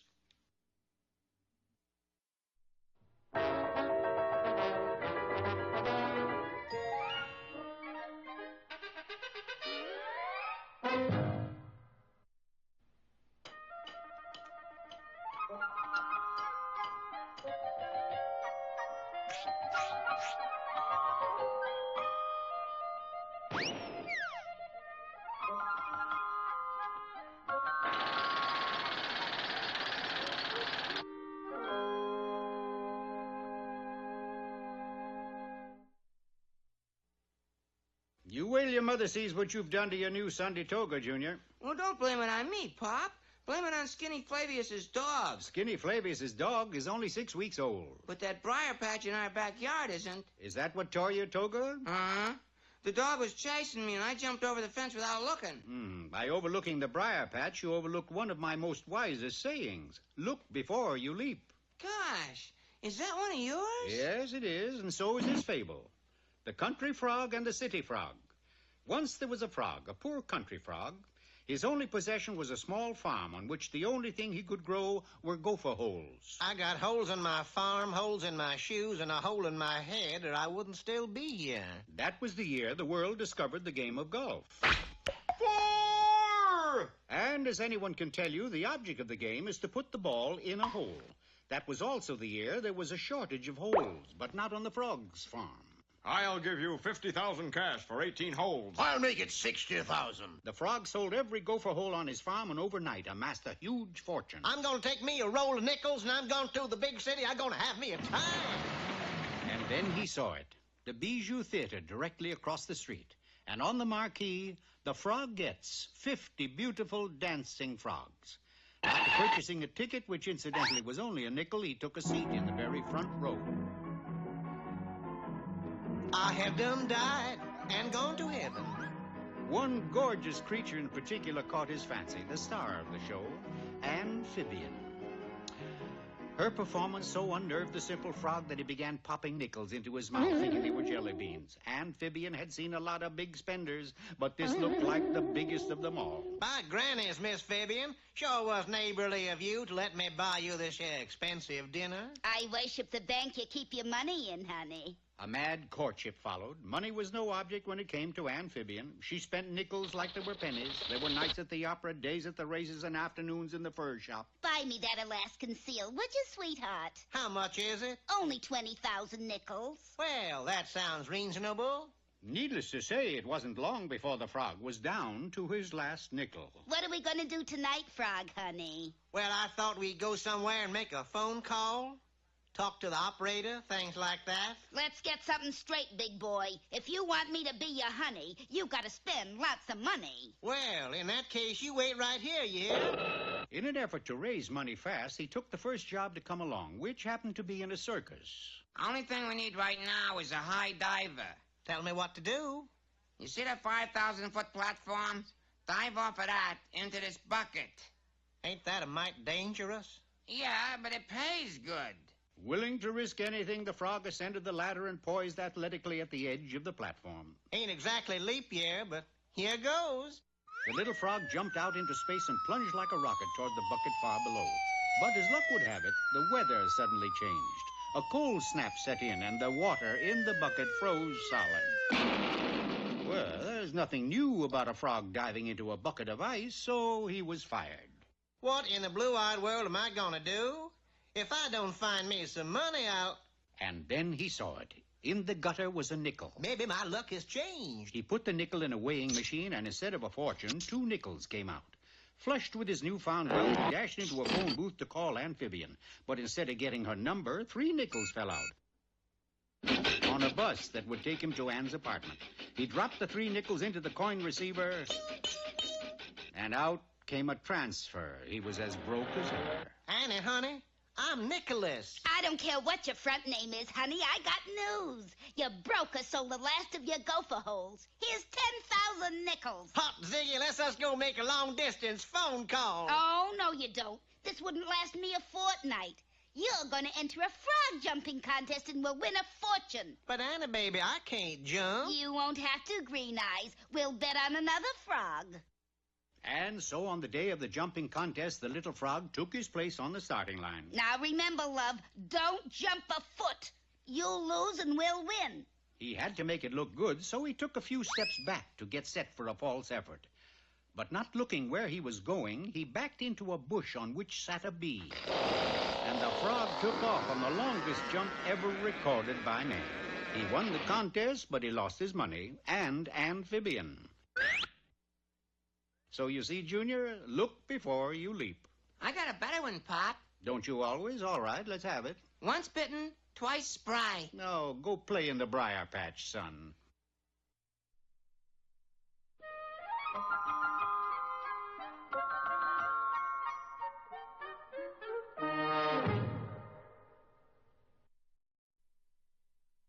And here he is with an open mind and a hole in his head to prove it, Mr. Know-It-All. Today's lecture is how to be an archaeologist and dig ancient history. The archaeologist must have a thorough knowledge of his subject, which is, archaeology. I have even gone so far as to read a book on it. To practice archaeology, we must travel to places which are famous for old relics, such as Pasadena or even Egypt. Excuse me, are you Abdul Ben Boris? I ain't Rudolph Valentino, kid. I want to go to the pyramid. How much will it cost? Ah, the Pyramid Club. Well, there's $20 cover charge and $30 minimum. Of course, if you want dinner, is more. Not the Pyramid Club. I want to go to the actual pyramids. What for? There's no action there. Is a drag. I don't care. How much? Well, regular $40, for you $50. That sounds reasonable. The walls inside these pyramids are covered with ancient hieroglyphics. With a little elbow grease, we can clean them off. Here's an interesting specimen. Let's see how my hieroglyphic English dictionary translates it. Pharaoh loves Zelda. That's sweet. Here we are in the main burial chamber. You will note the interesting form... Okay, boys, bring stuff in. Put popcorn machine there, hot dog stand there. Hey, what is this? This is new attraction, Pyramid Land. Come on, boys, the tourists are waiting. Well, thank you, Mr. Know-It-All. You're welcome.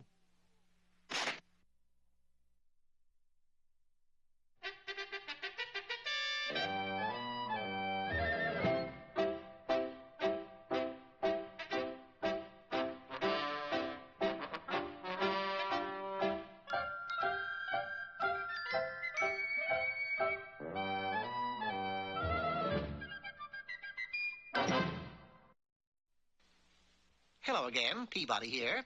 Sherman, what does the word sphinx make you think of? Skunk? Oh, dear. Never mind. Today we are going to Egypt to witness the true story behind the building of the first Great Pyramid. Getting right down to the business at hand, I instructed Sherman to set the wayback for the year 3000 B.C., and the place, Giza, on the border of the Libyan desert. Needless to say, the wayback responded beautifully, slammed into high gear, and in less than an instant, we were standing inside the palace of Cheops, second king of the 4th dynasty. However, it appeared as though we had arrived at a rather bad time. By the beard of the sacred flamingo, I won't have it. I beg your pardon, Your Highness, but what seems to be the trouble? My mustache. That is what's the trouble. Mustache? But you don't have a mustache. I do over there. He directed our eyes to a huge painting of himself on the far side of the room that covered the entire wall. Sure enough, it had a large black mustache on it. It took 300 slaves 2 years to paint that magnificent picture of me. Then he comes along and puts a mustache on it. And whom, might I ask, is he? The evil Prince Ahmed Fez. Is he your arch enemy? Yes, and he is also just 5 years old. If he wasn't my nephew, I'd... His words were cut short by a large pimento cream pie full in the face. This little beast, I take it, is Prince Ahmed Fez? The third. Gosh, you mean there were 2 more like him? Ouch! Ooh, that Ahmed. I'll feed him to the camels. Sire, you must remember he's only a child. Perhaps nothing. This time I will build a swimming pool shaped like King Farouk. It will be the biggest swimming pool in the world. I'd like to see him wreck that. He can't paint a mustache on it either. But poor Cheops is still on the wrong track, Mr. Peabody. Construction began immediately, and in what even I consider record time, the pool was completed. It's done. This pool will go down in history as a great wonder of the world. I'm sorry, sire, but I'm afraid it's about to go up in the air as another failure. It seemed as if dear little Prince Ahmed had obtained some gunpowder on a recent trip to China, and this gave me a brilliant idea. It's no use. I give up. No need for that, sire. I have a plan. Mr. Peabody always has a plan, Your Highness. Why, one time he... Never mind, Sherman. I'll give him an autographed copy of my memoirs before we leave. I took a pencil and some papyrus and quickly drew some very complicated plans. What is this? It is the monument you are going to build to yourself, a pyramid. Pyramid? Say, I like this idea. But what about Prince Ahmed? You leave him to me. Just make certain the pyramid is constructed exactly as I have indicated. Every slave in the kingdom was called to the task. Huge stones were quarried, shaved to the precise size,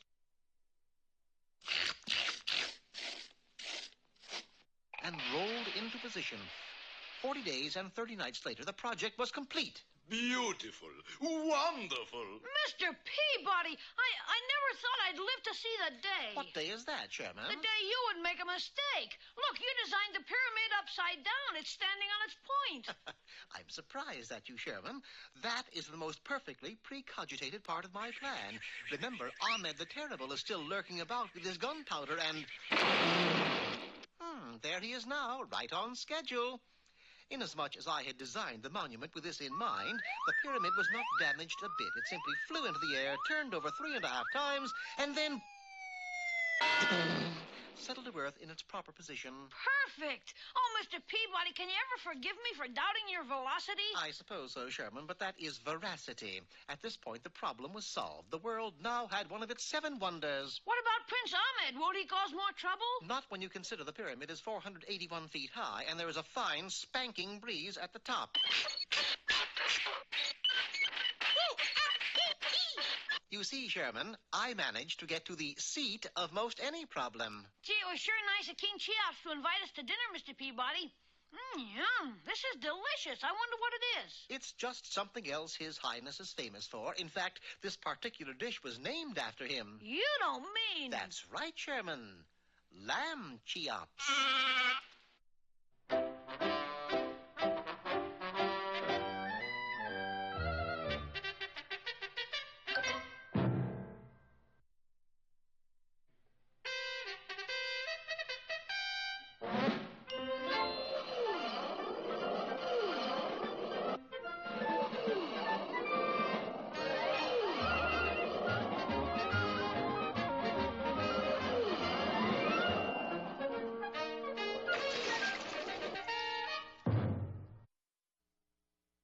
What a fiendish way to get revenge. I don't want revenge. I want Rocky and Bullwinkle. Little does Boris know that Rocky and Bullwinkle have volunteered to silence the guns of Abalone. Unfortunately, they've run into a number of obstacles, among them a storm at sea, which has caused their ship to begin sinking right under their feet. Where else? Quick, we gotta tell the captain to abandon ship. Well, you can look it up in the almanac. You'll see that particular storm lasted 14 days. And when it cleared, the good ship Lollipop was no longer afloat. But one of her longboats was, crammed with passengers and crew. Engine room, why don't you answer? Maybe they went out to lunch. Captain, the men from the engine room are right here in this rowboat. Your ship sank. And it looked as if this one would too, for suddenly out of nowhere, huge shells came screaming by. It must be the guns of Abalone. They shouldn't let those fish have guns. Bullwinkle, we may have a chance to carry out our mission. Yeah. Under Rocky's able command, the longboat pushed through the water until eventually it came to rest on the sands of the island of Abalone. Okay, now I need an alarm clock and a few sticks of TNT. Luckily, one of the crew members had salvaged those very items before the ship went down. It didn't take the nimble squirrel long to fashion a time bomb. You fellers wait right here while Rock and I go blow up the cannons. What right have you got to give orders? It's my show. Oh. Through nook and crannies, over Smith and Dale's, they crept and crawled, inching their way even closer to the site where the gigantic guns stood. But Boris, darling, is getting Moose and Squirrel worth blowing up world bit by bit. I will not dignify the question with an answer, Natasha. Load the cannon. Bullwinkle, I think I've heard that voice before. Wouldn't be H.V. Kaltenborn, would it? Stand back, Natasha. I'm going to shoot all 5 cannons at once. But Boris, honey, baby, you will blow up everything. So what? Moose and Squirrel has not showed up. I got nothing to live for. I beg to differ with you, but Moose and Squirrel has showed up. In fact, we've been showed up quite a few times. It's them, the blight of my life. Hand me my pistol. No got pistol, Boris. All we got is these big cannons. That's good enough. Help me aim. Throw the time bomb, Bullwinkle. What time bomb, Rock? The one I made. Oh, that one. Now, where'd I put that thing? While Bullwinkle searched, the guns of Abalone were lowered into firing position. Maybe you dropped it somewhere. And just as Bullwinkle leaned over to look for the bomb, fire! Unfortunately for Boris, he had aimed all 5 cannons right at each other. The guns were completely destroyed. Boris and Natasha were transported to the proper authorities and received severe reprimands for their behavior. Also 20 years each. As for Bullwinkle and Rocky, exhausted after their trying ordeal, they returned home and immediately went to bed. Oh, boy, I could sleep for a week. Me too. Say, did you ever find the time bomb? What time bomb? Never mind. Set the clock for 7 tomorrow morning. I already did. Fellas, I think it's only fair to warn you that the time bomb is on the table ticking away. Doesn't matter. Well, why not? That clock always runs slow. Well, yes, but oh, never mind. Be with us again next time for a different adventure. Maybe with 2 different stars. Run slow.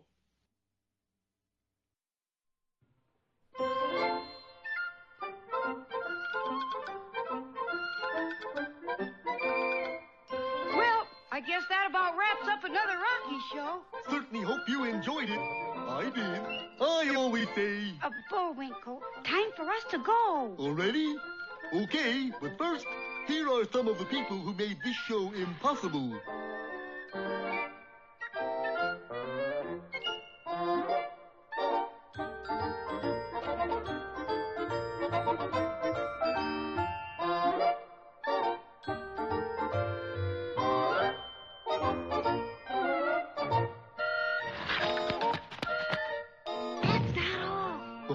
Get tired.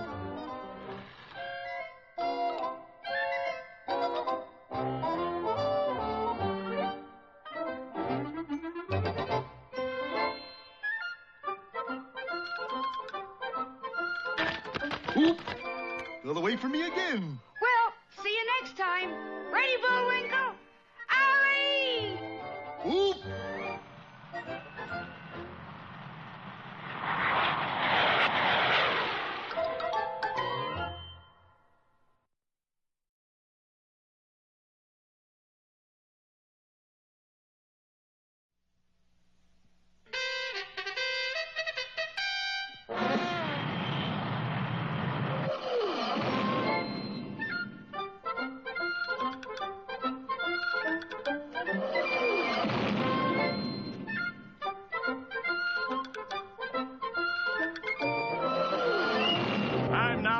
Adventures of Rocky and Bullwinkle and Friends.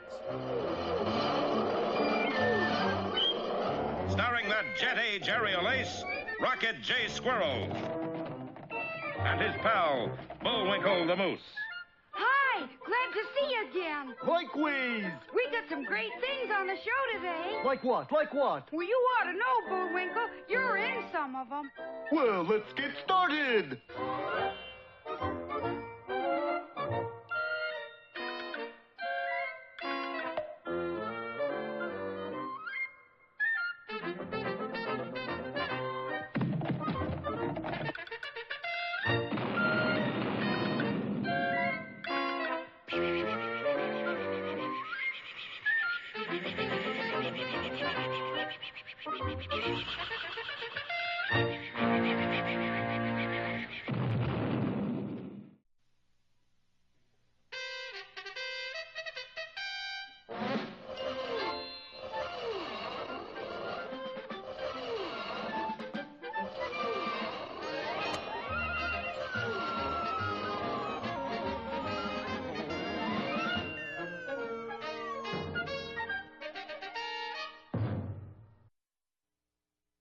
Minnesota, in the lower regions of the high country.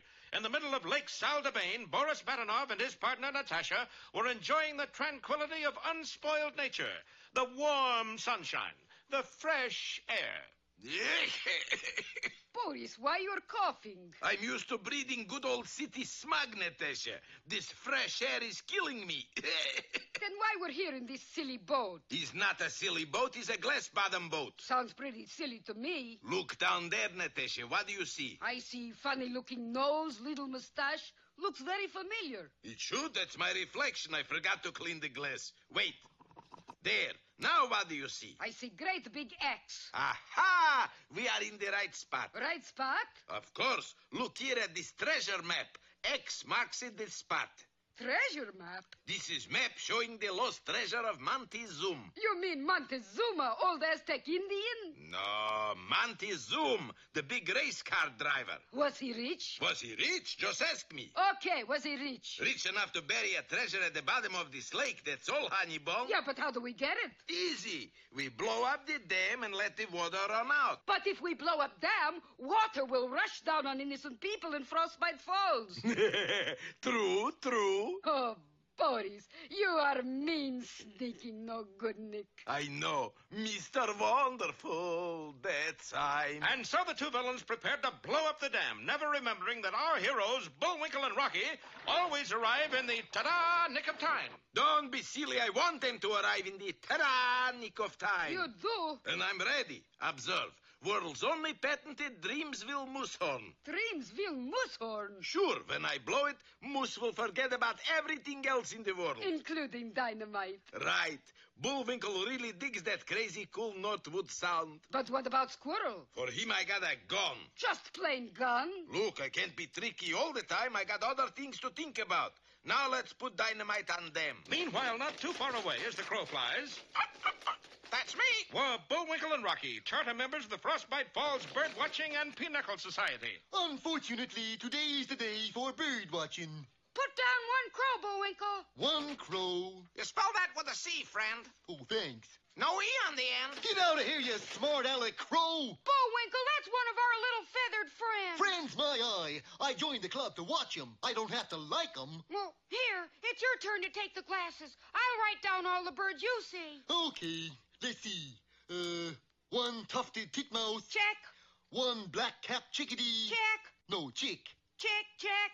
Chickadee? No, check. Forget it. Put down robin redbreast. Okay. One yellow-bellied sapsucker. Check. No, cross that out. I can't stand a coward. Oh, come on, Bullwinkle. All right. Say, there's a big-nosed fuse lighter. A big-nosed fuse lighter, male or female? There's one of each. Let me see those glasses. Bullwinkle, those are saboteurs. One or two bees. We gotta stop them. And desert my bird-watching post. Never.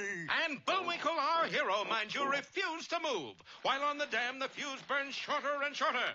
Don't miss our next episode, Floodwaters or Drown in the Valley.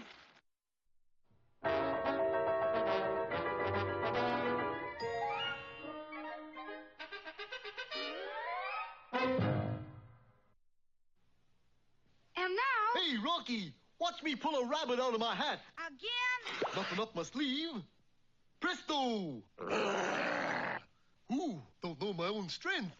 Now here's something we hope you'll really like.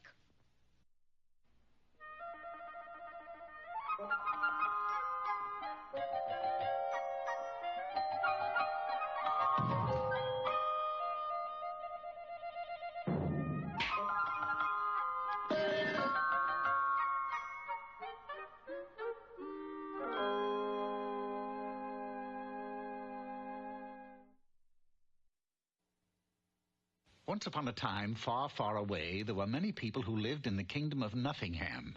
Nothingham was just like any other kingdom except for one thing. Nothing ever happened there. What are you doing, dear? Nothing. What are you doing? Nothing. Guess what we're having for dinner? Nothing? Yes, under glass yet. And so it was, year after year. Now, nothing more would ever have been said about Nothingham, but for one thing. One day, something happened. A storyteller who'd been traveling about from kingdom to kingdom collecting stories came to see the king. That's right. You tell me a story that's happened in your kingdom, and I'll put it in my book. Knowing full well that he dare not tell the storyteller that nothing had ever happened in Nothingham, the king quickly struck upon a clever plan. I must say, you certainly have a nose for news, young man. There now. Take a look at that. Oh! What is it? This is my daughter, a beautiful princess. Aren't you, sweetie? Yeah, but I'm almost 32 and nothing's ever Never mind.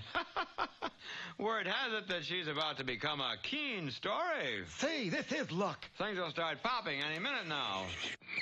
Going to the royal tailor, he quickly had a fairy godmother disguise made for himself. How's that, sire? Oh, it's fine. Girdle's a little tight, though. Dashing out of the castle, he found a poor but handsome young lad who was working as a hole digger in the fields.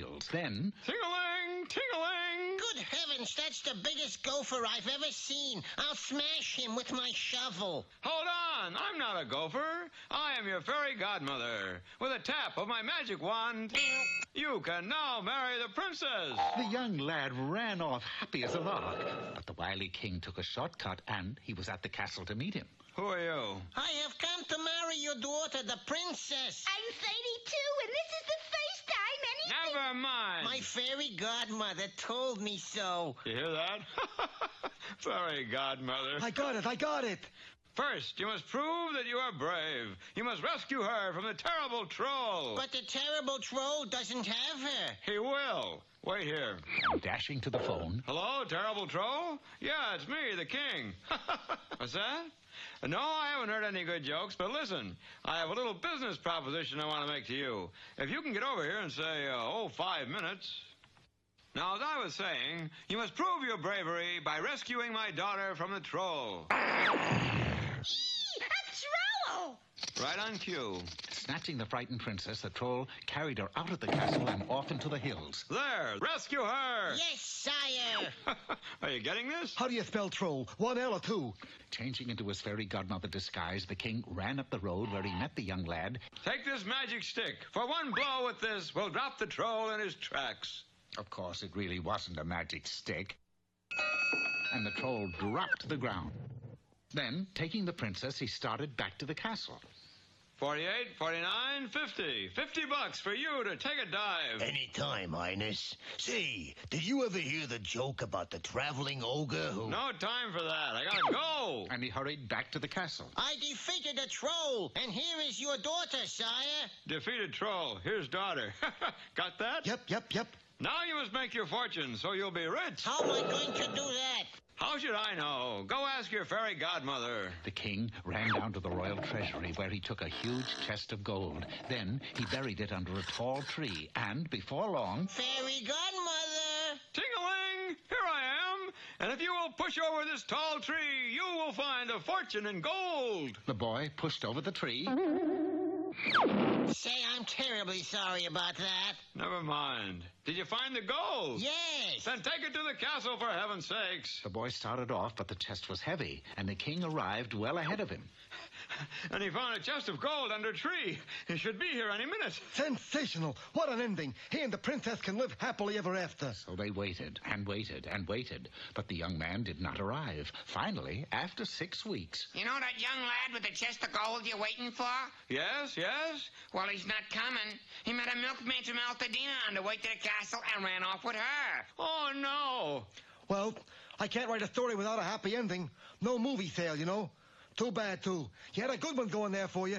The king flew into such a rage at this turn of events that he hurled his throne out of the window. And a chance to strike a transient witch who was passing through. All right. Who threw the throne? I did. What about it? This about it? And the angry witch cast a spell on the king, changing him into a homely, scrawny little duck. Upon seeing this, the storyteller wrote a fine little fairy tale. The Ugly Duck King. Oh, ho, ho, ho.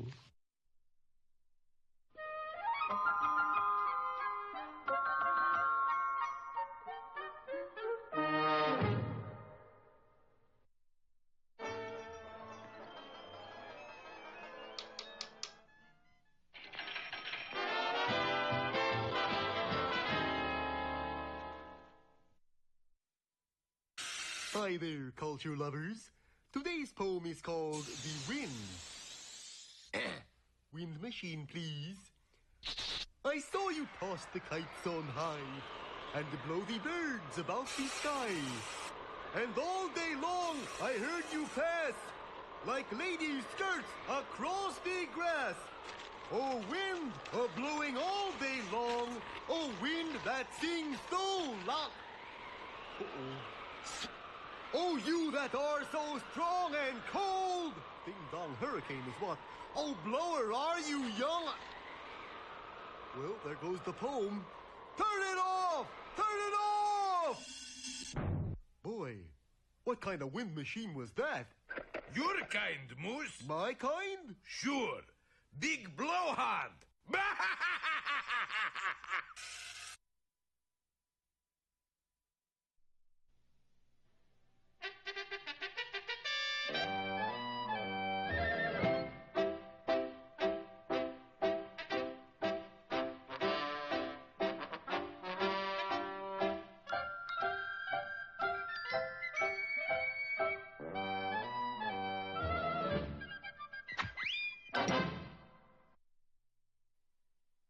Who was it that said, watch the birdie, Sherman? Arnold Palmer?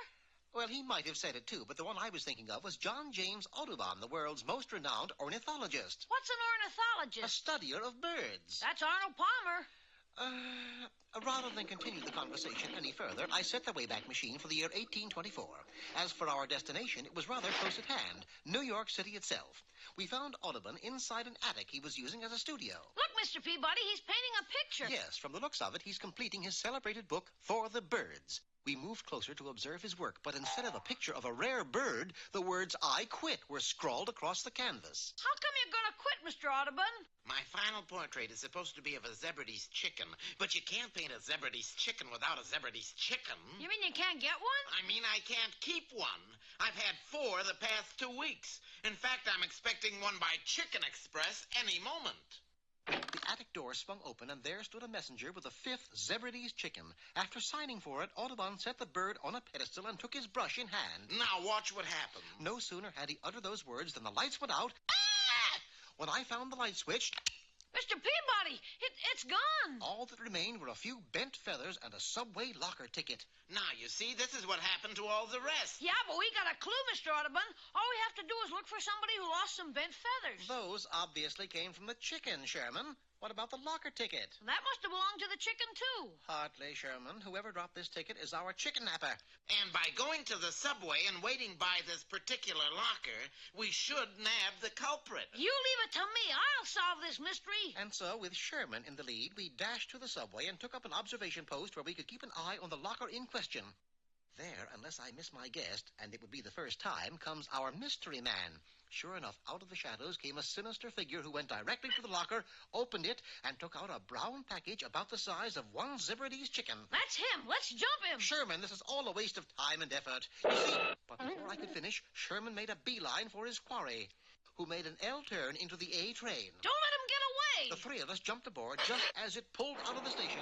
Look at him, Mr. Peabody. He's acting mighty peculiar. Yes, I think you could call hanging from the straps by your feet peculiar. What next, Sherlock? We better not make him suspicious. And so, under Sherman's instructions, we too adopted this somewhat unorthodox method of riding the subway. But not for long. We passed through a tunnel and reached the end of the line, and the end of the chase, so it appeared, for our suspect was no longer with us. It's no use. We've lost him. Now I shall never finish my book. Our course of action is obvious, Mr. Peabody. To you, perhaps, but not to me. This entire affair can be straightened out back at Audubon's attic. But my suggestion went unheeded, for suddenly Sherman's private eye caught sight of our sinister figure darting into a very unhandsome cab. We were off again, and this time didn't stop till we reached the waterfront. A dense fog had got lost on its way to San Francisco and enshrouded the entire area. Never fear, Mr. Audubon. We'll get him yet. Time and my patience were running out. Sherman, you are after the wrong man. The only way to find out is to catch him and see. But how can we do that in this fog? Elementary, my dear Sherman. What is this fog as thick as? Pea soup. And that's where we found him, in a shabby restaurant behind a bowl of pea soup. Now we got you, you old Zebrady's chicken napper, you. Sherman, cease and desist. But, Mr. Peabody. I have been telling you all along you've got the wrong man. You mean the Zebrady's chicken isn't in that package? Far from it. I pointed to a sign on the wall advertising the sale of tough steaks. What's that got to do with what's inside the package? Everything. And upon opening the package, Sherman found it contained an extra supply of very sharp false teeth. Friend of mine loans these to me when I have dinner here. Wasting no more time, we apologized to the man and headed to Audubon's attic. Along the way, we picked up another Zebrady's chicken, and Audubon was able to complete his book on schedule. Then who took the chickens, Mr. Peabody? Alistair, the cook. With that, I ushered Sherman into the kitchen. Tonight we got chicken soup. Zebrady's chicken soup.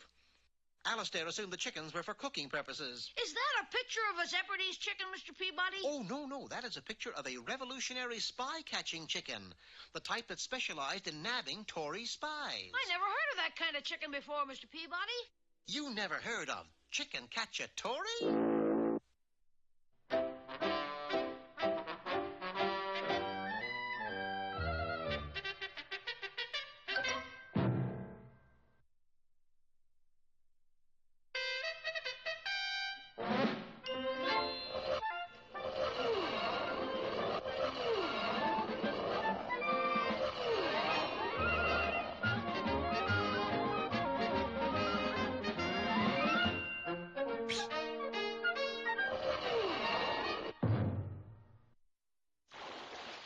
Last time, you remember, Boris and Natasha were preparing to blow up a dam in order to find hidden treasure. Yes, it's the lost treasure of Montezuma. Not now it isn't, darling. What you mean, Natasha? He said like a good straight man. Now it's the found treasure of Montezuma. Oh, boy. And although our hero Bullwinkle spotted the villains while birdwatching, he refused to go after them. Never!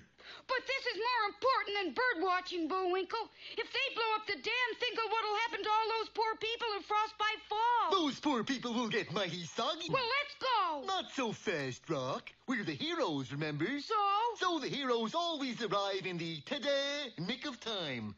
I don't want to show up early and spoil the suspense. And I don't want to show up late and get blown up. You got a point there. Heck with the suspense. Let's go! But what Bullwinkle and Rocky didn't know was that Boris Badenov was waiting for them with not one but two weapons. A Dreamsville moose horn and a squirrel gun. I blow moose horn and moose forgets all about dynamite until kaboom! And what about squirrel? He also get kaboom? No, for him is pum pum with squirrel gun. And so as Bullwinkle and Rocky dashed under the dam and reached for the fuse, Boris raised the fatal Dreamsville moose horn to his lips and the one and the two and...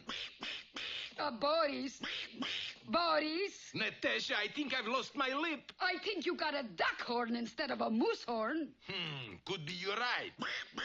Kinda crazy sound, though.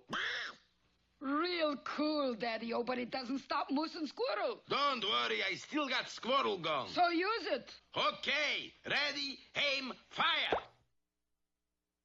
What's that? Boris, we forgot. There's no violence allowed on television anymore. Well, Bullwinkle, we did it. We arrived in the ta-da nick of time. We always arrive in the ta-da nick of time. The ta-da nick of time. You said that. I know, I just love to go ta-da. Well, all is lost, Natasha. Might as well throw away the treasure map. Why not just pull the plug at the bottom of lake? Pull the plug? Yes, look. Raskolnikov! Sure enough, the treasure map indicated a large plug at the bottom of Saldabane Lake. See, the chain leads to this float in the middle of the lake. So a little later, Boris was at the float and tugging at the chain that would empty the lake and reveal the lost treasure of Montezuma. A little later, he was still tugging. Much later, he was still tugging. Gee, I wonder what happened to the saboteurs who were trying to blow up the dam. Well, they wouldn't hang around. Help! SOS, help! What's that? Sounds like somebody in trouble on the lake. Come on! And within a few minutes, Bullwinkle had crashed his way to the side of Boris's boat. What's all the trouble? Allow me to introduce myself. I'm Spencer Traceback, the famous actor. Yeah, I saw you in that picture about the old man fighting with a great big fish. Keen picture. Thanks, kid. But I got it a fish here that's even bigger, and I need help to drag it in. Well, I'm your man. Moose. Yeah, Moose. And Bullwinkle began pulling on the chain, which would pull the plug, which would empty the lake, which would uncover the treasure, which would... Mister, you got a bad case of which wood's there. I know. Anyway, be with us next time for A Leak in the Lake or The Drain Maker.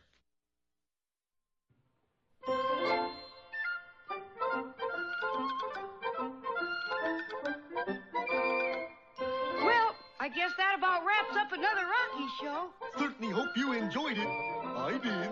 I always say... Bullwinkle, time for us to go. Already?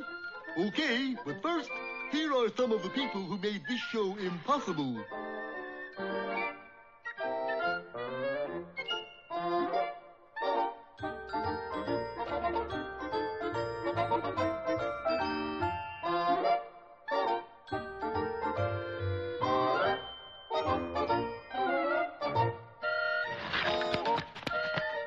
That's not all. My fingers get tired.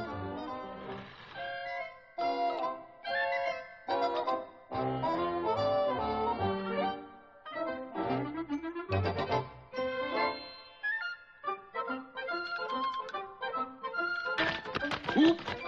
Got away from me again. Well, see you next time. Ready, Bullwinkle?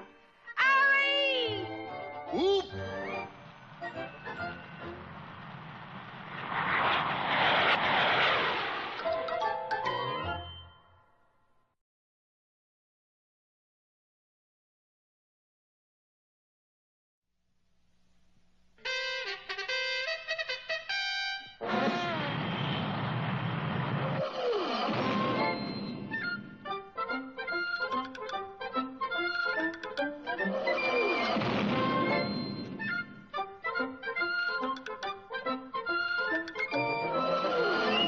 Time now for the adventures of Rocky and Bullwinkle and friends. Starring that jet-age aerial ace, Rocket J. Squirrel. And his pal, Bullwinkle the Moose. Hi, glad to see you again. Likewise. We got some great things on the show today. Like what? Like what? Well, you ought to know, Bullwinkle. You're in some of them. Well, let's get started.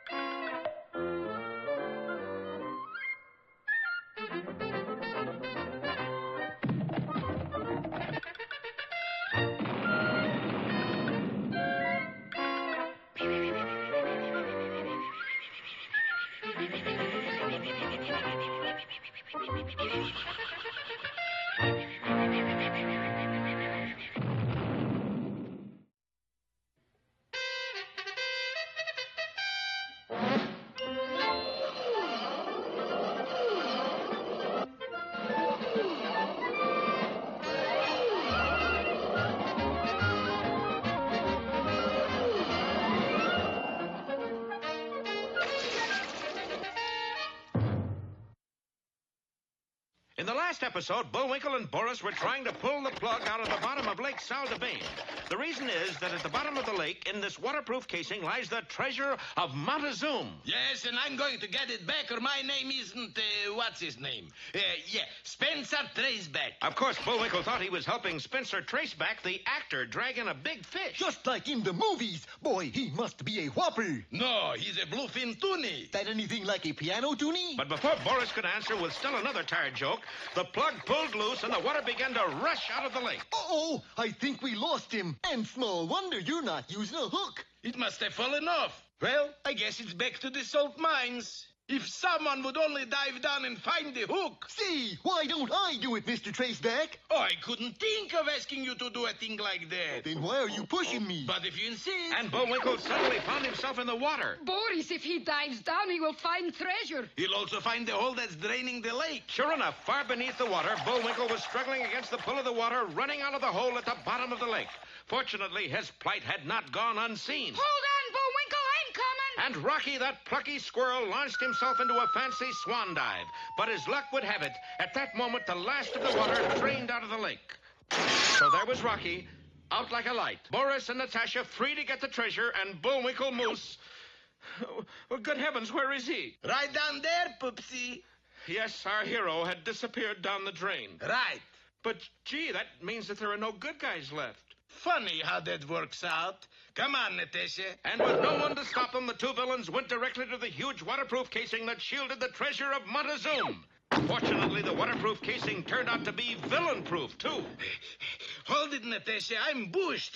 If I got to work this hard to get rich, I might as well get a job. Oh, Boris, what you said. Meanwhile, Rocky had come to his senses and was standing beside the hole where Bullwinkle had been pulled from sight. There's only one thing to do. I gotta fly down there after him. And adjusting his goggles, the plucky squirrel zoomed down into the hole. Oh, such loyalty, Boris. It kind of gets you right here. Yes, Natasha, and I'm going to do something about it, too. What? I'm going to plug up the hole. And the wily Boris slammed the plug back into place and stamped it down tight, trapping our heroes far underground where they were zooming through the water supply system of Frostbite Falls. Our scene now changes rather abruptly to the interior of an apartment house in the suburbs of Frostbite Falls, where nearly was a lady last night she died, told the bell for... Oh, rats, what happened to the hot water? Hey, Super, let's have some hot water up here. You got all there is. Turn the tap on all the way. Oh, very well. Nellie was a lady, last night she died. Toll the bell for lovely Nell, my sweet Virginie bride. Oh, for cry-eye, it's a monster. No, I'm more of the second tenor. How'd you get in there? Never mind that. The real question is, how am I going to get out? Yes, Bullwinkle was jammed into a bend in the water pipe, and what's more, it was a hot water pipe. Yeah, I'm getting the world's first instant hot foot. Instant hot foot? Take 1 foot and add boiling water. Don't miss our next episode, Bullwinkle Cleans Up, or The Desperate Showers.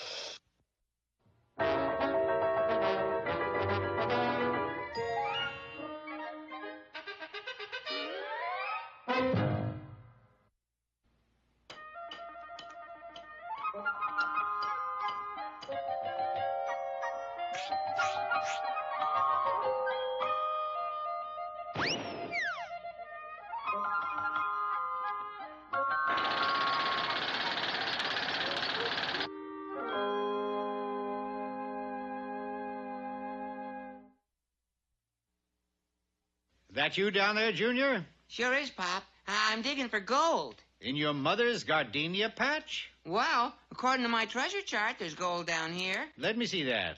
My Favorite Gold Mines by Marilyn Monroe. Where'd you get this? I bought it off a rag peddler. For how much? 6 cents. Uh-huh. That, my boy, is a classic example of a fool and his money are soon parted. It wasn't my 6 cents, Pop. I took it off your dresser. Yeah, that's beside the point. You were still swindled. Now stop digging and listen to this fable. I call it The Fox and the Rabbit. Years ago, when vaudeville was in its heyday, a certain fox named Foxini the Great toured the hinterlands as a magician. For my next trick, I shall need a volunteer. How do you do, sir? May I borrow your pocket watch? Thank you. Now, I drop the watch, made in Switzerland, into this hat. Stir it with an egg beater. Tap it gently with a sledgehammer, and then pour a vial of acid over it. I then cover the hat with a Hindu cloth and say the magic words, Helen 12 Trees and Ricardo Cortez, and presto! Go ahead, sir. Reach in and get your watch. You, sir, need a new crystal? Say, I got an item for you, Foxini boy. That was the last act you will ever do in this theater. Oh, please, sir. One more essay. I supplicate you. Oh, I shouldn't, but, well, all right. One last essay. You close tonight's show, right after the train seals. You won't be lamentated, sir. I promise. Oh, and look, Foxini doll, no more of the mystic stuff, huh? It's a family show, you know. Just pull a rabbit out of the hat, will you? But rabbits in those days were hard to find, mainly due to the carrot drought that hit the hinterlands that summer. Ah, but in his meanderings, the fox sauntered down a back alley, and there, eating a picture of a carrot, was a rabbit. Good morrow to you, friend rabbit. Hi. Got a picture of some salt on you? No, but I can give you a job. Like doing what? Getting in and out of a hat. Well, sounds easy enough. I'll try it. That evening, the great Foxini climaxed his turn with a new innovation. Yes, folks, this hat does seem to be empty. Aha! But I say the magic words. Roger Pryor and Eileen Pringle, and presto. The crowd gasped, for out of the hat came a rabbit eating a picture of a turkey. There, you hear that, Foxini, baby? I'm picking up your option right away. They loved it. You're made. For 2 weeks, Foxini stopped the show, and then it happened. And presto, out of the hat comes... Nothing. The rabbit did not appear. The curtain came down. On the fox, unfortunately. Later in his quarters... But why did you let me down? I'm bored, that's why. You get all the applause while I have to sit all cramped up in that little hat.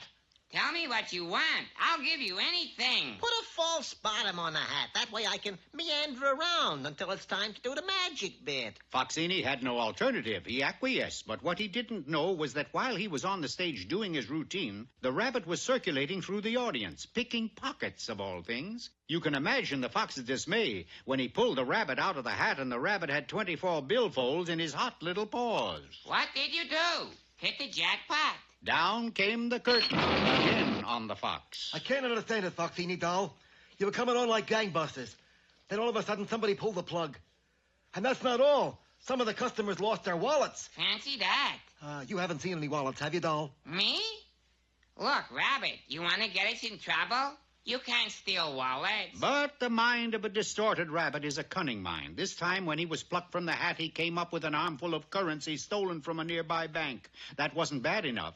Also out of the hat came the squad of police. You're under arrest, Foxini. But, Ossifer, I had nothing to do with this. It was all the rabbit's fault. What rabbit? Sure enough, the wayward hare had chosen that moment to jump back into the hat and escape through the false bottom.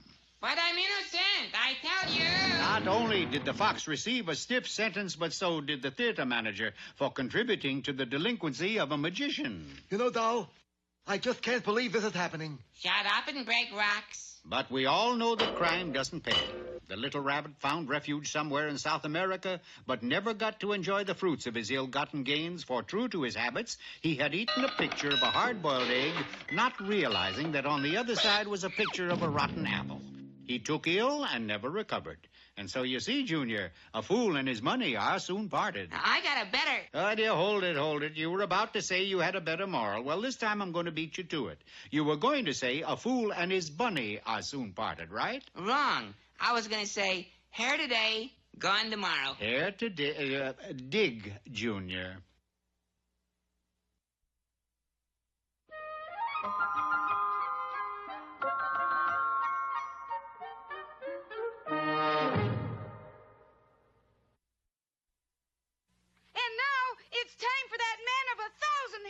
Suggestions, Mr. Know-It-All. Thank you, and hello, man of 1,000 helpful suggestions lovers everywhere.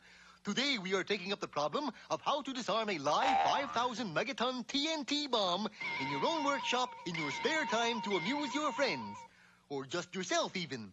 First and surest fire is the hairpin technique, which requires 1, a common hairpin, and 2, a common bomb. This method, when employed by an expert professional bomb disarmer, is 100% safe. 99% anyway. For the beginner, it is often more satisfying to work with a smaller bomb, or a teeny as the professionals call it. Next, it is important to be able to detect the bomb before disarming it. One would think it would be this object because of the ticking sound, but obviously that's just to throw one off. Likewise with these two objects. But here, cleverly disguised as a bomb, is a bomb. And thus, another nasty scene has been averted by... Gosh, Mr. Know-It-All, what happened? I was about to tell you your time is almost up. Throw it away! Get rid of it! Run for your life! Lucky I got my own watch. Taking no chances. Now, where's that match? Oh, yes.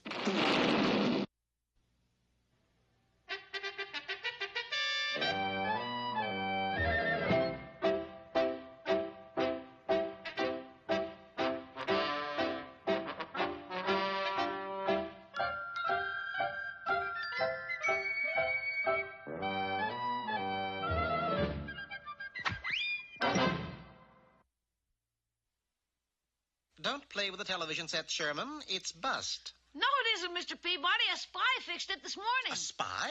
Well, he snuck in the back door and he was all dressed in black. Well, that doesn't mean he's a spy. Well, he gave us Secret Service, didn't he? Oh, dear. I had no alternative but to make Sherman stand in a corner, the one occupied by the Wayback Machine. Where to, Mr. Peabody? Well, as long as we're on the subject of spies, let us meet the queen of them all, the legendary Mata Hari. Sherman sent the Wayback Machine for Newcastle, England, in the early days of the First World War. We arrived just as one of the largest ships of its day was about to be launched. Which one of the people on the launching platform is Mata Hari, Mr. Peabody? From here, it's hard to tell. She undoubtedly is wearing a clever disguise. It was then I spotted a waiter going up the steps, carrying a bottle of champagne with which the ship was to be christened. That, Sherman, is Mata Hari. How can you tell? When a waiter wears high heels, something is afoot. In the name of His Majesty, I hereby christen this ship. Don't swing that bottle, Admiral! Why not? She blew it up! We reported the incident to the Counterintelligence Department of Scotland Yard. Well, if Mata Hari is in England, it means the war effort is in serious jeopardy. Wonder what she'll do next. Probably steal some secret plans. I doubt that. We have a steel-proof steel safe here, but we shall check anyway. Oh, dear, what did I do with the combination? The combination is 6 left, 32 right, back to 8, around once to 0, and right to 3. Gad, sir, how do you know the combination? I don't really. It happens to be the phone number of my aunt in Peoria. The heavy door swung open, revealing an empty safe. Good, she didn't take a thing. What do you mean, Inspector? Well, the safe is just a blind. I keep the secret plans in my pants pocket. We suddenly realized his pockets were gone, along with his pants. That means Mata Hari got away with the plans. Yes, and without them, England is lost. In a desperate attempt to overtake her before she could leave the country, we dashed for the nearest optometrist. Optometrist? What makes you think she'll be there? Quite obvious, Sherman. All spies need spy glasses. Suddenly before us loomed a shop owned by a Dr. Focals. Rushing inside, we spotted Mata Hari standing by Focals. No use making a spectacle of yourself, Mata Hari. We've got the drop on you. Actually, she had the drop on us, for a trapdoor sprang open and Mata Hari disappeared. Quick, she'll head for the airport now. We arrived just as Mata Hari took off in an old de Havilland. We were quick to follow in a new de Havilland. I didn't know you could fly, Mr. Peabody. I have a little bird dog in me, Sherman. By the time we were halfway across the channel, we were practically on Mata Hari's tail. Open fire, Inspector! Right, sir. Unfortunately, the inspector misinterpreted Sherman's command. To him, open fire meant to open the cockpit and build a fire. We went down in flames, which was the name of a small French town right near the German lines. We disembarked from our burning plane and took stock of our situation. This, Sherman, is what is known as no man's land. Years ago, it was a lush forest. But the trees are gone. That's right, Sherman. This is the Argonne Forest. You should have saved that one for the ending, Mr. Peabody. Oh, I have one that's worse than that, Sherman. Right now, our problem is to outwit Mata Hari before she can deliver the secret plans to the enemy. We shall never catch her now. We shall not only catch her, we shall pass her. Unmindful of the shrapnel, we ran between the falling bombs and reached the enemy trench a good 45 3/10 seconds ahead of Mata. Oh, we're in trouble, Mr. Peabody. Look at all the bayonets. And that gave me an idea. I picked up a string of hot dogs lying in a nearby shell hole and instructed Sherman and the inspector to follow my example. We placed a hot dog at the end of each bayonet. Naturally, the soldiers assumed they were at a weenie bake, and being German, rushed off to get some sauerkraut. Now what, Mr. Peabody? Quick, into these uniforms! When Mata Hari got there, she took us for German officers and promptly handed over the secret plans. I, in turn, promptly handed the plans and Miss Hari over to the inspector. We did it, Mr. Peabody. Yes, don't we always? By the way, Mr. Peabody, what was in the secret plans? Here they are, Sherman. Take a look for yourself. Oh, my gosh, it's just a picture of a giant blimp. That giant blimp, Sherman, was to be England's last resort. In the event they were losing the war, the entire British population was to climb into that blimp and fly to safety. I never heard of that before. Well, of course you have. Where do you think we got the phrase, one nation indirigible? Oh, no. I warned you, Sherman.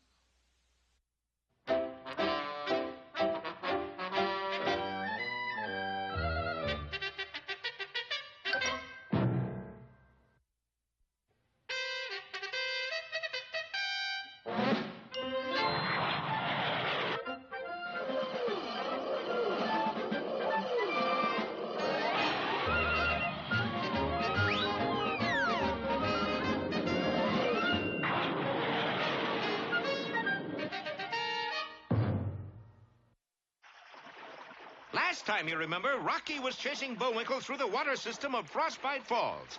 Little did he know that high above him, the moose was stuck in an irate citizen's shower nozzle. Fortunately, the irate citizen spun the tap wide open, shooting Bullwinkle out of the pipes entirely. Thanks a mill, friend. But you're over 6 feet tall. How could you get through a little skinny water pipe? I held my breath. Superintendent, help! Well, if you're going to act like that, goodbye.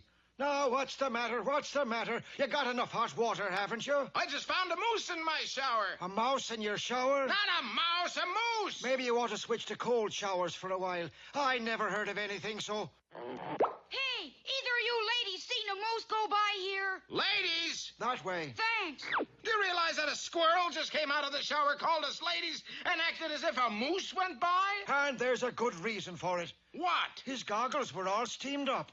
Oh. It was true. With his goggles all foggy, Rocky walked right past Bullwinkle without even seeing him. Hey, Rocky! Bullwinkle, is that you? It was when I got up this morning. I must be getting nearsighted. You sure look fuzzy. Well, let's face it, Rock. I am fuzzy. Meanwhile, at the dry lake bottom, Boris and Natasha were still trying to break into the enormous treasure chest. Oh, it's no use, Boris. We can't do it. Well, I guess we'll have to use a Pennsylvanian persuader. A Pennsylvania persuader? What's that?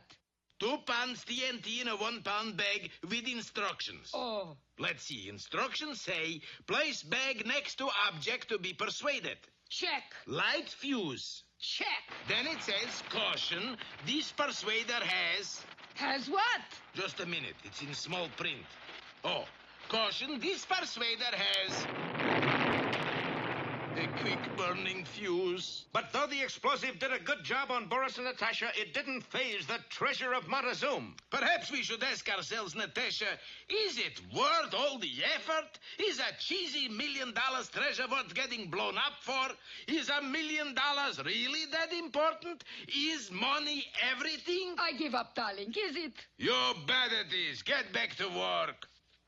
But unbeknownst to the two eager villains, our heroes were dashing to the scene of the crime. Why are we dashing thusly? Because the criminal always returns to the scene of the crime. I don't want to destroy your childlike faith, Rock, but we're not the criminals. No, but when the real criminals do return to the scene of the crime, we'll catch them red-handed. Do you follow me? I have to. We're on the same bicycle. Meanwhile, the wily Boris had rigged up a primitive block and tackle and dragged the enormous treasure chest to a high bluff overlooking the dry lake. Now, as soon as we cut the cable, chest drops down onto those rocks, splits wide open. And? Happy days are here again. Hey!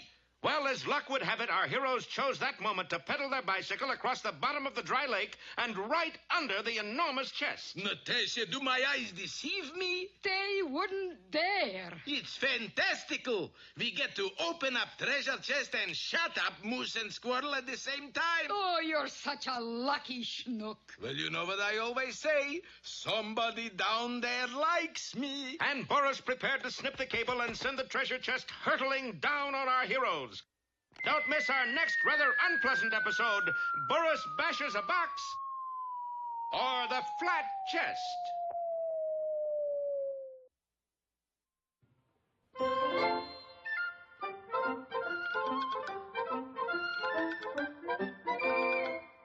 Well, I guess that about wraps up another Rocky show.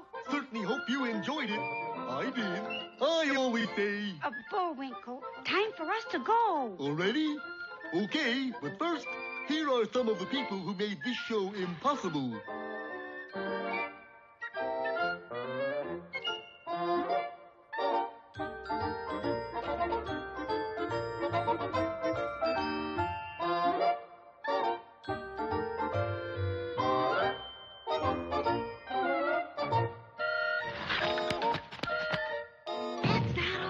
The fingers get tired.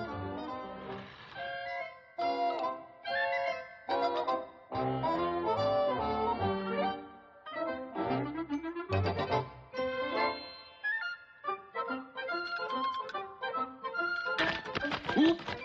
Got away from me again. Well, see you next time. Ready, Bullwinkle? Alley! Oop!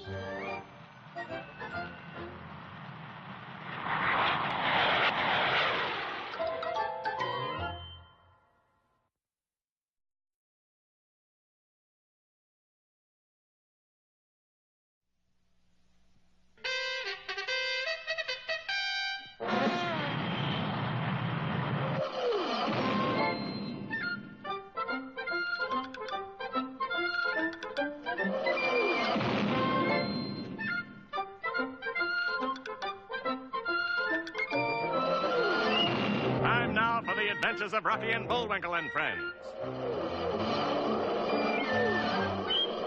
Starring that jet-age aerial ace, Rocket J. Squirrel.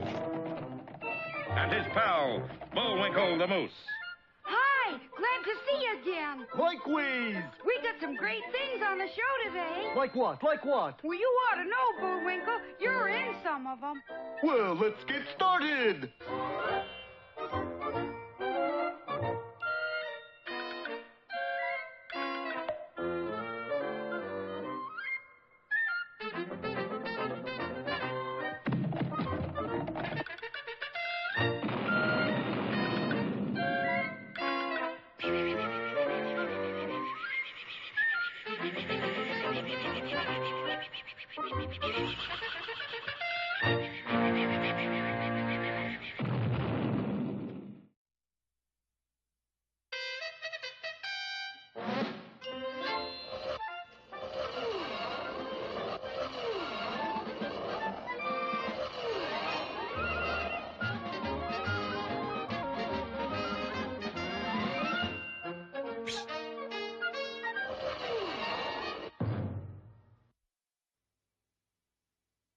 Well, the treasure of Montezuma may be worth $1 million, but it doesn't look as if anybody's going to collect it. For the enormous treasure chest has so far resisted the efforts of Boris and Natasha to pry it open, chop it open, even blow it open.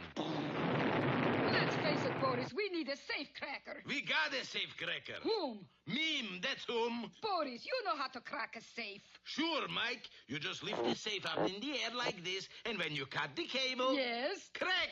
Oh, that's straight thinking, darling. And for me, straight thinking is tough. Why? I got a crooked mind. Well, as luck would have it, our heroes chose that moment to pedal their bicycle bill for two right under the hanging chest. Gee, I don't see any sign of those two spies, Bullwinkle.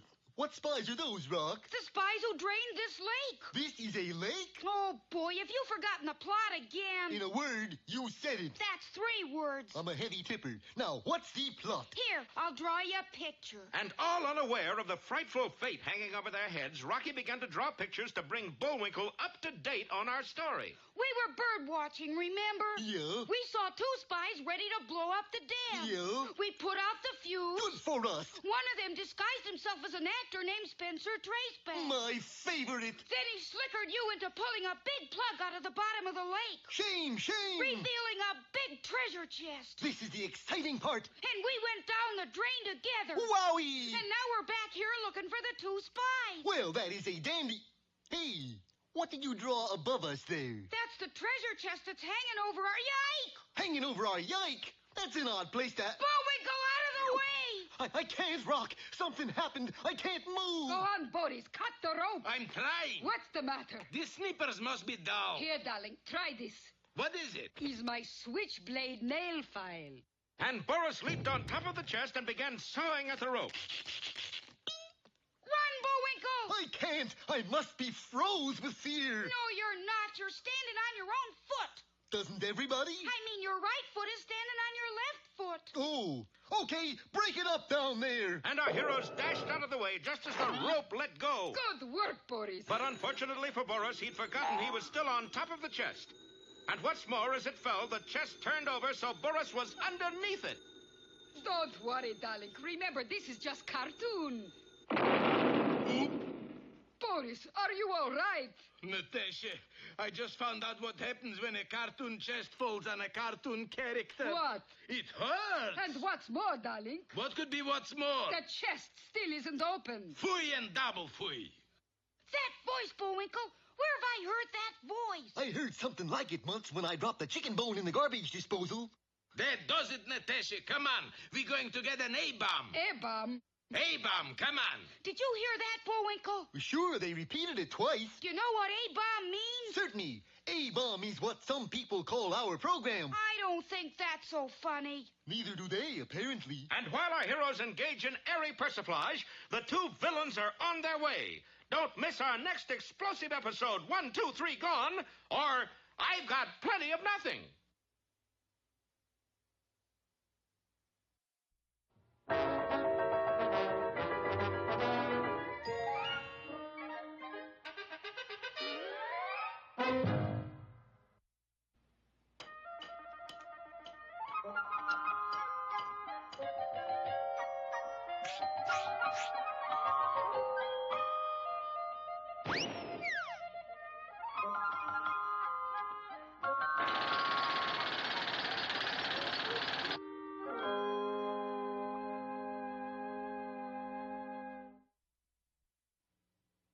Yo-ho, Junior. Where are you, boy?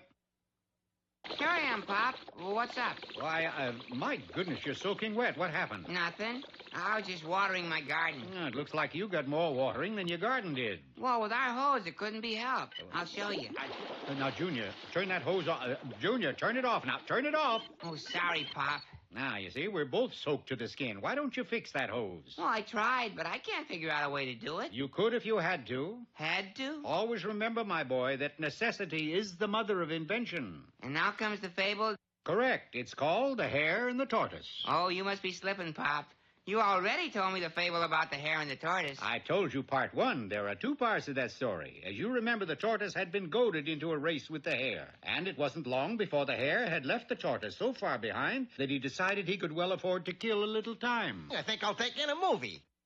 The picture was so good, From Here to Eternity, starring Rabbit Montgomery, that he sat through it twice, which proved to be a fatal mistake. The tortoise wins! Though you are a tortoise, if you are steady and watch out for rolling stones, you will come forth first. Well, we all know what happened to the tortoise after that eventful day. He became rich and famous. Isn't that nice? They named turtle soup after me. But what about the hare? That's quite another story. Losing that race caused him to lose everything, and he was kicked out of the Rabbits Union. But, fellas, my dues are all paid up for 3 months in advance. It makes no difference. You set us rabbits back 200 years. Yeah, what hurts most of all is that folks don't say quick like a bunny anymore. Out!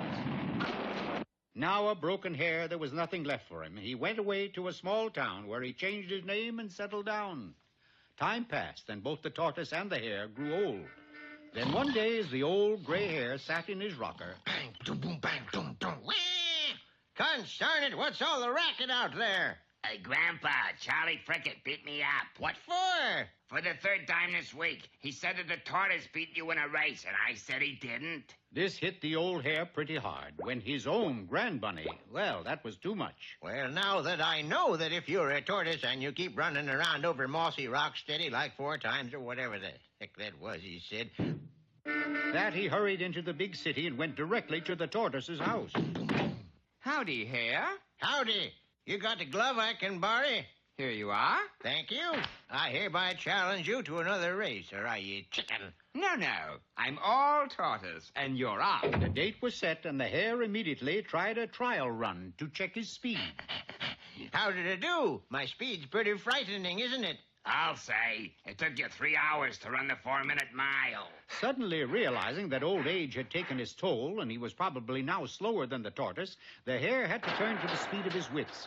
Locking himself in his workshop, he worked day and night, inventing ways to increase his speed. By the day of the big race, he was ready and arrived at the starting line with a wagon load of inventions. What kind of a harebrained scheme are you up to now? Never you mind, Sonny. Just stand aside when you see me coming. No! The tortoise crept into an early lead, mainly due to the fact that the hare crept into the wagon and took a nap. Grandpa, what are you doing? Right now, I'm taking 40 winks. But the tortoise is getting way ahead of you. That's all right. Just let me know when he gets to Miller's barn. Miller's barn burned down 2 years ago. In that case, I better get going. Slipping into one of his inventions, a rocket jacket, he lit the fuse. Stand back, boy. I'm going to pass that tortoise like he's standing still. But, as it turned out, the jacket passed the tortoise and left the hare standing still on the starting line. Dagnabbit, zipper broke. By now, the tortoise was turning into the home stretch. Like I always say, he who puts his best foot forward counts his hatches before they chicken out. So I'm bound to win. It looked as though history was about to repeat itself. I've come to the end. This is the only way out. Grandpa, that's the coward's way out. Don't drink that. This isn't what you think it is, boy. This is a glass of some old-fashioned gasoline I've been saving for years. Bottoms up. A little gas on his stomach was all he needed, for it no sooner hit bottom. And not only did he cross the finish line well ahead of the tortoise, but he kept right on running, never to be seen again. And so you see, Junior, it was necessary for the hare to win that race for the sake of his little grandbunny. And that proves that necessity is the mother of invention. Yeah, Pop. But the hare drinking gasoline proves something else. Oh, what's that? That there's no fuel like an old fuel. I guess you're right.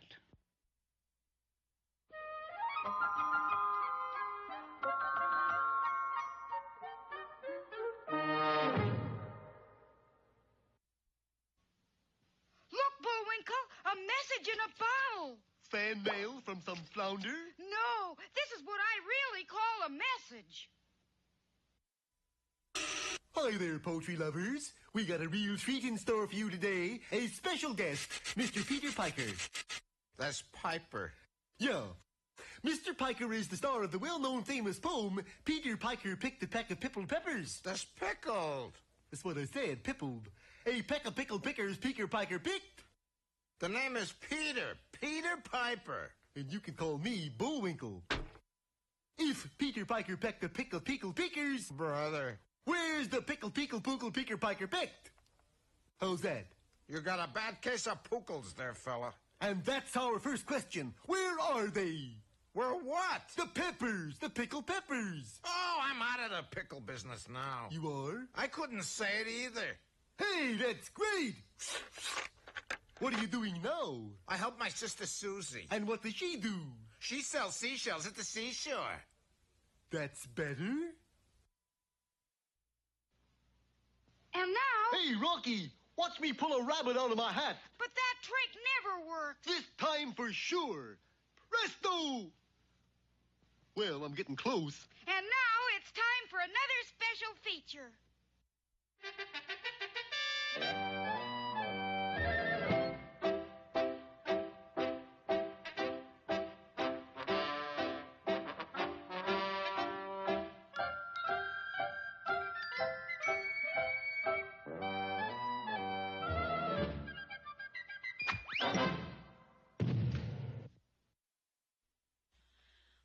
there. Sherman here.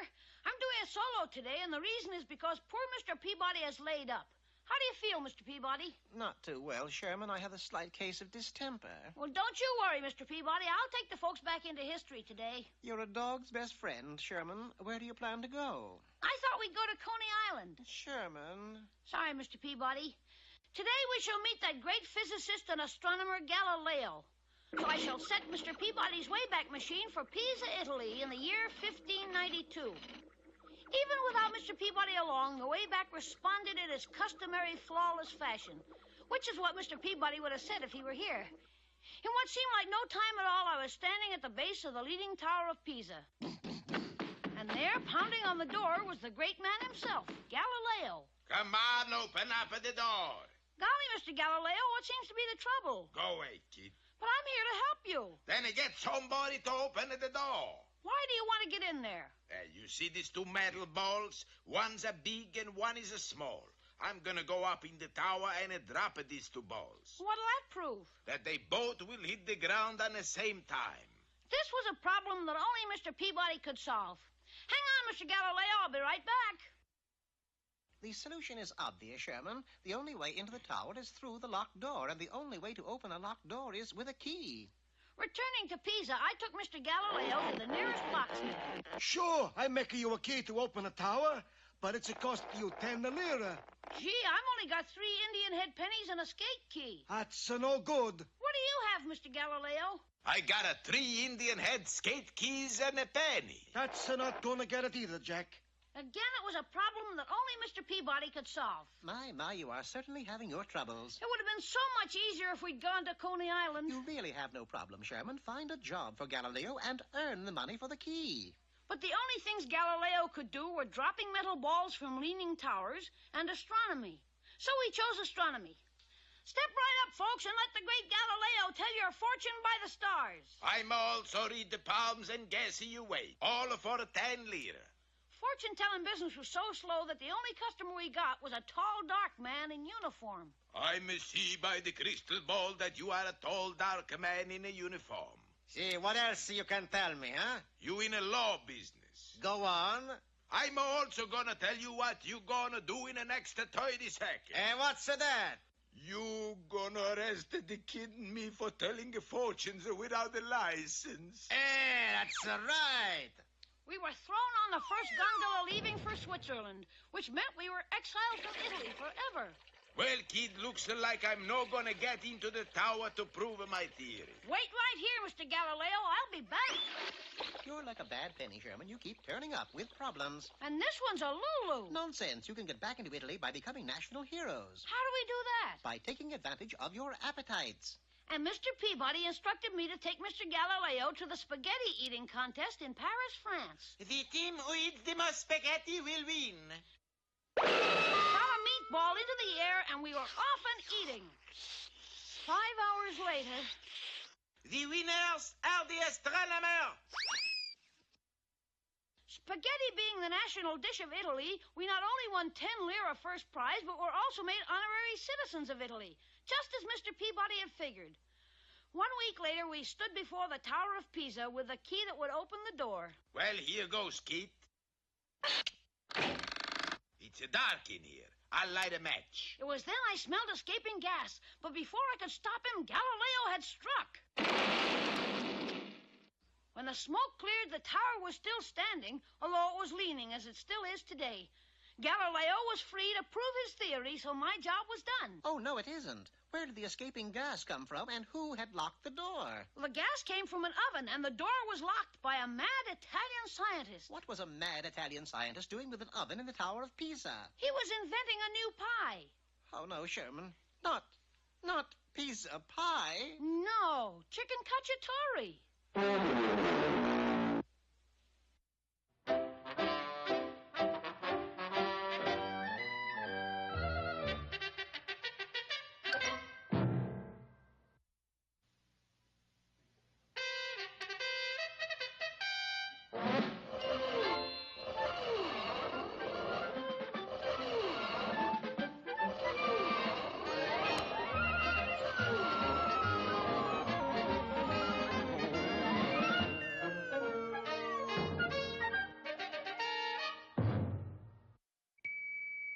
Well, Boris tried to drop the treasure of Montezuma on our heroes, but wound up hoist with his own petard. Meanwhile... Hold it! What means this hoist with my own, what's this? It means you fell into your own trap. Oh, well, why didn't you said so? Okay, let's go. Finally, in desperation, he and Natasha set out to find an A-bomb to blow up the chest. Gee, that must be a pretty valuable treasure, Bullwinkle. Big, anyway. Maybe we could get that chest open. Well... Of course, those spies tried hammering it and chopping it, blowing it up, dropping it off a cliff. Well... So how can we open it. Well, What do you think, Bullwinkle? well- What's your considered opinion? If you'd stop talking, I'll tell you. Well, I was just trying to build up a little suspense. Why don't we just try turning the key? The key? Yes, right there in plain sight was a key. And when Bullwinkle turned it, the entire box flopped open, revealing at last the treasure of Montezuma. Whoa! A 1903 Apperson jackrabbit. That's a treasure. Isn't it, though? I must say, I'm disappointed. Well, then go ahead. What? Say it. Okay, I'm disappointed. And I'm Bullwinkle. Yeah, I know. Well, I guess the only thing we can do is drive it into town and turn it over. What? To the authorities. Oh. How do we start it? Well, it says right here on the instruction sheet, let's see, stand in front of machine, seize crank, spin crank sharply. First, making sure car is out of gear. Hey, Rock, wait up! And so when Boris and Natasha returned to the scene... We couldn't find an A-bomb, not even a war surplus one. Boris, look! Somebody beat us to the treasure. Raskolnikov! But at that moment, Boris's sharp eyes spotted the instruction sheet that Bullwinkle had dropped. I say, at that moment, Boris's sharp eyes had spotted the... I heard you. Well? I can't see it anywhere. It's right under your nose. You're crazy. It's nowhere inside. Boris, darling. Invisible ink I can find. Boris. Invisible papers? No. Darling. What is it, Natasha? You are sitting on it. Oh. You said it was under my nose. Sorry. What does it say? It says the treasure was really just an old car. Oh, boy. Lucky we got a regular job to fall back on. What's that? Breaking windows at the UN building. Let's go. Oh, if those two villains had only seen the license plate of that car, they would... What? What's that whispering? What was that? Nothing. Nothing at all. We got ways of finding out, you know. Ways of... How? Easy. We're on program backwards and forwards again. Like this.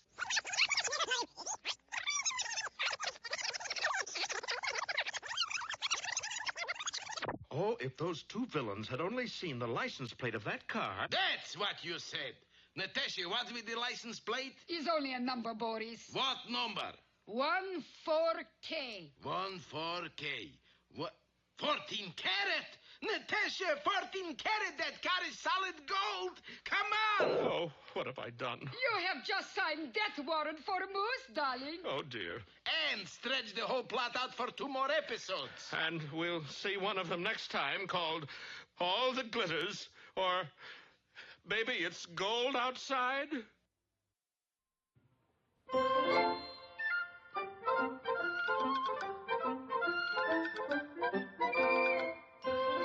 I guess that about wraps up another Rocky show. Certainly hope you enjoyed it. I did. I always say... Bullwinkle, time for us to go. Already? Okay, but first, here are some of the people who made this show impossible.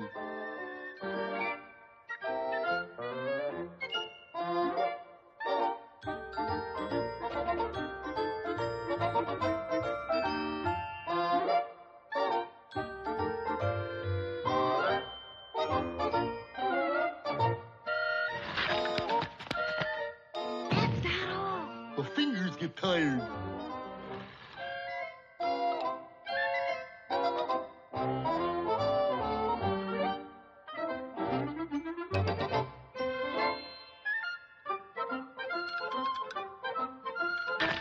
Oop!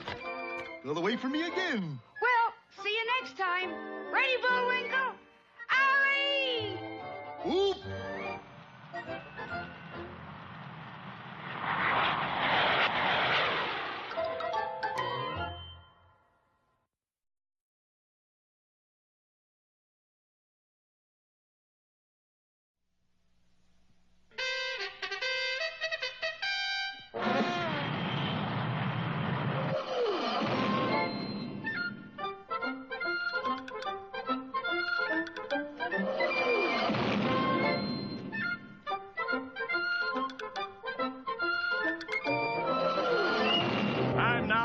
Adventures of Rocky and Bullwinkle and Friends.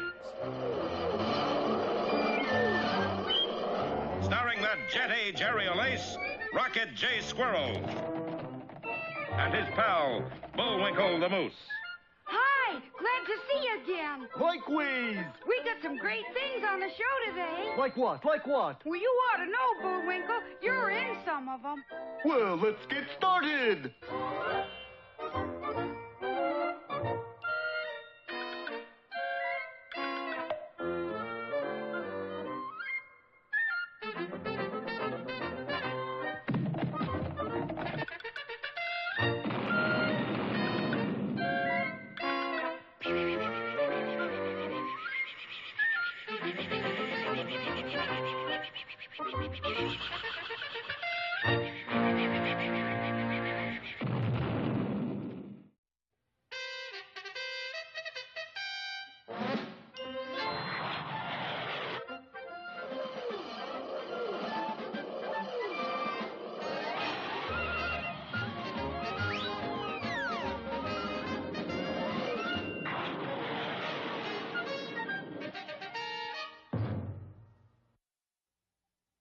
Last time, you remember, Bullwinkle Moose outsmarted us all by finding a way to get into the treasure chest of Montezuma. Leave us turn the key. Hokey smoke, it's just an old car. Just an old car indeed. This here is a genuine 1903 Apperson Jackrabbit. How do you know? It said so in the last episode. Our heroes decided to donate the car to the Frostbite Falls Museum and drove it away. But when Boris and Natasha spotted the license plate... It says 14K, darling. Do you think... I don't have to think, Natasha. I know. This is a 14-karat solid gold automobile. Let's face it, Boris. These Americans really know how to live. Come on, Natasha. Let's take the shortcut. We're about to go into the used car business. On purpose? And so a little later, as our boys rounded a turn, a strange sight met their eye. Madman Morris, the laughing Latvian, used car. Well, we might as well stop. How come? Madman Morris has put up a roadblock. It was true. An enormous tree trunk lay right across their path. Well, ho, ho, ho. Howdy, friends and neighbors. That must be Madman Morris himself. Are you the laughing Latvian? You were expecting the angry Afghan? Can we get by here? Certainly. The best buy in these parts, a late model Oscil 8. An Oscil 8? And I can make you an unbelievable offer on this junk pile you're driving. Yeah, but we're not... $26 and that's top money. Take it or leave it. Without the fender, $25. You were right. It's unbelievable. Sounds pretty good, Rock. Bullwinkle, we were going to give this car to the museum. But $26? That's antihistamine money, you know. Antihistamine money? It's not to be sneezed at. Yeah, but we promised... You get it, Rock? Not to be sneezed at. Bullwinkle. Little medical-type joke I threw in there. You get it? I got it. Thousands won't. You said it. Well, is it a deal? How much is the Oscil 8? Ah, never you mind about the price. I don't want you to clutter your little furry head with a lot numbers. That's kind. Just sign here. Easy payments for next 20 years. What's it say way down here? Don't read the fine print. You want to ruin those beautiful blue eyes? They are kind of limpid pools, aren't they? Is the car in good condition, Mr. Morris? Of course. Only one owner. A little old lady in Pennsylvania. Hey, isn't that Pasadena? Far from it, darling. And she only used it on Sundays, didn't you, Granny? That's right, darling. Va-va-voom. You're the little old lady who drove this car? Actually, I didn't drive it, darling. I used to sit in it and listen to the radio. Voom, voom. The radio? AM? AM and PM. Oh, I love that Merton Marge. Easy, Granny. You're dating yourself. Voom, darling. So how's about it? Well, I don't know. Okay, you've driven me to the wall. I surrender. Have no mercy on me. All right. I'll pay you $30 cash as is. Wowee! And I throw in 2 all-day suckers. Sensation! See what you can do if you know how to bargain, Bullwinkle? Lucky you got a good head on you, Rock. Yeah. Or you'd have to wear your hat on your neck. And in a twinkling, the papers had been signed, and Boris and Natasha drove off on our hero's 1903 Apperson Jackrabbit. Hey, Madman Morris, wait a minute. You forgot something. Yeah, where's the 2 suckers? Well, the answer to that is so obvious we won't even wait around for it. But be with us next time for Boris Wheels and Deals or A Profit Without Honor.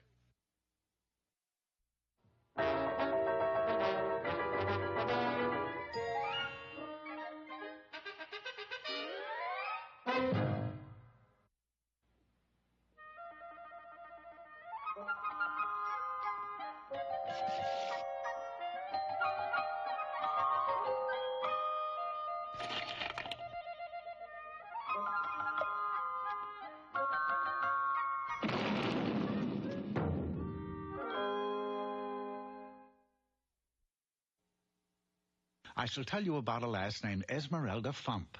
Esmeralda grew up from a very plain-looking young girl into an even plainer-looking young woman. There was a reason for this. She had labored long and hard in the castle of a very exacting king. The moat is dirty, Esmeralda. Sweep it clean. Yes, Your Majesty. Oh, and tomorrow is my birthday. Could I have an hour off? You had an hour off 10 days ago, didn't you? That was 10 years ago, Your Highness. Reluctantly, he gave in, and so on the following day, plain-looking Esmeralda bought a small cake and spent a carefree hour beneath a large oak tree. Oh, I am too weary to even blow out the candles. And she dropped off to sleep. Now, we've all heard of a beauty nap, and that's exactly what 40 Winks did for Esmeralda. She returned to work without realizing that her plain looks were less plainer.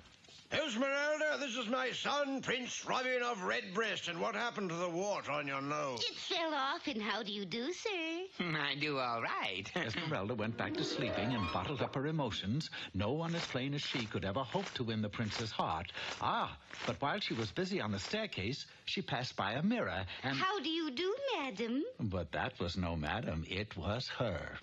Oh, dear, it was she. Something has happened. Say, you don't suppose the nap I took... It wasn't easy making a bed on the banister, but Esmeralda resolved to sleep right then and there to see if it improved her looks. Of course, she had no way of knowing that the Prince Robin of Redbreast never took the stairs. Frightfully sorry, old girl. Forget it. I say, tell me your name, beauteous one. You remember Esmeralda.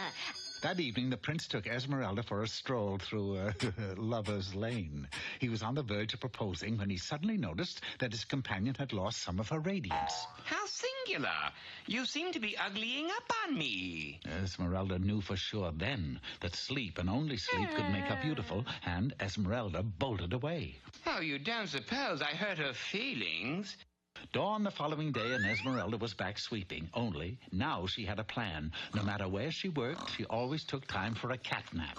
In the main hall, she slept in the fireplace. On the great table, she slept under glass. Even when dusting out the moat, she snoozed on an oyster bed. All this sleeping transformed her into a gorgeous woman. I beg your pardon, Prince Robin, but can I start your collar? No, but you can marry me. The king insisted upon a courtship period of 3 days. Enjoying the concert, my pet? Oh, so very, very much. There it was again. The warning sign that her supply of beauty was in need of replenishment.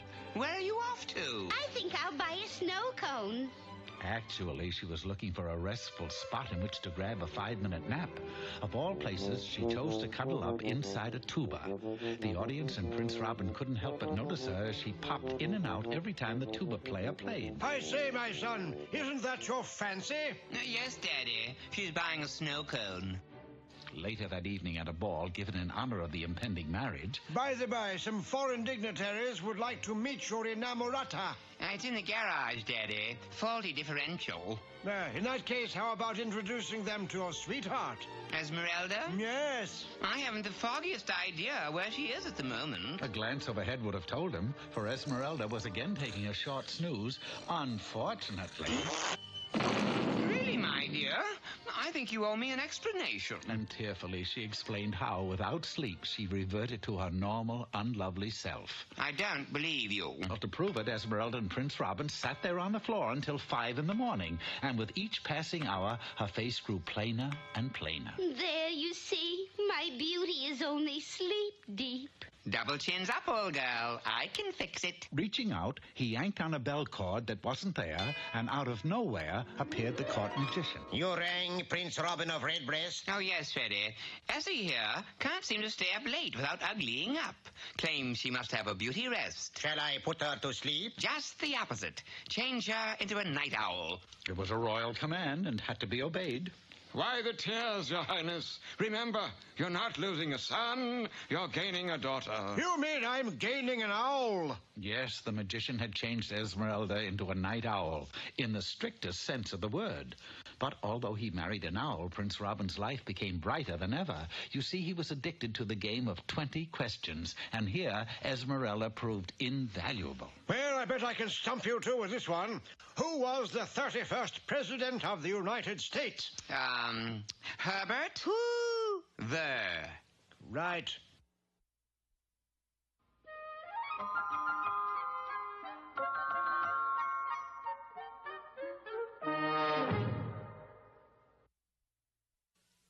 those of you who want to soak up some extra knowledge, here's Mr. Know-It-All. Hello, Spongeheads. Today's topic is entitled, How to Remove a Unwanted Guest from Your House and Make More Living Room. Supposing you are on your way home from the butcher shop with 14 hot dogs, and you discover there is a 15th hot dog, one with large teeth and an appetite to match. It is obvious that the 15th hot dog, whom we shall call Spot, has designs on the 14 hot dogs. Just inches ahead of your pursuer, you arrive home safely. Flushed with victory, you examine your 14 hot dogs, only to find that they are now inside Spot. Going to the front door, you flang it open wide and point in the general direction of Boys Town, indicating you wish him to leave. Finding yourself on the outside with the door bolted, you attempt to gain entrance by way of the chimney. En route, you make a sad discovery. Spot is now brewing himself a spot of tea in the fireplace. Fighting fire with fire, we ignite the couch. Soon the fire is completely out of control. The house goes up in smoke. But when the fire has gone out, you discover that Spot has not. 2 days later in your rebuilt home, you sit happily in your Morris chair, finally rid of your unwanted guest. But Mr. Know-It-All, how did you get rid of him? Who? Spot. Oh, quite simple. I used spot remover.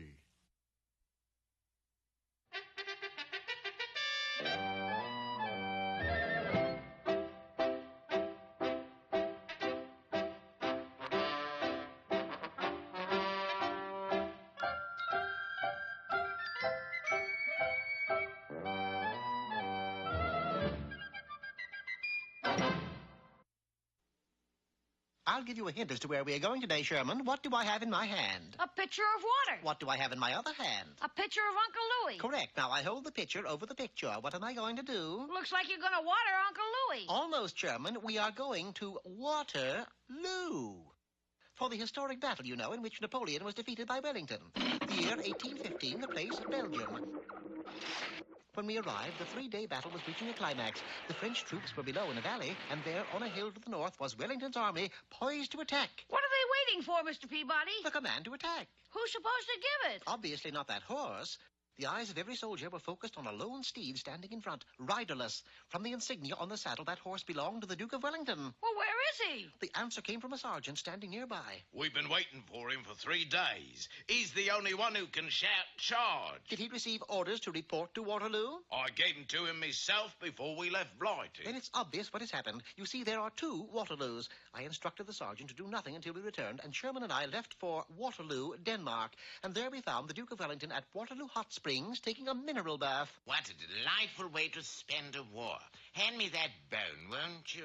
Your pardon, your lordship, but what are you doing? My orders were to come to Waterloo and take Bone apart. So far, I've taken 4 bones apart. But, Mr. Wellington, I mean your dukeship. You're at the wrong Waterloo. We explained the error and urged that he return to the scene of the actual battle. Get my carriage immediately. Moments later, we were rolling back toward Belgium, or so we thought. Gee, Mr. Peabody, look out the window. I didn't know there was an Eiffel Tower in Belgium. There isn't. Driver! Oui, monsieur. I was answered by a French accent holding a French pistol. What does this mean, Mr. Peabody? It means we are being duke-napped. The carriage didn't come to a stop until we reached the Louvre Museum. At gunpoint, we were forced into a large room containing famous paintings. The door was locked securely and a guard stationed outside. Charge! Not yet, your lordship. I'll tell you when. It was indeed a stroke of luck that we had been placed in that particular room, for the paintings on the wall gave me an idea. I rapped on the door, it opened, and the guard entered. Sacre bleu, they are guns! So he thought. In reality, we had taken positions in a large picture frame, Sherman and I posing as Whistler and his dog, and Wellington as Blue Boy. After them! The way was clear, and we quickly made our departure. Once out in the street, we stopped to catch our breath. And so did a squad of guards who had just turned the corner. Look, a man, a boy, and a bow-wow. Quick, Sherman, pick up that stick, yell, fetch, and throw it. Sherman complied. Fetch, Mr. Peabody! I ran after the stick, picked it up, then I too yelled, fetch, and threw it. This time Wellington retrieved it, yelled, fetch, and threw it. It was Sherman's turn, and in such a manner we fetched our way out of danger. Very fetching. On the outskirts of Paris, we looked for a conveyance that would enable us to get to our destination. The only thing we saw was a hay wagon. Shall we get aboard, Mr. Peabody? Yes, we'd best make hay while the sun shines. Sherman took the reins while the Duke and myself sought concealment in the hay. We were making good time until we reached the Belgian border, and there we were stopped by French sentries. It was a terrible time for the Duke to come down with an attack of hay fever. Spies! After them! Sherman urged our horses onward while the sentries set off in pursuit of sleek, speedy chargers. They're gaining on us, Mr. Peabody. We'll never outrun them. Then we must slow them down. How are you at pitching hay, your lordship? Well, he wasn't very good, but all that mattered was that we left a trail of hay behind us, and the aforementioned sleek, speedy chargers, unable to resist their favorite fodder, gorged themselves. This is no time to stop and eat. Giddy up! But an army travels on its stomach, and so do sleek, speedy chargers. 2 hours later, we were at the front, and Wellington was astride his mount. We made it. Now all he has to do is sound the charge. But it seemed the poor Duke was so unnerved by the recent events, he was speechless. If he won't speak, the army won't charge. Then he will speak. Your lordship, I have just received word that your house in England has new wall-to-wall carpeting. How do you want it fastened to the floor? With glue or with a tack? Attack! That was the word we were waiting for. Well, there he goes, Mr. Peabody. What a great soldier. Not only that, Sherman, but after the war, he became a great playwright under the name of Arthur Wellington. Arthur Wellington, a playwright? Of course. You hear his name mentioned in theaters all over the world. At the conclusion of every play, the audience rises, applauds, and shouts, Arthur! Arthur!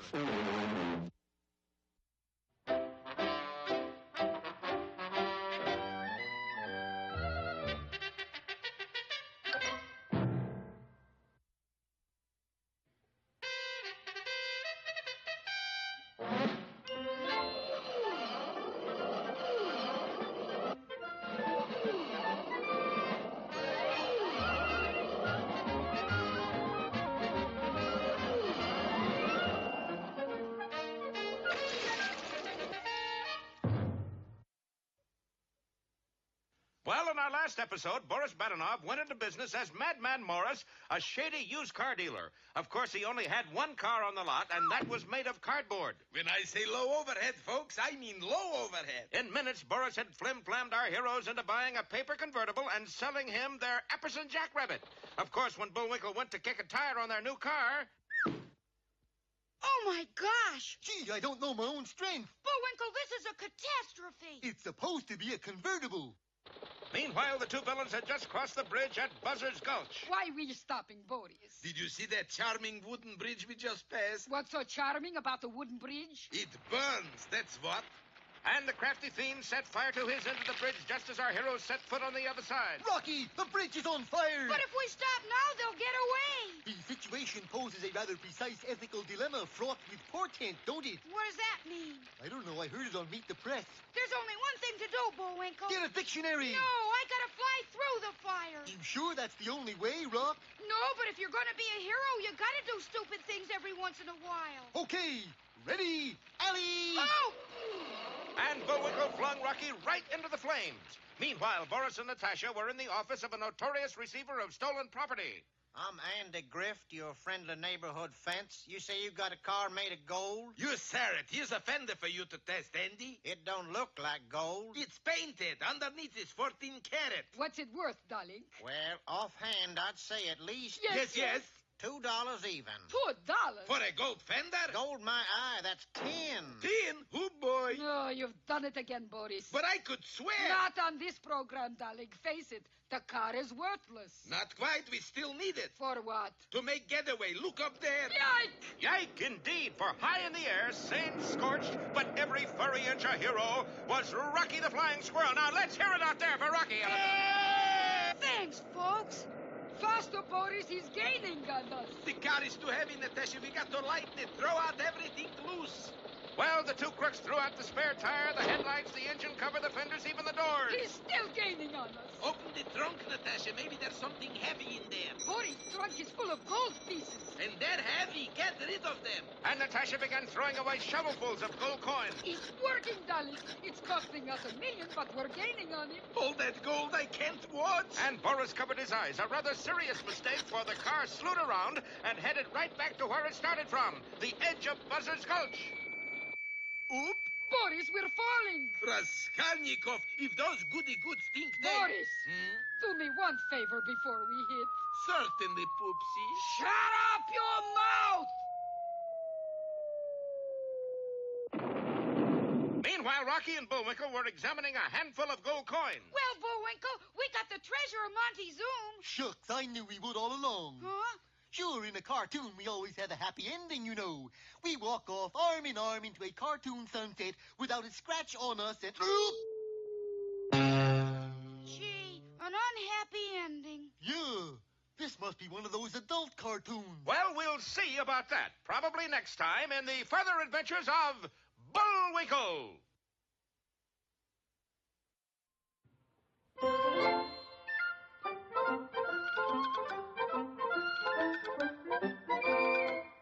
Well, I guess that about wraps up another Rocky show. Certainly hope you enjoyed it. I did. I always say... Bullwinkle, time for us to go. Already? Okay, but first, here are some of the people who made this show impossible.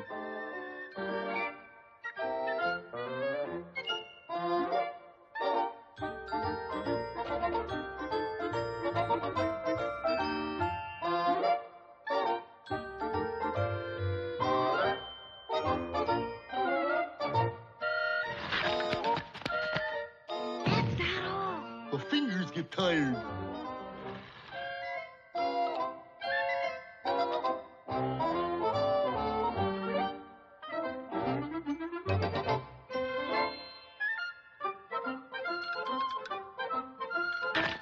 Oop!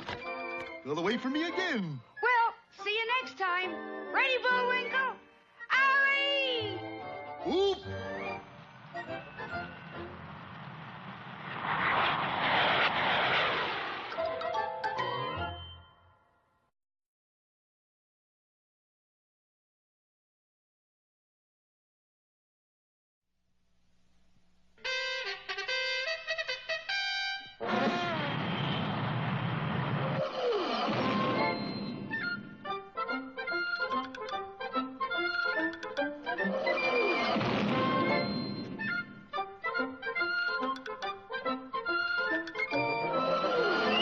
Time now for the adventures of Rocky and Bullwinkle and Friends.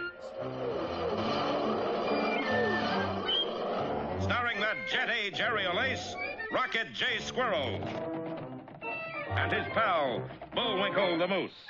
Hi, glad to see you again. Likewise. We got some great things on the show today. Like what? Like what? Well, you ought to know, Bullwinkle. You're in some of them. Well, let's get started.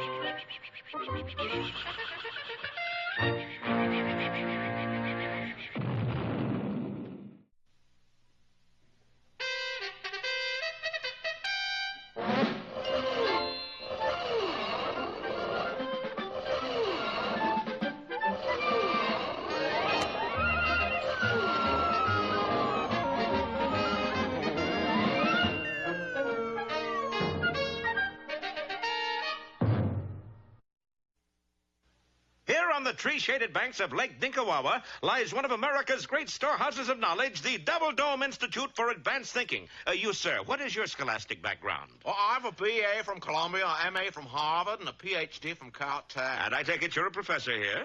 No, I'm the janitor. Oh, I see. Well, are you gentlemen members of the faculty? Faculty, we're the freshman class. A squared, B prime, X plus Y. Upsilon, Omicron, Eta Theta Pi. Contemplate, cerebrate, cogitate, do. Double dome, we love you. Felicitations, felicitations, felicitations. Yes, Double Dome is a shining jewel in the crown of American scientific wisdom, so you can imagine the consternation and dismay that prevailed when one day... I say, Armbruster, what's the formula for the isopyridine derivative of benzene? Don't ask me. I'm busy playing with my piece of string. Armbruster, are you making sport of me? Oh, no, I'm making a cat's cradle. Hotchkiss, I think Armbruster has flipped his scholastic wig. He certainly has. This is how you make a cat's cradle. Yes, two of the smartest geniuses at Double Dome were now utterly stupid. That wasn't the end either. For next day at a super-secret missile base not far away...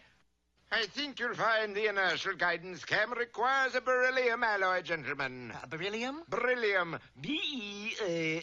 What is it, Doctor? I can't spell beryllium. Oh, that's B-E-R-Y-L-L-I-U-M. Yes, but how do you make the B? Soon panic reigned in the highest circles of the scientific community. And at a top-level meeting in Washington, D.C., an ace investigator was put on the job. Inspector, somebody somewhere is draining off America's brain power. Do you think you can solve the case? It's child's play, Professor. Well, what did you find out? I found out that you can use a magnifying glass to give people a hot foot. Oh! Yes, the detective was now as dumb as the scientist. It seemed that the smarter the investigator, the dumber he became. That's it, gentlemen. We must start from the opposite direction. We have to find a sleuth with no brain to affect. We need the services of the greatest numbskull in America. And that's... No. You're getting ahead of the story. Oh. Well, the great hunt was on. Government files were ransacked for the names and records of every clodpole, dim bulb, and schnook in the country. Finally, the choice was made. Gentlemen, upon this one nitwit rests the fate of our entire nation. And his name? Bullwinkle Moose, Frostbite Falls, Minnesota. No. Now. You called? Yeah, here's a letter for you, Bullwinkle. Wowie! Why so happy? You don't even know what's in the letter yet. I know, but look at that stamp, a genuine picture of Lincoln with a beard. You must be crazy about Lincoln. No, I'm crazy about beards. What does the letter say? It's from Washington. Washington?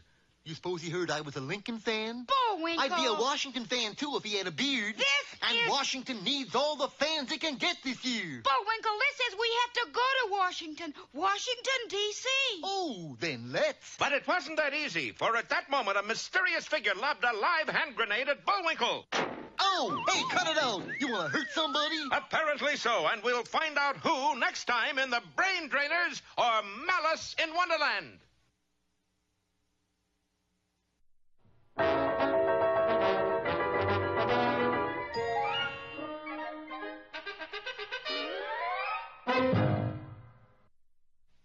And now it's time for... Time for the dancing fool, Bullwinkle. Again?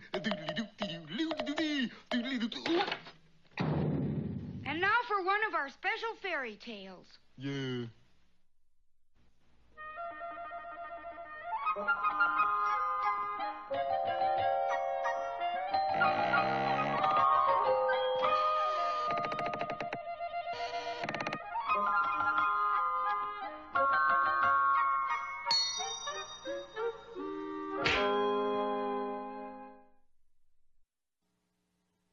There was once a young lad who'd been sent fishing by his father in hopes of catching a meal for their table.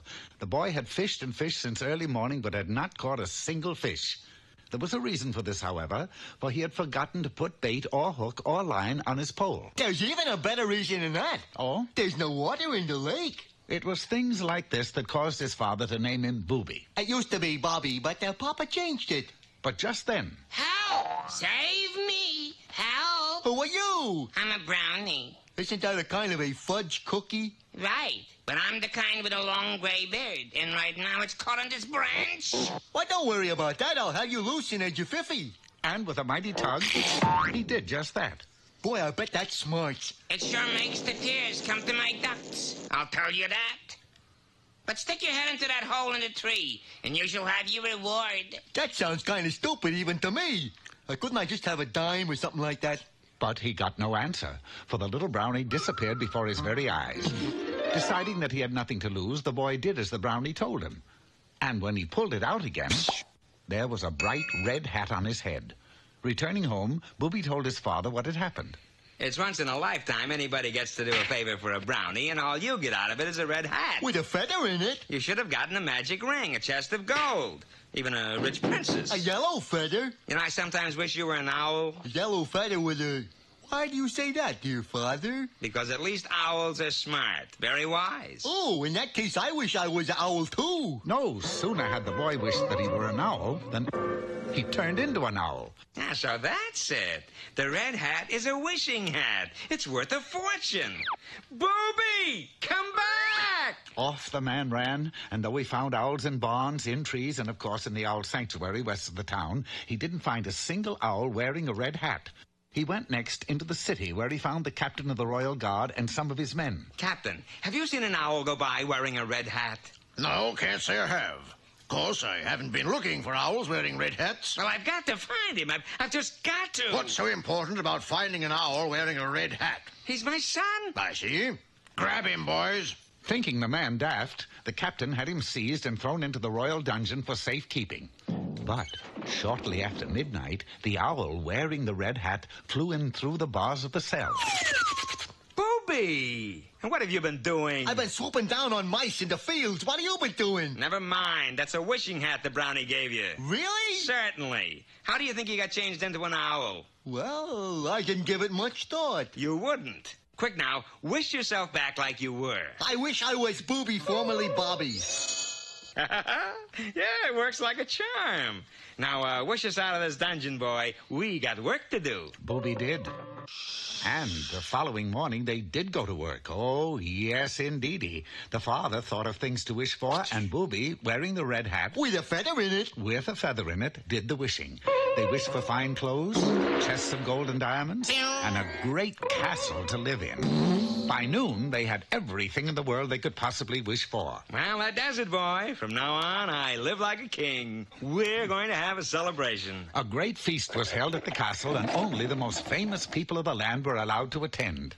So you got all this with a wishing hat, did you? This is the hat on my head, and my name is Booby. He means Bobby. But, Papa, you said... I changed it back again. How utterly charming. I should love to see the hat work. All right. Quiet, everybody. Bobby is going to make a wish for you. Oh, very good, very good. Well, go ahead, boy. Make a wish. What shall I wish? Oh, who cares? Wish anything. Okay. I wish I was in the sea. Oh, no. It was too late. Booby, you come back here. I thought you said his name was Bobby. Not anymore, it isn't. Bobby's wish had a far-reaching effect, for shortly after he vanished, so did everything else. And the father was once more a simple, ragged peasant. I say, nasty bit of luck, old chap. Well, we must be running along now. Cheero. Party pooper. The father spent the rest of his life searching the woods for trapped brownies. And what happened to Booby? Well, the wishing hat didn't work in Dixie. But he didn't care, for it was still a fine red hat. With a feather in it. He married, he settled down, and had 100 children. And his children's children had 100 children. Yes, there was to be a long line of Boobies. In fact, there are quite a few of them to this day. For some reason, they all seem to be on the freeway. Every night around 5 o'clock.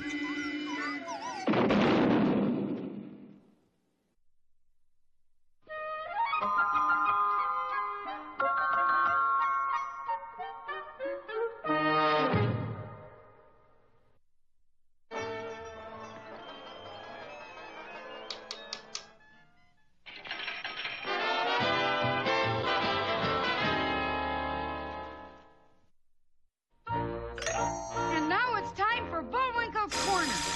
Hello. Today's poem is Wee Willie Winkie. Wee Willie Winkie runs through the town, upstairs and downstairs, in his nightgown, peeping through the windows, crying through the lock. Are the children in their beds? For it's now 8 o'clock. George, there's a prowler outside. Help! Police! Uh-oh. There he goes! Head him off! Hold it, you. Up against the wall. Okay, what's your name? Wee Willie Winkie. Hello, R&I. You got a mate on a mug named Winkie? Why the candle? You a firebug or something? Sir, I am a moose. Okay, Jack, into the wagon. Look at that rock. That's just terrible. How come? Why, they spelled Bullwinkle with only one L. And now it's time time for that jolly juggler, Bullwinkle. Oh, dear. 3 at once. 1, 2. And now here's a feature you're sure to like. 3.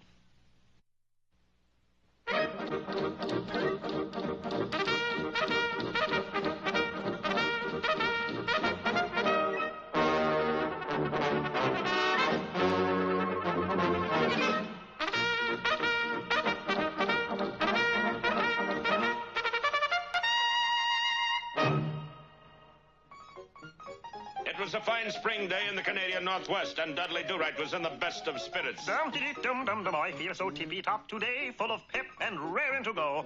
I just know today will be the day I will bring in arch-villain Snidely Whiplash to justice. Feeling pretty good, eh, Dudley? Goody, goody, good. But, Dudley, it's been 23 years that you've been trying to bring in Snidely Whiplash, and you haven't succeeded yet. Well, Nell, as I've said before, if at first you don't succeed, try again. The trouble with you is you've lost your incentive, and when a Mountie has lost his incentive, it's time to turn in his coat. I was feeling so good a minute ago, but Nell, I've got all the incentive any red-blooded, red-coated Canadian youth would want, the RCMP. But that isn't enough, Dudley. You have to have the feeling of being wanted.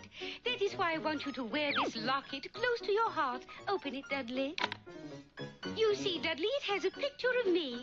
Gee, thanks, Nell. Incentive, Dudley. I hope this little token of my love will make you remember.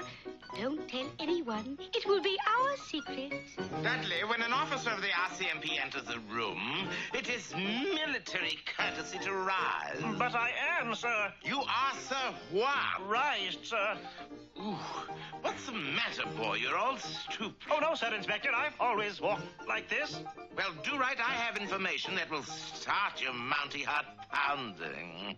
Snidely Whiplash is planning to rob the bank. It's your big chance at last. Oh, is that, sir? Snidely Whiplash. Is that the chap with the mustache and the long black cape?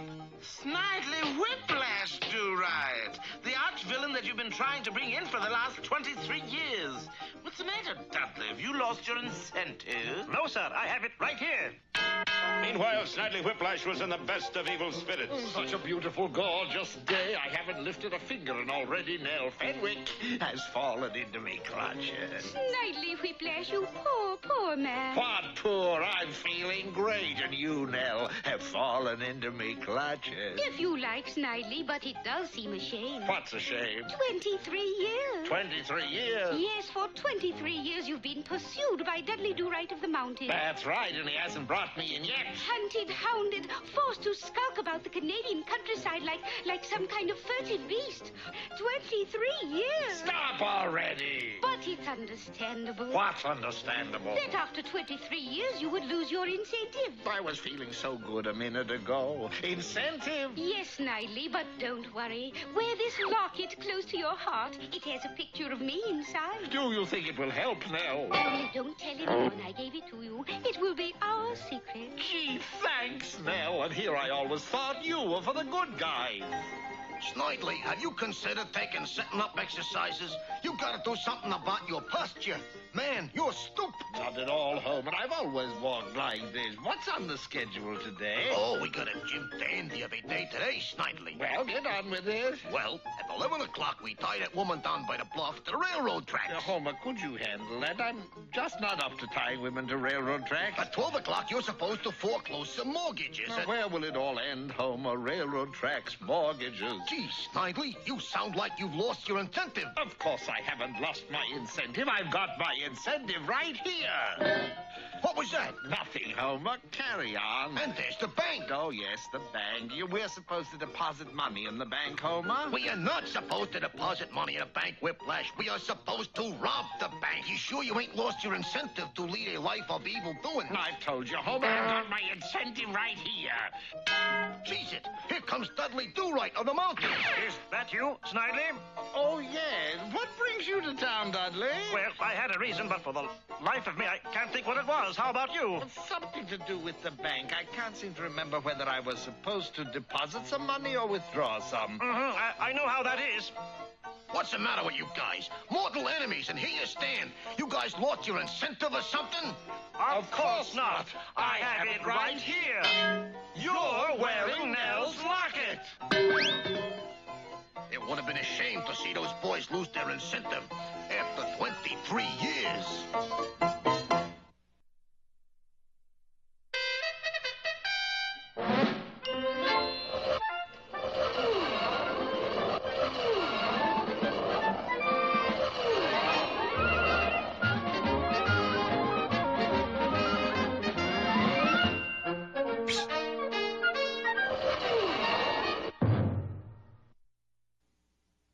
Well, last time, you remember, some of the top scientific minds in the country reverted to being morons who couldn't add 2 and 2.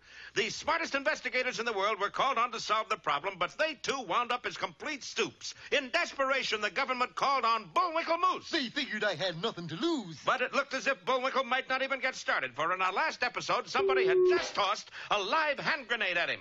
Well, I'll be doggied. It's a pineapple. Throw it away, Bullwinkle! Might as well. It isn't even ripe. Hard as a rock. Whoa! Maybe it was riper than I thought. Oh, boy. Come on, we better get started before something else happens. Meanwhile, on the site of the explosion, the smoke was just clearing. Boris, Badinov, where are you? I'm up in a tree. Boris, did you get blown up by your own grenade again? No, I'm up here robbing birds' nests. But why? It keeps me off the streets, that's why. About 10 feet off. Oh, we're not starting out this story very well, darling. Ho, ho, ho! One little setback, nothing. Moose will never reach Washington, Natasha. I'm going to use strategy on him. You mean strategy, darling? No, strategy. I'm gonna strategy the rope across the door and fasten the end to trigger of the shotgun. And when Moose comes out the door, what is it? It's tragedy. You said it. But Boris was wrong again, for when Bullwinkle came out, he didn't just trip over the rope, he fell over it. Boy, a good thing you fell, Bullwinkle. That thing went off right over your head. Let's look on the bright side, Rock. It missed. Not quite. And so, in a little while, Rocky and Bullwinkle were on a train headed for Washington. Gee, I'm worried, Bullwinkle. The rating of the show down again? No. That's odd. There have already been 2 attempts on your life. Yeah, but don't worry. We'll be renewed. I'm not talking about the Bullwinkle show. You better. We can use the publicity. I'm talking about somebody back there trying to get rid of you. Oh, that. Well, they already missed me twice. Yeah, but you know the old saying. You mean everything comes to him who waits? No, I mean the third time's the charm. There's another one, too. If at first you don't succeed, try again. For just ahead of the train, Boris was approaching the tracks with a long crowbar. Boris, to get Moose and Squirrel, you will wreck a whole train. You can't make an omelet without breaking eggs, Poopsie. And Boris started to pry up one of the rails. As fate would have it, though, this particular railroad was powered by electricity, and when Boris's crowbar touched the third rail... Ah! Hey, Rocky! A feller just went by who was all lit up. We must be next to the club car. Oh. And so our heroes traveled across the country unscathed, as Boris continued to light up the landscape. Well, darling, you failed 3 times in one episode. I know, it's a new course record. You look pretty stupid, darling. On the contrary, Natasha, I never looked brighter. Meanwhile, our hero's train was pulling to a halt. So this is Washington. No, it's McKeithport, PA. I know, I'm just practicing. Thank goodness this trip will be over soon. Little did our friends know that high above them flew a mysterious black airplane, which at that moment dropped its nose and plummeted down directly at their railroad car. Well, who's in that plane? And will it really smash into the train? And if so, will our heroes escape? And if they do... if you don't hurry, it's going to hit us before the episode ends. Oh, yes. Remember, next time episode, the Deadheads are feeling zero.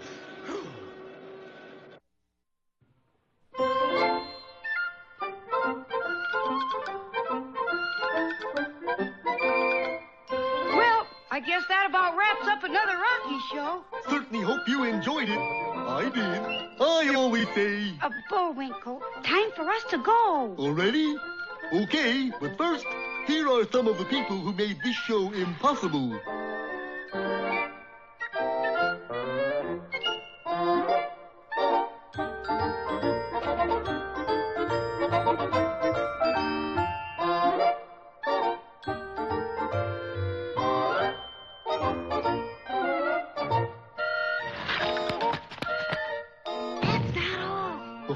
Get tired.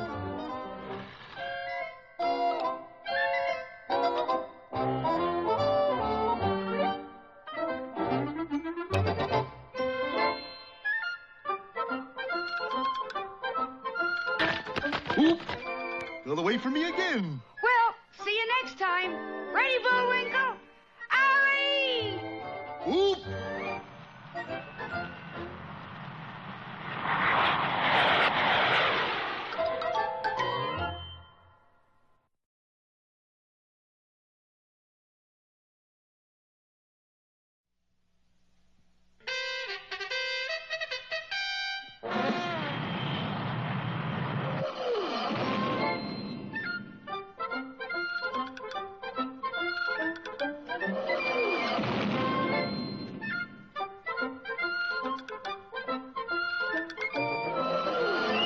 Time now for the adventures of ruffian Bullwinkle and friends.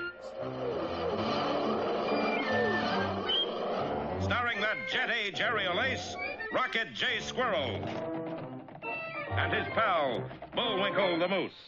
Hi, glad to see you again. Likewise. We got some great things on the show today. Like what? Like what? Well, you ought to know, Bullwinkle. You're in some of them. Well, let's get started.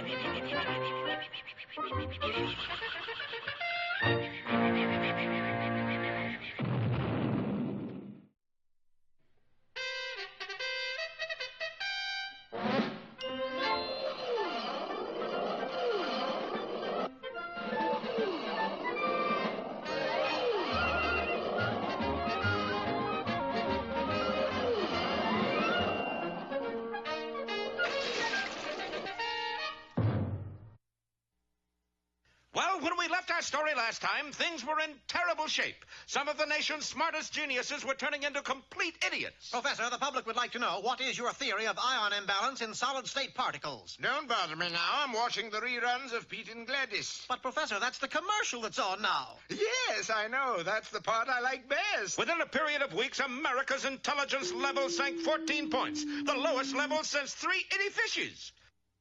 In Washington, there was near panic. Dr. Flegel, we must have a meeting of the nation's remaining eggheads. Will you attend and act as chairman? I can't. Why not? Mama won't let me cross the street. In desperation, the government sent for Bullwinkle J. Moose. And his pal, Rocky. Oh, yes, of course. Meanwhile, a few miles behind them... Boris, darling, they got away. I think maybe I've been working too hard, Natasha. I need a vacation. What was that? What was what? What was that? I heard you bad enough. Boris, that voice, where is it coming from? My two-way wrist television? A two-way wrist television. I'll show that Dick Tracy. Amazing. Not so amazing. Everybody has one. A two-way television? A two-way wrist. So, you want a vacation, eh, bad enough? Boris, that is the voice of fearless leader. You were expecting maybe Ellen Font? I may be able to arrange a permanent vacation for you, bad enough. Just kidding, fearless leader, old body boy, baby doll. You know me. Unfortunately, yes. Ha ha, that's funny. Funny. It wasn't supposed to be. Oh. Now that you have failed on your own, you will put into effect Plan X. Plan X? Oh, no. It's an order. Plan X it is. Signing off. Auf Wiedersehen. You said it. You know, Natasha, fearless leader is a lying, cheating, double-crossing, vicious, no-good killer. But someday he'll go too far. Meanwhile, as our heroes paused briefly at McKeesport, PA, a mysterious airplane flew above their train, then suddenly plunged directly at their railroad car. Bullwinkle, that plane! It's gonna hit us! Just because we took the train? But at that moment, the plane dropped a large cylindrical object and zoomed upward. Land the lakes, now what? That must be a bomb! This is the end, Bullwinkle. According to my watch, we still got 1 minute and 5 seconds. And so it seemed, for a parachute suddenly popped up from the object, and as it floated down, our heroes heard a familiar voice. Avast and belay, piped the quartermaster and left the dinghy. Bullwinkle, that's Captain Peach Fuzz. He sure looks different. No, he's inside that escape pod. And it was true. Outstep, backwards, of course, Captain Peter Wrong Way Peach Fuzz. Rocky, Bullwinkle, where are you? Right behind you, Captain. Oh, the Don't ever sneak up on me like that. How come this sudden visit, Captain? Yeah, and why the pod? Too many starches, I guess. Oh, the pod! Well, I just had to see you. About what? Well, it's all in this memo. What memo? Oh, wouldn't you know it? I must have left the memo with the pilot. Oh, boy. No, that can't be. I was the pilot. You were? Yes. I wonder what happened to the plane after I bailed out. Hey, I think I know. What? It traveled in a big loop. Yeah?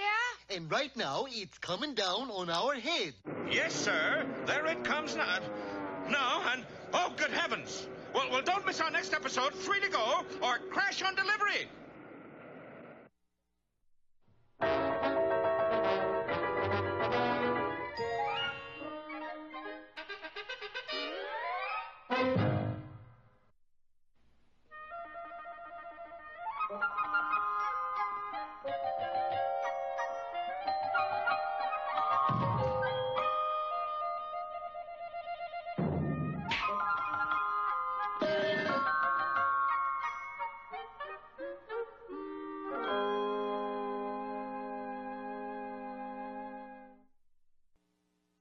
It was many years ago that Snow White was married to Prince Charming. Well, Snow baby, how does it feel to be Mrs. Prince Charming? Oh, wonderful. At least it beats living with those 7 dwarfs. Let's see, there was Scratchy, Itchy, Sleazy, Dirty. Never mind, dear. I know their names. The happy couple honeymooned in Atlantic City and then returned to set about the task of living happily ever after, just as the book said. What the book did not say, however, was that they soon had a fine son. I shall name him Joe. Joe White. Say, that's got a nice ring to it. Have a cigar, dear. The years went by and Joe White grew into a fine, very handsome lad. Then the time came for him to go off into the world to seek his fortune. Farewell, Mother. I'll write as soon as I learn. And Joe White was on his way. Another thing that the book did not say was that the Wicked Queen also had a son that he grew up to be just like his mother. Boy, am I good looking. I am handsome. Is that not true, Mother? Oh, don't bother me, Virgil. Go ask the magic mirror, as I used to do. And Virgil did. Mirror, mirror on the wall, who's the handsomest lad of all? Virgil, Virgil, that's his name. Ask me again and I'll tell you the same. You'd better. It had been some months since Joe White had gone out to seek his fortune, and things had not gone too well for the boy. He was tired and hungry.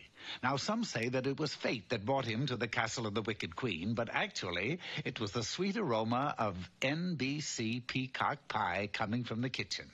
That was when the trouble started, for upstairs... Mirror, mirror on the wall, who's the handsomest lad of all? And for the first time, the mirror answered... You are handsome, it's very true, but young Joe White's much better than you. Who? Joe White, he's down in the kitchen. Well, I'll just see about this. And Virgil came face to face with Joe White. It's true. You are better looking than me. Yeah, I guess I am at that. Virgil was furious. Take Joe White into the forest and doom him. Several hours later, however, Joe White was not doomed.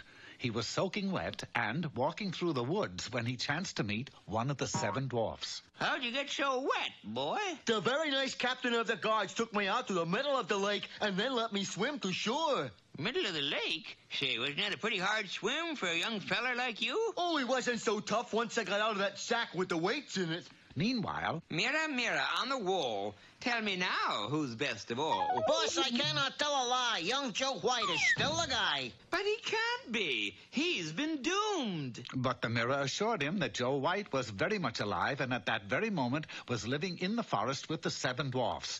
Furious, Virgil ran to the Wicked Queen. Mother, mother, can I have a poison apple? Now, son, you know I don't like your eating between meals. But it's not for me. It's for Joe White. Oh, well, in that case, they're in the icebox. Help yourself. Early the next morning... You be careful of strangers while we're gone, boy. Remember what happened to your mother? Don't worry, I will, Dirty.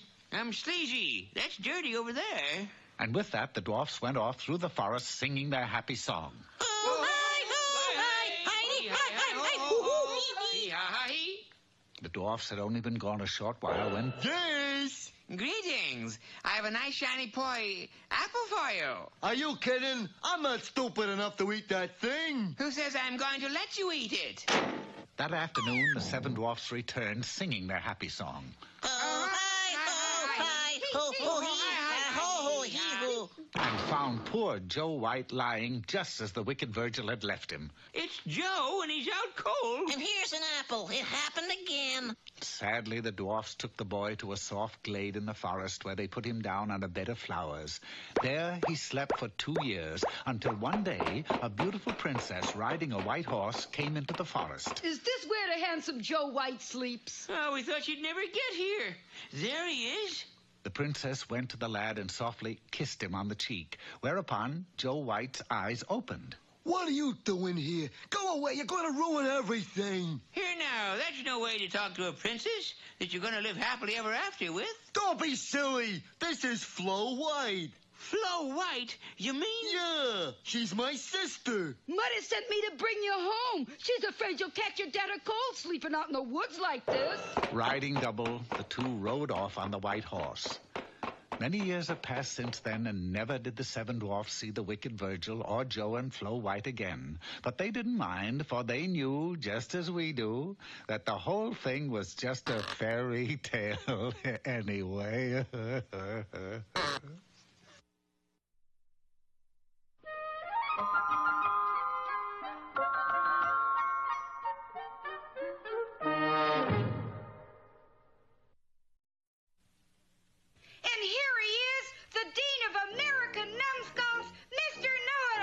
Our lecture today is entitled, How to Own a Hi-Fi on a Low Income and IQ. First, you should choose a hi-fi cabinet to match your furniture. Early American, French provincial, or, like my own furniture, early junkyard. Next, we have a few of our components. This is the amplifier, which amplifies the sound. Here is the preamplifier, which, of course, amplifies the pre. And the turntable, which turns the tables. Over here we see the speakers, known to all of us hi-fi-matics as the tweeter and the woofer. Special care must be taken to feed the woofer lest he eat the tweeter. The next step is to plug it in. And the next step is to call the electrician. The hi-fi gives us lovely music, but did you know that you can tell time with it too? Shutting that thing off is 2 a.m. Thank you. Now I'd like to play some tapes for you.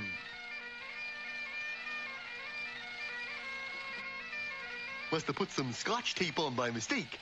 But here's my real favorite. Sing along with Lawrence Elk. A-doo-doo-doo-doo-doo-doo-doo. I bring my favorite tape, Bullwinkle. Be my guest. Put it on. Is adhesive tape. Well, thank you, Mr. Know-it-all.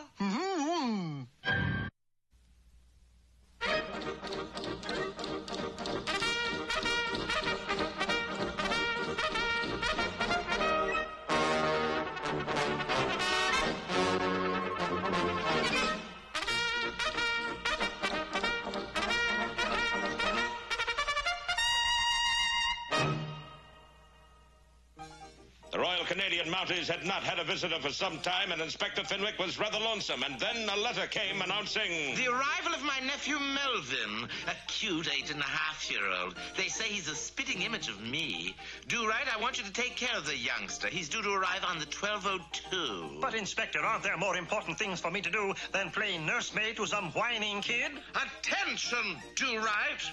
You must remember that my nephew is a Fenwick. Fenwicks do not whine. If I ever so much as hear you use that expression again, I'm going to drum you out of the force. Yes, sir, Inspector Fenwick. Homer, I have finally decided that the only way to beat the Mounties is to bore from within. By that I mean we will have to plant someone within the RCMP camp who will, with the nerves of steel and keen perseverance, do away with Inspector Fenwick. But Snidely, they'll recognize me. No, Homer, I wasn't thinking of you. The man I have in mind is Nasty Noogle. Oh, no, Snidely, not Nasty Noogle. Yes, Homer, things have gone too far. It's time for Nasty Noogle. We've got to get him into the Mounties. There's only one problem. Nasty Noogle is only 3 feet tall, and you know the requirements of the Mounties. Eyes of blue. Heart, that's true. Snidely, Noogle's nasty. Of course he's nasty, but that won't keep him from getting into the Mounties. It's his height. They won't accept anyone under 5 feet 10 inches tall. But I'll think of something. Anyway, Noogle's due on the 12:02. Oh, the jig's up. Dudley's here. If he sees Noogle, he'll catch on to the whole thing. Melvin! I am Dudley Do-Right, come to take you to camp. What's the matter? Oh, you don't have a balloon. Well, here. What do you make of that, Homer? Here he is, Inspector. Your little nephew, Melvin. This is my nephew? This is my nephew. My wife's side of the family. Well, how's my little man? I didn't do nothing. Dudley, you know the regulations. The smoking lamp is out. It's those bad habits he's picked up in the East, Inspector. Here, Melvin, give me the nasty old cigar. Meanwhile, Inspector Fenwick's nephew continued to wait for someone to meet him and take him to the RCMP camp. Now, Melvin, you know you have to eat your spinach to grow up to be a big man like Dudley. I've eaten so much spinach, if you sprinkle me with water, I'd rust. Precocious little rascal, aren't you? Uh-oh, time for a Betty Bye, 7:30. Betty Bye? Oh, you're gonna get yours. Back in bed, you naughty boy. Meanwhile, Inspector Fenwick's nephew continued to wait for someone to meet him and take him to the RCMP camp. Oh, a ball. You want to play catch? Here, throw it to me. Boy, what an arm that lad has. Oh, you want to play cops and robbers. Bang, bang, bang. I got you. No, you didn't. Now, Dudley, you see, it isn't so bad taking care of little Melvin, is it? I wouldn't let him play with axes, though. Meanwhile, Inspector Fenwick's nephew continued to wait for someone to meet him and take him to the RCMP camp. Dudley, can I use your razor? I told you, Melvin, no more bombs, revolvers, axes, or razors. But I gotta take a shave. Nonsense. 8.5-year-old boys don't shave. As time passed, Noogle's beard grew, and Inspector Fenwick's nephew continued to wait for someone to meet him and take him to the RCMP camp. There's something strange about Melvin. He has a beard. 8.5-year-old boys don't have beards. Ergo, he is not an 8.5-year-old boy. You mean, Dudley? That your nephew is a 40-year-old man. Then that means that I'm 97 years old, Dudley. A 97-year-old man. Can I help you back to your office, Inspector? Wait. Dudley, that's not my nephew Melvin. That's my nephew Melvin. Hello, Melvin. Hello, Uncle Fenwick, and goodbye. Goodbye, Melvin? My vacation's over, Uncle Fenwick. I must return home now, but don't think it hasn't been fun. Well, say hello to your mother for me. Nice lad. Oh, I forgot to tell you, Inspector, this wanted poster came in about a month ago. It says, be on the lookout for a man called Nasty Noogle. Anything unusual about his description? Well, he smokes cigars, carries an axe, a revolver, and a bomb. Oh, and he's 3 feet tall. You know, the usual description. Just another face in the crowd. Eh, Dudley?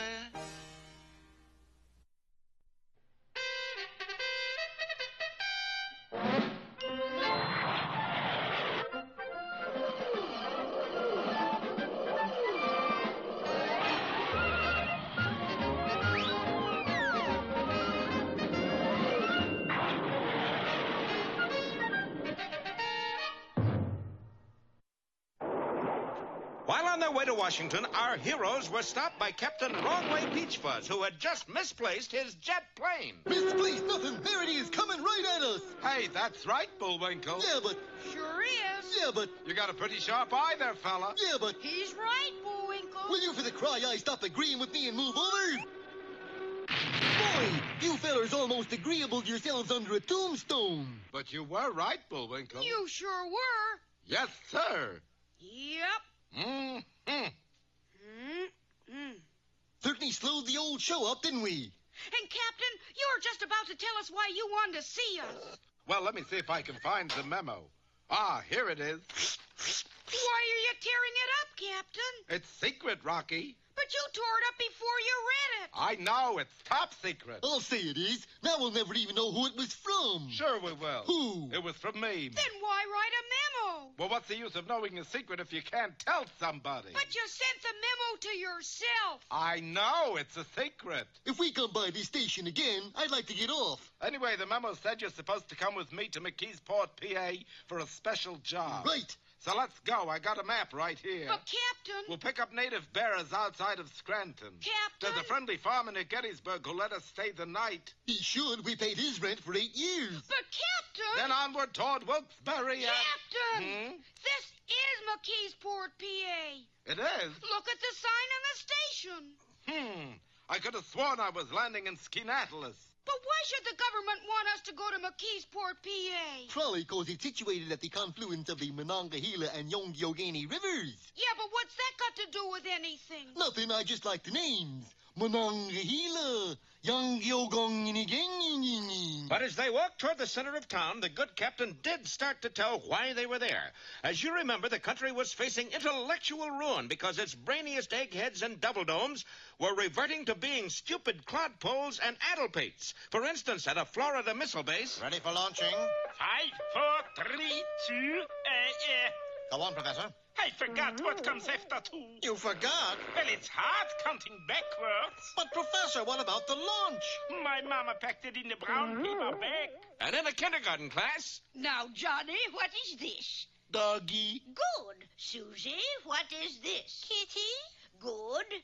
Now, Dr. Smallhausen, what is this? Wait, don't tell me. Could it be maybe a goldfish? As a result of this strange malady, U.S. brain power was lagging badly. Hartford University had to cancel its commencement when it found that the chancellor had signed all the diplomas with an X. But, sir, why with an X? It's prettier than a Z. But what's all this got to do with us being in McKeesport, PA? Well, I'll tell you, Rocky.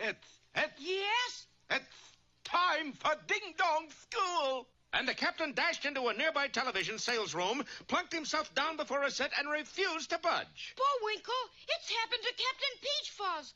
Whatever it is, he's got it. You mean he's had it? Apparently so. Well, does this mean that the boys are stranded permanently in McKeesport, PA? What a way to die! Things should be clearer next time in McKeesport on the Prod or the Pennsylvania Poker.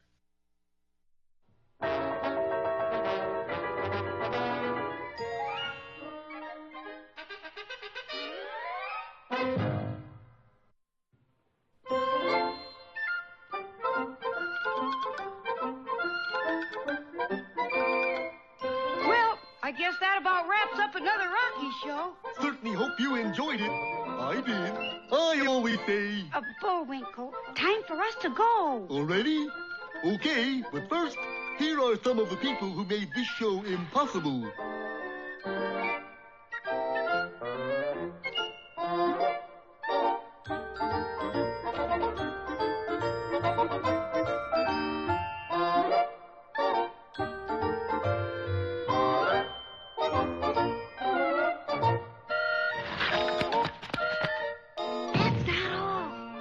Get tired.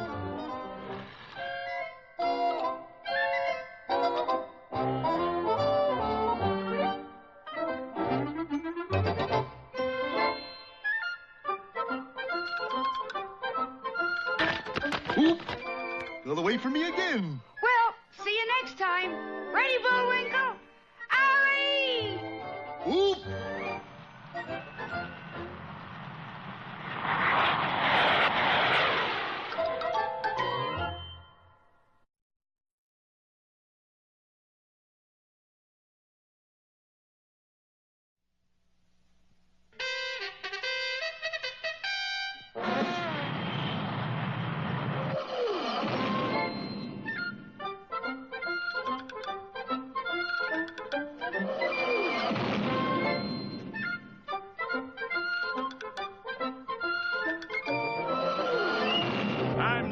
Adventures of Rocky and Bullwinkle and Friends.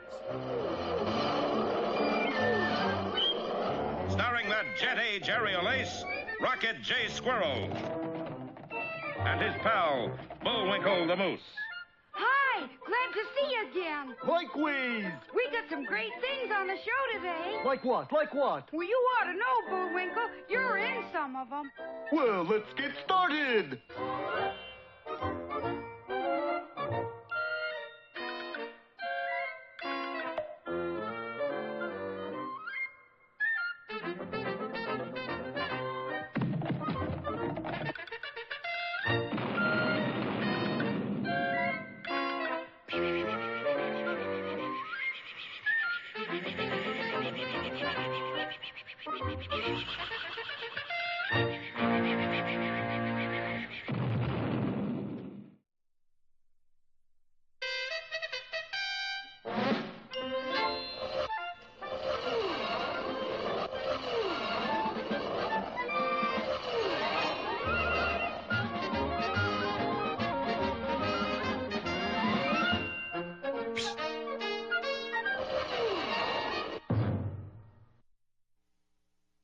While in our last episode, Captain Peachfuzz was about to explain to our heroes just why they were in McKeesport, PA, when suddenly... It's time for ding-dong school. That's no reason for being in McKeesport, PA. Bullwinkle, you don't understand. Captain Peachfuzz has suddenly turned stupid. That wasn't a turn, more of a slight veer. Nevertheless, the captain plunked himself down in front of a TV set and couldn't be budged. But we still don't know why we're here. Why are any of us here, Rock? Well, I think there's plenty dirty work afoot around here. Yeah, must be the coal dust. Yeah. Come look at these footprints. Sure enough, a mysterious set of footprints led away from the point where the good captain had succumbed to a case of the galloping dumb. Let's follow him, Bullwinkle. Why? Because the good guys always follow footprints to find the bad guys. If I was a bad guy, I'd walk on my hands. Oh, come on. And the plucky squirrel whipped out a large magnifying glass and began to trace the mysterious prints. Little did he know that they had been made by his old nemesis, Boris Badenov, who at that moment lay in wait with a strange-looking object beside him. I resent that, darling. Not you, Natasha. He means the gas gun. So that's what that object was, a gas gun. See, Boris, you told him. Who cares? We got it made now. What's this all about? I thought you'd never ask. Come with me. Now we go through the magic of the 4-second cross dissolve to the little country of Pennsylvania. Little but mean. Gentlemen, we must find a way to make the name of Pennsylvania feared and hated throughout the world. Yeah. You said it, fearless leader. But why? Why? Look at it this way. Does Pennsylvania have any raw materials? No. Do we make things? No. Do we have any art or culture? No. What is the only thing we got plenty of? Nothing.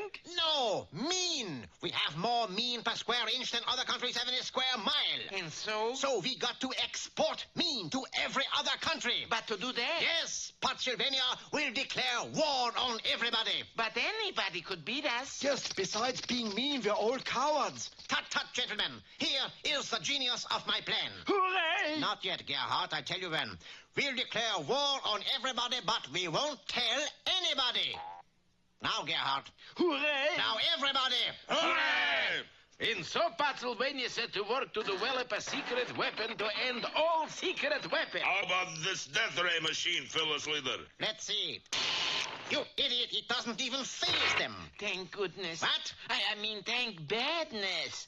Eventually, though, the ultimate weapon was discovered. Yes, gentlemen, I call it goof gas. Goof gas? Yes, one whiff, you're completely stupid. Let's test it. Gerhardt, take a sniff. Smells good. Now, Gerhardt, do you think I'm the handsomest, kindest man in Pennsylvania? Of course not. You're a mean, ugly schnook. Put that man under arrest! And poor Gerhardt was hauled off to solitary confinement. My boy, your goof gas is a success. Gerhardt turned into a complete idiot. But his answer was right, fearless leader. You are a mean, ugly schnook. Of course, but nobody but an idiot would tell me so. True. Well, then, what country do we turn into nitwits first? Let's pick an easy one. The U.S. of A. Hold it. We can't go on with this. Why not, Badenov? It's too cruel and mean? No. It's inhuman? No. It's expensive? Not even that. Then what? It's the end of the episode. And so it is, but we'll reveal the rest of the fiendish plan next time in Harebrained Boris or the Dumb Bunny.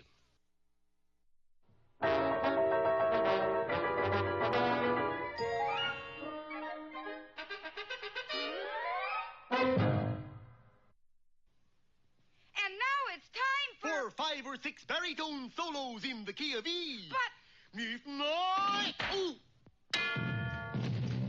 Now for another of our special features. Should have tried E flat.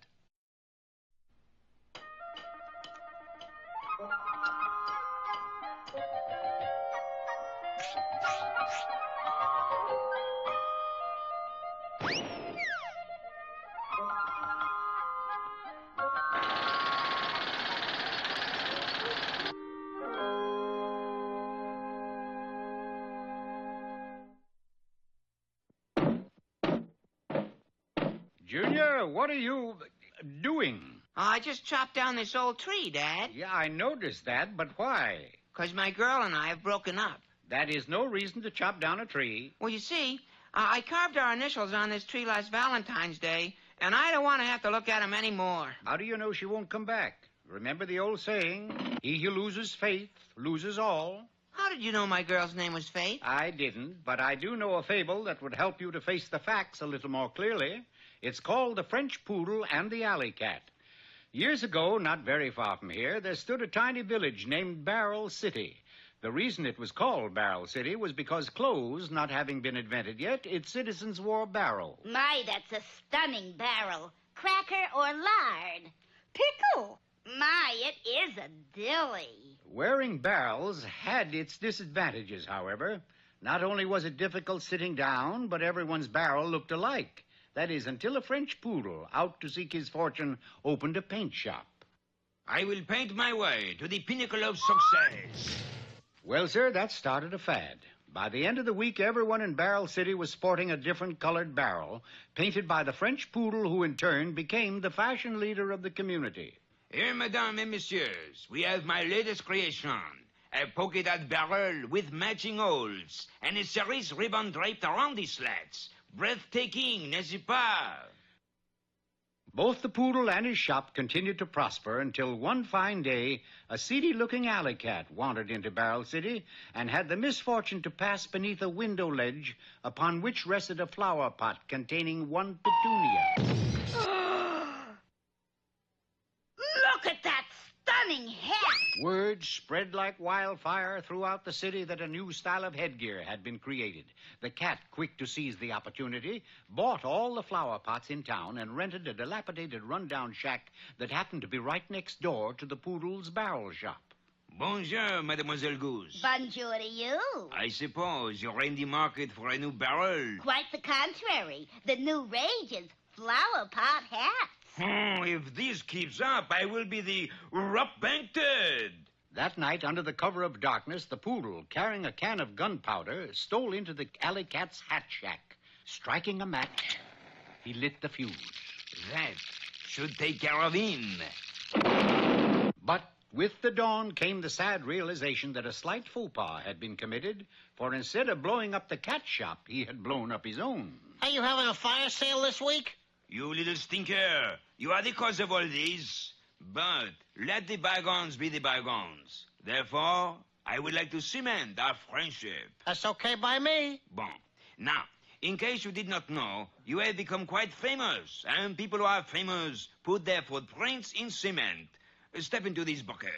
The cat did, and the cement hardened fast. Tell me this. Can you swim? Oh, sure. With a bucket full of cement on your feet? Oh, no. That is all I want to know. Wasting no further time, he dragged the helpless cat to the riverbank and pushed him in. Au revoir!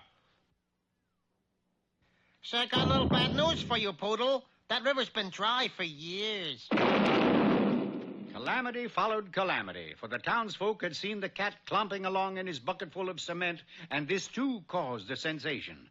2 days later, everyone was wearing this new type of shoe. That does it.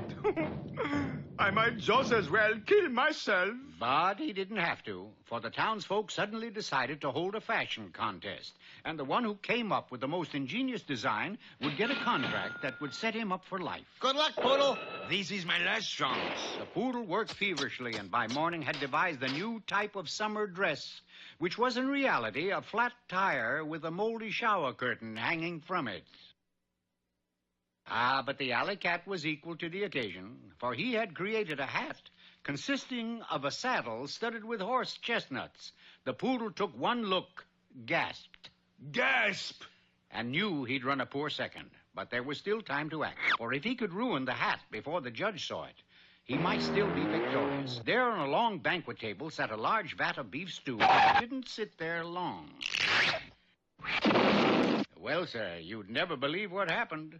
That cat still believed that his creation, even covered with beef stew, was still a winner. And he was right. Some fable, Pop. Well, I think it does prove that he who loses faith loses everything. It also proves something else. What? If the stew fits, wear it.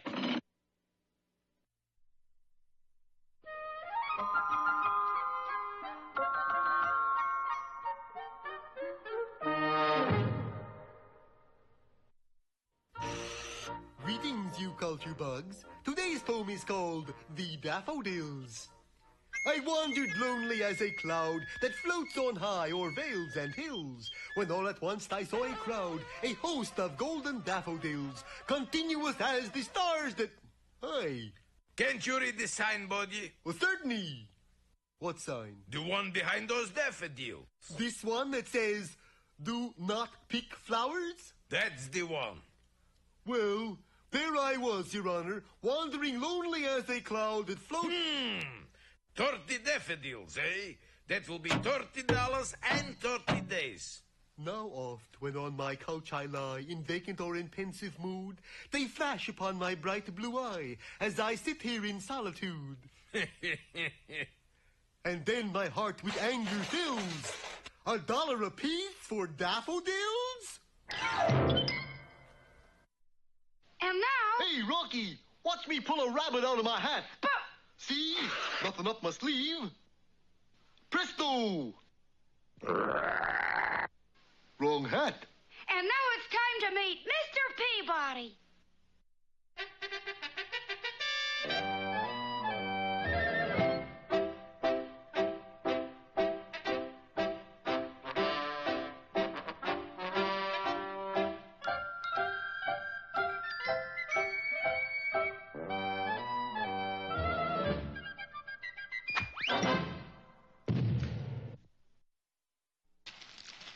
Hello out there, Peabody again. For today's journey into history, we are going back to... Hi, Mr. Peabody. Hello, Florence. Florence? My name isn't Florence, Mr. Peabody. It's Sherman. I was in the process of explaining that we are going back in time to visit Florence Nightingale. You mean history's most famous nurse? Precisely. Please set the way-back controls for the Crimean Peninsula in the southern section of Russia, site of the Crimean War. Got it. And the year? 1854. The way-back, dependable as always, wasted no time in taking us to our destination, a field hospital just 2 miles from the enemy lines. Come on, Mr. Peabody. I'll bet Miss Nightingale is inside. She was, but we expected to find her beside a bed, not in one. Miss Nightingale, are you sick? Extremely. And ill is the word, young man. Where, may I ask, does it hurt? Where doesn't it hurt? You see, they call me the lady with a lamp because I go about administering aid by lamplight. Yes, we know. Yeah, but what you don't know is that the Russians took all our oil in a sneak attack. Therefore, my lamps are useless. I've been forced to go around in the dark. Golly, that could be dangerous. I noticed that. So far this week, I've fallen into 22 trenches. But don't you worry, Miss Nightingale. We'll get the oil back for your lamps. Won't we, Mr. Peabody? Of course. Sherman and I started off immediately and under cover of darkness managed to successfully slip into the Russian camp. Finding the oil drums was no problem, for they were stacked everywhere. So far, so good. Less than an hour later, Sherman and I were sitting atop a horse-drawn wagon filled to capacity with oil drums and heading back for the Allied lines. Just one moment. Where do you think you are going? Uh-oh, a soldier. I'll throw him off the track. The general asked us to bring these oil drums to him. Good, then put them here in my tent. In your tent? Why? Why else? I'm the general. Sherman's boo-boo left us nothing to do but follow the general's orders. Seems silly that I would order oil drums brought to my tent, but I am general, so must be good reason. Quite right. Now, if you'll excuse us, but as we turn to leave... General, somebody has stolen a bunch of oil drums. Needless to say, that tore it. We were quickly apprehended as spies and placed in a prison tent under heavy guard. What are we going to do, Mr. Peabody? It has become quite obvious the only way we can get the oil from Miss Nightingale is to have the general himself send it back. The general? How are we going to do that? That will be simple. The problem right now is getting ourselves some disguises. I solved that problem by taking the hair from a mattress on the cot and fashioning beards for Sherman and myself. Eluding our guards by slipping under the back of the tent, we went directly to the front of the general's quarters. Get me a bucket of oil from that drum, Sherman. Yeah, here you are, Mr. Peabody. Now what? First, I pour it on the ground, like so. General, could you come out for a moment? Coming. What's all there? What's going on? What happened? It appears as though you slipped on some oil. Who are you? I am Mr. Peabodysky, and this is Sherman Skovich. Nice to know you, but isn't the kid a little young to have a beard? Not really. You see, he's a little shaver who never shaves. Are you kidding? I will go get something to eat. Maybe it will calm my nerves. That is our cue, Sherman. Your eggs, General? Say, that looks good. Those eggs taste like 30-weight crankcase oil. Perhaps it's because they were cooked in 30-weight crankcase oil. Oil. Every time I turn around, something is oily. Calm yourself, General. What you need is a nap. Good idea. If this keeps up, I'm going to have a nervous proposition. It's working, Sherman. Waiting until the general had retired and was fast asleep, Sherman and I crept up to a huge pile of oil drums which were directly behind his tent. I instructed Sherman to remove the peg supporting the key drum, and gravity did the rest. Don't tell tell me what happened. I know it's oil. Oil to the left of me. Oil on top, oil everywhere. With all the trouble this oil is causing you, you very well might lose the war. That's right. You got advice? Always. Why not send all of the oil to the Allies and let them have the trouble? What fiendishly clever idea. With a signed order from the General, we, of course, had no further trouble getting the oil back across the lines. You did it again, Mr. Peabody. Miss Nightingale's problems were solved. But such was not the case for the soldiers. Though they now had plenty of oil, there was an acute shortage of water. They had to bathe in oil at night before going to bed, and again in the morning instead of taking a shower. One good thing did come of this, however, a famous saying that we use to this day. Mr. Peabody, you don't mean... Yes, I do, Sherman. It's oily to bed, oily to rise.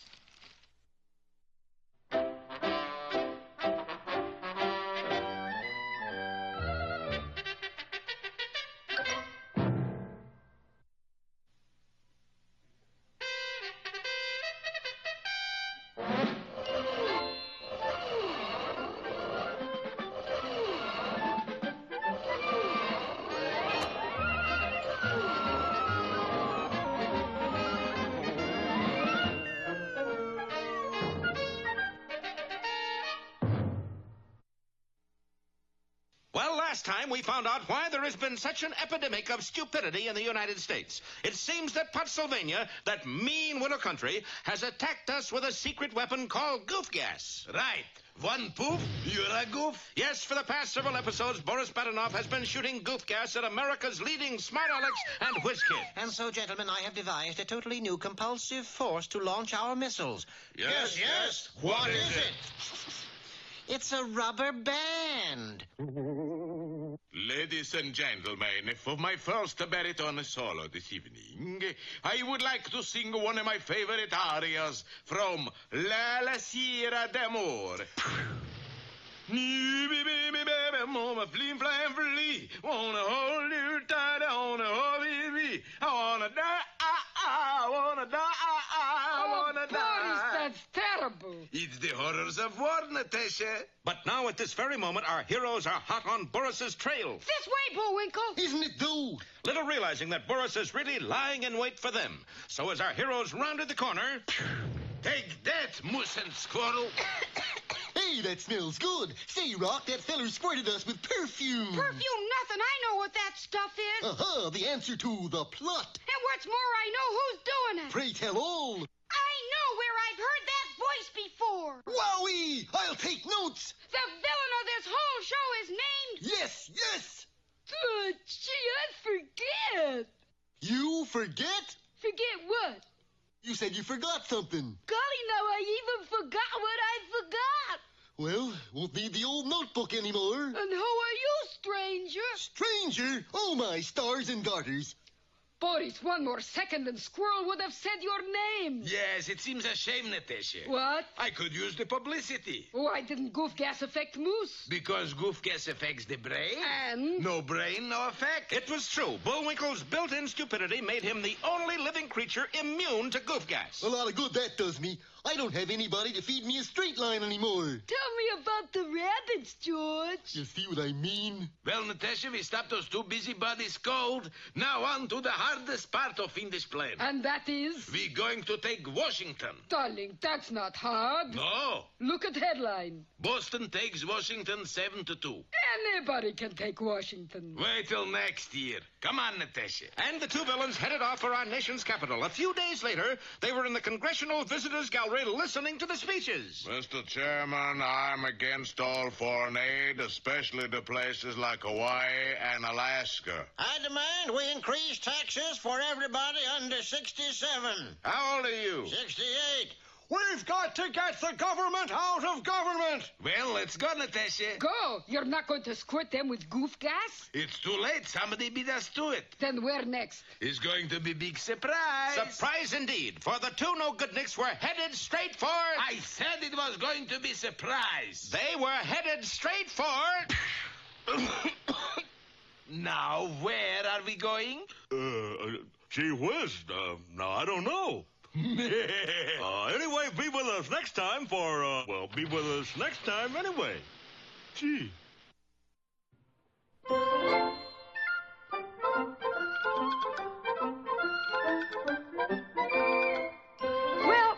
guess that about wraps up another Rocky show. Certainly hope you enjoyed it. I did. I always say. Bullwinkle, time for us to go. Already? Okay, but first, here are some of the people who made this show impossible.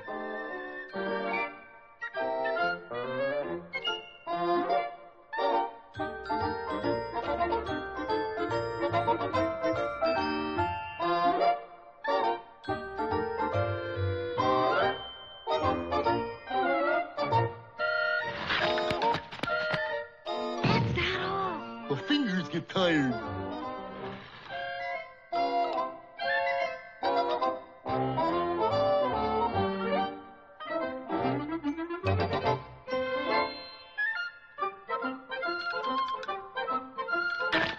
Oop! Another way for me again. Well, see you next time. Ready, Bullwinkle? Ollie! Oop!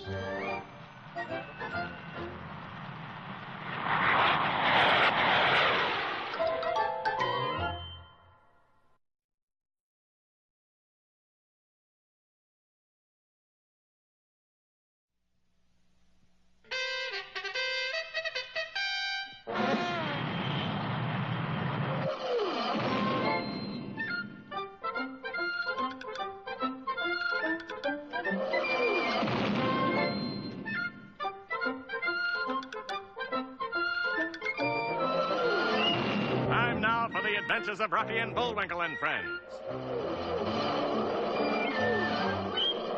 Starring that jet-age aerial ace, Rocket J. Squirrel. And his pal, Bullwinkle the Moose. Hi, glad to see you again. Likewise. We got some great things on the show today. Like what? Like what? Well, you ought to know, Bullwinkle. You're in some of them. Well, let's get started.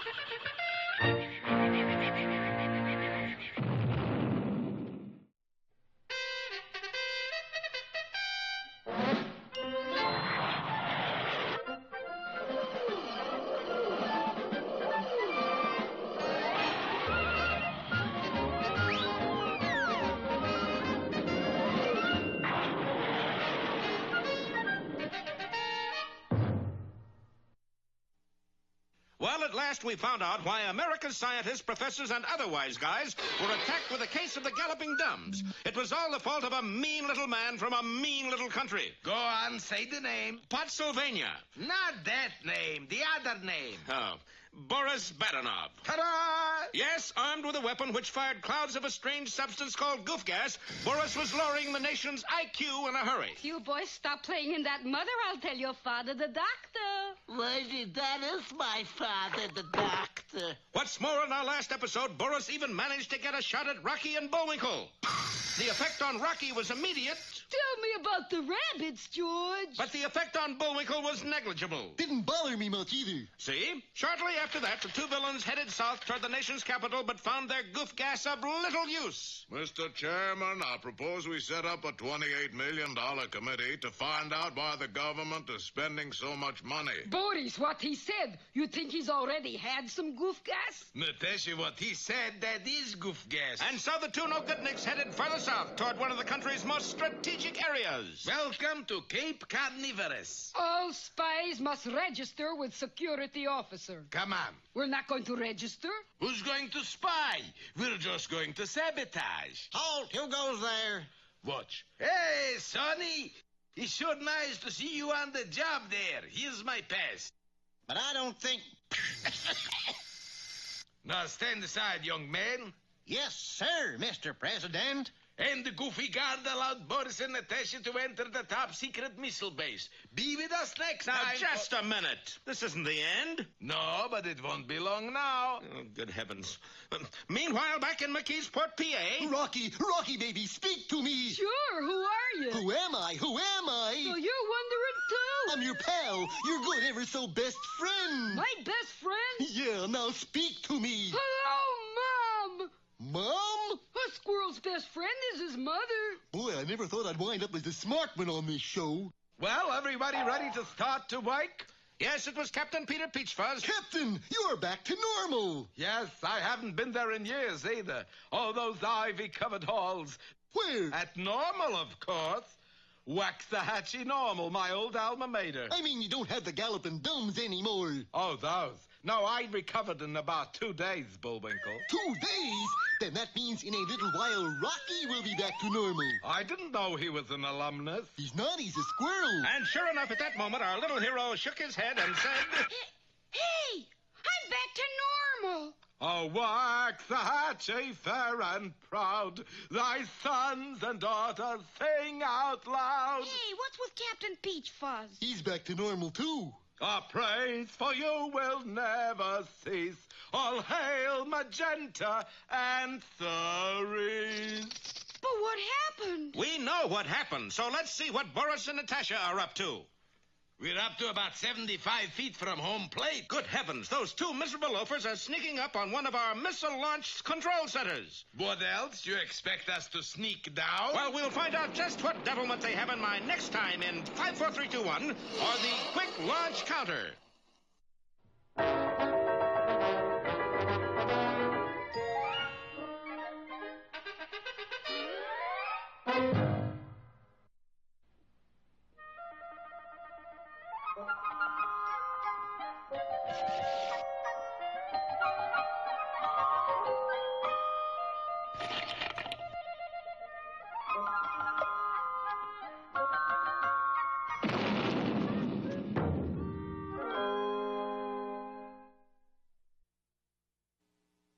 Jack B. Nimble was his name, a sly-footed rascal who prowled through castle basements long after everyone had gone to bed. Jack was a man of discretion. He cared not for silverware or priceless objects of art. He was obsessed with taking one thing, care packages. You might say that I am a, caretaker. A thief would be more apropos. Snatching his prize, Jack dashed pell-mell into the night and later, in the confines of his underground hideaway, greedily devoured contents of the packages. What foods these morsels be?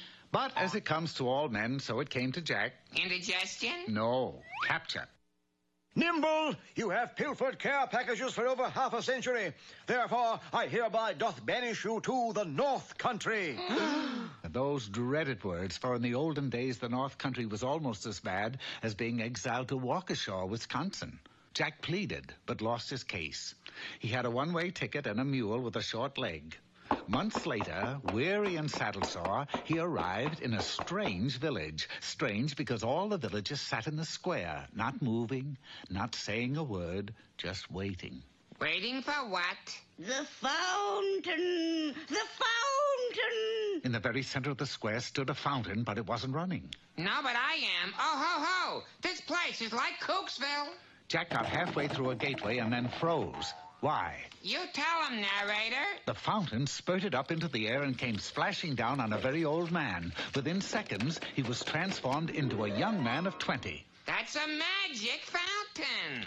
During the course of a fortnight, Jack watched 123 souls not only get a bath, but receive such fringe benefits as health, wealth, and happiness. At last, Jack was the only one remaining. Come on, fountain, come on. Wet me. Obligingly, it did. And when it stopped, do you know what Jack had? Wet hair. Yes. There was no mysterious change. He was as penniless as before. Fountain, you're a faker, a fraud, a Charlie Chan. Hacking out a hole, he dug his way under the fountain and came to an underground chamber. There, beside a rusty old pump, stood a rusty old gnome. I'm waiting for the A-train. Come now, don't josh me. You have been pumping water up to the fountain and making the people think it gave magic waters. Look, Sonny, you got to admit it worked. Those people did things they never did before. Oh, yes. But how about me? Yes, how about you? More angered than ever, Jack chased the gnome all around the chamber, eventually cornering him. Wait. Don't do anything I'll be sorry for. Unless you can think of a way to get me a fortune. Like all gnomes, this one had a clever plan. Busy rackadoo, laggy, splicker, chicka, jack, and nigger. You heard me, folks. For 10 kazoos, you get splashed by the magic fountain and... What'd he say? And have your dreams come true. 10 kazoos, a tenth of a canaver. Yes, Jack and the gnome went into business, and what a business it was. Jack B. Nimble got rich, the gnome got a sore back. I do all the pumping, you do all the counting. Oh, stop complaining. You're going to be the richest gnome and say, where do you come from? Alaska. Gnome? Fairbanks. Keep pumping. What a year it was. It looked as though Jack would be the J. Paul Getty of Fairyland. It looked that way. Mister, I paid 10 kazoos, but this fountain hasn't splashed on me yet. How long you been waiting? 4 months. You, madam, are a very patient soul. How about a refund? How about you standing here while I go check on the fountain? I keep pumping, but nothing comes out. Well, must be dry. What'll I do? Give her back her 10 kazoos. But Jack had tasted riches and had no intention of returning the money. Instead, he grabbed a bucket of water. All right, lady. Close your eyes, and a magic fountain will splash you. Wonderful. Jack heaved the water just as a sudden cold snap set in. Midway to its mark, the water froze. Mr. Nimble, you have committed a very serious offense. But, Your Honor, all I did was hit some dumb broad with a bucket of ice. Allow me to introduce you to my wife, Gloria. Give him life, Henry. Jack got 30 years. Was he unhappy? Oh, my, no. You see, his cell window overlooked the village square. Every day, some poor soul would come and stand under the fountain waiting for it to splash. But Jack knew that the gnome had gone home to Fairbanks, and the fountain would never run again. This struck him as funny. It gave the village a bad name, and you spell it E-S-C-R-O. So the next time someone tells you to put your house in escrow, don't you do it.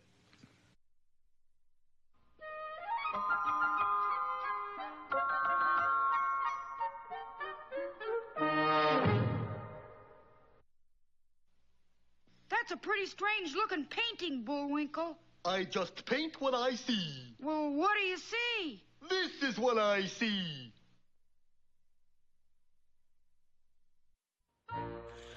There, poetry lovers. Today's poem is called The Bee.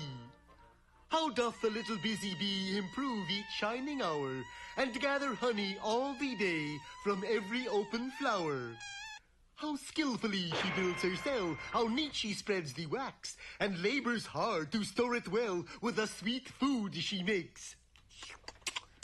Boy, that's good. Oh, hush.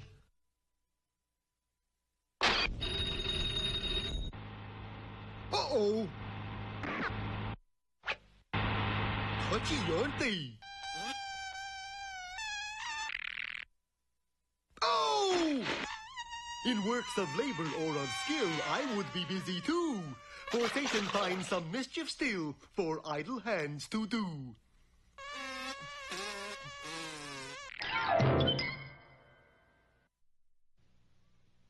And now it's time... Time for that jolly juggler, Bullwinkle. Oh, dear. 3 at once.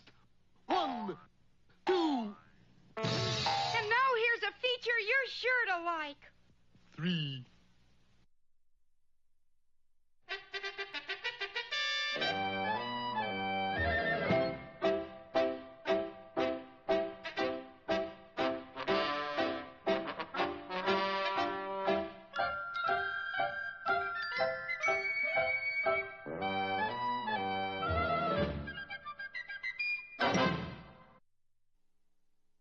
Hello out there, Peabody here, and seated there, immersed in homework, is my boy Sherman. Hi. Making progress, Sherman? I'm afraid not, Mr. Peabody. I seem to be having trouble drawing a straight line. Sure wish I had my Oliver Cromwell. And what, pray tell, is your Oliver Cromwell? It's an English ruler. I had it in my desk yesterday, but I seem to have... That's enough homework, Sherman. Go set the Wayback Controls for the year 1539. Where are we off to today? You should be off to bed. Instead, I am taking you back to visit another English ruler, Henry VIII. We made a straight line into the Wayback Machine, and in less time than it takes to tell, we're standing inside the kitchen of Henry VIII's castle, where Henry was in the act of admonishing his head cook, who might soon become his headless cook. Of varlet, for this you shall die. Excuse us, your eighth-ness, but what has he done? This is what he's done. The embittered monarch pointed to a large platter. Eggs over easy, Canadian bacon, 2 pieces of toast. What's wrong with that? There's no jelly on the toast. This, of course, was akin to treason. I searched everywhere, Your Majesty, but I couldn't find any jelly. Off with his head. You can't do that. What do you mean I can't do that? Well, if jelly is all that's bothering you, we'll get some. So saying, Sherman took the cook by the hand and, with yours truly bringing up the rear, left the castle. I admire your spunk, little boy, but jelly is scarce in England. Don't you worry, Mr. Cook. Boys my age can smoke jelly out no matter where it is. Right, Mr. Peabody? We entered the quaint village of Hangnail on the Pinky, where a county fair was in progress. Look, Mr. Peabody, big contest. First prize, jar of homemade jelly. Sherman lost no time in signing us up for the big contest, but in trying to win the jelly, he got us into a jam. If it's a cooking contest, we'll win hands down. Hands up would be more appropriate, for Sherman has signed us up for a tug of war. You 3 will stand on this side of the mud pit. Your opponents will stand on the other. The team that pulls the other into the mud wins. This ought to be easy, Mr. Peabody. Easy to say, perhaps, but to do is quite another matter. For just then we saw the other team grab their end of the rope. They're huge, Mr. Peabody. So was our task. Well, here's mud in your eye. And with that, the starting signal was given and the rope snapped taut. Effortlessly, they pulled us nearer and nearer to the gooey mess. Mr. Peabody, we're going in. I had to act and act fast. Noticing that each of our adversaries had a large anchor tattooed on his arm gave me the answer. What do we do, Mr. Peabody? Shout 2 words, Sherman. Sail ho. Sail ho! With that, our opponents, obviously sailors, took one hand from the rope, raised it to their brows, and scanned the horizon for an approaching vessel. That was all we needed. In that off-balance position, we gave a sudden jerk. We did it! We won! The judge awarded us the coveted jar of jelly. Quick, let's get it back to the castle before King Henry finishes breakfast. That is not a very dainty dish to set before a king. Taste it, Sherman. Ugh, it tastes like mud. It is mud. Those 3 sailors were poor losers and switched jars on us. Then they have the real jelly. But not for long. In the mud pit, their trail was easy to follow. Large, muddy footprints led directly to an old mill. Peeking through a dusty window, we saw the 3 culprits sitting in a circle, the jar of jelly to one side, and a pop-up toaster in the middle. Good heavens, that toast will be done any second. Then it's goodbye, jelly. There's not a moment to lose. Fortunately, this was an old flour mill, so I instructed the cook to whip up some custard pies post-haste, which he managed to do in an incredibly short time. What shall I do with them? They're ammunition. Stand here and fire when I give the word. The toast is popping, Mr. Peabody. So am I. You can imagine their shock when I dashed into their midst and plucked the jar of jelly. Go, blimey, it's him what put us into the blinking mud. Grab him, boys! But before they could touch me, I lateraled the jelly to Sherman, who was standing in the doorway. Run, Sherman! And run he did with the sandbags hot on his heels. But no sooner did they emerge from the mill. Fire when ready! Of course, with custard in their eyes, they lost all sense of direction and stumbled into the old mill stream. A trifle later, Henry VIII finished his breakfast with jelly on his toast. Deliciously delightful. Cook, I shall knight you for this. Well, that ends that, Mr. Peabody. Yes, I think it's time we returned home. Just then we saw in the courtyard a woman facing a squad of guards. Who's that? Henry's 5th wife, Catherine Parr. She's about to be executed. But the guards are aiming at her with golf clubs. Well, how else would you shoot Parr?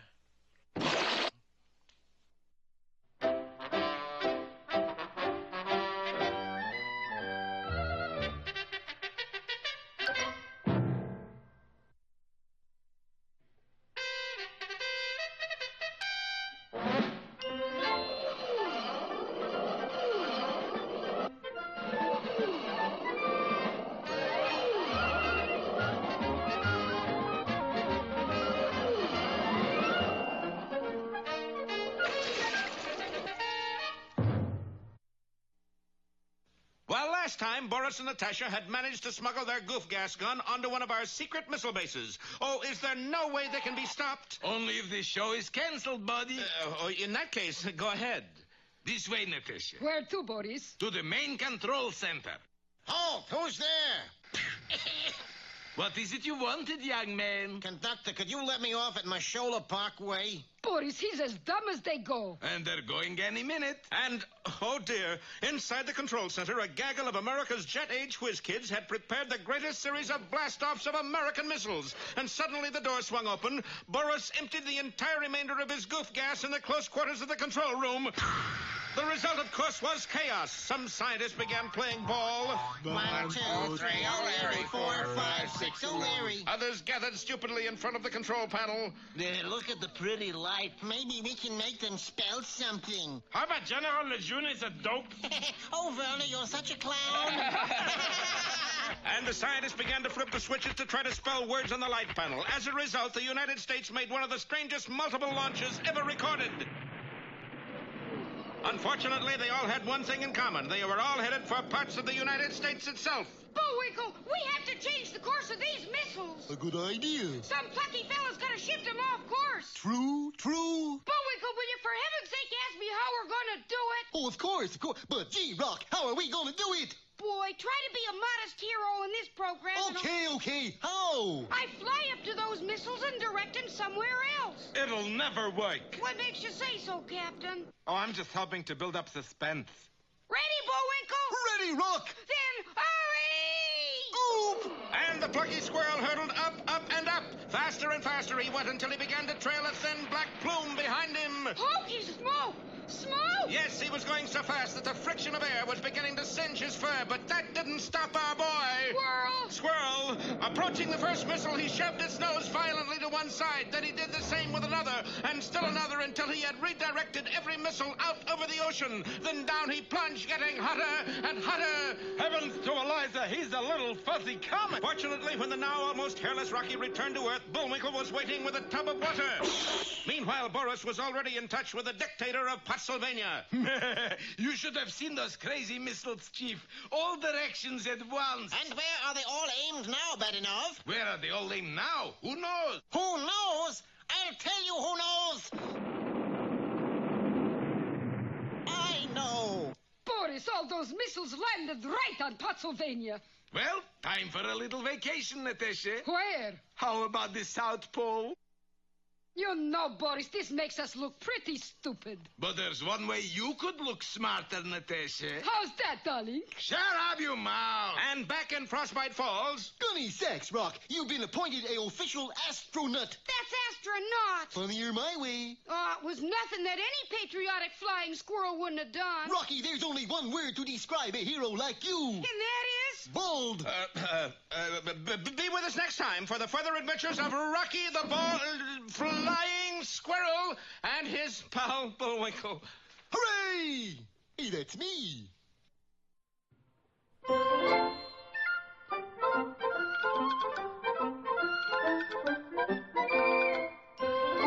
I guess that about wraps up another Rocky show. Certainly hope you enjoyed it. I did. I always say... Bullwinkle, time for us to go. Already? Okay, but first, here are some of the people who made this show impossible.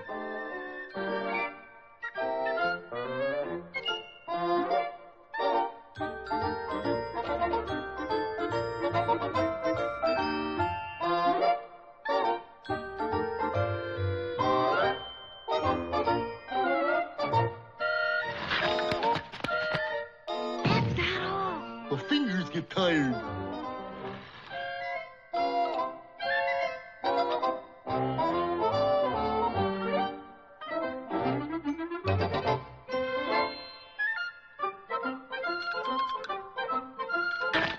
Oop! Got away from me again. Well, see you next time. Ready, Bullwinkle?